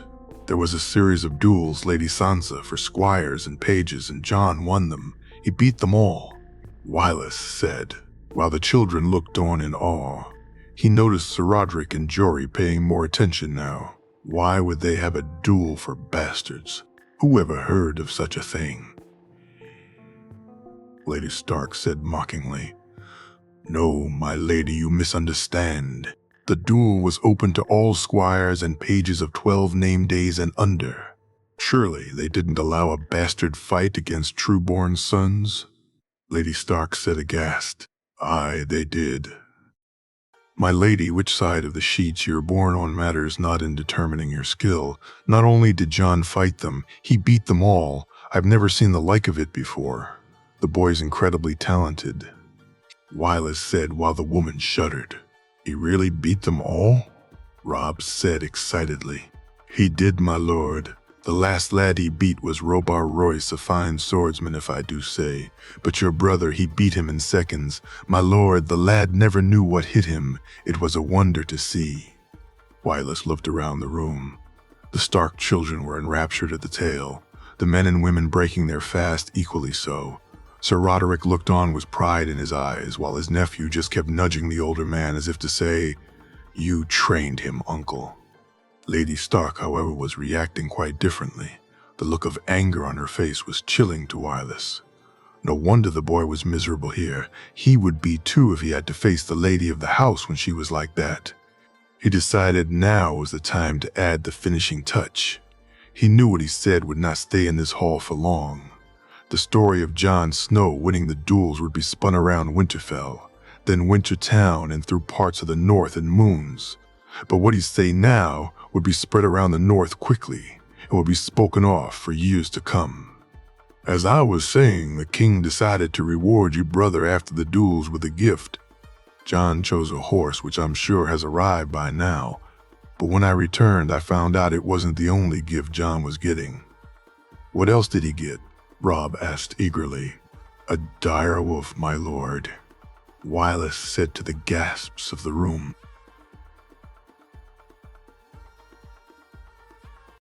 Jaime looked on as Jon rode towards the target and smiled as he hit it firm in dead center. For the last night he'd been having Jon work on his lance work, and it was starting to show.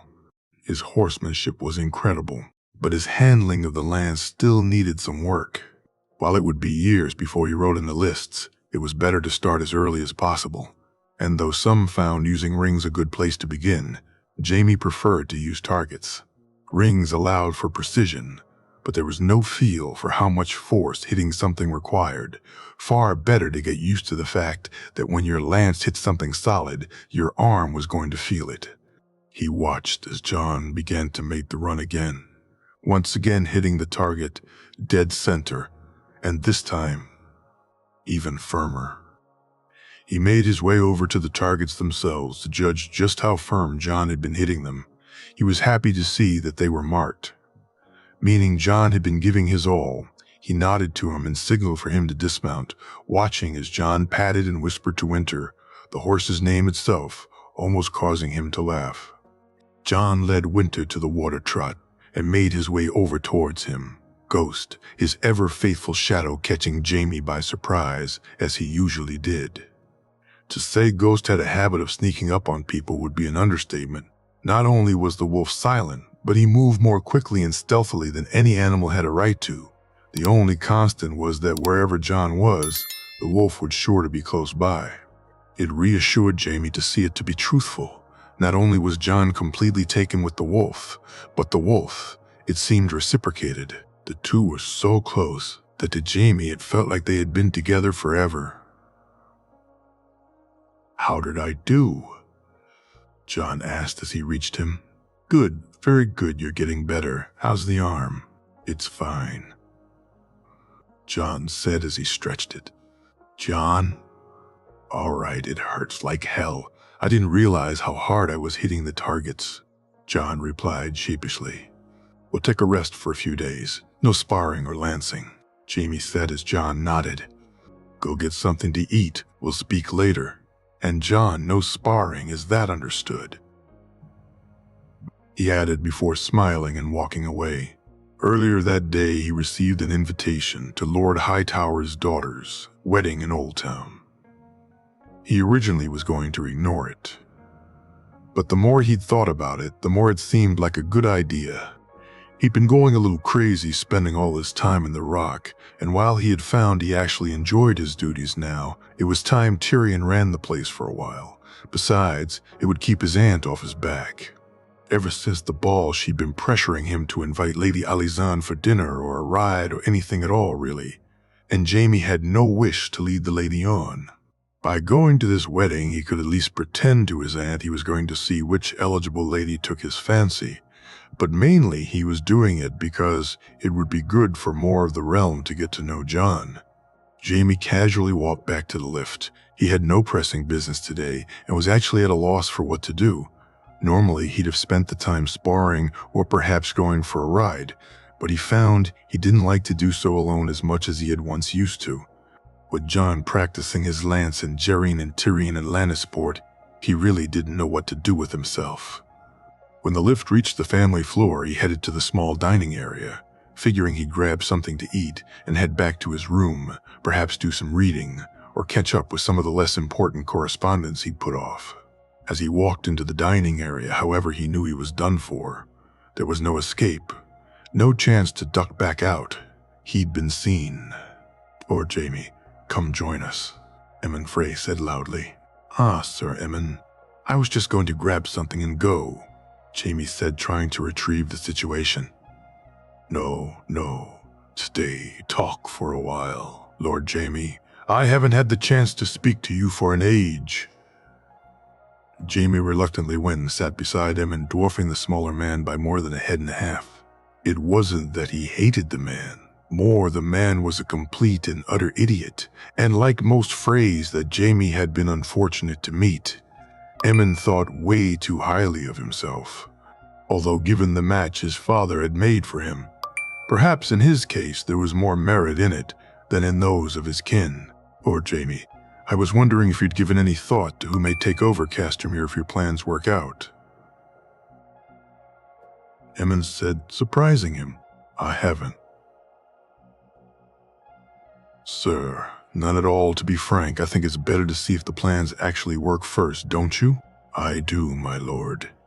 But if they do, then perhaps you'll need a strong man to keep those workers in line.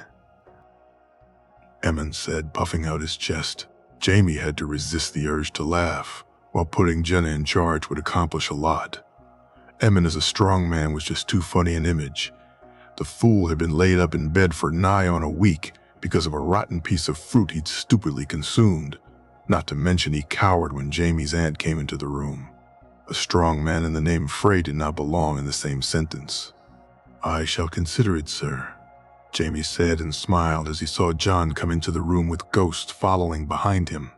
If you'll forgive me, Emmon, I see my squire requires my attention, Jamie said, and quickly made his way to John. Say nothing and just look worried and nod, he said as he reached him. He noticed Emmon watching from over his shoulder, and John played his part well, the two of them turning and leaving the dining hall, the snack he'd come in to partake in, quickly forgotten. They made their way down to Jamie's solar, John smirking all the way. It's not that funny, Jamie said exasperatedly. I think you'll find it is my lord, John said before they both laughed. As they arrived at his solar, he called one of the servants over and sent her to get 2 small meals for him and John. They went inside, and he took his seat while John did likewise. After a few moments, the servant returned, and she laid the plates out on the table. Thank you, Sarah, that will be all. Of course, my lord, the girl said with a bow before leaving.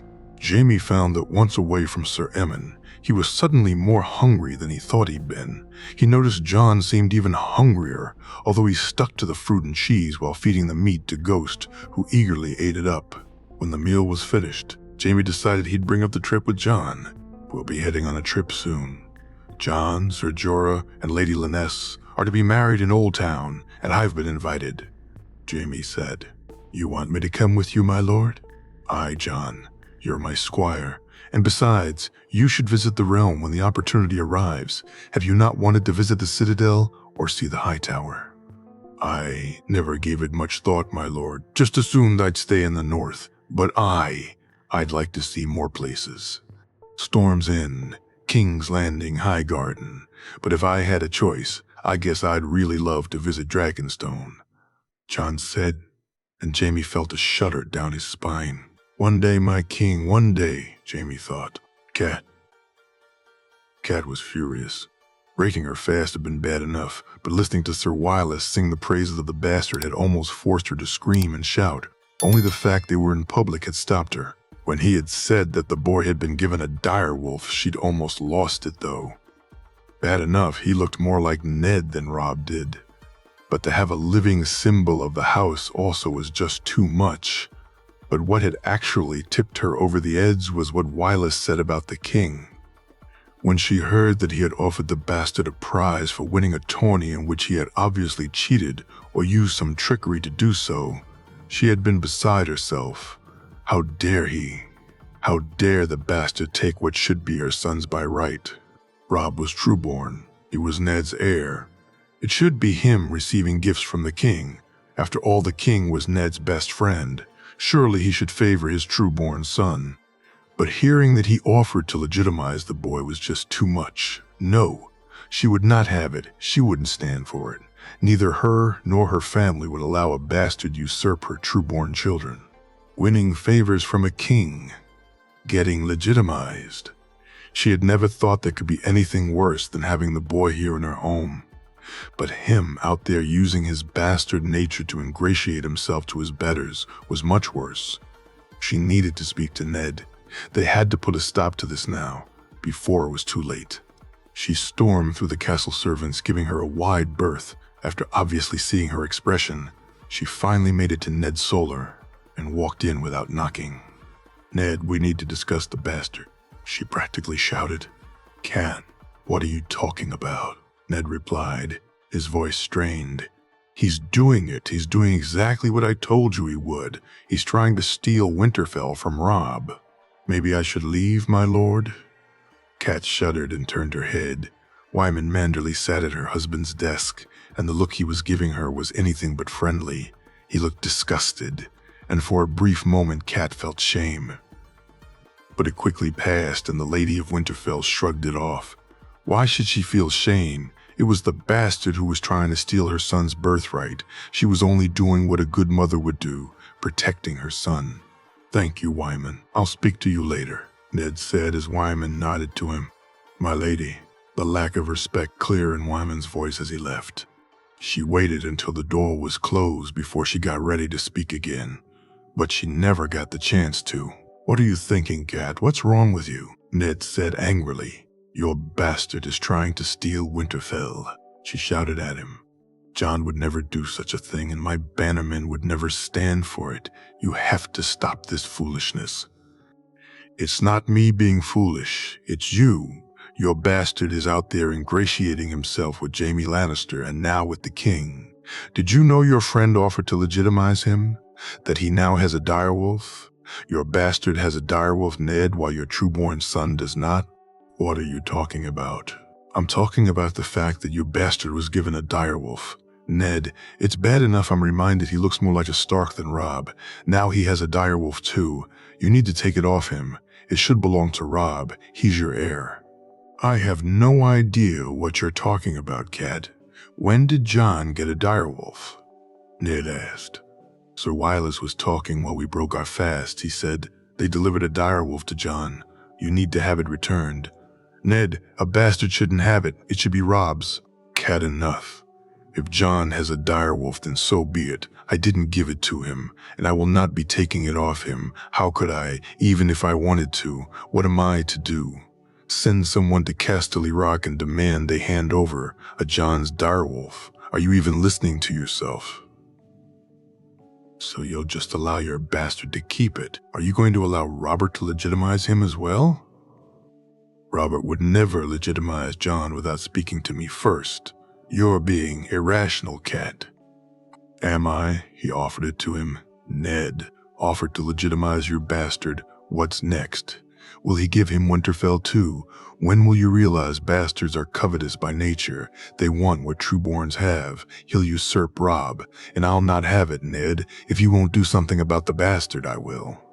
Eno. Nosh. Ned shouted. I've tried to be reasonable, Cat, but you're speaking like a crazy woman. I don't even recognize you right now. I understand you have no love for Jon. But this stops. I'll have no threats made against him. Am I understood? He's trying to steal from our children, Ned, Cat exclaimed loudly. No, Cat, he's not. It's all in your mind. Now let me be clear. It stops now. You've gone too far. Listen to what you're saying.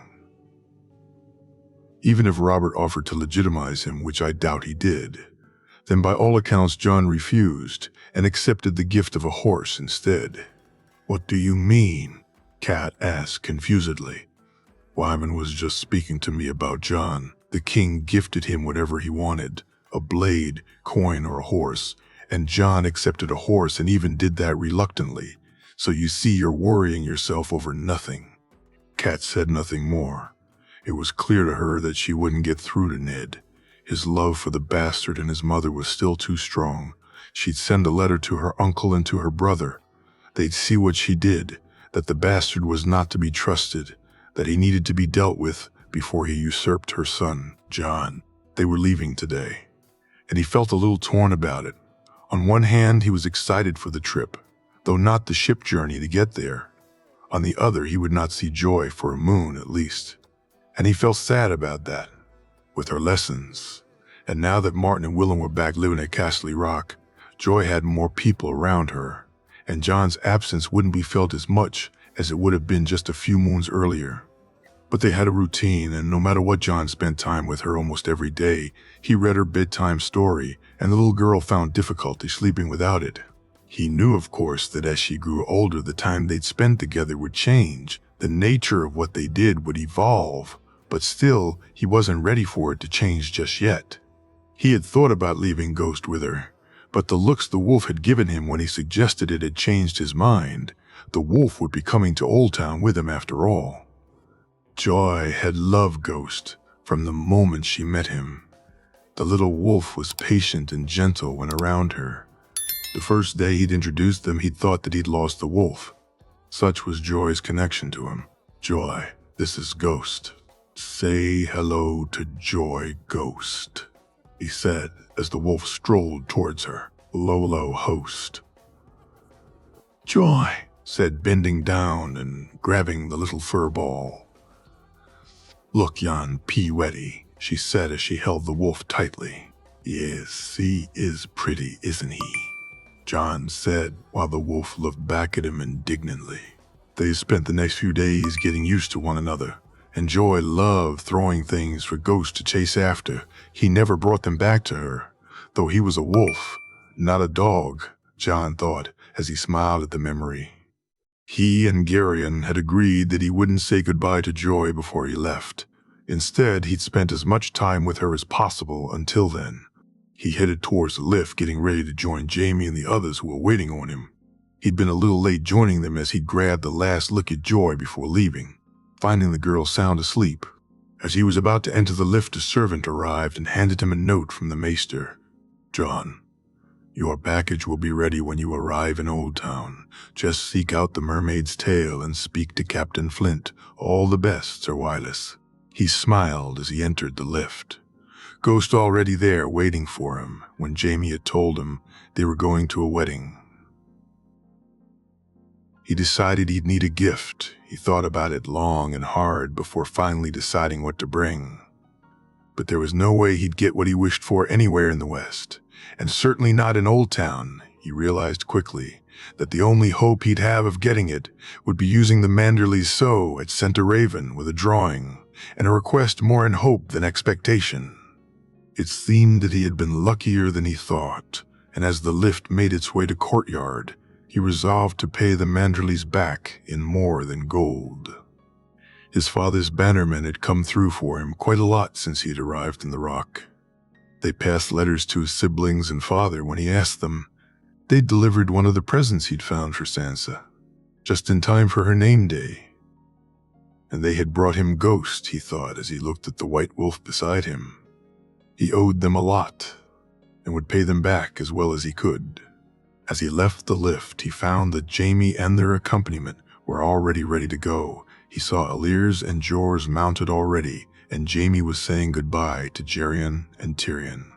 He made his way over to them, smiling when Ghost raced ahead to annoy Tyrion as was his wont. While not mean or malicious, Ghost really enjoyed making Tyrion uncomfortable for some reason. "Ah, here he is now," Geryon said as he walked towards him. "All set, Jon?" Tyrion asked as he tried to shrug off Ghost, who was attempting to bite his breeches.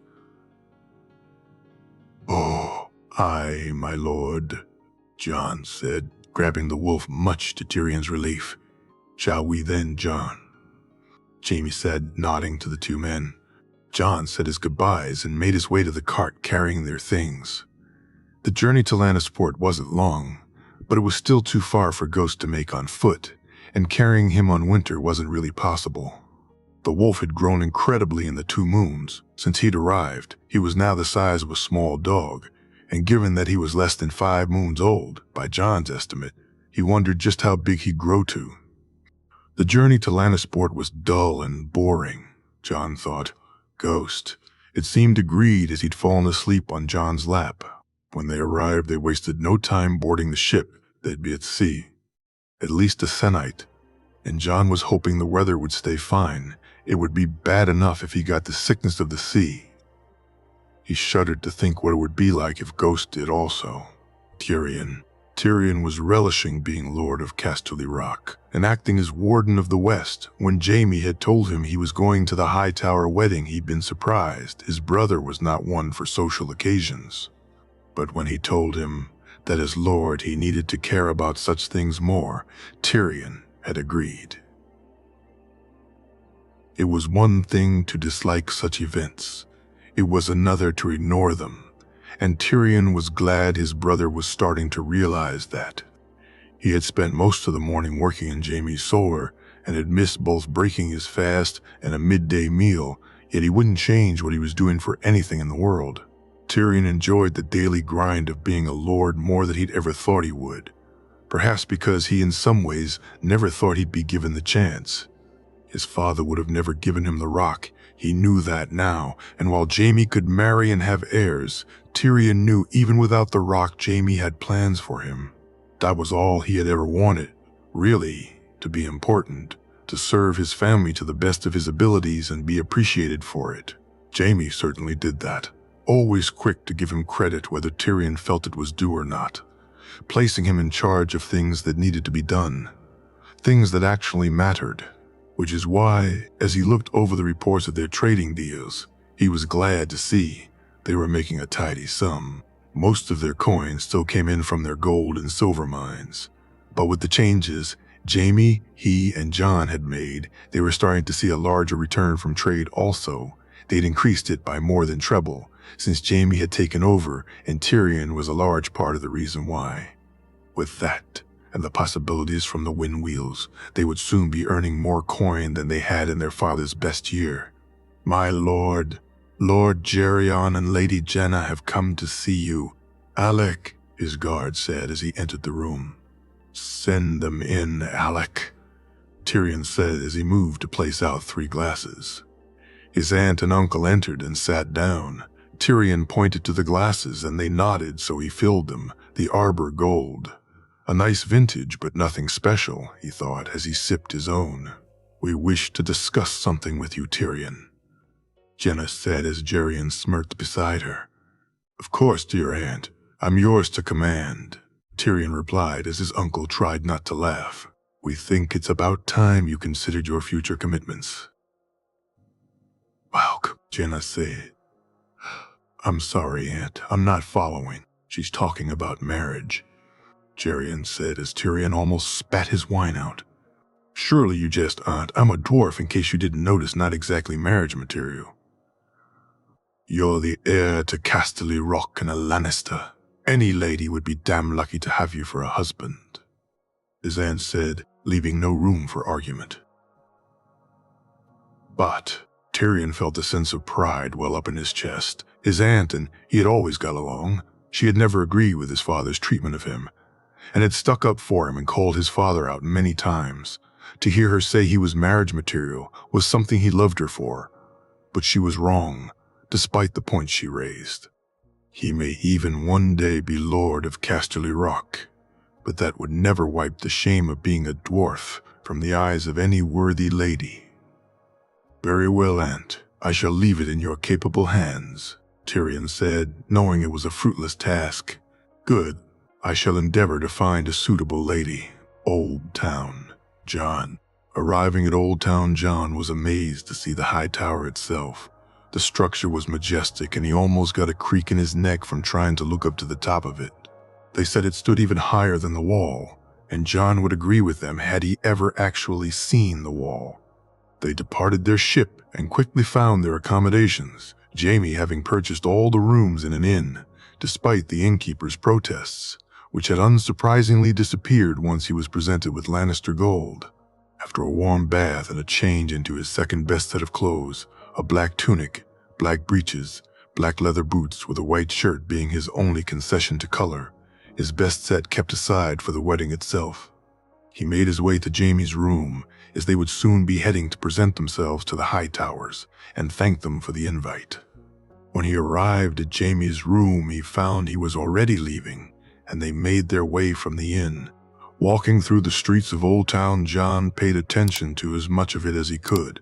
The Thieves' Market and Ragpicker's Wynd, the various little islands that made up the city. He looked down to Ghost, who looked uncomfortable beside him, the flowery smell of the city obviously not to his taste. When they reached the High Tower, Jon almost gasped at the beauty of it, the black stone at the bottom only enhancing it in his opinion. The guards bid them enter, and they made their way through labyrinthine halls, and as they walked, Jon thought that only a fool or a madman would ever dare try to take the tower. "This way, my lord," a guard said as the first set of guards turned back to the main doors. They followed the man upstairs and across corridors before finally arriving at two large doors. The guards in front asked who they were, and one of them quickly made his way inside before coming back a few moments later and allowing them to go in. The great hall was large and imposing. Though Jon found it a little too dark, they made their way to the large table at the top of the hall. Seated there were, who Jon assumed to be the High Towers themselves. The older man must be Lord Leighton, while to his right sat a younger, almost identical-looking man who frowned as they stood in front of the table. Jon was pleased to see Ser Jorah sitting with a very beautiful lady, and when the knight noticed him, he gave him a nod and a smile which Jon was grateful for.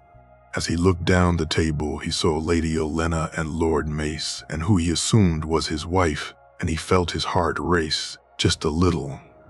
If they were here, did it mean Marjorie and her brothers were too? He longed to check the rest of the room, but before he could, the steward began to speak. "Lord Jaime Lannister, Lord of Casterly Rock and Warden of the West. My lord, I bid you welcome to my home," Lord Leighton said once the steward had finished. "Thank you, Lord Hightower. I am grateful for the invite," Jaime said with a bow. Jon stood behind him just at his right shoulder as always, and he bowed when Jaime did. "We did not expect you would attend, Lord Jaime," the younger man next to Lord Leighton said with a smile. "I would not miss it for anything, Sir Baelor. For was it not at the tourney I hosted that Ser Jorah and Lady Lanesi first met?" Jaime said, smiling back at the man. "Indeed, it was my lord, and my betrothed and I are thankful to you for it," Lady Lanesi said with her smile beaming as she looked at Ser Jorah. "I am glad to see you both so happy, my lady. I wish you naught but good fortune," Jaime said. And Ser Jorah nodded at him. Invitations done, they turned to leave, and Jon was rewarded with seeing Marjorie sitting at a table to his right. Loras was sitting beside her, as was an older man who must be their brother. When Loras saw him, he gave him a wave and turned to Marjorie and whispered into her ear. Jon was pleased to see a smile appear on her face when she turned to him, and he couldn't help but smile back at her. The next morning, John got up early. The next morning, they had spent the night enjoying the sights of Old Town, and the city was completely different at night. It seemed to come more alive to John, and the people seemed to enjoy themselves more. He, Jamie, and the rest of their company had done so too. Even Aliers and Jors had been given the night off, and after exploring the city itself, most of them had spent the evening singing and drinking in the tavern. John had even been convinced to play some tunes on a harp after Jamie had criticized the minstrel as not being that good. He had refused first, but after Jamie had cajoled him, he had finally given in, playing the Dornishman's wife and Jenny of Oldstones, though he had refused to sing either himself, much to Jamie's annoyance. While he had not given himself much credit for his harp playing, his tutor had said he was a natural, and after hearing some of the patrons of the inn ask him to play more, he had felt that perhaps he was better than he thought. He had declined, though, as something about Jamie's expression had made him feel like he wasn't enjoying the music as much as others. After he broke his fast, he, Aliers, and Jors headed to the docks to see if the mermaid's tail had arrived. When they got there, they found to his delight it had. He asked for Captain Flint and told the first mate who he was. After a few moments, the captain arrived, carrying a package which he handed to John. "Here you are, young lad, with Lord Wyman and Sir Wylas's compliments." "Sure you are, you." "Thank you, Captain. Please give this to Lord Wyman for his troubles, and take this for your own," John said, holding out a large pouch of coin to pay for the package, and a smaller one to pay the captain. "It's fine, lad. Lord Wyman paid us well to deliver it, and he requires no payment. Consider it a gift. At least take the coin for drinks for the men, Captain," John said, trying to hand the man the small pouch. But the man refused, and John was at a loss what to do, so he took the package and walked towards the closest inn, entering it with Aliers, while Jors stood outside watching on, as Ghost pissed against a wall. "I'd like to order a cask of your best ale and have it delivered to a ship," he said to the innkeeper. "Ah, very well. But it'll cost you, lad," the small man said before John handed him the pouch.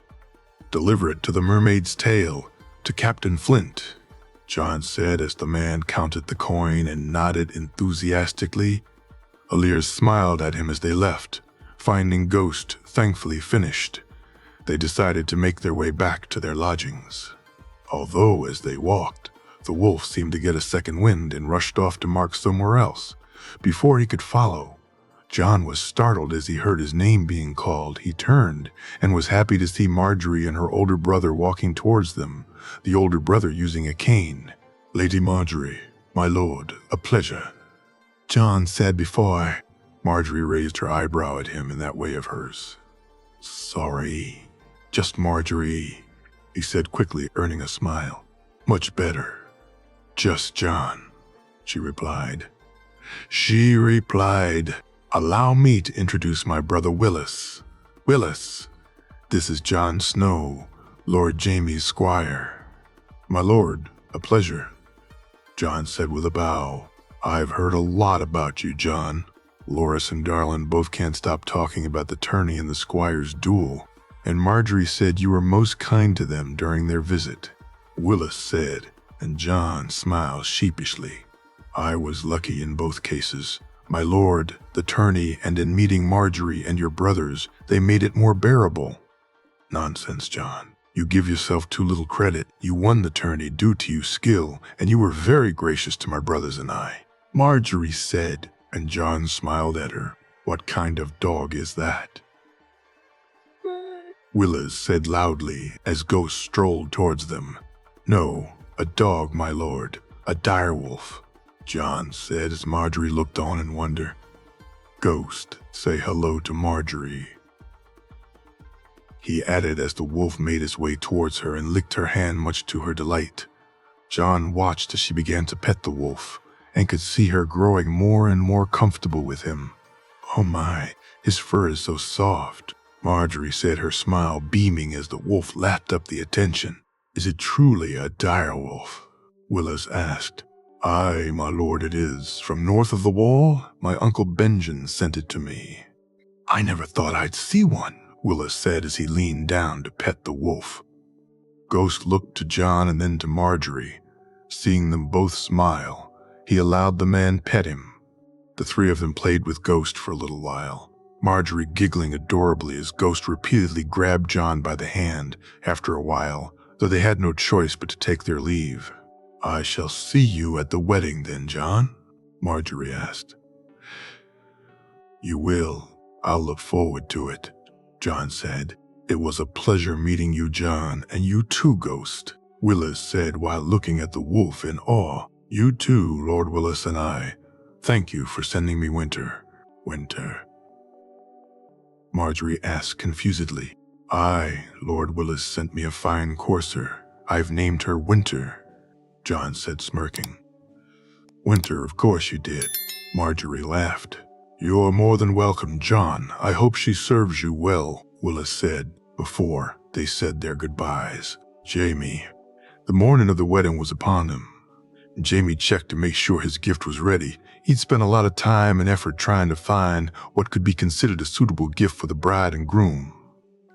John had told him the Sir Jorah would approve of anything he gave them, but Jamie wasn't sure he would.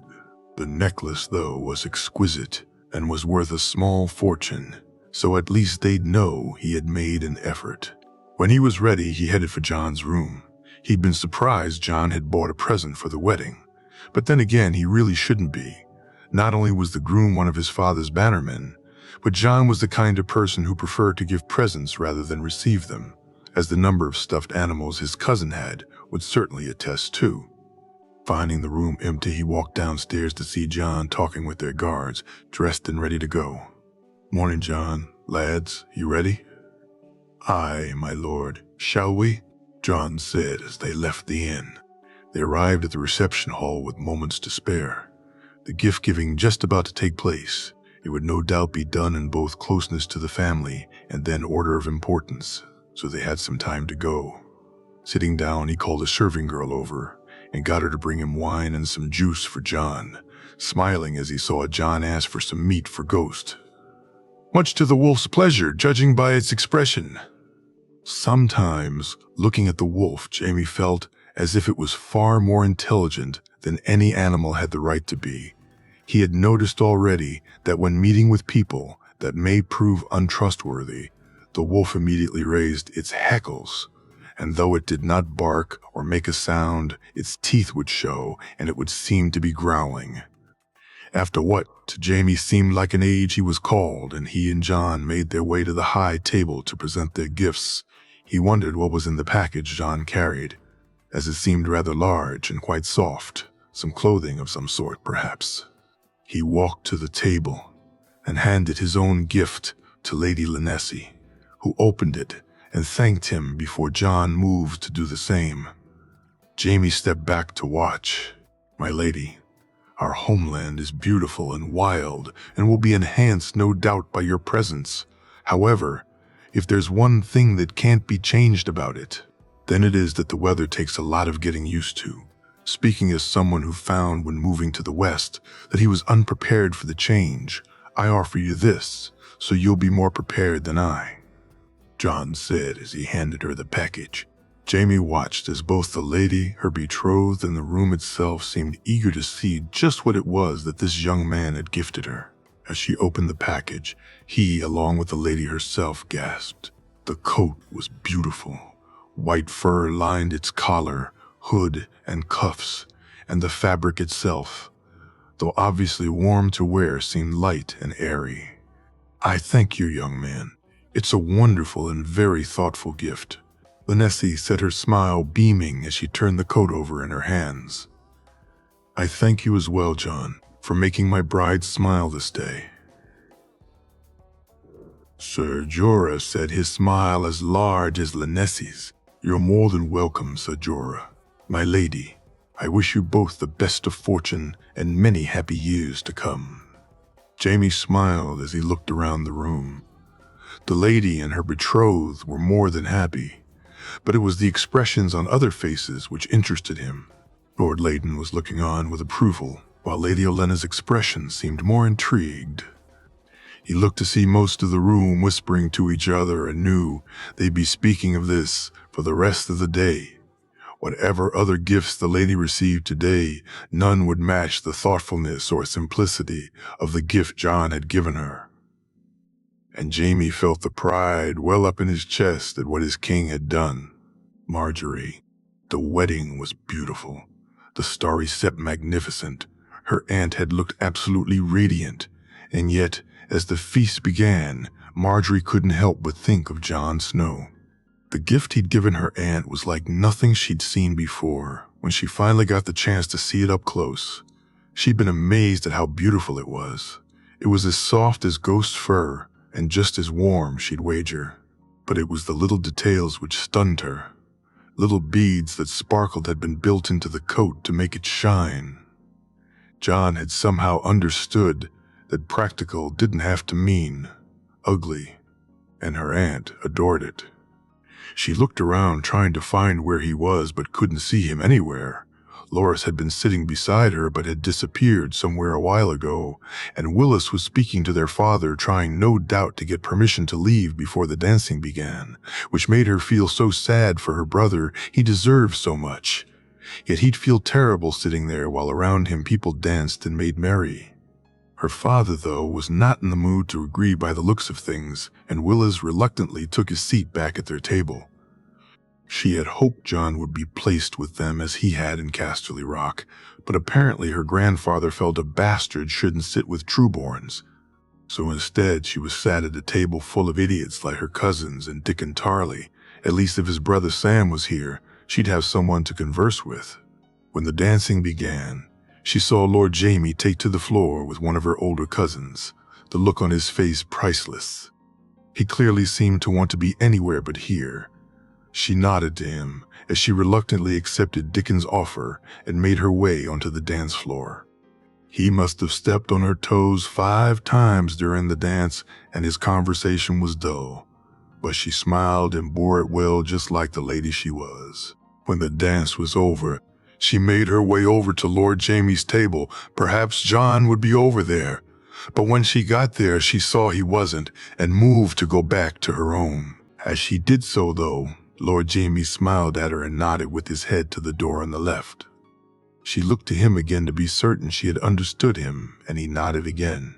"My lord," she said with a smile. "Lady Marjorie, I hope you have a pleasant night." She hurriedly made her way to the door, and as she walked through it, she heard laughing from the large doors that opened into the gardens. Whatever was happening out there was apparently much more fun than the wedding inside, so she walked out to investigate. When she got out, she found John, Samuel Tarley, Loris, and a couple of other boys she didn't recognize along with John's guards. All of them were watching as ghosts chased after what appeared to be moths. "They'll never catch them," she said, causing them all to turn her way. "I wouldn't bet on it, Marge. He's very quick," Loris said, smiling as the little wolf jumped up, barely missing grabbing one of them. "Lady Marjorie, I didn't expect to see you here." Samuel stuttered adorably. "Oh, and why is that, Sam? Is this no place for a lady?" She teased. "No. It's I, no, my lady." "Careful, Sam. I found out quite quickly that Marjorie won't accept people telling her what she can't do."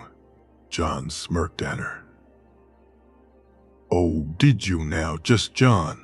Marjorie said as she looked him right in the eye while trying her best to keep her face straight and unamused. I did, just Marjorie," he said, making her laugh. She moved closer to them, and John took off his coat and put it on the small wall so she could sit on it without dirtying her dress. She smiled at him and sat down. After a few moments, Ghost finally caught a moth and within seconds spat it back out. They all laughed, both at the moth flying off to safety and the look on the wolf's face as he realized that moths were not the tasty snacks he had thought they were. They spent the next hour or so out there laughing and joking with each other, before finally they had to make their way inside. Samuel said his goodbyes to John and the other 2 lads, who turned out to be Blackwoods from the Riverlands, who had only gone to the wedding as their ship had been delayed, turned and bid them farewell. She, Loris and John entered the hall and walked to where Willis was sitting looking bored. The dancing was still going on, and she hoped John would ask her to dance again, but she was disappointed when he did not, though he explained his reasoning as he bid them good night. "I'd like to dance with you, Marjorie. Truly I would. But here in this hall, I doubt it would be allowed." "I understand, John. But you would dance with me if you could, wouldn't you?" she asked hopefully. "If I could, then there's nothing that would stop me. Good night. Just Marjorie. Good night. Just John," she said sadly as she watched him leave the hall.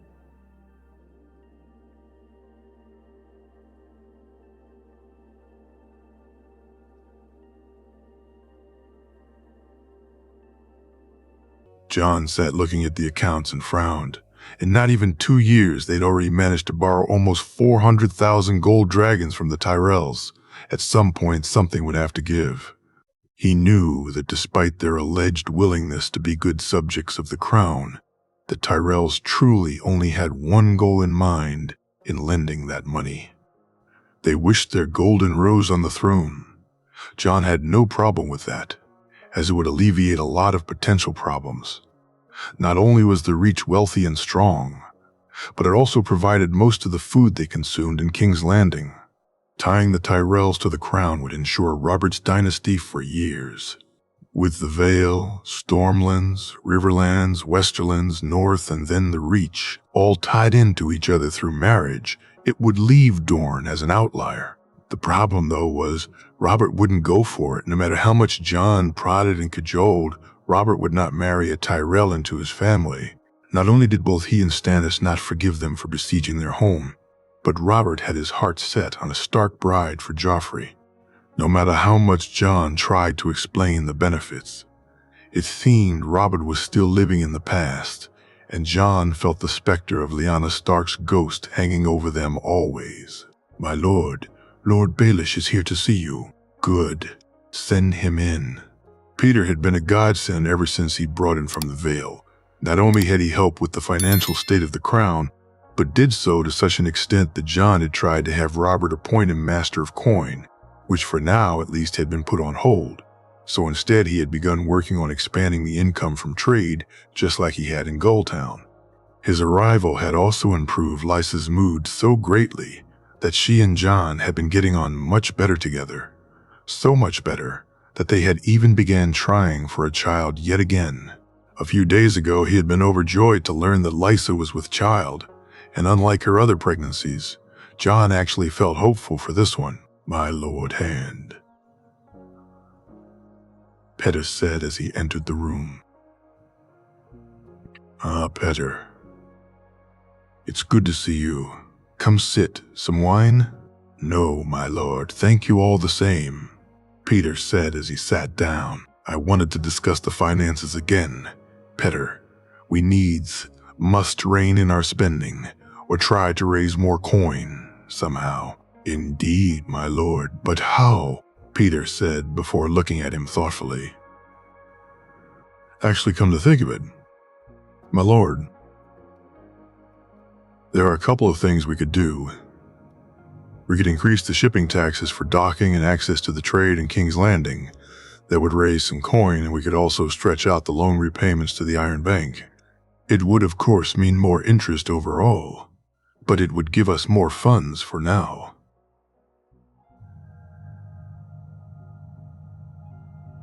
Peter added.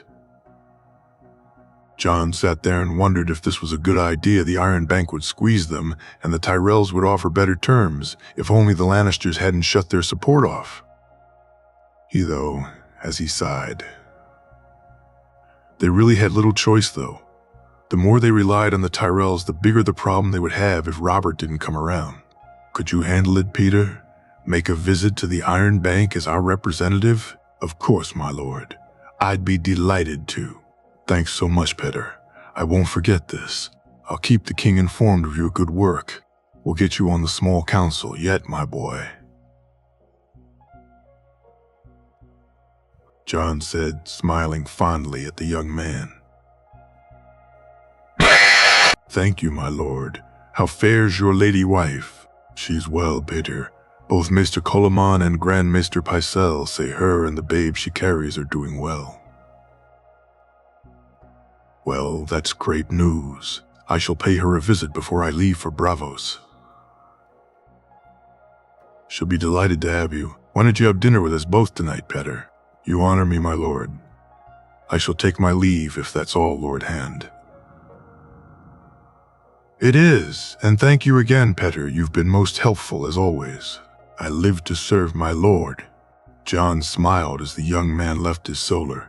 Peter always managed to leave him in better spirits than he found him in, and he was very happy for both the man's help and company.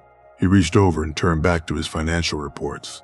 The Queen's expenses were almost rising as much as Robert's ever since her family stopped paying for everything. He would have to speak to the woman, as distasteful as that was.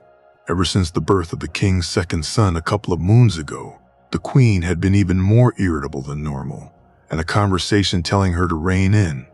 Her spending was perhaps something that could hold for a little while longer. He hoped. He reached over and poured himself a glass of wine. Unlike Robert, he had no real taste for the stuff, but found lately a glass or two would alleviate the growing headache he felt when dealing with the royal family. Varys walked through the Red Keep.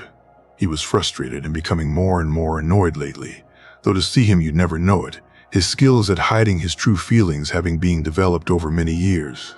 His latest frustrations had been regarding events in the West. No matter how much he tried, he couldn't understand what was going on with the Lannisters, what game it was they were playing, and it annoyed him no end. Between that and not being able to locate the Targaryen children, it added up to headache after headache for him. He had tried everything he could think of to both find the children and get some insight into what the Lions were up to. However, time and time again he'd been frustrated. A feeling he was having more and more lately with some of his plans. He had attempted to place as many of his little birds in the West as he could, and yet couldn't get them close to where they needed to be. Someone was stopping him, and he couldn't figure out how the Lannisters got so good at the game with Tywin no longer running things, to make things worse. The more he heard about Jon Snow, the more the boy perplexed him. When he had heard the young man had been taken on as Jaime Lannister's squire, he had been intrigued, though, when he heard the result of the squire's duel at the tourney at Lannisport. It made sense. Of course, the Kingslayer would recognize a boy with a gift for swordplay, but certain stories and information regarding the boy was making him question just whether that was the only reason he had chosen him.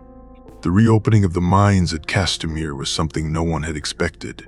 Tywin Lannister couldn't come up with a solution to the problem he himself had created, and when the news came that not only were the mines once again producing, but that the idea of how to do so came from the mind of Jaime Lannister's squire, people, Varys included, were in complete disbelief. Surely this was some kind of jest. There was no way a child could come up with a solution when even the greatest of maesters could come up with a solution, when even the greatest of maesters could not. But it was apparently true. Jon Snow had succeeded where others had failed, and in one stroke had made the Lannisters more than thrice as rich as before. The mines at Castamere weren't just producing gold and silver. They were producing more than the rest of the West itself. In some ways, Varys admired the boy. Children were special to him, and to see one achieve such a thing made a part of Varys' heart soar. But it just added to the mystery of the boy, and it made him more determined than ever to get to the bottom of it. His walk had taken him almost around the entire keep, and he had found no respite or answers to the questions in his head. He turned to walk back to his rooms, only to see someone he was in no mood to meet. "Ah, Lord Varys, it's good to see you." Petter Baelish said, his smile as mocking as the bird of his sigil. "You too, Lord Baelish," Varys replied, meaning anything but. "How fares the Queen and the new prince?" Baelish asked, the smirk on his face even wider. "Very well, my lord. His grace is full of joy with his new son." "I'm sure he is, my lord. And with the hand also set to welcome a child, the keep is full of fatherly love, it seems." "Indeed, Lord Baelish, it would seem it is, but I'm sure you're a busy man, my lord. Don't let me keep you," Varys said and nodded. It's true. I must leave and make my arrangements. I'm off to see some bankers, it would seem, Baelish said before walking away. For a moment, Varys considered arranging an accident for the man. The simple truth was that a man like Littlefinger, left unchecked, would see the realm fall into chaos. However, now was not the time for such actions, and the man held little power anyway. He continued walking down the corridor and eventually decided that he would need to pay a visit to the West himself, in disguise, of course. But he must find out what was going on there, before he could concentrate fully on finding the Targaryen children. A spider had many webs to spin, he mused. Davin was more and more sure that getting involved with Cersei Lannister had been the worst mistake of his life, and he cursed his cock for getting him into this mess. The woman was a terrific lay, probably the best he ever had or would have, but she was also cruel, vindictive, and he was starting to think more than just a little bit crazy. Not content with cuckolding the king, she actually went out of her way to have him fuck her when they could get caught. And while the thrill of danger was an aphrodisiac when he was thinking with the wrong head, it would also cost him the right one if he didn't put a stop to it.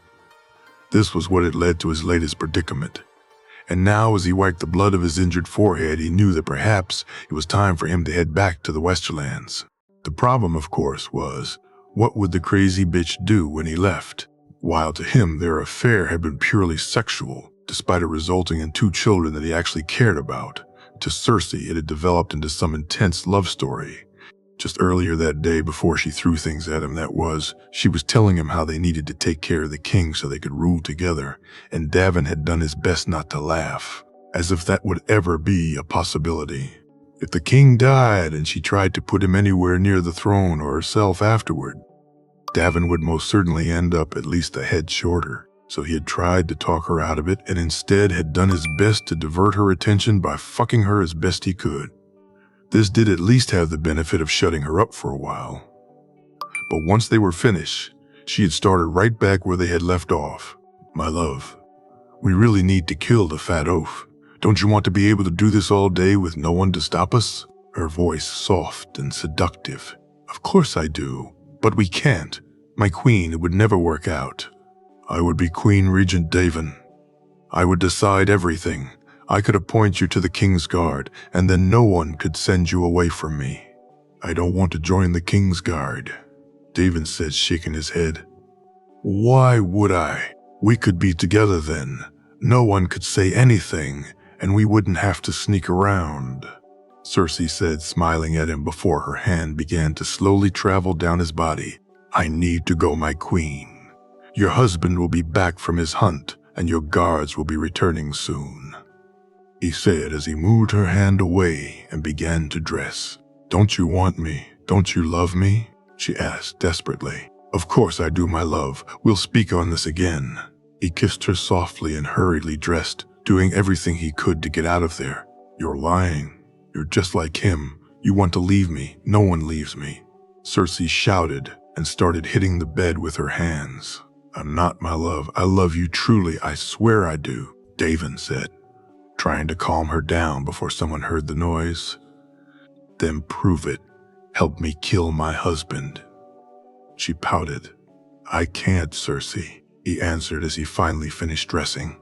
He moved to the door but was suddenly hit by something in his back. He turned to see what it was, and unfortunately for him, he turned right into the flight of the vase she had thrown. It struck his head, and he could feel his blood as it flowed. Get out, and don't come back. Cersei shrieked, and he left as quick as he could. As he finished wiping the blood, he passed the nursery where his son was resting. He wanted so much to go in and see young Tommen, but he knew that not only would they never allow him in this condition, the mere fact he wished to see the prince would raise some eyebrows. He had never even held either of his children, though he had been lucky enough to see them both. Tommen was a cute, chubby little babe, and Rysella was a gift from the 7, he thought. It was just a shame that Cersei was their mother. He shuddered to think of them turning out anything like Joffrey. On his few run-ins with the Crown Prince, he had found the boy to be arrogant, spoiled, and willful, and he hated the thoughts of his children being raised near the boy, but he really had no choice. Did he? He was in this now, this so-called great game, and he really was out of his element. He sighed as he walked from the rooms, All this trouble caused by his damnable cock, Barristan. Barristan smiled at the letter he had read. His king was doing well. Very well by all accounts. He wished he could see him practicing his jousting. Would he be like his father, he wondered. He was glad at least that Jaime was putting him through his paces and that he was taking to it so well. The news of his king's achievements made him even more sure that when he made his claim, the realm would be getting the right man. He had been as stunned as the rest of the throne room when the news came in about Castamere. When the king had heard it was his friend's son who came up with the plan, he had been overjoyed. He proclaimed it loudly and often. How Ned's boy was the one who did what Tywin Lannister could not. While Barristan took issue with him being called Ned's boy, he found the pride he felt hearing his king be praised overruled the annoyance of his true father not being recognized. There would be time for that off course, and when the truth was revealed, then they'd know that it was Rhaegar's influence and not Ned Stark's that had made Jaehaerys the man he would be. He placed the letter over the flame and allowed it to burn. It was time for him to do his duty yet again, and once again he cursed that he'd have the misfortune of following the crown prince today. "Sir Boros," he said as he walked from his quarters. "Lord Commander." The knight nodded back. He made his way from the tower and into the Red Keep. Passing the guards along the way, he finally arrived at his destination, seeing Sir Aris smile at him, glad to be relieved. "Sir Aris, Lord Commander. Anything I should know?" "No, Lord Commander. The prince has been quiet thus far," Sir Aris said with a reluctant smile. "Very good. Enjoy the rest of the evening, sir." I will. Good night, Lord Commander." Barristan watched as the knight walked away. He sighed at the state the order had descended to. These knights under his control were no true brothers, he thought, as clearly evidenced by Trant's dereliction of his duty. Where the knight had run off to was a mystery, and had it been a true and proper knight, then Barristan himself would have led the investigation into his disappearance. But truth be told, the man was no loss, and Barristan not only didn't bother looking for him, but didn't raise an objection when the king announced his replacement. He had at least picked a man sworn to House Baratheon this time, but Barristan did not think much of Sir Richard other than he was a much better option, that the Queen's preference. Sir Davin had potential, but he was not of the Kingsguard. To think an order that once contained the White Bull, the Black Bat, and the Sword of the Morning was now reduced to this. He sighed and swore that when his king was crowned, he'd rebuild it to an order worthy of him. As he took up his position, he hoped for the best. With any luck, the prince would stay in his rooms this evening. He didn't look forward to the alternative. Joffrey was at best a troubled boy, and at worst something much more dangerous. At times he was pleasant, almost jovial, but his mood could change quite quickly, as most had found to their cost. He took great delight in making the most ridiculous demands, and then throwing a tantrum when they were not followed. Many a servant had felt his wrath, and he had begun to see them punished now, where before he would take his delight in making them squirm at the thought of losing their jobs. When his father was present or the hand was near, the boy would limit his punishment, simply sending the servants from the room with cutting remarks. Some Barristan was disgusted to see, the king would laugh at. But when they were busy elsewhere, or his mother was around, then the servants really began to worry. Barristan shuddered to think what would happen to the realm if the boy ever made it to the Iron Throne. But he also felt relieved to know that it would never happen. His king would make his claim long before then, and when the time came for it, Barristan would be standing right beside him. Riverlands, Hoster Tully. Hoster looked on as his son continued his rant about Ned's bastard and how the boy was going to usurp Cat's children's birthright. It was the same version of the same argument his son had made for almost a year now, ever since that damnable raven had come from his daughter practically demanding they attack the boy. "We have to do something now. Father, the bastard is getting more and more popular. If we don't act, then we'll be sorry." "And what would you have us do, Edmure?" I don't know, Father. You know what I wanted to do. You were the one who shut it down.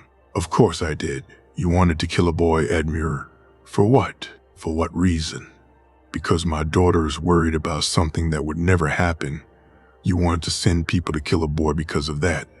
I have no love for the bastard, but I'll not become a kinslayer because of it. He's no kin of ours. He's a bastard.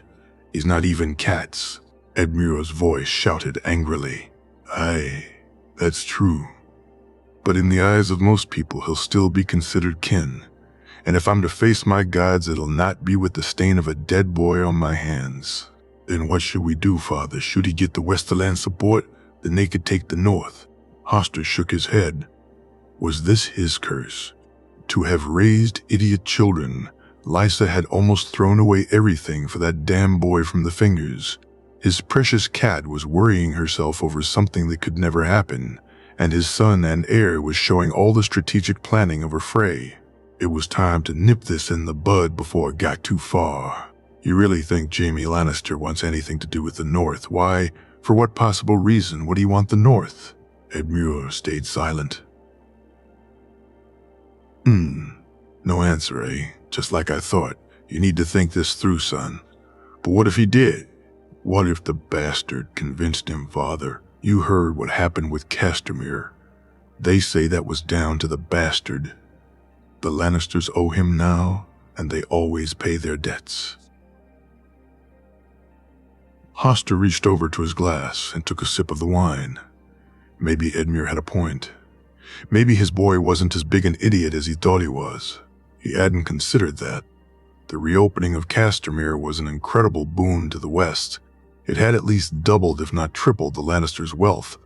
Would Jaime Lannister consider repaying that by giving the boy the North? He wondered. He needed to think on this some more. They needed more information about the boy. Find out his temperament, if he actually cared about the North. The two Blackwood lads had met with him in Old Town. Perhaps they could tell him more. He'd send a raven to Tytos and see if he could bring the boys with him the next time they visited. Leave it to me, Edmure. I'll decide what's to be done with the bastard, not you. Do I make myself clear? As long as you make a decision, Father, Edmure said and stormed from the room. White Harbor, Wyman. The last year had been incredibly good to House Manderley, Wyman thought as he looked over the figures. The trade deal with the Lannisters had been expanded upon, and they had plans to open a joint office in Bravos to help facilitate more trading opportunities. The more he looked on the figures, the more he felt grateful that Jon Snow had spoken to Wireless. The boy had done them a really good turn, and he was more than happy to pay the lad back when he could, which was why when that raven came asking for his help, he was more than happy to provide it, though even he had been surprised who the recipient of that help would be. It seemed Wyman was not the only northern lord to speak well of Jon Snow.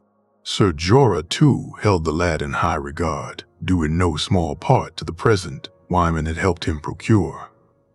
Wyman thought back to their trip to Winterfell. It had been eventful, to say the least. When he had spoken up about the boy, he'd been disappointed in his liege lord, truth be told. The man had barely acknowledged what his son had done, his accomplishments bringing him no pride whatsoever, and Wyman couldn't understand it.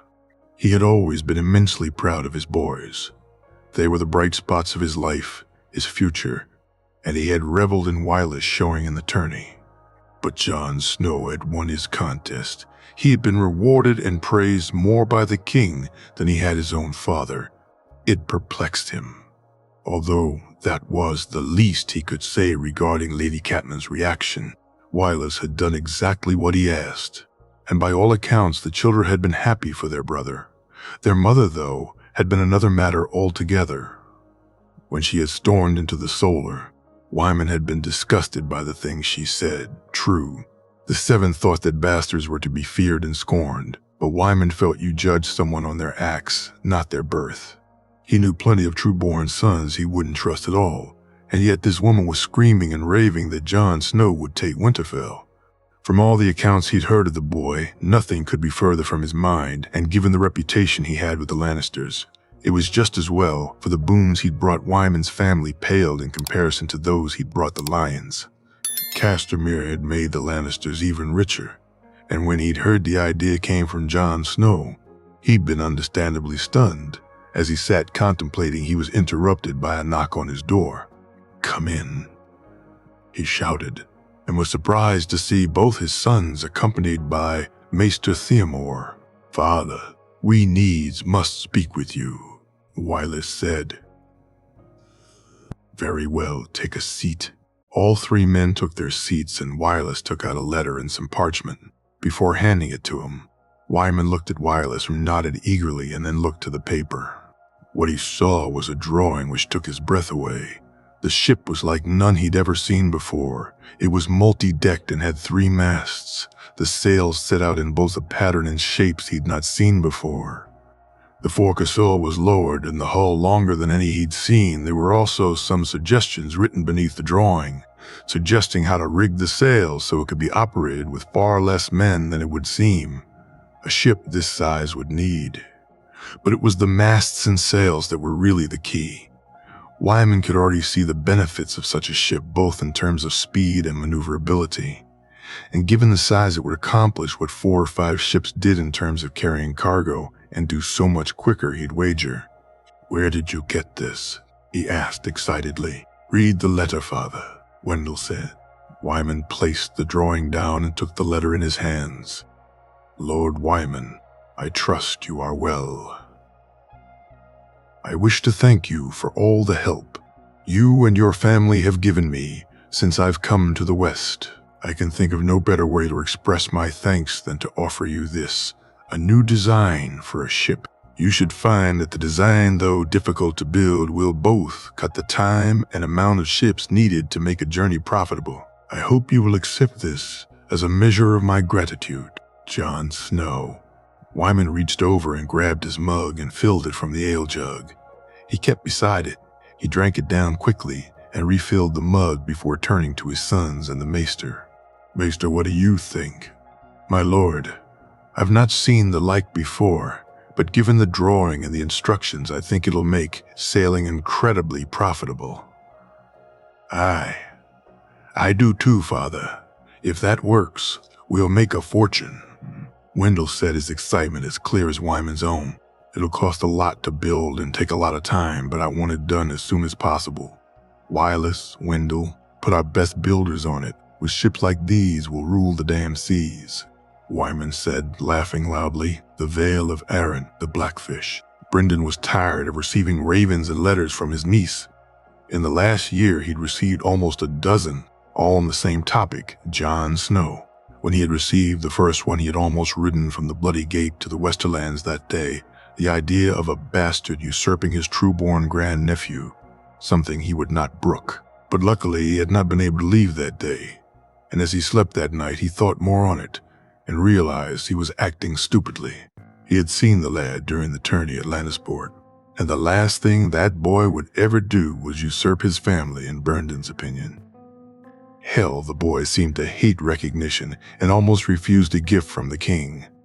The more he thought about it, the more he was convinced he was right, so he had ignored the letter from Cat. The damn trouble was the letters kept coming, each one more and more outlandish than the other. Each letter repeatedly mentioned their family words, like he didn't know them or live them better than any of his damn family. Brendan loved his family, but Hoster had cared more for alliances than making his family happy, and instead of living, the words had tried to use them to shame him into doing what Hoster wanted. "Sir Brendan, how fares you?" Nestor's voice forced him to look up from his table. "I am well, Lord Royce. You?" "Good, Brendan, good. Have you heard the news from the West?" "No, Nestor, I haven't. I care not what the lions are up to."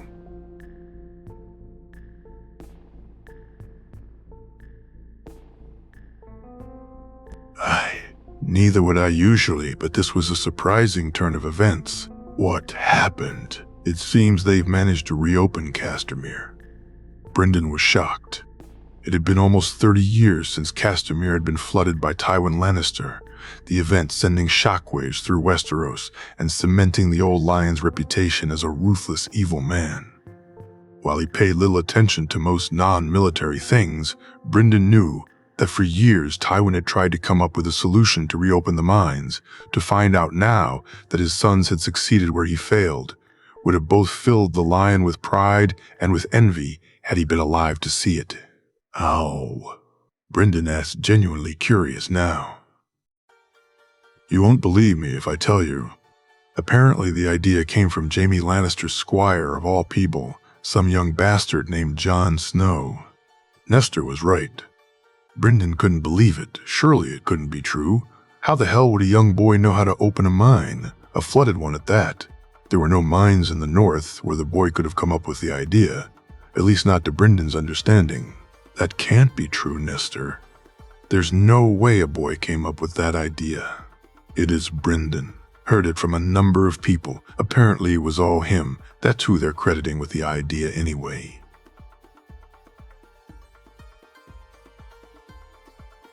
Brynden smiled. Well done, young man, he thought. Whatever chance of what Cat was worried about was certainly over now. There's no way that young man would ever be going back north now. He's way too important to the Lannisters. It was much more likely they'd give the lad a keep in the west as reward. Winterfell. Lynesi. Winterfell was incredibly imposing, she thought, as they neared the castle. While not as beautiful as Highgarden or even the High Tower, it had a certain sense of scale, that the closer you got to it, the more it became clear that this castle was not like the others in the realm. The large gray walls were intimidating, and yet they were also welcoming, and she could see her husband seemed happy to see them. He had been disappointed that Ned Stark had not come to either of their weddings. The one in Old Town he understood, but him not coming to the one on Bear Island had hurt her bare, and while he may not show it, she knew it. It had made him appreciate that Jon Snow had come to their wedding even more. The boy showing more respect to her husband than his father did. It was because of this that she was sure they wouldn't be visiting Winterfell for a while. So when the invite came for the Stark heir's name day, she thought her husband would ignore it. But he had surprised her by saying they should go. The journey to Winterfell itself had been hard and unpleasant, and she had been uncomfortable the entire way, but they had finally made it. She got ready to get out of the carriage, though had they been in the south, no one would have called the covered cart that, putting the coat she'd been gifted by Jon Snow on. She smiled at the warmness it brought to her cold bones. The coat had been a lifesaver when she first hit the harsh weather of the north, and each time she put it on, it amazed her how warm it made her feel. Jorah came to the side of the carriage and opened the door and helped her out. She looked out onto the courtyard and saw a man she assumed was Lord Stark standing there with his family. "My lord," Jorah said with a bow. "Bo! Sir Jorah. It's a pleasure to welcome you to Winterfell. I'm honored, my lord. May I present my wife, Lady Lynesi Mormont," Jorah said as he led her to meet his liege lord. "Lady Lyness, a pleasure to meet you," Lord Stark said, kissing her hand. "I thank you, Lord Stark, for your warm welcome," Lynesi said with a smile. "Lady Stark, I'm honored to meet you," Lynesi said as she moved to the lady and curtsied. She made her way down the line, greeting the heir and his siblings. The oldest girl was staring at her intently, her bearing that of a young lady in practice, she thought, her long red hair and piercing blue eyes only enhancing that impression. She was sure to be an absolute beauty when she grew older. The younger was more rough, round the edges, yet her eyes sparkled mischievously, and Lynesi was reminded of her own sisters and the differences between them. After the greetings were done, and she had found out that the older girl was called Sansa, the younger Arya, she watched as the heir and some other boy, who her husband scowled at, ran off to do whatever it was that young boys do. The youngest girl, who could not be more than 2 name days, was picked up by her mother and carried as they made their way to the keep, her struggles showing that perhaps her mother made the right choice, as she seemed eager to run after the boys. "Lady Lyness, your coat is so beautiful. May I ask where you bought it?" Sansa asked as they walked to the keep. "Call me Lynesi, my dear." "Lynesi," the girl's voice said dreamily. "I didn't buy it. It was given to me as a gift for my wedding. By your brother, actually," Lynesi said, smiling at the girl. "Rob gave it to you?" Oh, the girl asked confusedly. No, Linesi said, laughing. Your other brother, John, she added, noticing Lady Stark turning her head to listen. John gave it to you. It's so beautiful. Where did he get it? Has he got more? Do you think he'd give me one? Wait. John was at your wedding. Sansa rattled questions off in quick succession. That's enough, Sansa. I'm sure Lady Lindsay doesn't wish to speak of your half-brother. Lady Stark said snarkily. No, it's quite all right, my lady, Linesi said before turning to Sansa. Your brother was with Lord Jaime as his squire, so I assume he turned up as part of his duties. He's such a fine young man. His gift was so thoughtful, especially for a lady not used to the northern weather. I wish I could have gone. I'd wager it was so beautiful. Sansa sighed. It was. Almost as beautiful as my coat, Linesi said and giggled along with the young girl. She did, however, notice that Lady Stark did not share her good cheer and was practically rushing them inside now. She looked to see her husband in deep conversation with Lord Stark, and finally they were inside the castle itself. They said their farewells for now, and Lord Stark signaled to a servant to escort them to their rooms. As they walked, she was surprised just how warm the castle felt compared to both the outside and their own keep.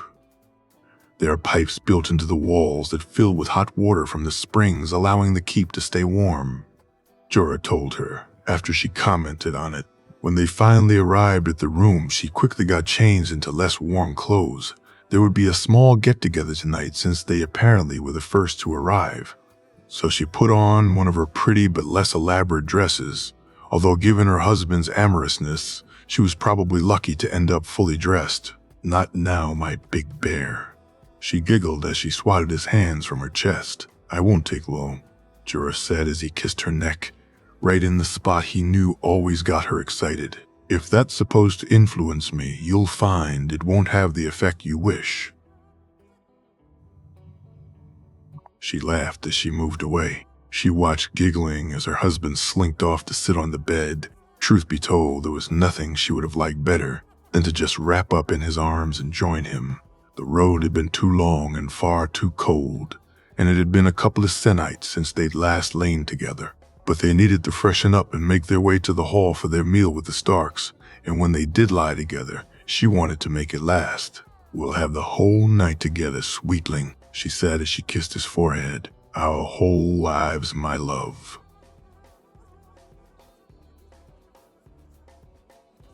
Jorah said, and she felt her heart flutter. Later that night, the meal itself was much better than she'd hoped for. She had found the fare in the north to be more rich in terms of substance than she was used to. They sat at the hideable Lord and Lady Stark to either side of her and Jorah. The children looked like they were enjoying themselves, although she did notice that Sansa kept looking at her longingly. I'm sorry I couldn't attend the wedding, Jorah. I was called out to deal with some trouble with the Hornwoods and the Boltons, she heard Ned say.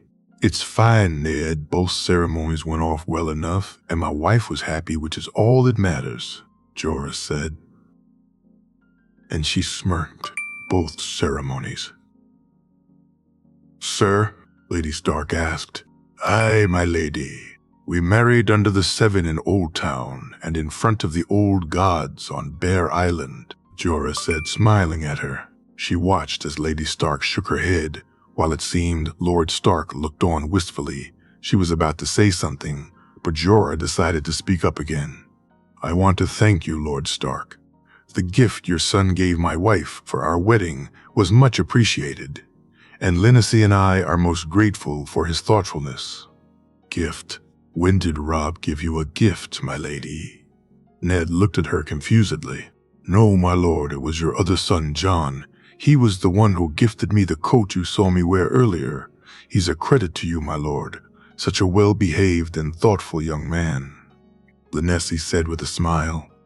Lady Stark quickly took a drink from her glass while Lord Stark looked at Jorah and herself with a look she couldn't quite replace. What was that all about, she wondered. She knew, of course, like all good southern women did, that bastards were to be watched lest their worst impulses took hold. But the young man she'd met in Old Town was as far from that as she could possibly imagine. So why were both Lord Stark and Lady Stark acting so peculiar? When the dinner ended, the conversation seemed to ebb and flow.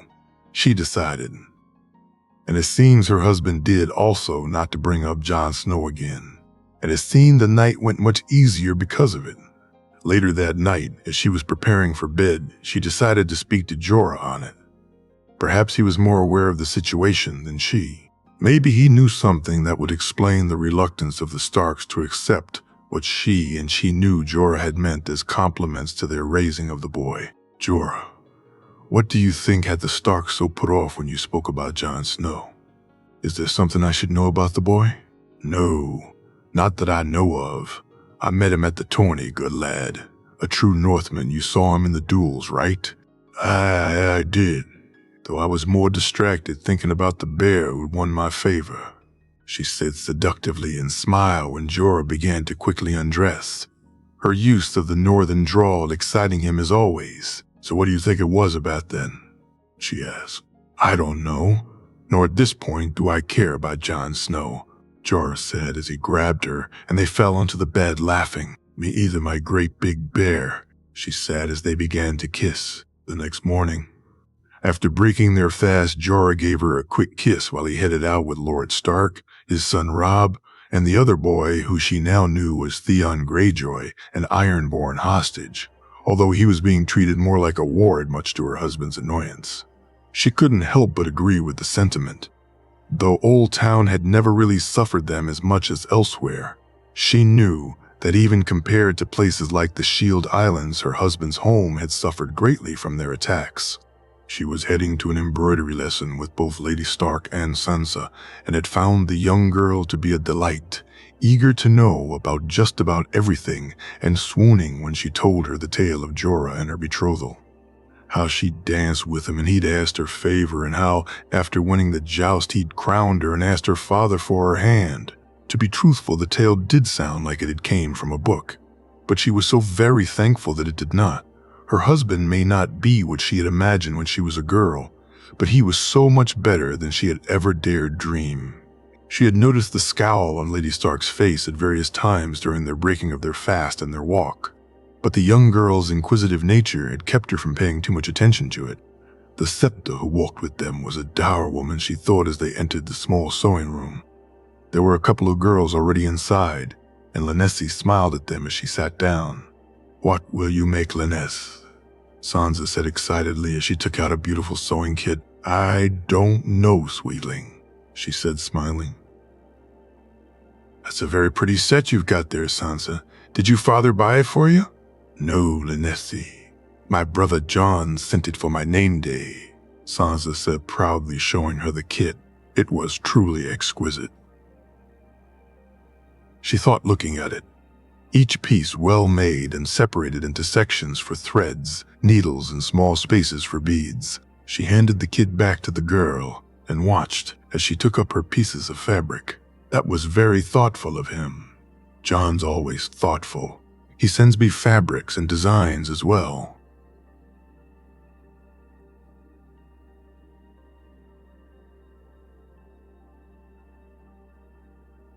Sansa said, her smile beaming, and Lenesi couldn't help but smile back at her, before noticing that both the Septa and Lady Stark did not seem to find it so amusing.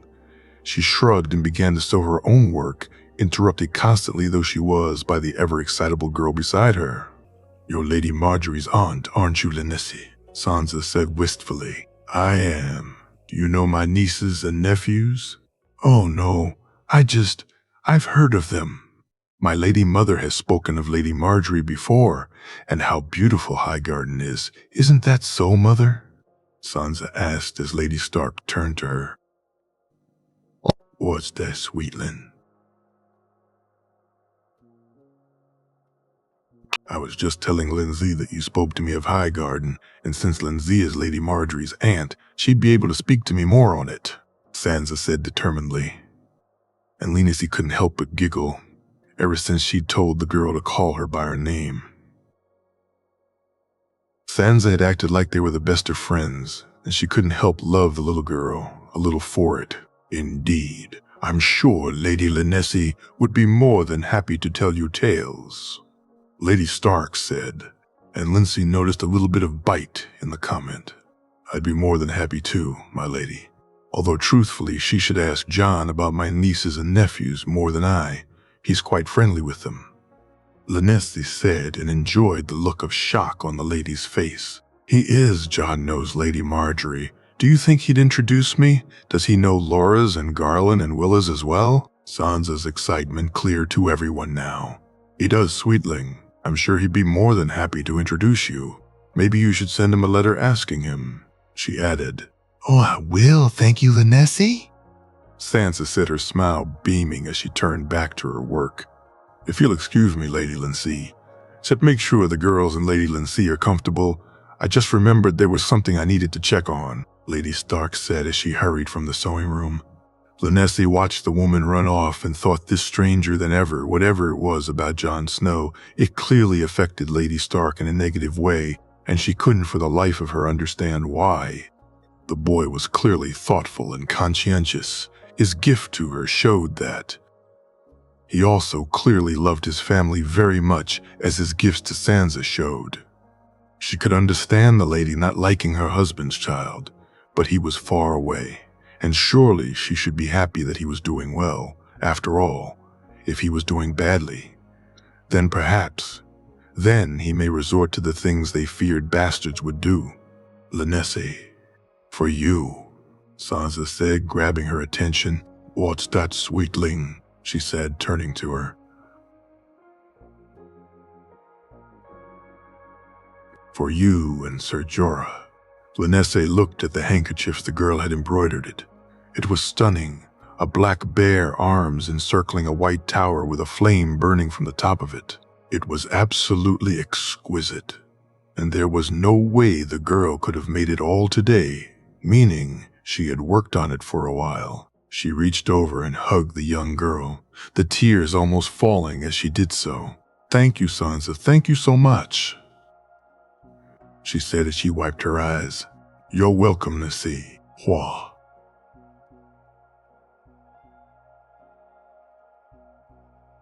He had noticed it after the wedding and more specifically on the ship back to Lannisport, but had let it be thinking that once they reached home, Jon would pull himself out of the funk he'd gotten into.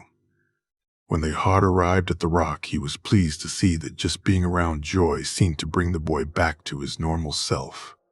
However, as the days went on, he realized that was not the truth. While he was happy on the outside, something was clearly bothering him, and Jaime had begun to worry about him more and more.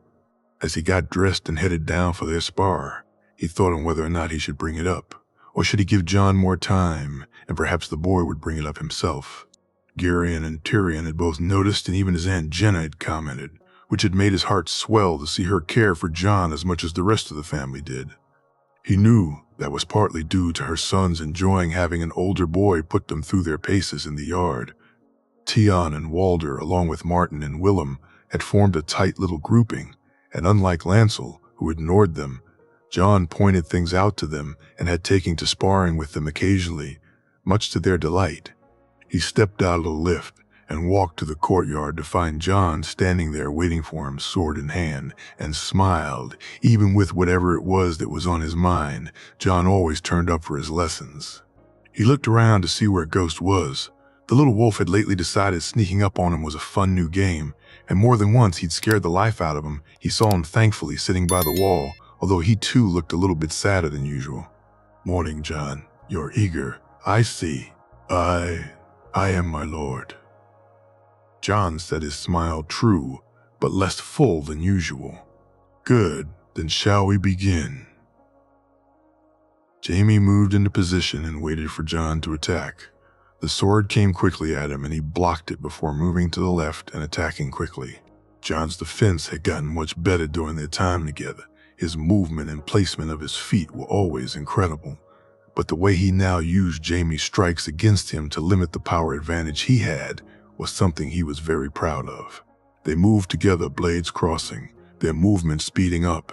Jaime still had the edge on Jon in terms of speed, but the boy was faster than he had been at that age, and it was only a matter of time until Jaime's technique and power would be his only advantages against him. At first, Jon had reminded Jaime of Rhaegar. His ability to absorb the lessons and incorporate them into his form was startling. But the more they sparred, the more he saw Arthur in him. As good as Jaime was, Arthur was a once-in-a-generation swordsman, and he felt, no he knew, that Jon would be one too. However, for now, he was still a young boy, fighting against the greatest swordsman in Westeros. And as they danced, Jaime's strikes were having their effect. "You're tiring, Jon," Jaime said with a smirk. "So are you, my lord," Jon replied.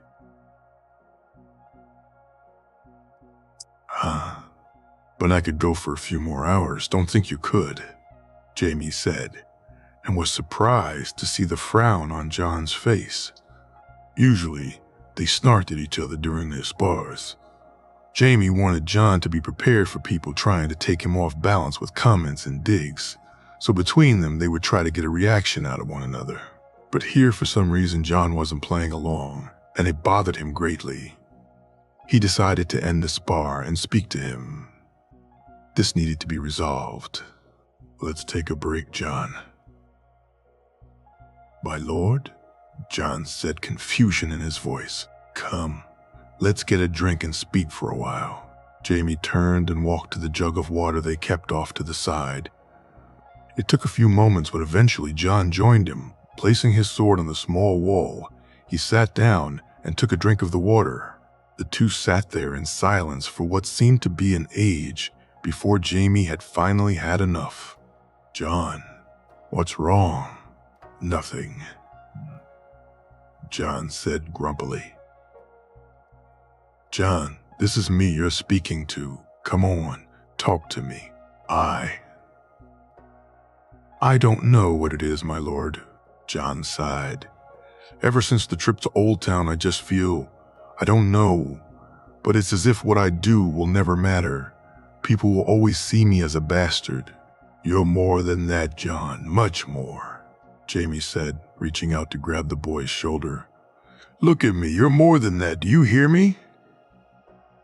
He grabbed the boy and hugged him tightly. He could feel him sobbing against his chest, and it made him want to tell him the truth, to just grab him and take him to his things, show him his birthright and his mother's letter.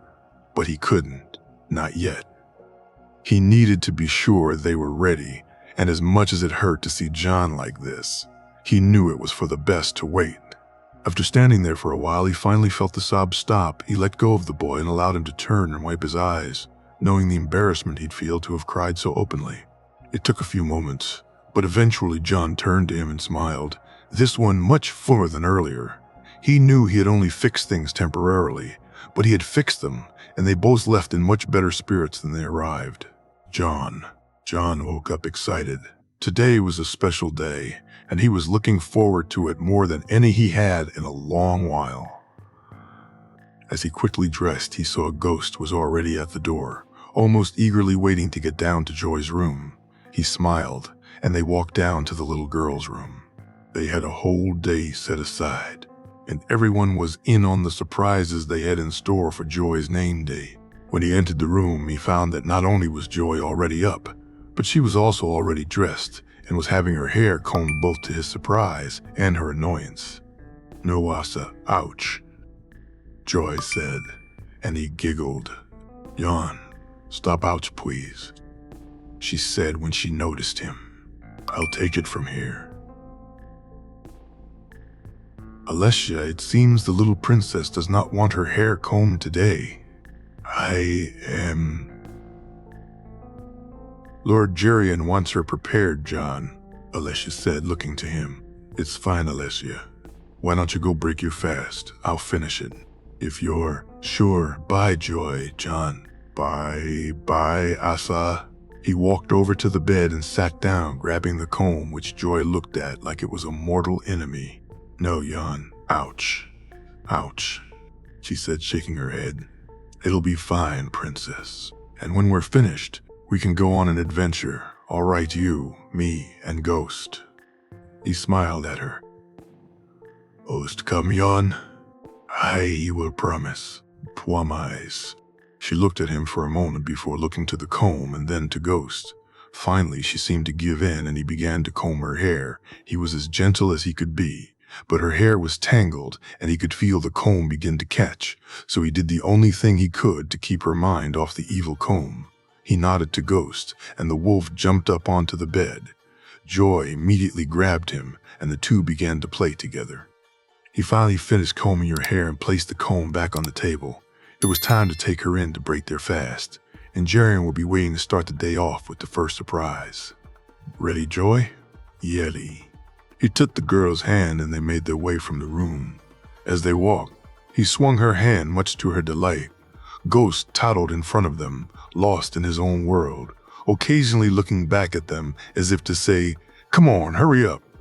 When they reached the dining room, they found Jerian sitting there waiting for them. "Papa," the little girl shouted as she ran to him. "Morning, princess. Happy name day," Jerian said, giving her a big hug. John sat down beside him at the table and Joy immediately moved into his lap. He laughed. It was going to be one of those mornings. The meal came and he helped her to eat hers, which she actually did this morning, although she didn't really allow him to eat his own, as she grabbed the bacon and sausages and fed them to an eager wolf. "Ost more," as she fed him some bacon. "Ost more," and there goes a sausage. John was forced to get a second plate, which he left on Jerian's side of the table just out of her reach, although the hungry little wolf had no such trouble, and when his food supply from Joy was gone, he quickly moved over to where John's plate was and looked up at him eagerly. "Traitor," John said, laughing as he threw the wolf some bacon. Ghost just swallowed it and gave him a look that showed cared not a jot. When they finished the meal, they headed down to the lift, Jerian carrying Joy while he and Ghost walked in front of them, keeping the girl amused. It was time to give Joy the first surprise of her name day. It had taken him a long time to convince both Jerian and Jenna that this would be safe, and only because of his connection with Winter had they eventually agreed. Stepping out into the castle's yard, they walked to the stable where Winter had already been prepared. John immediately jumped up and waited for Jerian to hand him the little girl. "Want to ride on the horsey, Joy?" Jerian asked. "Horsey, Papa," Joy said excitedly. Although John thought that was just her natural love of horses and not because she knew what her father had asked. Something which was confirmed a little later when Jerian began to place her on the horse in front of John. Her face was something John would never forget. She was more than happy. She was overjoyed, and it made his heart swell to see it, something he could see. Jerian was feeling too. "Papa, horsey," she exclaimed as John allowed Winter to slowly walk.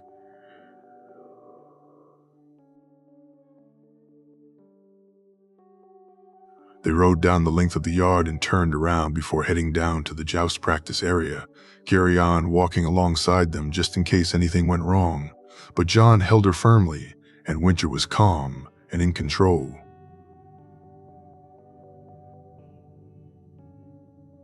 When they reached the practice field, John saw Jenna with her children, and Kevin's two boys were sitting down to their left and smiling at them. "Wave to Aunt Jenna, Joy," he said as the little girl did exactly that. John looked at Jerian and he was given a nod, so he pushed Winter into a trot, which had the desired effect. Joy's laughter was heard around the field, and even though he couldn't really see her face, he could picture it in his mind, and that was more than enough. Eventually they stopped, and he made his way over to where Jerian was standing. "Go to Papa, Joy." "No, yon horsey. More horsey later." "All right." Joy accepted this thankfully, and after Jerian had taken her from the saddle, he led Winter back to allow her to cool down. The horse had done amazingly well, and he was very proud of his mare. "Good girl. So Carol wheeze," he said as he patted her while she drank from the trough.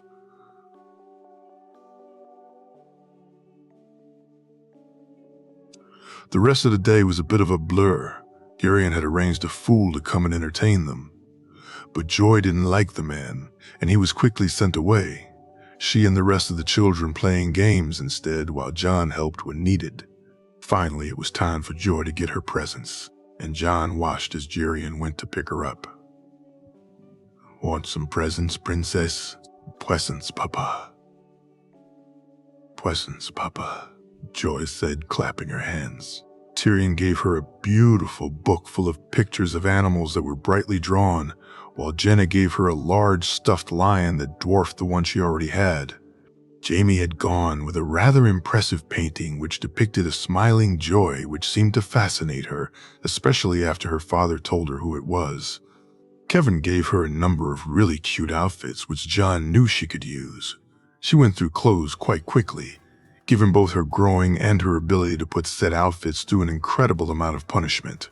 Each of the children gave her small toys, some very beautifully hand-carved, and she excitedly grabbed each one and held it tightly, before throwing it down to the floor when presented with the next one. Gerion's present was a set of inks and papers, and John looked to him to see him smirk. He knew exactly the kind of chaos she'd get up to with him, and he didn't seem the least bit sorry for it.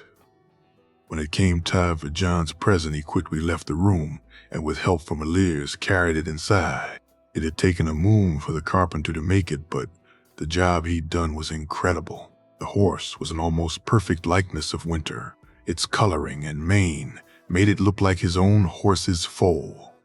Its base was curved, so that if you sat on it, you made it move. He had gotten the stable master to make a saddle and reins for Joy to hold on to, and as he moved it towards her, he could hear her voice. "Orsian. Arzian. Your horsey Joy. Mine," she said excitedly. He helped her up onto the horse and handed her the reins. He fixed her legs into the stirrups and strapped her in tight, then stepped away. She looked at him in confusion, clearly expecting him to sit behind her like he'd done on Winter.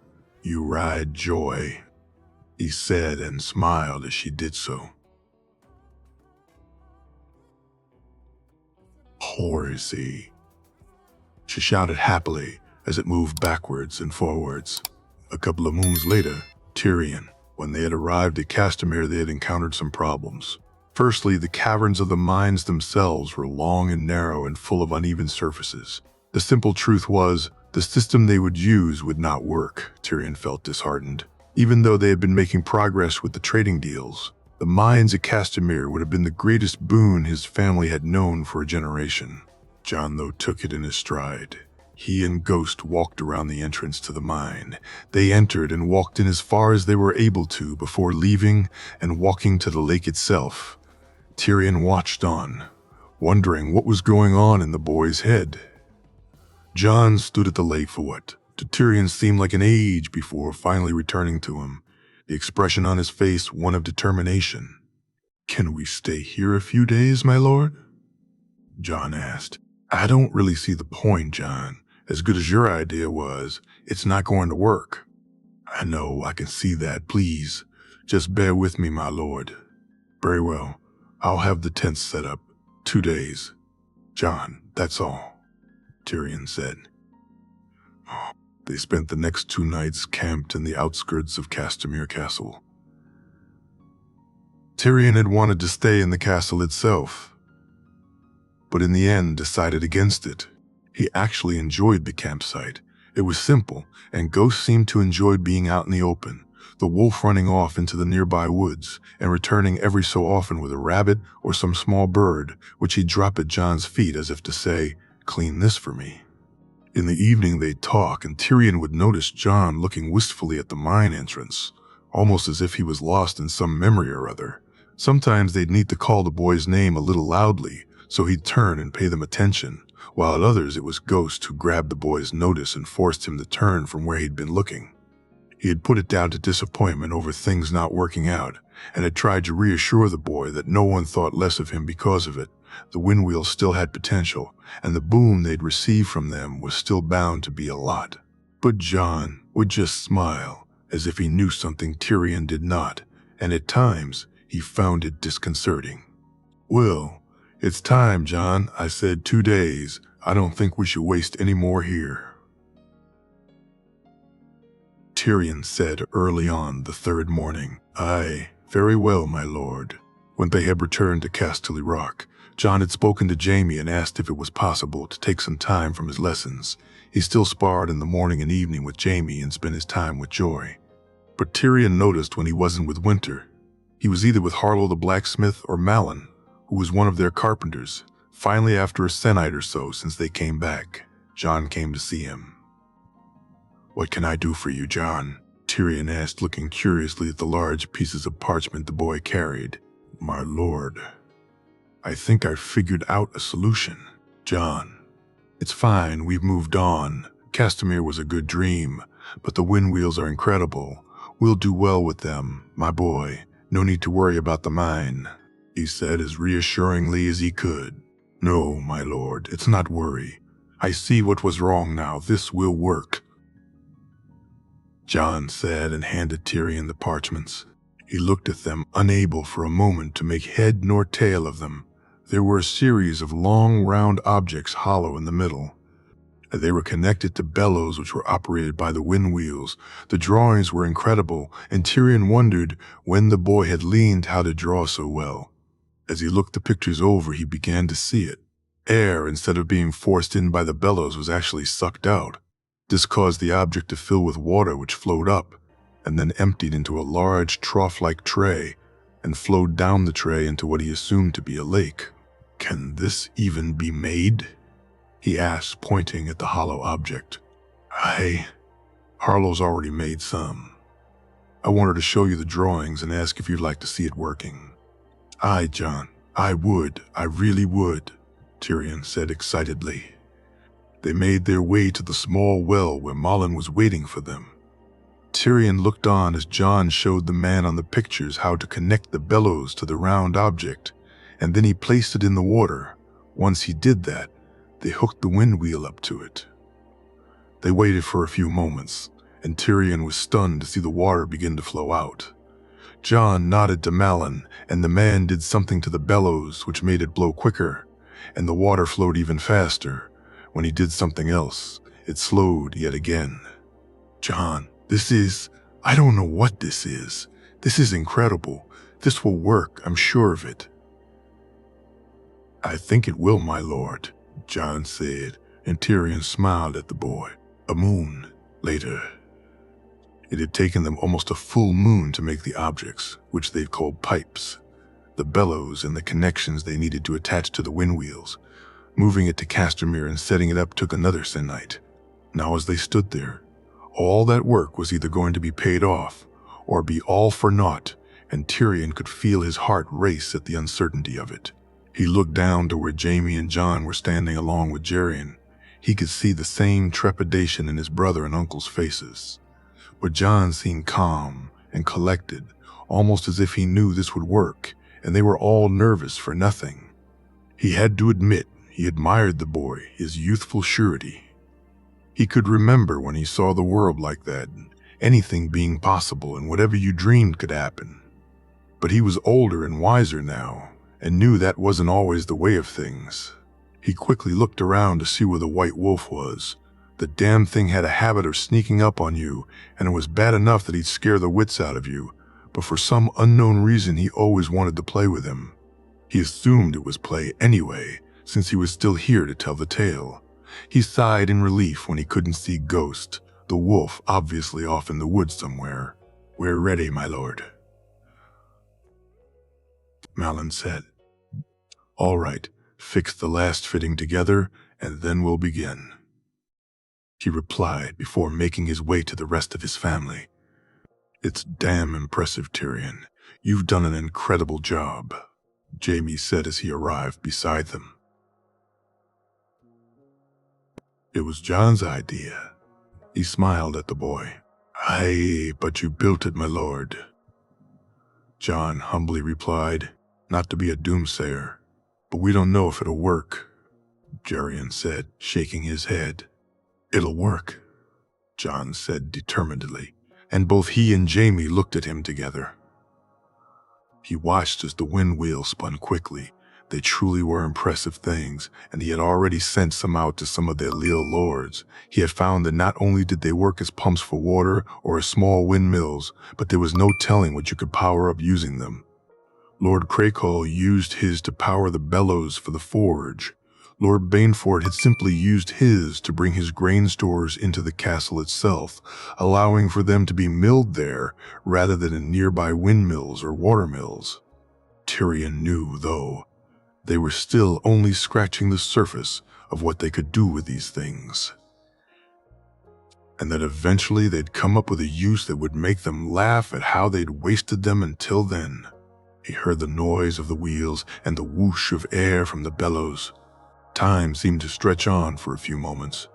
Before they finally heard the sound of running water, they looked to the tubes and saw the water flow into the lake. It works. It damn well works. Good job, John. Psh, Jamie said excitedly, patting the boy on the back. They stood there washing for almost an hour as the water flowed before it finally stopped. It took them a few minutes to realize that the bellows inside needed to be realigned, so they decided to head off for something to eat. When they came back, the water was flowing again. On and on it went. Occasionally, the flow would stop and then after a while begin yet again. Malin unhooked the fitting. Tyrion shouted, "Aye, my lord." Malin said and did as he was told. "Men, that'll be it for tonight. There's food and drink ready for you, so go get some rest. You did great work today," Jamie said loudly. After the men had left, they made their way inside the mine to see how far they'd gotten to. Tyrion was stunned to see that they'd removed almost half the water inside. It couldn't have been that simple, could it? He wondered as they walked through the mine. "I can't believe this," he said, shaking his head. "You're not the only one." Geryon laughed. They looked around the mine, John and Geryon walking off in one direction, while he and Jamie stood where they were. He could already see veins of glimmering gold. As they moved on, they came to something he had hoped not to see. There were skeletons and broken bones scattered on ledges that the water had uncovered. He shuddered. The Rains deserve better than this. We'll need to give them a proper burial, maybe hold a service of some sort, Jamie said, and Tyrion shook his head in agreement. "We can get the Septon to hold a large service. It'll show people we're different than Father, and that the mines are open once again."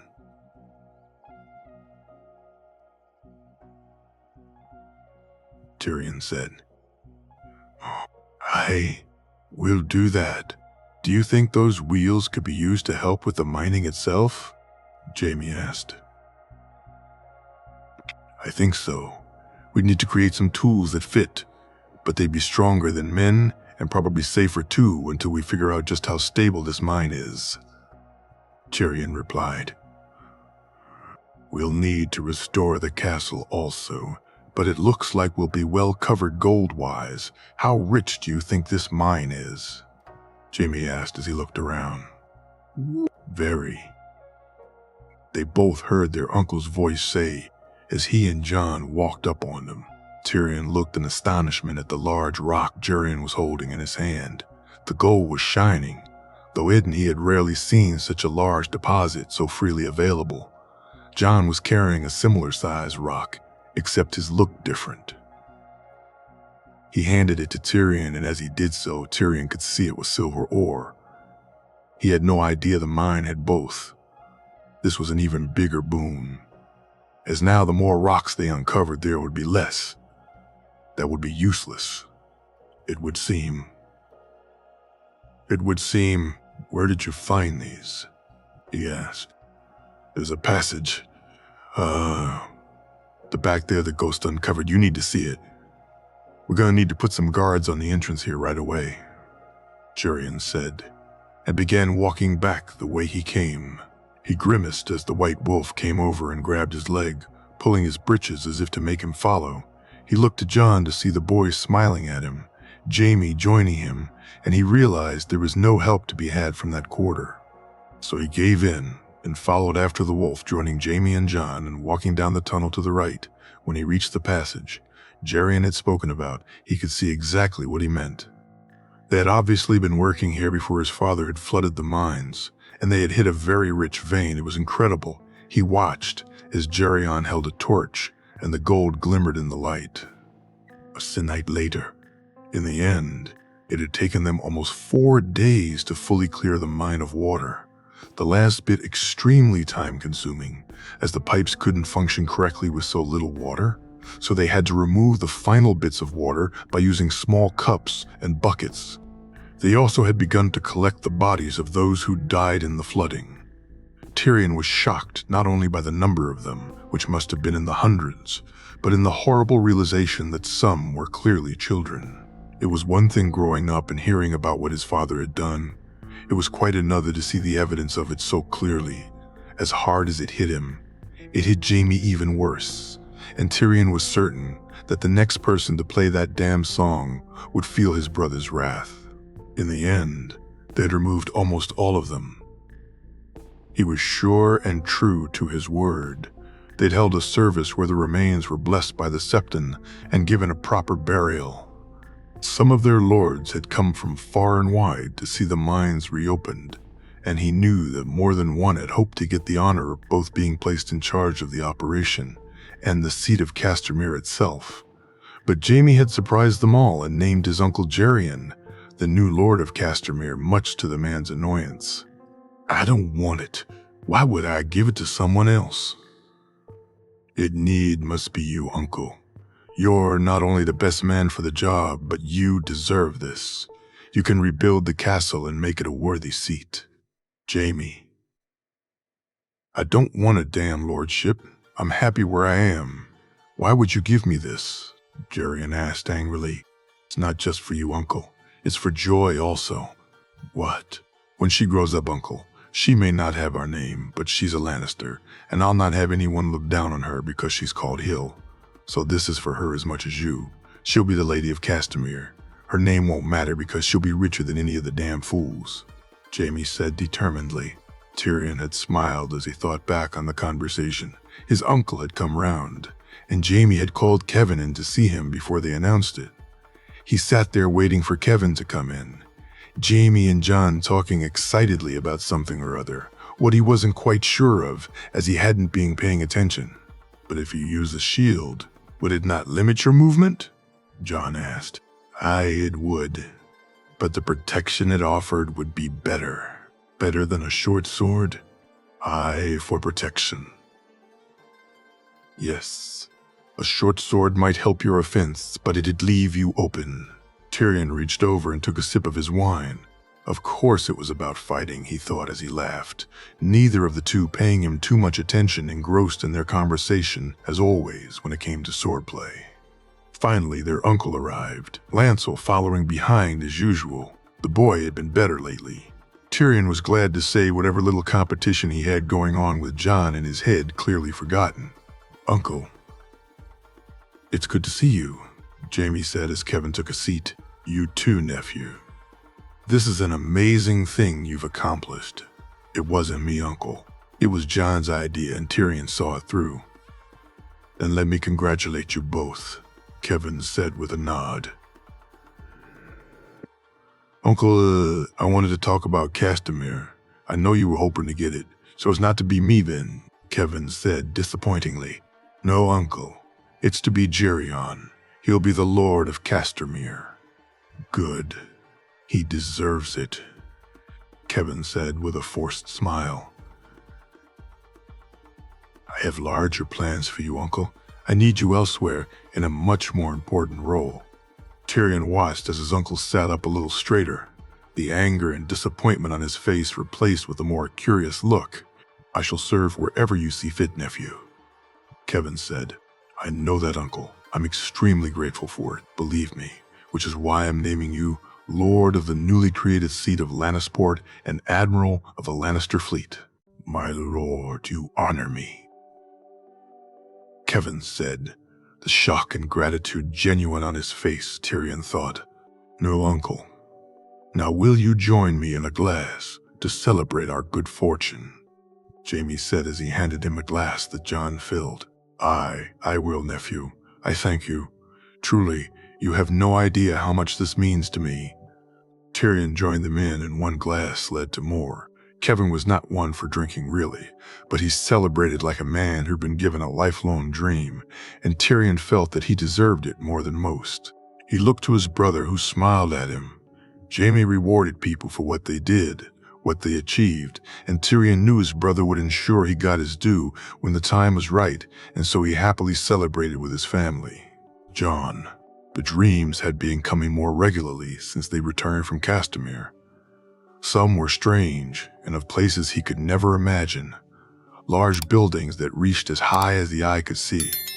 Roads that made the King's Road look like a trail in the woods. He saw shapes cut into stone that seemed impossible. Animals that he could not name depicted to such detail that he could see their eyes glisten as he looked at them. Sometimes he'd wake up in a cold sweat and for the life of him couldn't remember the dreams at all. Others he'd remember vividly.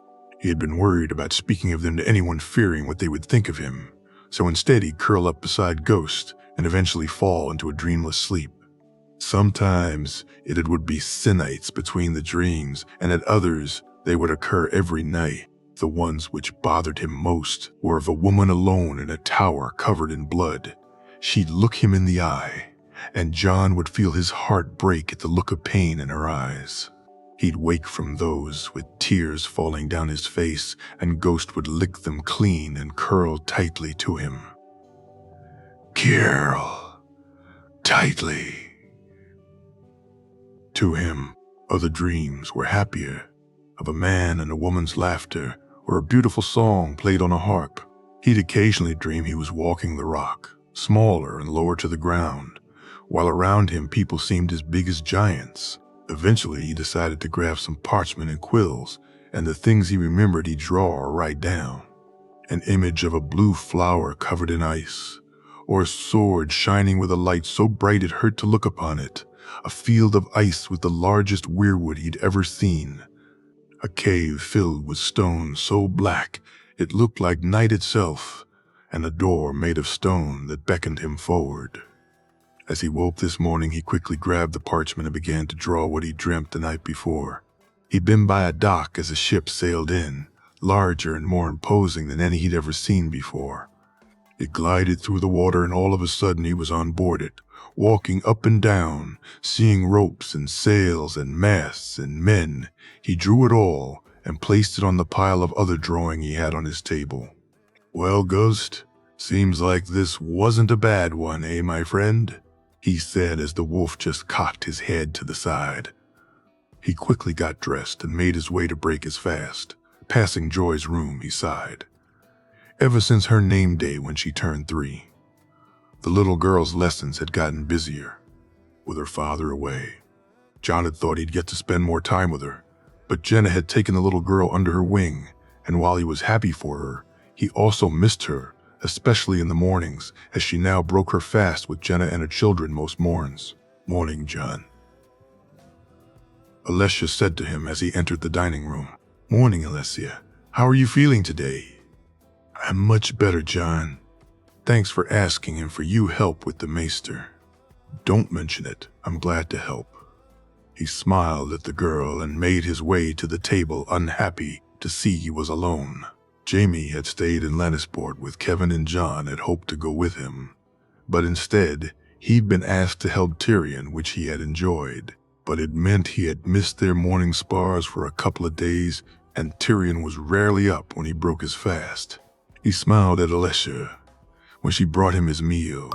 The girl had been ill, and he'd gone to Crayland to get some help for her, knowing that servants weren't a priority for the maester. After finishing his meal and making sure the hungry wolf beside him had eaten his fill, he thought about going to see Tyrion. But he knew it'd be another couple of hours before he awoke, especially with him having worked thorough most of the night, so instead he went back to his room and sat back down on the bed. His lessons wouldn't begin for another few hours, and he was at a loss what to do. So he picked up the parchment he'd drawn that morning and looked at it carefully. The ship was incredibly impressive, but it didn't seem right. Taking another piece of parchment, he began to draw it out again. He completely lost track of time, drawing picture in picture of the ship, discarding one after another for reasons he couldn't be completely sure of, the pieces of used parchment mounting up on the floor. Gone. Oi. John. He turned surprised to see Tyrion standing there in his room looking at him worriedly while Ghost for a change sat in the corner, not paying the man any attention whatsoever, almost as if he too had been lost in his own world. My lord? Are you all right, John? I've been calling you for a few minutes while you were just sitting there drawing. I'm sorry, my lord. Got carried away. I had an idea and I just couldn't let it go. An idea, eh? Well, your last idea made us rich. Weren't you already rich, my lord? John JP getting a smile from Tyrion. Fine, richer then. Then, Tyrion said, sticking his tongue out at him, making him laugh. So let's see this idea then. John handed him the piece of paper and waited for the laughter to start. If Tyrion knew he'd spent most of the morning drawing silly pictures of ships, he'd never live it down.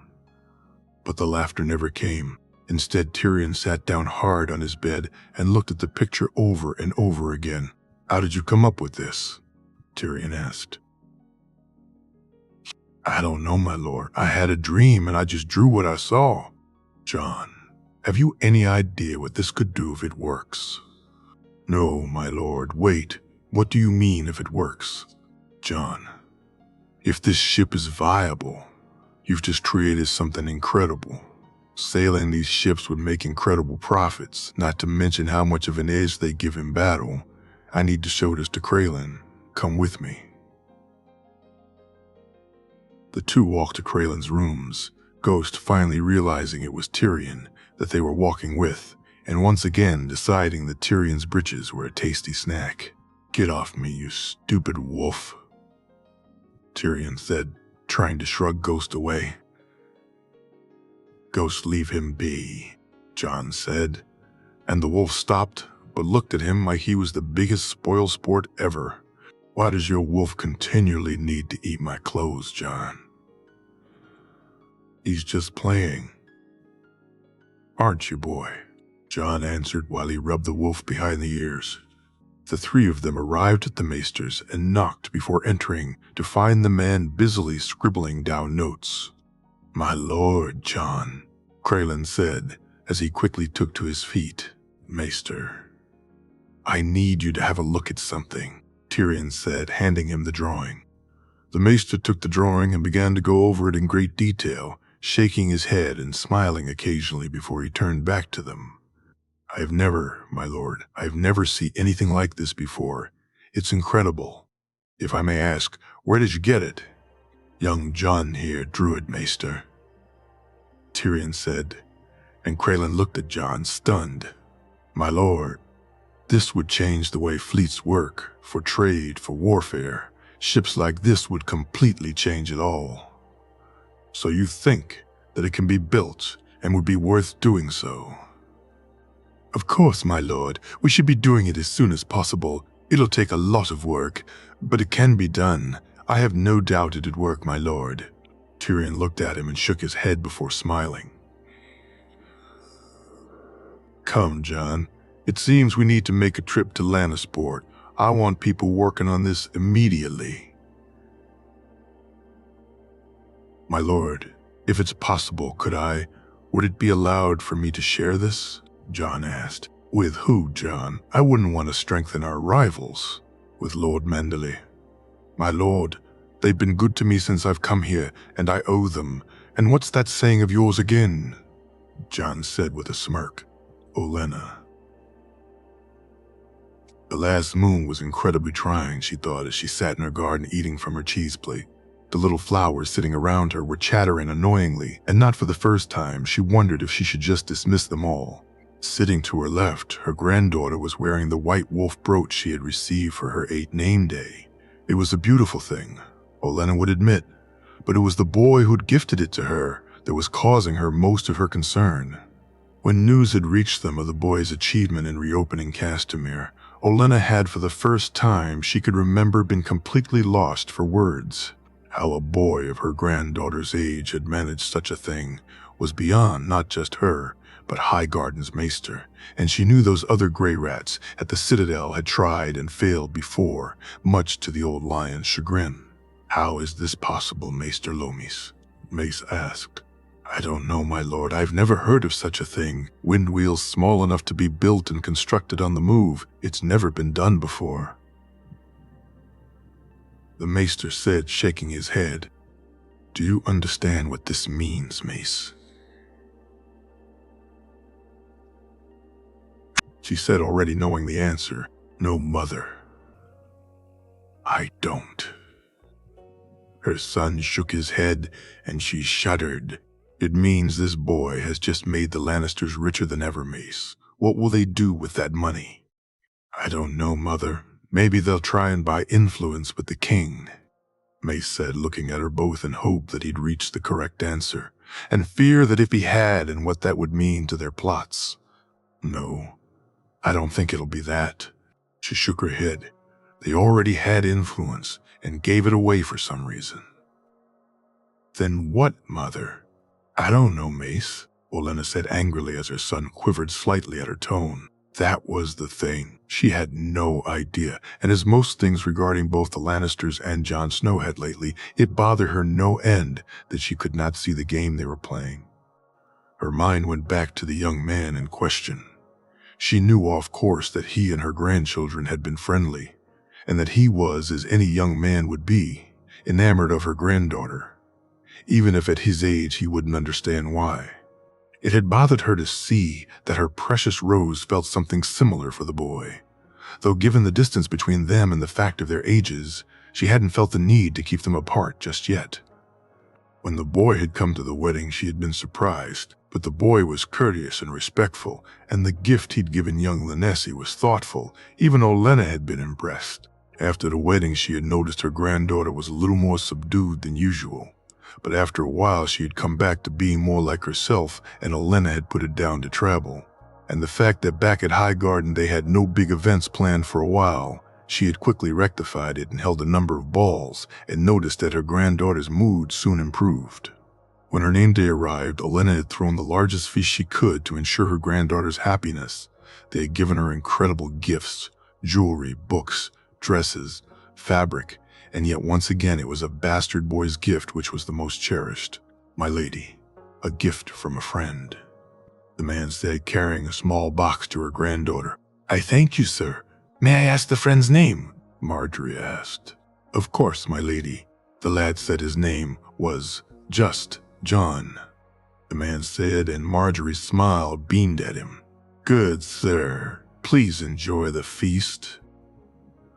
Marjorie turned and opened the box. "Look, Grandmama," the girl said as she walked towards her, holding the brooch in her hand.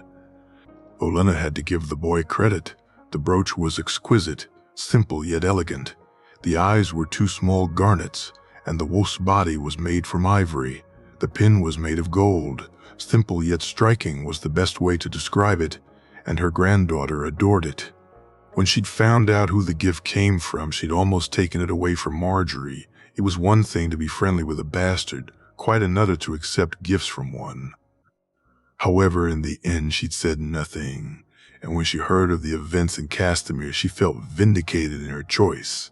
The boy was someone who could, in time, be a good friend to her house. And if he felt something for her grandchildren, and Marjorie in particular, all the better, far easier to manipulate a friend than an enemy. "Grandmother, are you well?" Marjorie asked concernedly. "What's that, Sweelbling? Are you well, Grandmother? You seem a little distracted."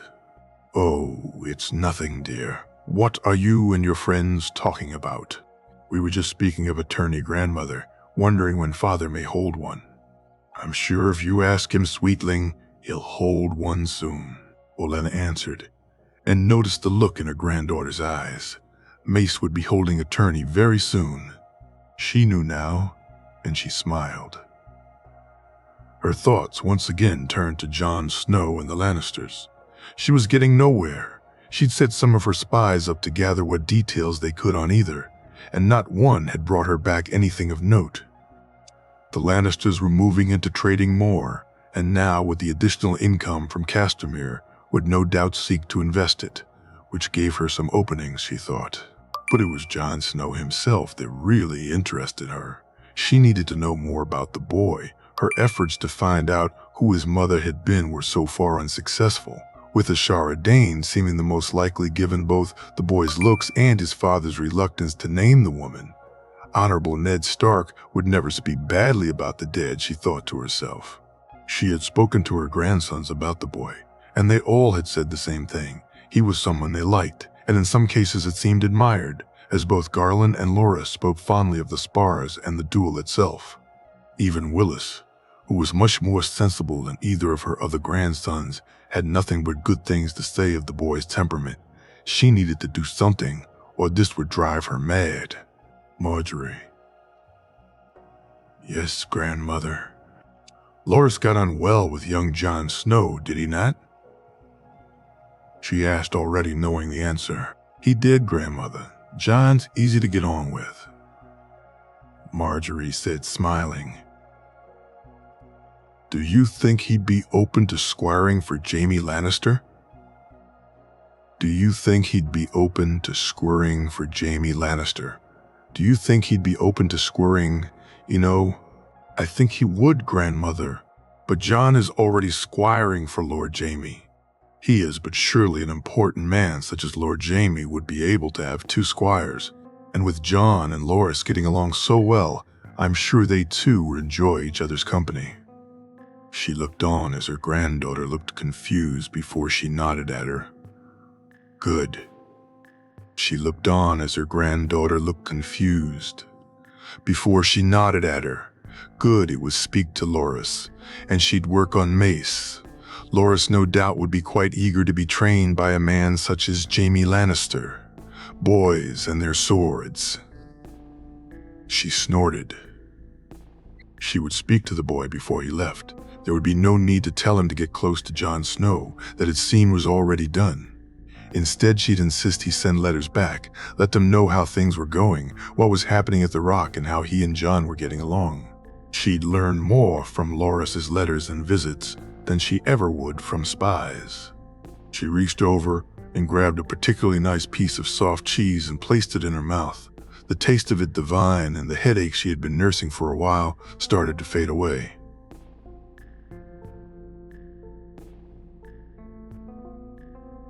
Jurian looked out on the walls of Castamere. In 2 years, they'd transformed the place. The castle was still more run down than it should be, but they'd created a large living quarters in one of the main parts of the keep. And while the rest still needed work, he could now bring Joy here and have somewhere comfortable for her to stay. Originally, he was going to ignore the castle itself. Building a new one would take more time, perhaps, but it would allow it to be planned out to his own preferences. But the more he walked around the ruins of Castamere, the more he saw its potential. When finished, it would be an imposing seat, and even if he didn't see the benefit of it for a long time, he wasn't building it for himself. My lord, a raven for you.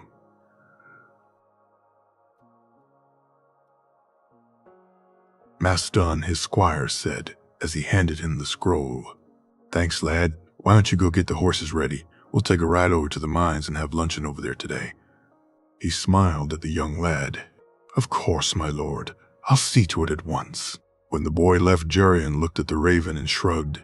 He broke the seal with no reverence whatsoever, the crowned stag just annoying him, and began to read to see what message the king was sending now.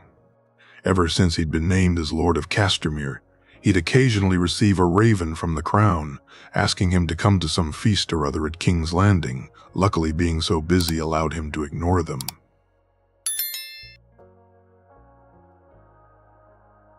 Lord Garyon. His Grace invites you to the tourney of King's Landing of 293 AC. In recognition of the 10-year anniversary of His Grace's victory over the dragons, we shall be pleased to accept you and your retinue, and His Grace's bids you to come and enjoy the festivities. Jon Arryn. Hand of the King. Garyon scrunched the scroll up and threw it off the battlements, smiling as he saw it blow away in the air.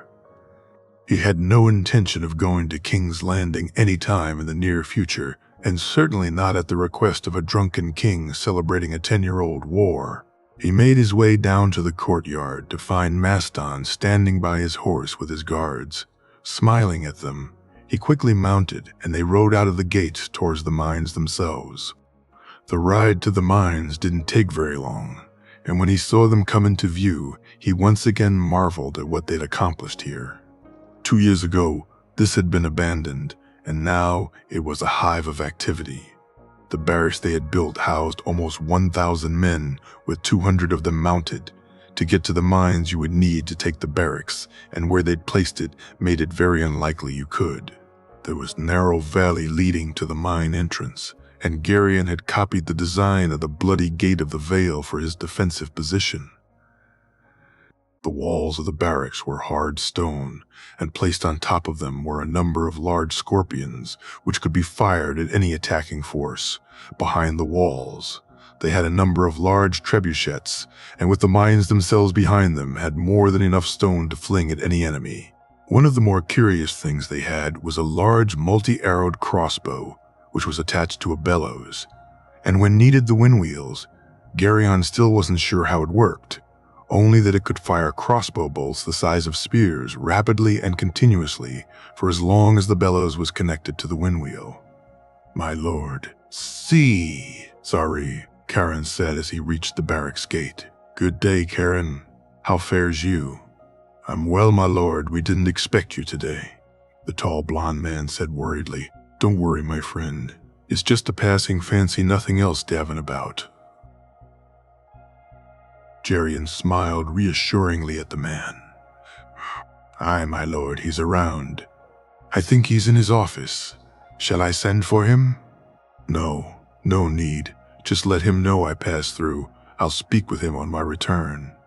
Davin had been appointed as head of the mine forces by Geryon not long after his return from King's Landing. The boy had changed drastically.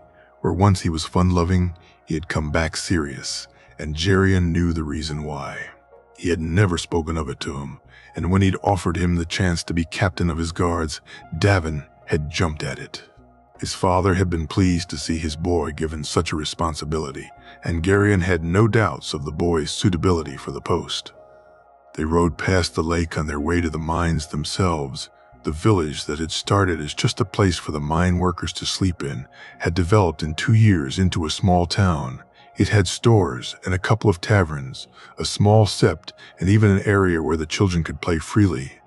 The town even had a rather large brothel, which probably did better business than the one in Lannisport, truth be told. Even though the workers were well paid, Geryon had insisted that food and supplies for their families would be given to them at cost. The tavern was owned by him, and the brothel, though not something he cared much about, was clean, and the girls treated well.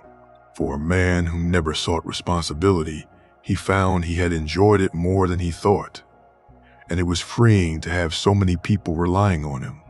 "All right, lads, here will do," Geryon said as he dismounted his horse and walked the rest of the way.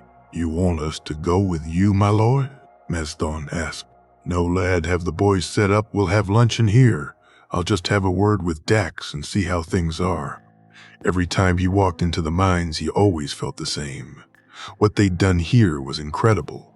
The veins they'd found were more than they could ever imagine, and with the addition of the windwheels allowing for the tunnels to be both aired out and for the tools to work in conjunction with them, it allowed them to dig deeper and more quickly than they'd ever thought possible. "Hillard," Dax said as he saw him walk towards him. "Dax, how fares you?" "As well, my lord. You need anything?" "No. Just thought I'd have a look round, see how things were." "He's good, my lord. Found a new one t'other day. A large one. Keep us busy for moons, methinks." "Very good. How about you and the lads? You have everything you need." "Aye, we's fine, my lord. Thanks for asking. The lads are doing well." "Well, don't let me keep you, Dax. Don't work the lads too hard, all right." He smiled as the other man laughed at him. "Knows fear of them, my lord. You won't let us." Geryon nodded and walked back to the entrance. He'd speak to Davin on his way back to the castle. If he had nothing for him to worry about, he'd think about heading back to Casterly Rock for a while. He missed everyone there and hadn't seen Joy in a couple of moons. His girl was growing fast, and a part of him wondered if he should move her to Castamere, or was it too soon? Jenna smiled as her two boys swung their swords. Tion had improved incredibly well, and Walder, while not the strongest, had taken on some of the lessons he'd learned with John, and was using his movements and quickness to frustrate his older brother. Off to the left, Martin and Willem watched intently, no doubt keen to face the winner. While Loris looked on, a little bored, she watched as John stared intently at her boys. Over the years, she'd become very fond of the young lad. He'd won her over like he seemed to do with most people who spent time in his company. When she had seen how he interacted with her niece, she had begun to realize what Tyrion had said about the boy was right. He didn't do things for favor. He just did things because they were the right things to do. It had hurt a little to see his expression when she had started Joy on her lessons and began to spend more time with the little girl. But he had quickly seen the benefits, and while his attention to her had started to bring her out of her shell, she needed to learn what it was to be a lady, and John couldn't teach her that. "Wait, Tion, Walder, stop," John said loudly, forcing her to look and pay more attention to the yard.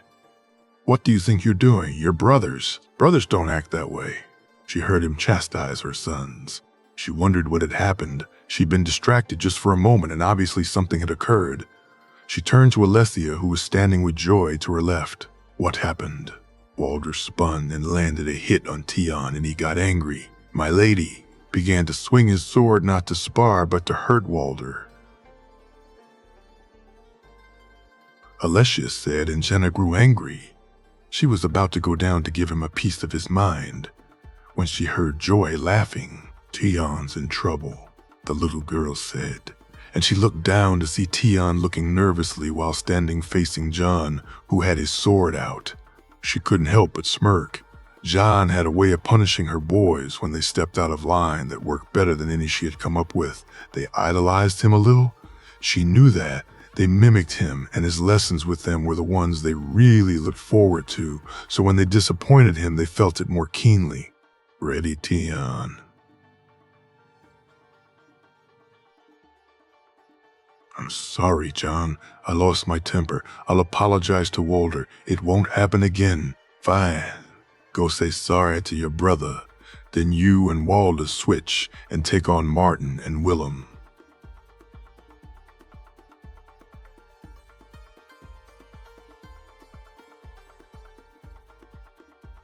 John said as her son turned to head towards his brother. "And Tion, remember, they're your family too. Keep it friendly." "I will. Sorry, John." She nodded down at the boy when he looked towards her, and Joy and Alessia headed back inside her. She had work to do, and Joy had her embroidery, much to the little girl's annoyance, as she repeatedly made clear. "No, Auntie, don't like it," Joy said when she realized where they were heading. "Joy, you must take your lessons. When they're finished, I'll allow you to ride apples with John and Ghost." The girl said excitedly, "I'm sure John will join you." "All right, Auntie," Joy said, and she gave the little girl a kiss before Alessia took her to her lesson. Joy, just like her boys, was easy to get to do what you wished her to, just like them promise her some time with John and she'd come around. Since he'd bought apples for her even more so, the girl loved the small little pony, and despite Gurna's fears of allowing her to ride at her age, John had assured her the girl was ready. Seeing her on the horse was an incredible sight. Just like John, she seemed born for horse riding, and even though she'd occasionally have Jenna's heart racing with how fast she rode, she had never had an accident or even come close to falling off. Jenna walked down to her nephew's office.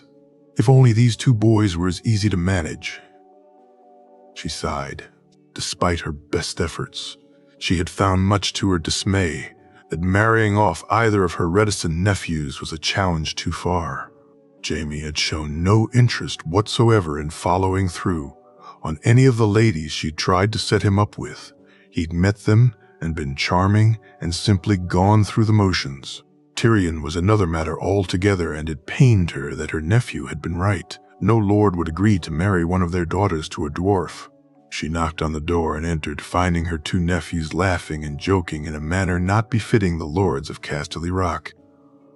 And she couldn't help but smile at their enthusiasm. The two men had become closer than ever in the last few years. True brothers. And along with herself and her own two brothers, the family was more united than it had ever been under Tywin. "Aunt, what brings you to our domain?" "Daunt," Tyrion japed. "Domain, nephew really," she said, raising her eyebrow. "Aye. Impressive, is it not?" Tyrion said, waving his hand over the desk. "Yes, more than impressive," she said dismissively before taking her seat. "Anyway, I'm here on important business." Jenna looked from one to the other. "I want us to go to the tourney in King's Landing." "Why would we do that?" Jamie asked. "I think it's about time we made our presence felt in the realm, and I'm sure both your squires would no doubt like to test the jousting skills that they work so much on." She watched as Jamie considered it for a moment. He looked at Tyrion, who just shrugged. She knew the idea of a visit to King's Landing was nothing he would be interested in. No matter how many times she'd suggested it, or how many ravens he received from his sister, he wouldn't leave the rock to go there, and had only traveled through the West in the last 4 years. "Fine. I'll consider it, Aunt. Who would go?" Jamie asked, and she breathed a sigh of relief. "I think we all should." "Even me?" Tyrion asked, his voice a little eager. "Yes, nephew, even you, Sir Adam, can step in as Castellan while we're away, and Girion would place Davin in charge of Castamere. Kevin would no doubt allow Harris to take over his duties," Jenna said. "What of the children?" Jamie asked. "We can take them with us. Surely there's enough room on those monstrosities you've built." "You mean for us to sail?" Tyrion asked. "It would be quicker and more comfortable," Jamie said. "Very well, Aunt. I'll give you an answer later for certain, but I think it's a good idea," Jamie said. "Good now. Would you two actually do some work?" "No," they both said together, making them all laugh. She shook her head and got up to leave. It had been years since she'd been in King's Landing, and the idea had just hit her. She knew her sons would love to see a tourney, and despite not wishing to travel on those huge ships that Tyrion had Kevin build, she knew from what Kevin had told her how fast they sailed. A moon's-long journey by land could be done in a couple of se'nights. Now what ladies would be at this tourney, she wondered. Jon. Riding Winter was still an absolute pleasure to him, no matter how many times he did it. Whether it was fun for travel or riding in the jousting practices against Loras, he could never tire of the feeling of being on board his mare. In the last few years, he had been given the added bonus of Ghost, growing large enough to run beside them, and though Winter was faster than any other horse he'd seen thus far, Ghost could manage to keep up with them. As for the White Wolf, well, he was incredible. He had outgrown most hounds and dogs over a year ago, and when he reached the size of a full-grown wolf, Jon had assumed that would be it. But the wolf had just kept growing. He was almost the size of a small horse, and when Joy rode Apples, if she wished she wouldn't need to bend down to pat Ghost's head if he was beside her, which right now he was. Ghost faster. The little girl laughed as she and Apples sped up, the wolf running close beside them. "Careful, Joy," he shouted after her. "Come, Jon, faster. Catch me."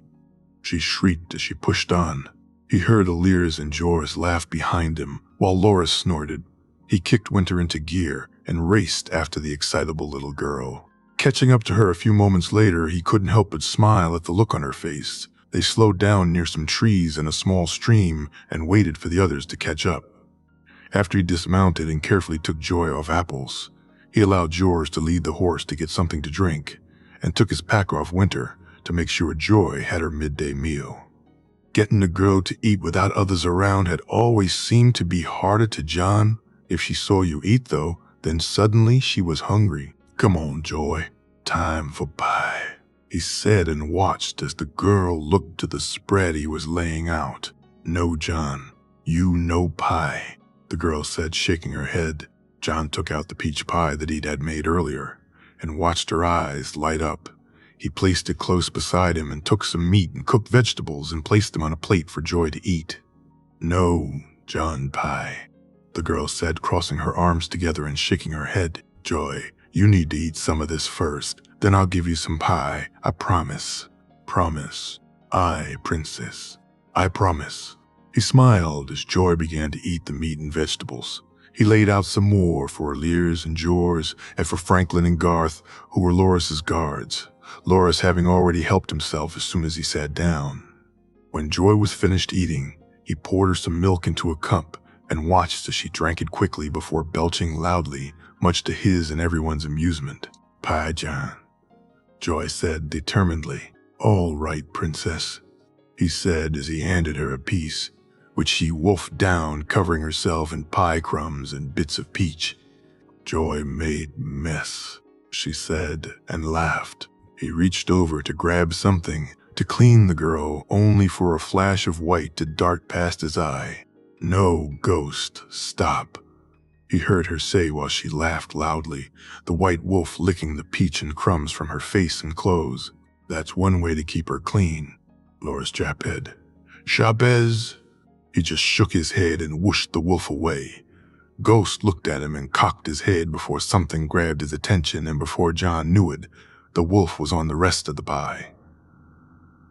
Joy just kept laughing, and John was forced to join her when he tried to discipline the wolf. "Bad Ghost," he said, as he reached over only for Ghost to look at him with a look that John swore said, "I'm not sorry at all. You did bring 2 of those, right?" Loris asked, giggling.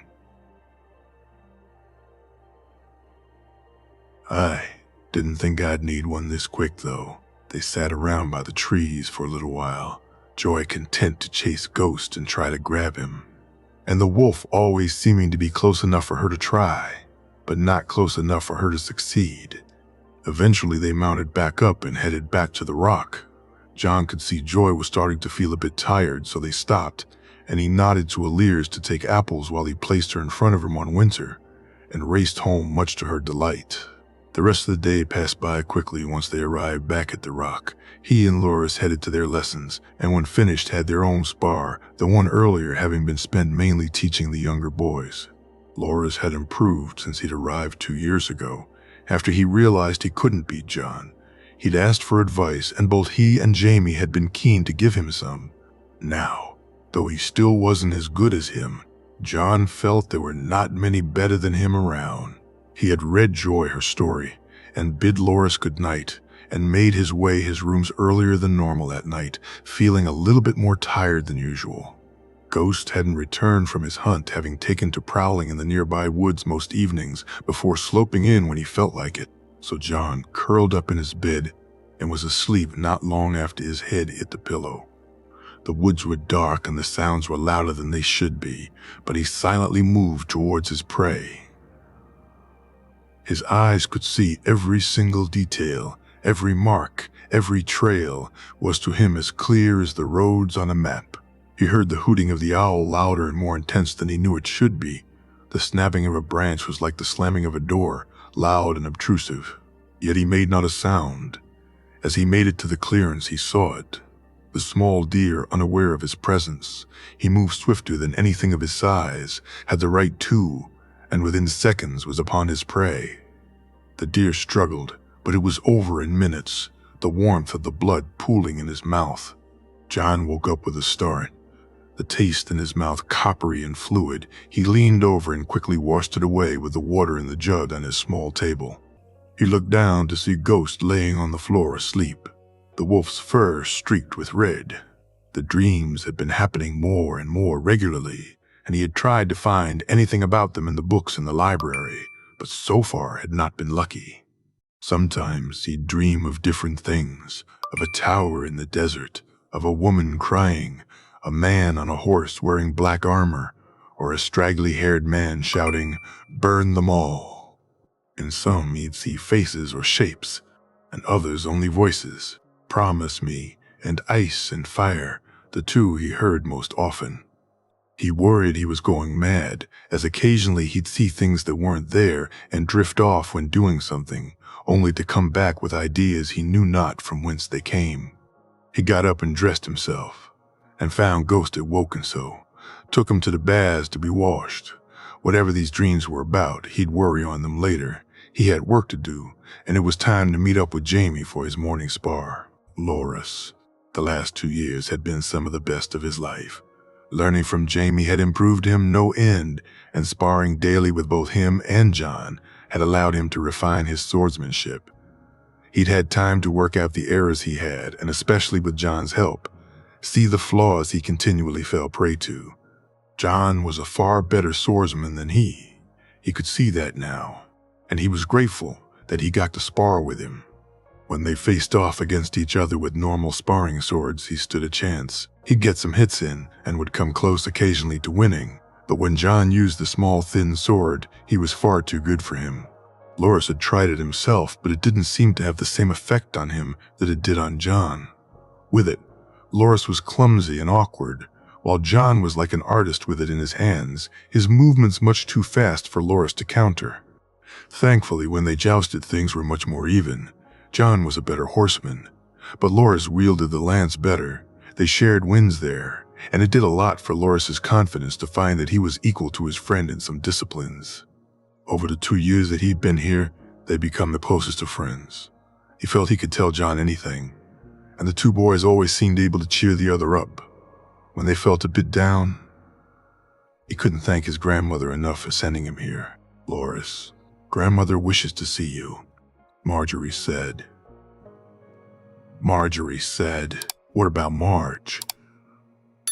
"I think she wants to discuss your squiring." "So who in King's Landing am I to squire for?" "Not King's Landing, Casterly Rock, Loras. Grandmother intends for you to squire for Lord Jamie." "But John's Lord Jamie's squire, is he all right? Has something happened?" "No, he's fine. I think grandmother intends for you to squire with John." Loras looked at her confusedly. 2 squires wasn't unheard of. But he hadn't heard Lord Jamie was looking for another one. He'd jump at the chance to do so, though. To learn from Jamie Lannister would be incredible, and to squire alongside John, they got on well together. They'd surely be friends. He followed Marjorie down to the garden, to where their grandmother was speaking to his father. He could hear his grandmother's angry voice, and when they arrived, had been told it was decided. Within 2 moons, he had been standing in the courtyard of Casterly Rock, and was welcomed by both Jamie and John. From the very first day, he'd known this was the best thing that had happened to him. He and John just naturally got on. There was no pretense, no having to be a Tyrell. Here he was. Loras and John was John. Loras made his way to break his fast. They had received the news that they would all be going to King's Landing for the King's tourney in a couple of moons' time. And he was excited both for himself and his friend, John having missed the last tourney in Highgarden due to an illness. He loved competing in the events, had even rode against a knight last time and was unlucky to fall. While his father hadn't had a squire's duel, much to his annoyance, the king would certainly have one, and he looked forward to facing John in competition. "Morning, my lord." "Morning, my lord," Alessia said to him, the pretty girl blushing as he smiled at her. "Morning, Alessia. I see John and Joy are up early again," he said, pointing to the table where they were both eating and feeding Ghost. "There, my lord, can I get you anything?" Alessia said. "No, it's fine. I'll grab something myself. You, go enjoy your own meal." He smiled at the girl and grabbed a plate, watching as the white wolf stared at the extra bacon he placed on it. He walked to the table and sat down, nodding to John, who was engaged in trying to keep his last sausage from Joy's grasping hand. The little girl no doubt eager to feed the wolf some more. "John, give me. Ghost is hungry," Joy said.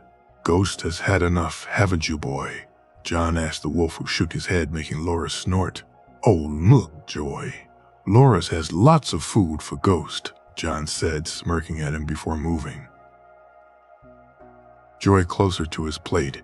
Loras shook his head before smiling. He had brought extra bacon, and even if he hadn't, the little girl's pleading look was always too hard to resist. He watched as she grabbed a slice of bacon and dropped it into Ghost's waiting mouth. "Say thank you to Loras, Joy."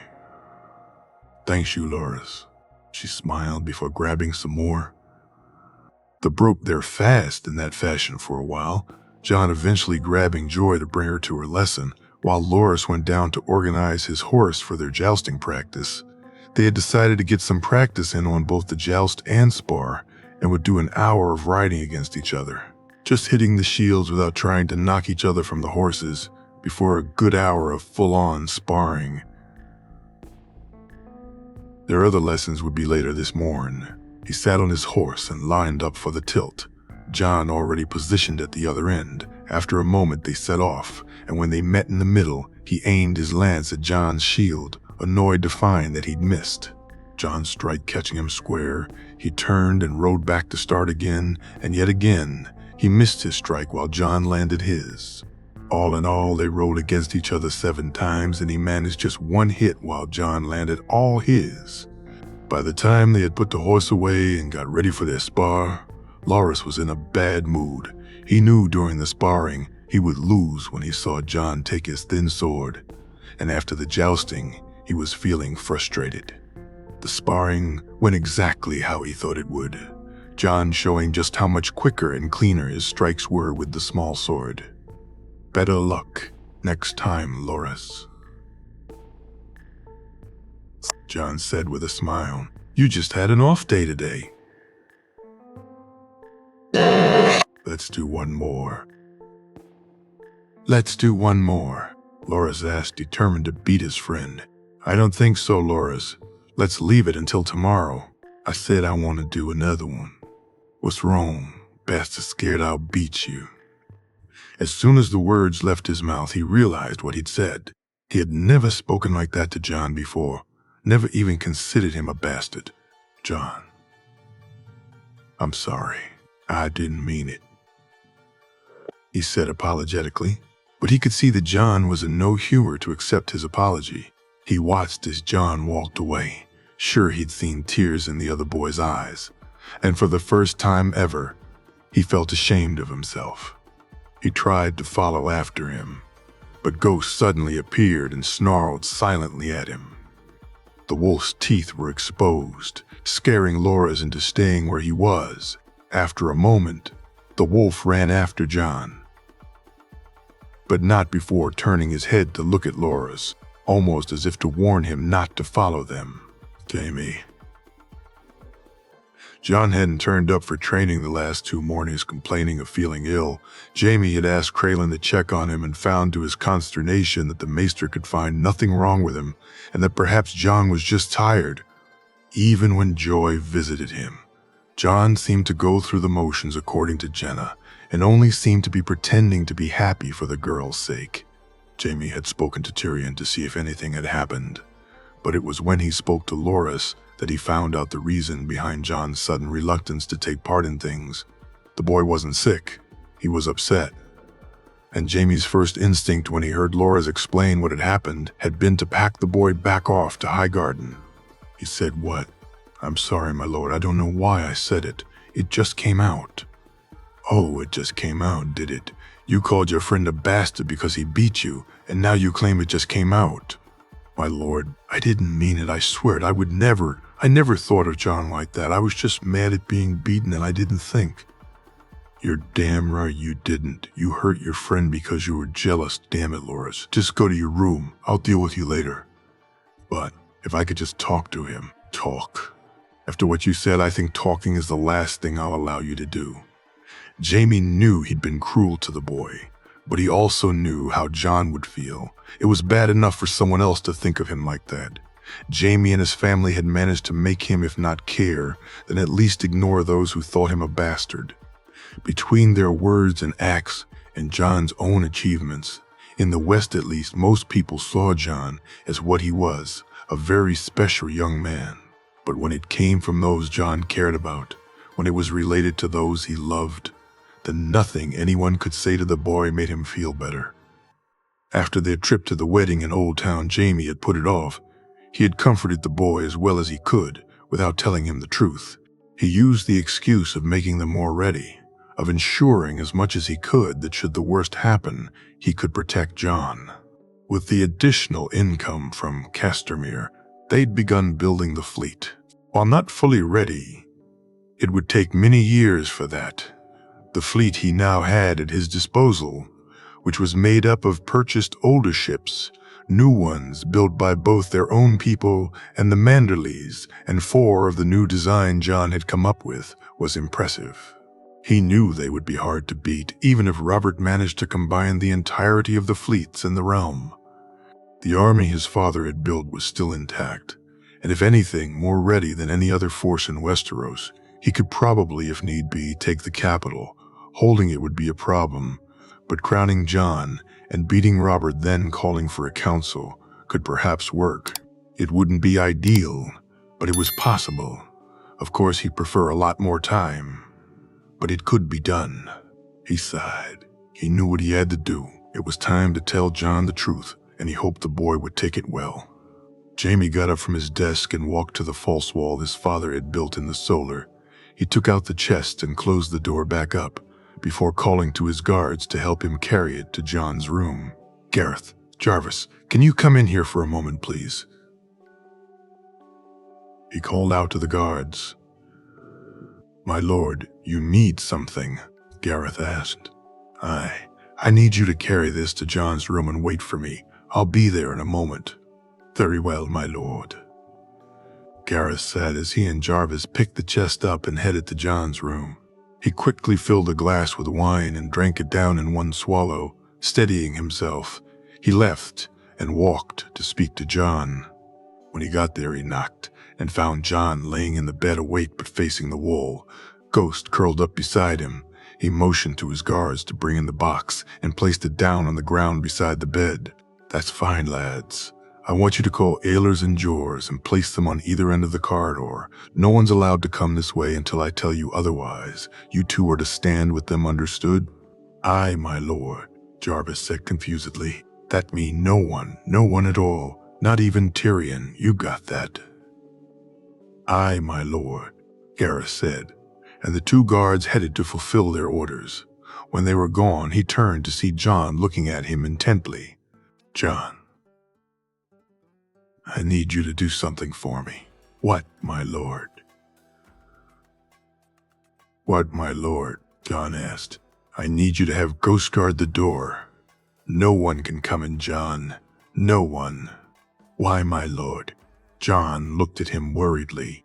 "I need you to trust me on this, John." John nodded and looked to the wolf, who immediately stood up. Every time he saw it, the wolf seemed bigger.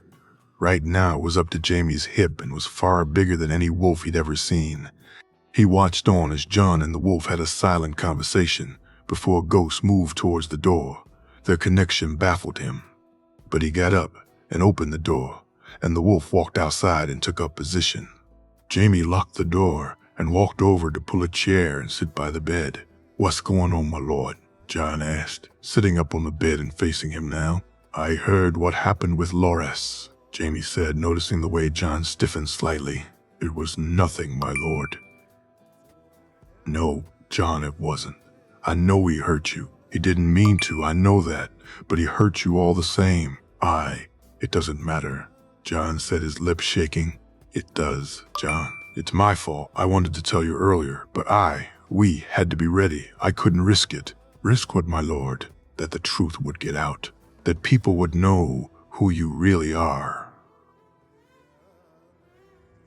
He took a deep breath as John looked at him in confusion. It was now or never, he thought. "John, you're not a bastard," Jamie said to silence. "Who? Your father is not Ned Stark." "What, you're lying?" "Of course he's my father. Why are you lying to me?" John said angrily. "John, please, I need you to listen. What I'm telling you is the truth. I swear it." No, it can't be. You're lying to me. I don't understand. Why would you? Why would you? Would you? John said as the tears fell from his face. Jamie jumped from his seat and grabbed the boy. John struggled against him, but he held him tightly, his own eyes beginning to water. He felt him push against him, trying to break free, the sobs growing louder and louder. He heard the scratching at the door and knew Ghost was trying to get inside. Then he could hear the banging as the wolf beat against the door. "John, please, I can explain. You need to calm Ghost down," he said as he looked at him.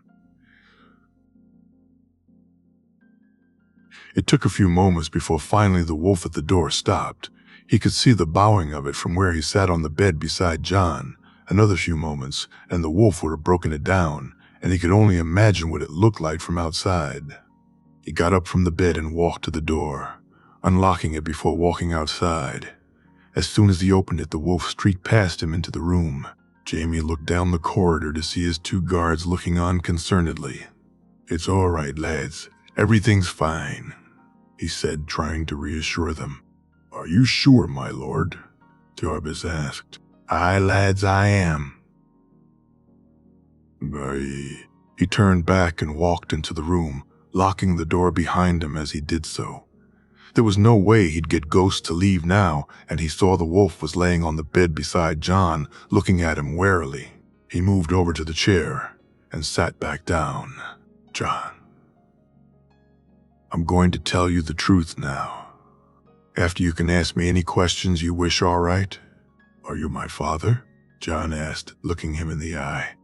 "No, John, I'm not, but you're more a son to me than any I could ever have," Jamie said, smiling at the boy. John nodded, and Jamie reached over to grab the mug from the table. He filled one with water and handed it to John, who drank it down quickly. He refilled it and took the other one for himself and got ready to tell his king the greatest secret in Westeros. John. Ever since Jamie had spoken to him and showed him what was in the chest, John had been lost in a whirlwind of emotions. He was trueborn. His father and mother married, raised as a bastard to protect him from a wrathful king. All of it sounded like the stuff of the great tales he read in books, but his life was not a tale. And like with everything else, there were parts he couldn't grasp. Why would his uncle not tell him? Would he have ever told him the truth? Was he to have spent his whole life as a bastard? The questions rattled around in his head. Some he could answer. He was far too young for his uncle to tell him. For others, he just didn't know and would need to speak to his uncle to be sure. What do I do now? What does this mean? Am I a king or a bastard? These questions were much harder to answer. He knew what Jamie wanted, and he had to admit he wanted it too. He knew Robert was not a good king, and Cersei was certainly a terrible queen. But his father and mother had started a war with their actions. His birth was only possible because so many gave their lives. Was he now to ask more to risk themselves, just so he could sit a throne? It is you, birthright. Your destiny. You are the prince that was promised, the song of ice and fire. He shook his head and tried to clear the voices. They had begun the moment he had touched the dragon egg that Jamie removed from the chest. As soon as he had touched it, he had begun to hear them, and one other that was constant and louder. Wake me. Wake me. He had placed the egg in the fire grate when Jamie had left, almost as if he wasn't in control of himself. He had walked over and put the egg down among the kindling before walking to his table and taking the small paring knife he kept there. Taking the knife, he had cut himself across his left palm and walked back to the egg. Letting the blood drop against its white and blue jagged surface, he watched in awe as the blood disappeared, the egg seeming to swallow every drop. When he had finished, he picked up a piece of cloth and covered the small wound on his hand, and then walked back to the fire and set the kindling alight. He moved his chair and sat there for he knew not how long, just staring into the fire, adding more and more wood to ensure it did not go out. The voice still resonating in his head. Wake me! Wake me! After a while, he stocked the fire with as much wood as he could and climbed into his bed. Ghost was off hunting and wouldn't be back for a few more hours, so he turned and went to sleep, trying not to think too much of the events of the previous days. His sleep, as it had been for the last 2 nights though, was fitful and full of dreams, the same one playing out over and over. The men stood facing each other beside a river, one of them huge and wearing an antler helm, the other more slight and wearing the most beautiful black armor adorned with rubies. The large man swung a massive warhammer, narrowly missing the other man, who stepped aside quickly. His sword glistened in the light, and he moved it quickly and precisely, forcing the other man to move backwards. On and on it went. The 2 men seemingly evenly matched. Strength versus speed, power against precision. Finally, the man with the sword caught the other man in the shoulder, forcing the man to his knee. He took off his helm to reveal silver hair that shined as bright as the sun behind him, his eyes a deep indigo. He looked at the fallen man and sighed sadly. "Robert, it's over. Give up, cousin. Accept it. She never loved you. You know this to be true." "No, she was mine, and you stole her from me. Damn you, dragon spawn. Damn you to all the hells." He watched as the man raised his sword, could see the reticence in the act. But then the large man had something in his hand and threw it at the other. Stones and dirt hit the other man in the face. He took a moment to recover, but by then it was over. The large man raised his hammer and swung with all his might. The rubies flying from the man's chest, he fell into the river. "Liana," he said as his eyes closed. John woke with tears in his eyes as he did each morning he'd had the dream. He looked to see Ghost looking at him with worry and tried to remember letting the wolf into the room. He shook his head as he couldn't and got up from the bed. The fire was almost out, and as he moved towards it, the voices began yet again. "Wake me! Wake me!" He reached over to the table and took the knife again, removing the cloth from his hand. He cut along the still unhealed cut, and as the blood began to flow, he held his hand over the egg. When he was done, he put the last remaining pieces of wood on the fire and watched as it quickly caught.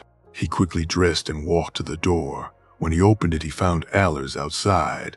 The man smiled at him nervously, so John gave him a full one back, seeming to reassure the man somewhat. "Allers, can you have someone bring me more wood for the fire?" "Aye, of course." "Are you feeling all right, John?" Allers asked, and John was heartened by the concern in his voice. "Aye, I'm good, thanks." He turned and walked back into the room, walking to the chest. He opened it and looked inside. The sword was just as magnificent as he imagined it would be. He could see it clearly now. Why Jamie had made him train with the thin sword. While nowhere near Dark Sister, the thin sword he'd used did have the dimensions correct, and John knew just by looking at the Valyrian blade that wielding it would be a joy.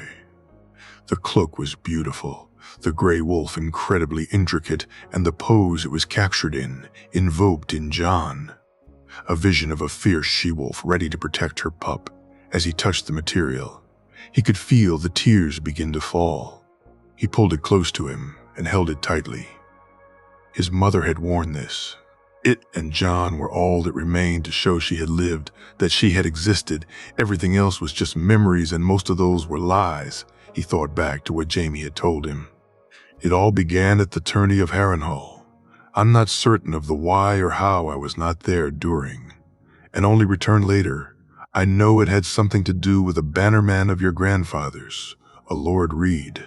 But whatever it was, your mother took it upon herself to ride in the lists, the night of the Laughing Tree. She challenged and beat 3 knights and demanded they teach their squires honor. Eris demanded the knight be beat when the lists begun the next day, but your mother never turned up. Eris, seeing treason and treachery everywhere, convinced himself the knight was out for him. So he ordered everyone to find the knight, but no one did, or so we thought, when your father brought back only the shield. Finally, the day of the final joust came about. Your father rode against Sir Arthur in the semi-final and Sir Barristan in the final, You should have seen it, John. Seeing your father ride against the two greatest knights in the realm, Arthur and he rode a great tilt. But the match against Sir Barristan was incredible. When your father won, the cheers of the crowd were deafening. He picked up the crown, blew winter roses, and rode past his wife, the Princess Elia, and laid the wreath in your mother's lap. The day the smiles died, they called it. John folded the cloak and placed it reverently back in the chest. He wiped his eyes and took out the letters. The first was a marriage certificate, the second an annulment. The other two were letters, one addressed to Doran and Oberyn Martell, and the other to Jaehaerys. He had spent the last 2 days looking at the letter without opening it, fearful of what it may contain. Jaime's tale had shaken him to his core, made him question everything, and he knew some of the answers were in that letter, but he was scared to open it. I don't know what happened after the tourney, John. Only that Robert was wroth and people assumed Elia was humiliated. If she was, I do not know. But seeing those letters, I feel there was more to it than people knew. A year later, your mother disappeared.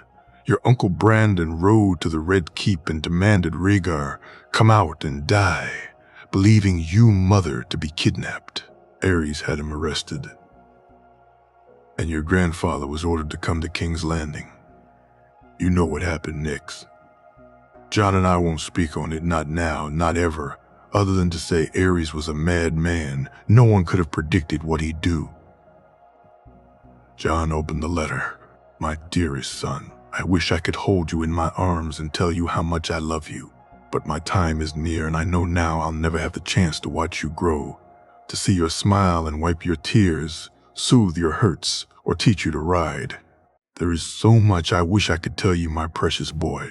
So much I long to see before I go, but I go to your father, and while it pains me to leave you, I shall see my love again, and for that, I'm grateful. You were the one thing we did right, the one thing in this world that I feel nothing but pride for. My son, you are the best of us, the best of both of us. Your father called you the Song of Ice and Fire. In this he is right, for no greater song has been sung than yours will surely be. I'm sorry we can't be there with you, to see you become the man you were born to be. I tried, my son. I sent letters. I trusted people to deliver them to my father, and I know not why they never reached him. We caused this, though it was not our intent. We caused this, and though I know it's a heavy burden to bear, only you can set things right. The truth must be told, my son. Robert knew and kept it to himself. He knew how I felt, and that I left with Rhaegar willingly, yet lied to further his own ends. Both he and Jon Arryn and others had planned to depose your family for years. I know not. If my father was a willing or unwilling participant, I fear the truth. My son, that he was willing. I left letters with Lysa, and why she did not deliver them.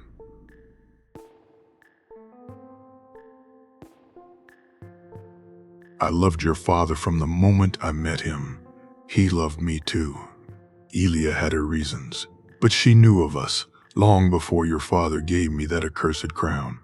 We thought it would work out, and as I lay here now, I still know not how it went so wrong. When you're ready, these things will prove you birthright. Go see you great uncle at the wall. Aemon is a good man and knows more than any of the burdens you now carry. You are the prince that was promised to us, my son. Fulfill that promise. Be the man you were born to be, the king the realm needs. I shall watch over you, my sweet boy. For now and forever, know that I love you with all my heart. Your loving mother, Lyanna Targaryen. Jon allowed the tears to fall freely as he read the letter. All his life he wished to learn of his mother. He held the letter in his hand and looked into the chest, the gold of the harp he longed to play but had not touched, the letters, the beautiful cloak. He looked to the sword and to the egg that rested in the fire. His mother had held these things for him. His birthright, Jaime had called it. This was who he was, who he had been born to be, a king raised as a bastard. As he laid the letter down, Ghost came over to him. He rubbed his hand against the wolf's fur and felt the sadness in his heart lift just a little. He stood up and walked to the egg, looking down on it as Ghost followed behind him.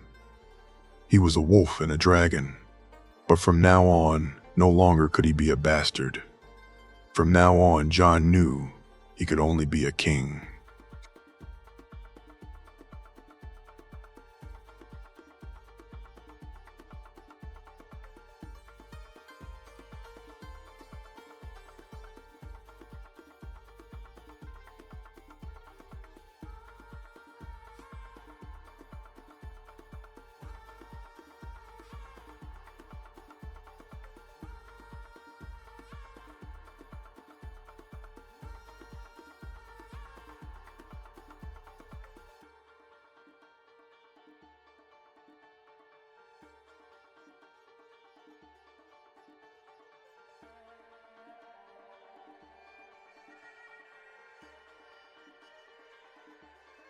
The last 2 days had been a nightmare. After he had told John the truth, the boy had asked him to leave and had since stayed in his room and refused to see anyone. Not even Joy had been allowed to see him. He knew that the news he'd given him was life-changing, that he'd spun the world on its axis, and now he was starting to regret both the way he did it and the mere fact he'd done it at all. He had tried his best to break the news gently, but the shock of it, of everything, was obviously weighing heavily on John. He too had closed himself off, though not as much as John had. He'd taken his meals as normal and tried to appear as if nothing was on his mind, but he was fooling no one, and if things didn't change soon, he knew he'd have to answer questions he just wasn't ready for. Tyrion and Jenna were already beginning to question him, and Jerian wouldn't be too far behind. He went over the moment he told John the truth in his mind constantly, trying to figure out if he could have been more gentle with it. "Are you my father?" "No, John, I'm not, but you're more a son to me than any I could ever have." "Then who?" "Your father was Rhaegar Targaryen, your mother Lyanna Stark." John looked at him before his shoulders slumped. It took him a moment to realize what may be going through the boy's head. "No, John, it wasn't like that. They were in love. They married," Jaime said quickly. "But how? What about Princess Elia?" "I'm not certain, John, but there's a letter both from her and your mother. I'm sure there are answers there." "Where's the letter, my lord?" Jaime moved to the chest and opened it. "Your mother kept these things for you, John." "It's your birthright," Jaime said as he took the letters out and handed them to him. "What's that?" John said, picking up the cloth-covered sword. "It's yours, John, from your father," Jaime said as John uncovered Dark Sister. "Is this?" "Aye, John, Dark Sister, the blade wielded by Visenya herself." He watched as the boy looked at the blade, the same awe and reverence on his face that he himself had no doubt shown when he saw it. Finally, John put the sword down and Jaime handed him the cloak. He turned it over in his hands, his fingers slightly caressing the wolf sigil. "Your mother's maiden cloak," Jaime said, and saw John's eyes begin to tear up. He turned away and picked up the dragon egg and held it in his hands, while John looked at the cloak. When he eventually put the cloak down, he handed him the egg. "Is this a dragon egg?" John asked as he took the egg in his hands. "Aye, it is. It's warm, and it's moving," John said, shocking Jaime. "Are you sure?" "Feel it." Jaime placed his hand on the egg and nearly jumped from his seat. The egg was hot, almost scalding, and he could definitely feel movement under the scales. He looked at John, who was staring intently at the egg, almost like he was in a trance before he finally put the egg down on the bed. Jaime reached over to touch the egg again, and this time it was cold. No movement at all. He couldn't understand it. Was it a Targaryen thing? He wasn't sure. No one had ever spoken of such a thing to his knowledge. "So what now?" John asked. "That's up to you, John. Whatever you decide, I'll be there for you," Jaime said as John just nodded, the look on his face one he couldn't quite place. "I think I need to be on my own for a while," John said. "Very well, John. These things, no one can know of them. You understand that, right?" I do, thank you, my lord. As he sat there playing events over and over in his mind, he was unaware that after 2 days, it seemed that John had enough time to work things out in his head. My lord, may we speak? He heard John's voice and turned to see the boy smiling at him. Of course, John, how are you feeling? Much better, my lord, thank you. John sat down, and Jamie stared at him intently. He looked much better than he had when he'd left him, much more settled, and Jamie hoped he'd begun to come to terms with the revelations. What do you want to speak of, John? What do we do now, my lord? That's up to you, John. John sat down and Jamie waited on him to speak. Whatever he decided, Jamie would go along with. If he didn't want the throne, then that would be fine. But he hoped he would embrace his heritage. The realm needed a king they could be proud of, and Jamie was in no doubt that John would be that king. John, after having spent 2 days trying to come to terms with the revelation of who he was, who his parents were, John still had trouble trying to get it straight in his mind, combined with the fact he now also had a dragon egg which for some reason he could hear speaking to him and was feeding it blood. And it was a wonder he hadn't gone as mad as his now known-to-be grandfather. He had decided that sitting around stewing over things had gone on long enough. The egg had thankfully stopped calling him for now, though he'd left it resting in a still burning fire, with Ghost watching over the room so no one could enter. Now, after making his way to the one man who could give him answers, he found he was lost for words. The questions he wanted to ask all jumbled together in his head. John. Are you all right? Jamie asked. Sorry, my lord, I was just thinking, he replied sheepishly. That's understandable given what you've learned. Jamie smiled at him, which he returned. Did you know when you met me, my lord? John asked after a moment. I suspected when I saw you first, but it took me a while to be certain, so that's why you wanted me as your squire. John said, his voice tinged with sadness as he looked down at his lap. John, look at me, Jamie said, forcing him to look back up. Yes, originally when I saw you, that's why. But John, don't think that's the only reason. I wanted you to live a better life, to not have to worry about people looking down upon you. You were born a king, John, and you deserve more than you'd been given.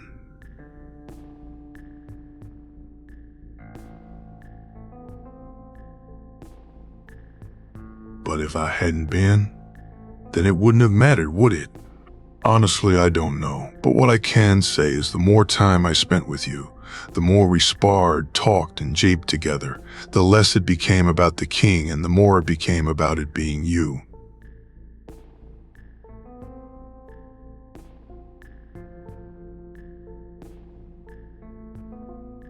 John looked Jamie in the eye. He could see he was speaking honestly with him, could see the way he was looking at him, that he was both worried and concerned about him. It was the same look he gave him when he was recovering from his illness after the tourney. He knew that look, had longed for it all his life. Years before, at Winterfell, he'd see his father look at Robb when he was learning how to ride that way, had seen Lady Catelyn look at Sansa when she had hurt herself from falling and was having the scrape on her knee attended to. Yet for him, that look never came. Not when he fell ill or suffered a hurt. Not even when he cried himself to sleep after the lady had told him he was not her son, but a bastard. Thank you, my lord, John said. For what, John? For bringing me here. For allowing me to spend time with your family. John, you're a part of my family. Never doubt that. You're as much a part of this family as Tyrion or Tyrion is, you understand. You're more than just my King John. John could feel his heart swell at Jamie's words. From the moment he'd come here, he'd felt different. Being treated differently, he wasn't the bastard of Winterfell here. He was John. Here he had friends, people who cared about him, and for the first time in his life, he was allowed to not be ashamed of what he was. Or what he thought he was. Suddenly a thought hit him, and he couldn't shake it no matter how much he tried. Do they know Tyrion, Tyrion? Do they know the truth? He asked worriedly. No, John. They don't. They treat you as they do because of you. John, not because you're the rightful king, but because to them you're someone more important, your family. John nodded his head. He didn't know what he'd think if they'd known. If they'd been treating him this way because of who he really was, rather than who they thought he was. With Joy, it was simple. He loved the girl, and she him, simply because of who they were. Who knows, my lord? Apart from me, your Uncle Ned and Sir Barristan. John felt his breath catch in his throat. Sir Barristan? The bold himself knew the truth. He had briefly met the man and tried to remember it in his head, tried to remember if there had been a sign he'd missed, but he couldn't. As far as he could recollect, there was none. How does Sir Barristan know? At the tourney, John, he saw you, saw some of the same things I saw, but when he saw you fight John, he knew. So he spoke, and he declared himself for you. He's been working with me in the background ever since. Jamie said as he looked to him. Declared himself for me. John said, his shock clear. Aye, both he and I are the first to declare for Jaehaerys Targaryen the third of his name.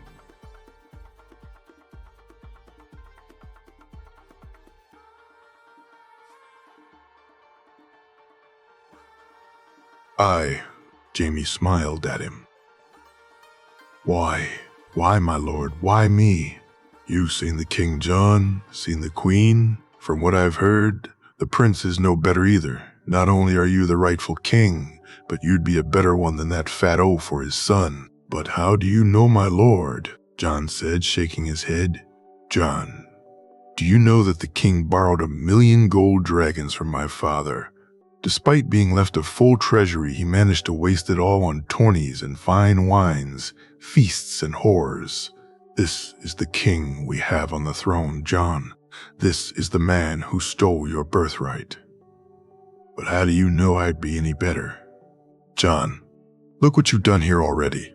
Look at my niece, my nephews, what you did at Castamere with the ships, the trade deal with the North. That was all you.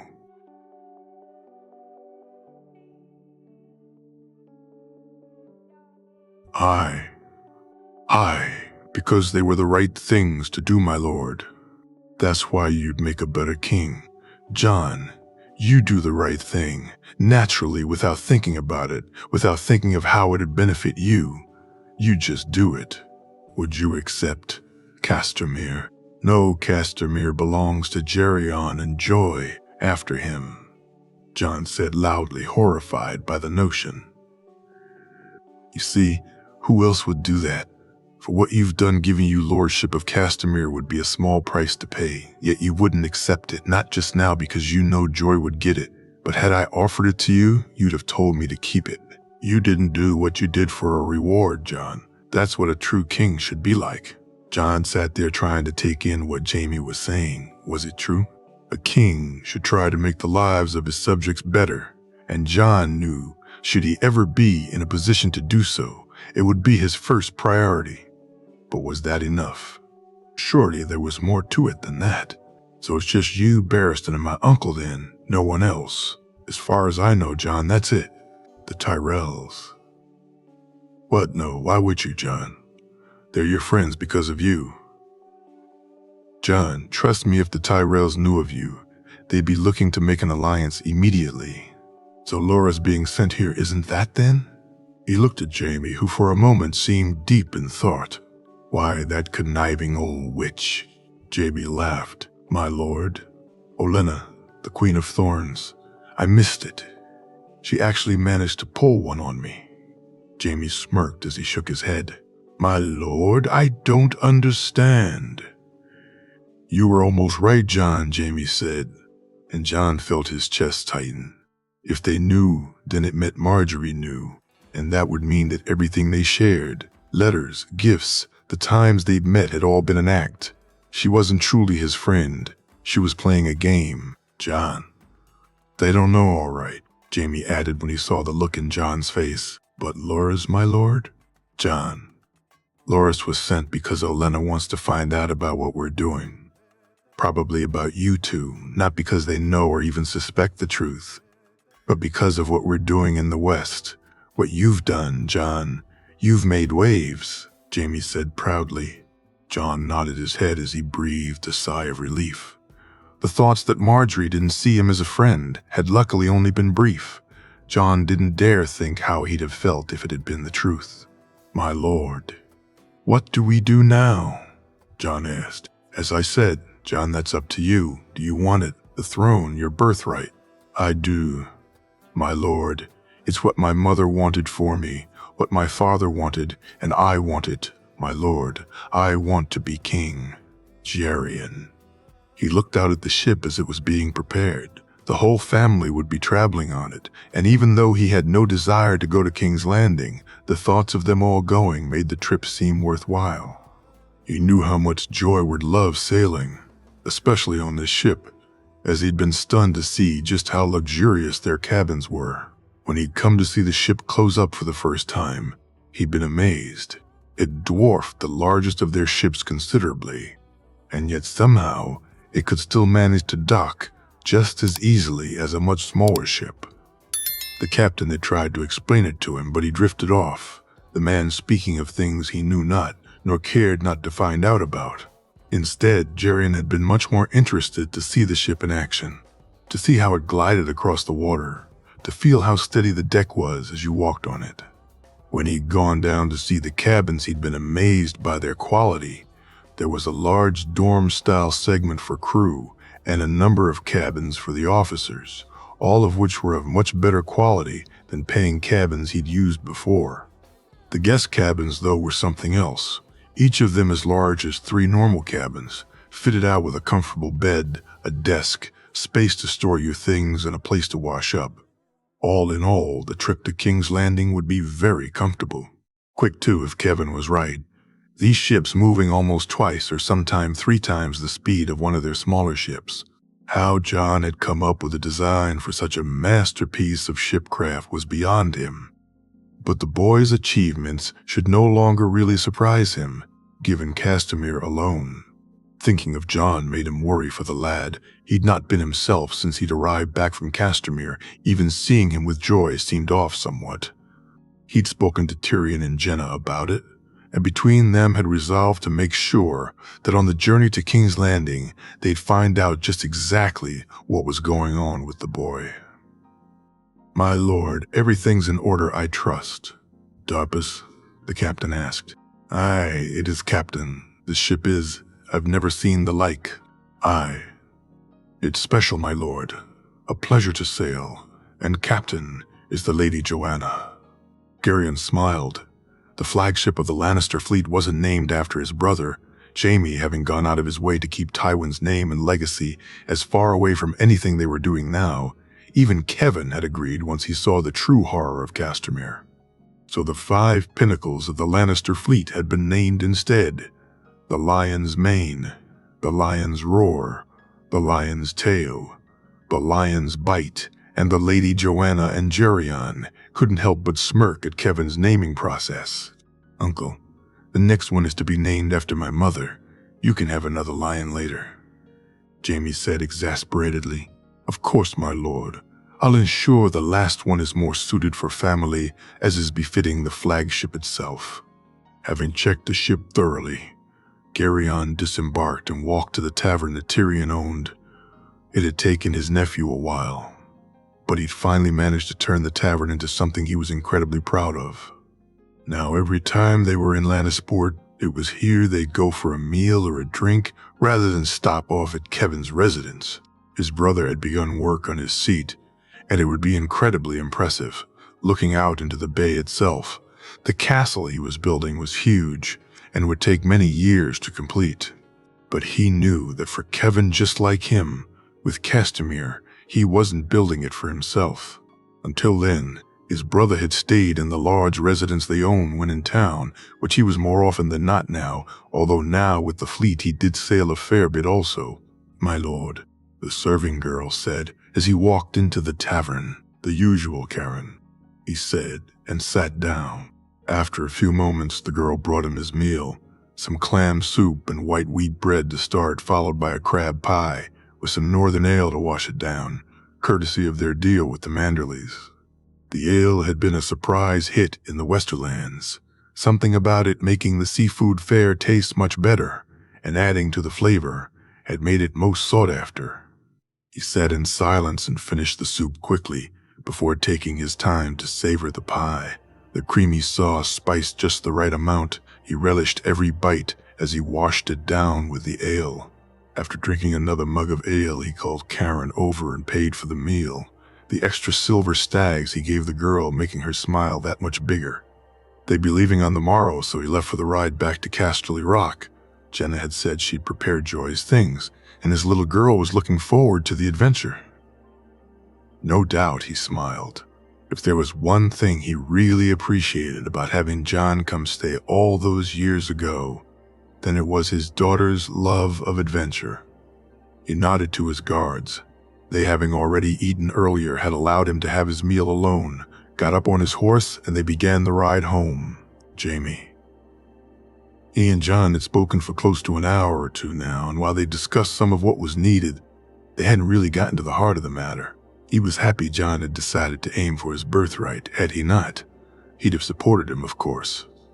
But the boy belonged on the throne, and he was glad he hadn't just came in and told him he didn't want it. You hungry, John? I could eat, my lord.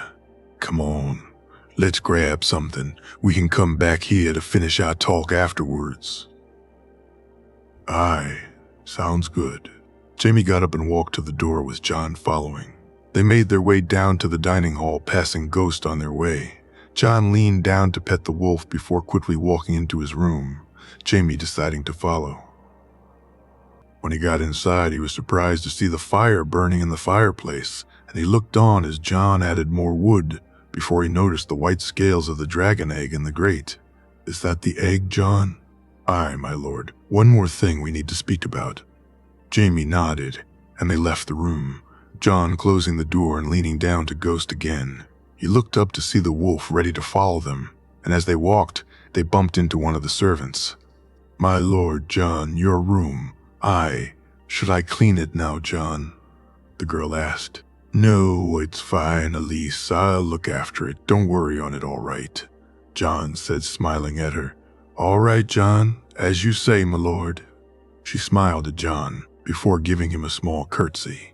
They entered the dining hall to see Jenna sitting there with her boys and Kevin's two youngest sons, and Joy, who immediately ran to John. John, she said happily as he grabbed her and gave her a spin. Hello, Joy. What have you been doing? Auntie made me sew and wouldn't let me ride apples, the girl said, looking daggers at Jenna. That's not very nice, is it? No. Can we ride, John? Please. She looked at him, her eyes large and lip quivering, and Jamie couldn't help his smirk. The boy had no hope. Let's eat first, then I'll find Loris, and we'll go for a ride, all right, Loris said, John. Well, you and Ghost will cheer him up, won't we? John said, and Joy nodded enthusiastically. They sat down, and immediately the boys peppered John with talk of spars and the tourney, asking him if he'd fight in the duels, and could they join him on his ride. Jamie looked to his aunt, who smiled at him, happy just like him to see things returning to normal. They ate a small meal, Joy feeding a clearly happier Ghost from John's plate, and John laughing with the boys, who all seemed glad to see him. Everything all right? His aunt said quietly, nodding to John. Getting there, Aunt, getting there. After they finished the meal, John said they'd speak later this evening, so he allowed the boy go off and have some fun. They'd be discussing some things that wouldn't allow for it. Much later, he knew, so he might as well enjoy himself for now. He decided to head to Tyrion's Solar, knowing that his brother would be preparing for the journey. Loris lay on his bed, staring up at the ceiling. He had tried to speak to John, but hadn't been allowed into his room. While Jamie, at least, was speaking to him, their spars had stopped, and John hadn't been out of his room since he called him a bastard. He had felt terrible at the time. Once he realized what he'd said, he was in disbelief that he actually said it, ever since he'd been trying to replay it in his mind, trying to figure out just why he'd called John that. He had never thought of John as a bastard. Sure, he knew it was the truth, it was what he was, but John was so unlike any bastard he had known that he never saw him that way. John was, as his sister called him, just John. He was fun and kind, and he loved the same things Loras did.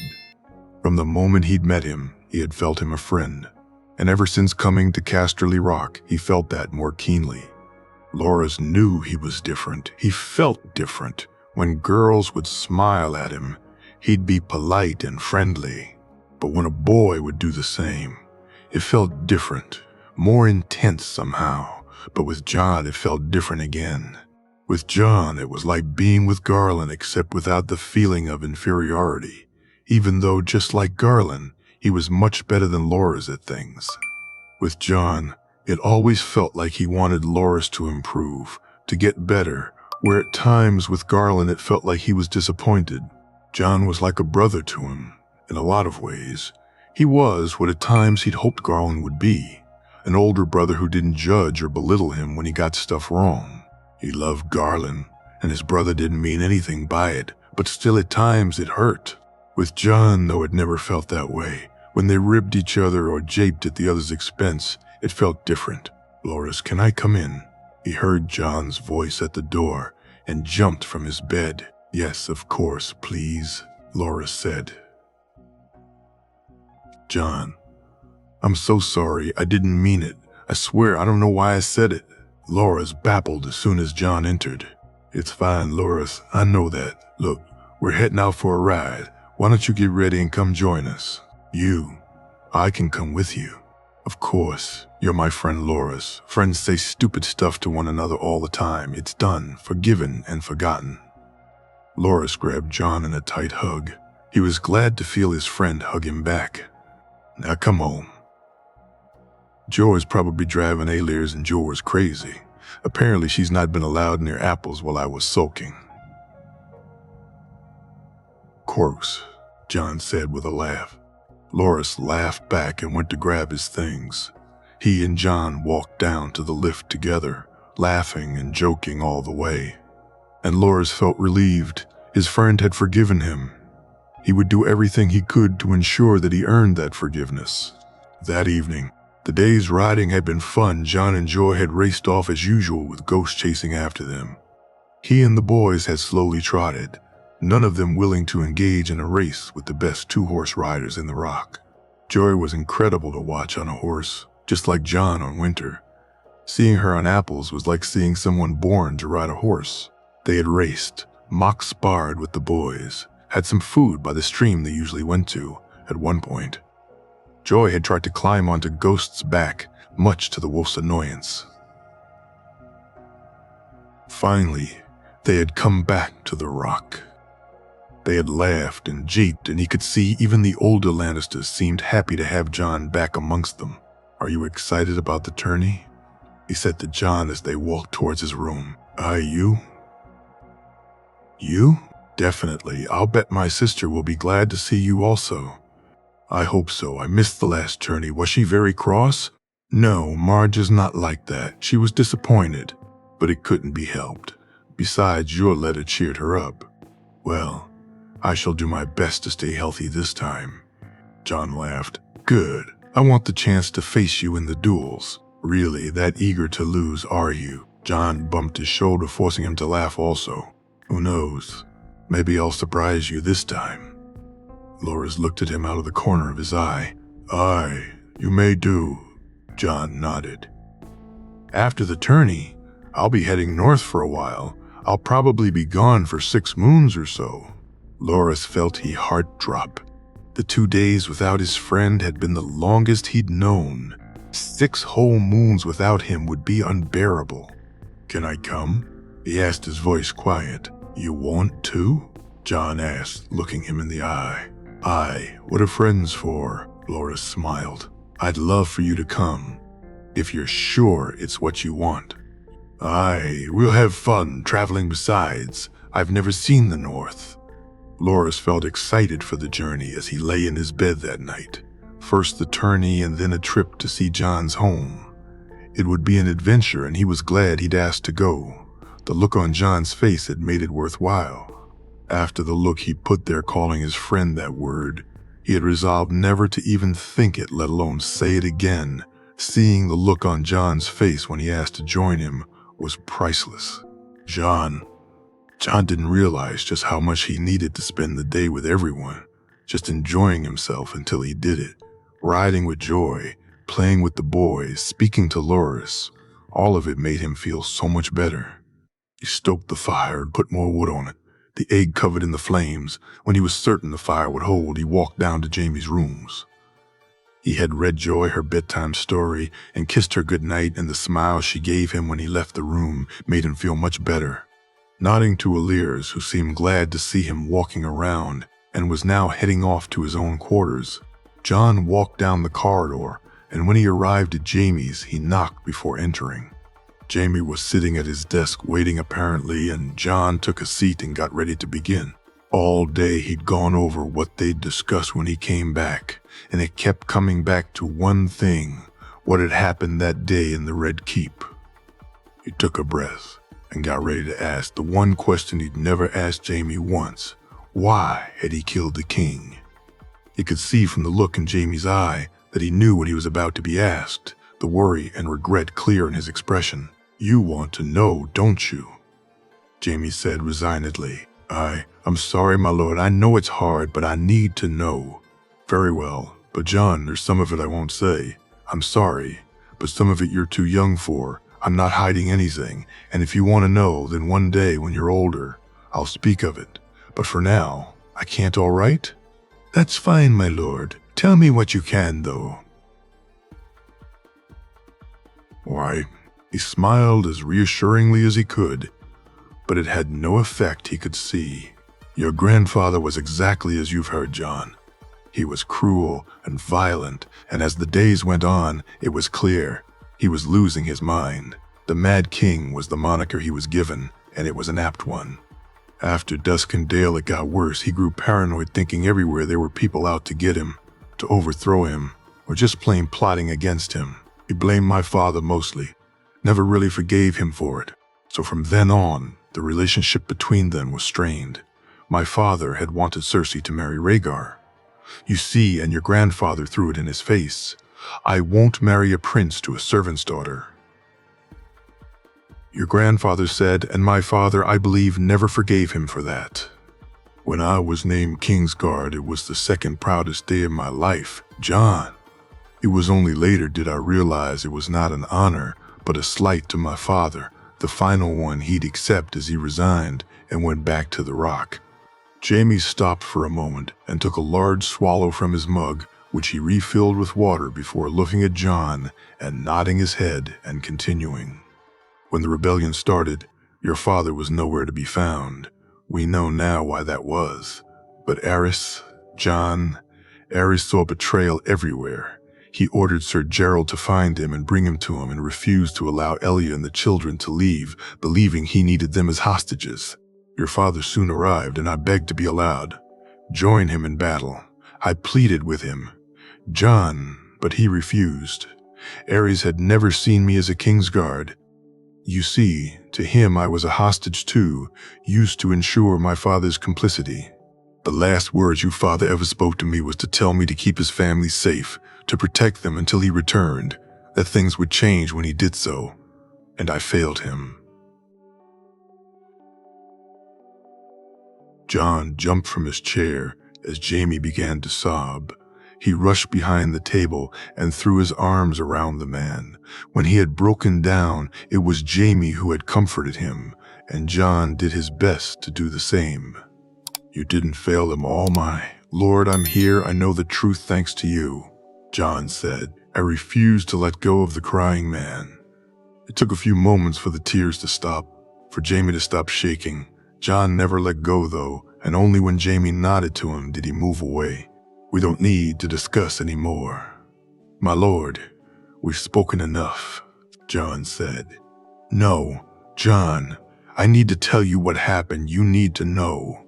If you're sure, my lord, I am. John moved back to his seat and sat down and waited for Jamie to continue. When news hit the Red Keep of the Trident and your father's death, Aerys ordered the gates closed and preparations to be ready for the siege. He also ordered his new hand, Rosart, to make sure the surprise was ready. When my father arrived at the gate, Varys advised your grandfather to not allow him to enter. Pycelle, that toad, advised he should trust my father, which he did much to his regret. My father's men sacked the city, and when your grandfather realized what had happened, he ordered me to bring him his head. He ordered Rosart to light the Wildfire and shouted that he would burn them all. Wildfire, my lord? Jon asked. Aye.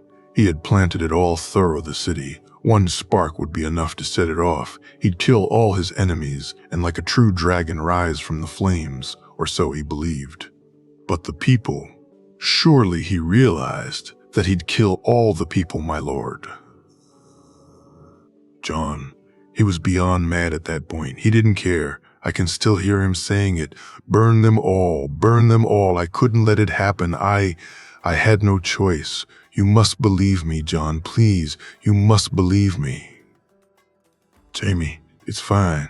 You did what was right, what was just. Don't ever think otherwise. I don't, Jon said, and Jaime looked at him, shaking his head. I broke my oath, Jon. My oath to your family. I was supposed to protect the king. Instead, I stabbed him in the back. Look at me, Jon said, and Jaime looked up at him. You did what was right, what honor demanded, and even if it didn't, you saved countless lives. You're a hero. Jaime, a hero. Don't ever let anyone tell you different. But... no, anything after the word but is bullshit. Am I your king? You are. Of course you are. Then as your king, I pardon you, I forgive you, and if I say you're a hero, then damn it, Jaime, you're a hero. I broke my oath, Jaime said angrily. To a madman, you broke an oath to a madman, but you upheld an even greater oath. You protected the innocent. How many did you save that day? How many men, women, and children lived? How many grew to have children of their own? I killed you, grandfather, Jaime said softly. Who killed my other grandfather and uncle? You killed a kinslayer. Jaime, a madman who would have laughed as thousands burned to death. No man has ever deserved to die more than he.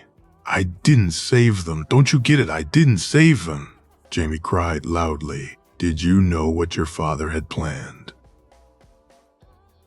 No, of course not, Jaime's anger clear in his voice.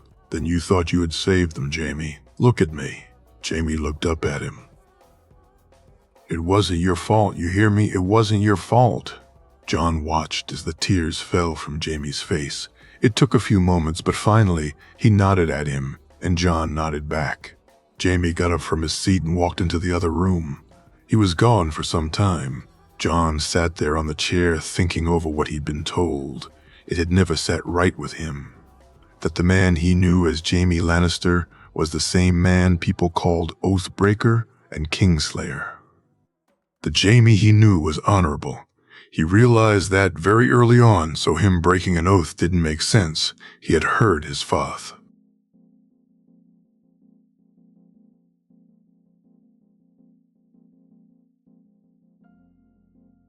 Jaime held no love for his father. The things he'd done disgusted him. He'd seen that clearly at Castamere, so his uncle was wrong. But why hadn't Jaime told anyone? Why had he allowed his name to be sullied when his actions should have brought him acknowledgement? When people should have realized just exactly what he'd done, and why? Do you wish to talk more, or should we leave it for the morrow? Jon asked when Jaime walked back in the room. No. Let's finish as much as we can tonight. We'll be busy tomorrow with the preparations for the journey. You're still going, right? I want to see it. I need to see it, Jon said determinedly. Good. Then what? I don't know. I think I want to travel north. I need to speak with my uncles. Your uncles? Aye. All three of them, Benjen and Aemon at Castle Black, and I needs must speak with Uncle Ned. I have to know. I need to know. I understand. But why Castle Black? It's about the egg and other things. I've been hearing things, seeing things. I don't understand it. There are voices and dreams and this, Jon said, holding his hand up. When? How did that happen? Jamie said worriedly, looking at the cut on his palm. I did it, John said, looking down at his lap. You, why? Jamie confusedly asked. I don't know how to explain it. Ever since I held the egg, there's been a voice in my head calling me, telling me to wake it up. I don't know why, but when I heard the voice, I felt the need to cut myself, to allow the blood drip on the egg.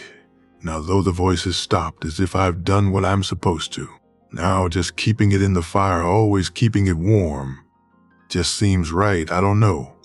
It just feels right. Fire and blood, Jamie whispered. What? Fire and blood, your house's words. This must be something to do with that. That's why I need to speak with Eamon.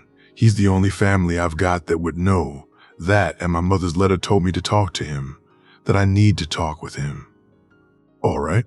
Well, what if we take the ship north after the tourney? We could sail to Eastwatch and go to Castle Black from there. Aye, we could do that. I need to speak to Benjen too. We could travel to Winterfell afterwards. John, are you sure that's what you want? Are you really ready for that? Jamie asked concernedly. I need to. My lord, there are things only my uncle would know. Also the letter, my mother, the things she said if true, my lord, I need to know. Not Jamie, eh? Jamie jipped. Sorry, my lord, John said, shaking his head. Earlier you called me Jamie, I think, for the first time. You were upset. My lord, I thought it appropriate. No, John, it was fine. I'd prefer it. This, my lord, stuff is too formal anyway. It's proper, my lord. Should anyone see different, it would raise questions. John watched as Jamie nodded in agreement. At some point, the dynamic between them would shift. It had probably already started too, but until John was crowned, Jamie was a lord, and he was just a squire. Very well, for now, we'll keep it as it is. But you're my King John. At some point, we're going to have to address what that means. I know, my lord. We can discuss it more as we go on. As you wish, your grace, Jamie said with a smirk. Careful. I can order you about now, you know, John said, and they both laughed. Aye, you can anyway. Is there anything else, or is that it? Jamie asked. We need to tell them, my lord, soon. I know, John. I wanted to tell them for a long time, Jamie sighed. Why didn't you? Why didn't you? I needed to tell you first, before anyone else. It had to be you knowing first. John smiled at that. He was glad that no one else knew just yet. What they'd feel about the news when they heard it worried him a little. Would it change how they thought of him, how they acted around him? Would he go from being John to being J. Harry's in their minds? He hoped not. He hoped they'd see him the same as they did now, that they accepted him just as they had when he'd arrived. But he worried all the same. It'll be fine, John. They'll take it well. What if they don't? Then we'll figure things out, Jamie said. And John nodded in agreement. We should wait to tell them until we come back from the north, John said determinedly. Aye. I think that's for the best, so we're agreed. We'll go north after the tourney? Aye, John replied. What about Loras? Jamie asked. We're good, my lord. We've spoken. All is well. He wishes to come north with us. Fine, if that's what you want. It's getting late and we have an early move to make on the morrow. Let's get some rest. Aye. I think you're right, my lord, John said as he got up from his seat. He walked to the door only for Jamie to call him back. My lord? He watched unstunned as Jamie took out his sword and knelt on the ground. I, Jamie Lannister, do hereby pledge my sword and counsel to the true king Jaehaerys Targaryen, the third of his name. I shall shield his back, smite down his enemies, do his bidding and follow no orders but his. This I swear from this day to my last. John felt his heart soar. His lord, his friend, his mentor had sworn to him, to a boy raised as a bastard, The greatest knight in Westeros had sworn his blade to him. I vow that you shall always have a place at my hearth, and meat and mead at my table. I pledge to ask no service of you that might bring you into dishonor. I swear it by the old gods and the new. Arise, my lord. Your king welcomes your service and will always value your counsel. Jaime stood back up and Jon grabbed him in a hug. Jaime. They broke their fast early the next morn, Joy barely awake as they ate. She actually fell asleep in Jon's arms at the table, and Alessia needed to grab her to take her down to the waiting carriage. He had sent a raven to their property in King's Landing to ready it for their arrival, also with a note for Vyler to ensure the surprise was ready for Jon and Loras once they arrived. That morning during their spar, he had felt lighter than he had in a number of days. Jon, too, was back more to himself. The two had japed more, and he was happy to see that while the news had changed some things between them, most still stayed the same. He watched on as their horses were loaded onto the ship.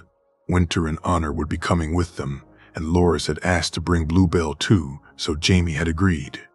For the rest of their retinue north, he purchased horses in White Harbor, Jon having convinced him to make a longer stop off there than he'd planned. My lord, we're ready to cast off as soon as you are, Darpa said. Very well, Captain. Give the order. Everyone else had quickly made their way down to their cabins, all but Jon, who stood at the ship's bow holding an excited Joy who was waving at the people on the docks. Ghost lay in front of them, and Jaime couldn't help but smirk at the uncomfortable look on the wolf's face. Jon had needed to coax the wolf on board earlier. He walked towards them and could hear his niece's voices repeating what Jon said as he drew closer. Say bye-bye, Joy. Bye-bye. And to the birdies. Bye-bye, birdies. He saw Alessia and called her over, tasking her to take Joy down to her father. No, want to stay, Jon. I know, Princess. Go with Alessia for now. I'll come down in a little while. I promise. Promise? Aye, Princess, Jon said. And Jaime smiled. His niece saw him. Bye-bye, Uncle. Bye-bye, Princess. He leaned down to kiss her forehead. Once Alessia and Joy were gone, he stood beside Jon watching as Lannisport faded from view. Things would change once they came back from this journey. The rules of the game would be different. You ready for this, Jon? I was born ready, Jon smirked. That you were my king, that you were.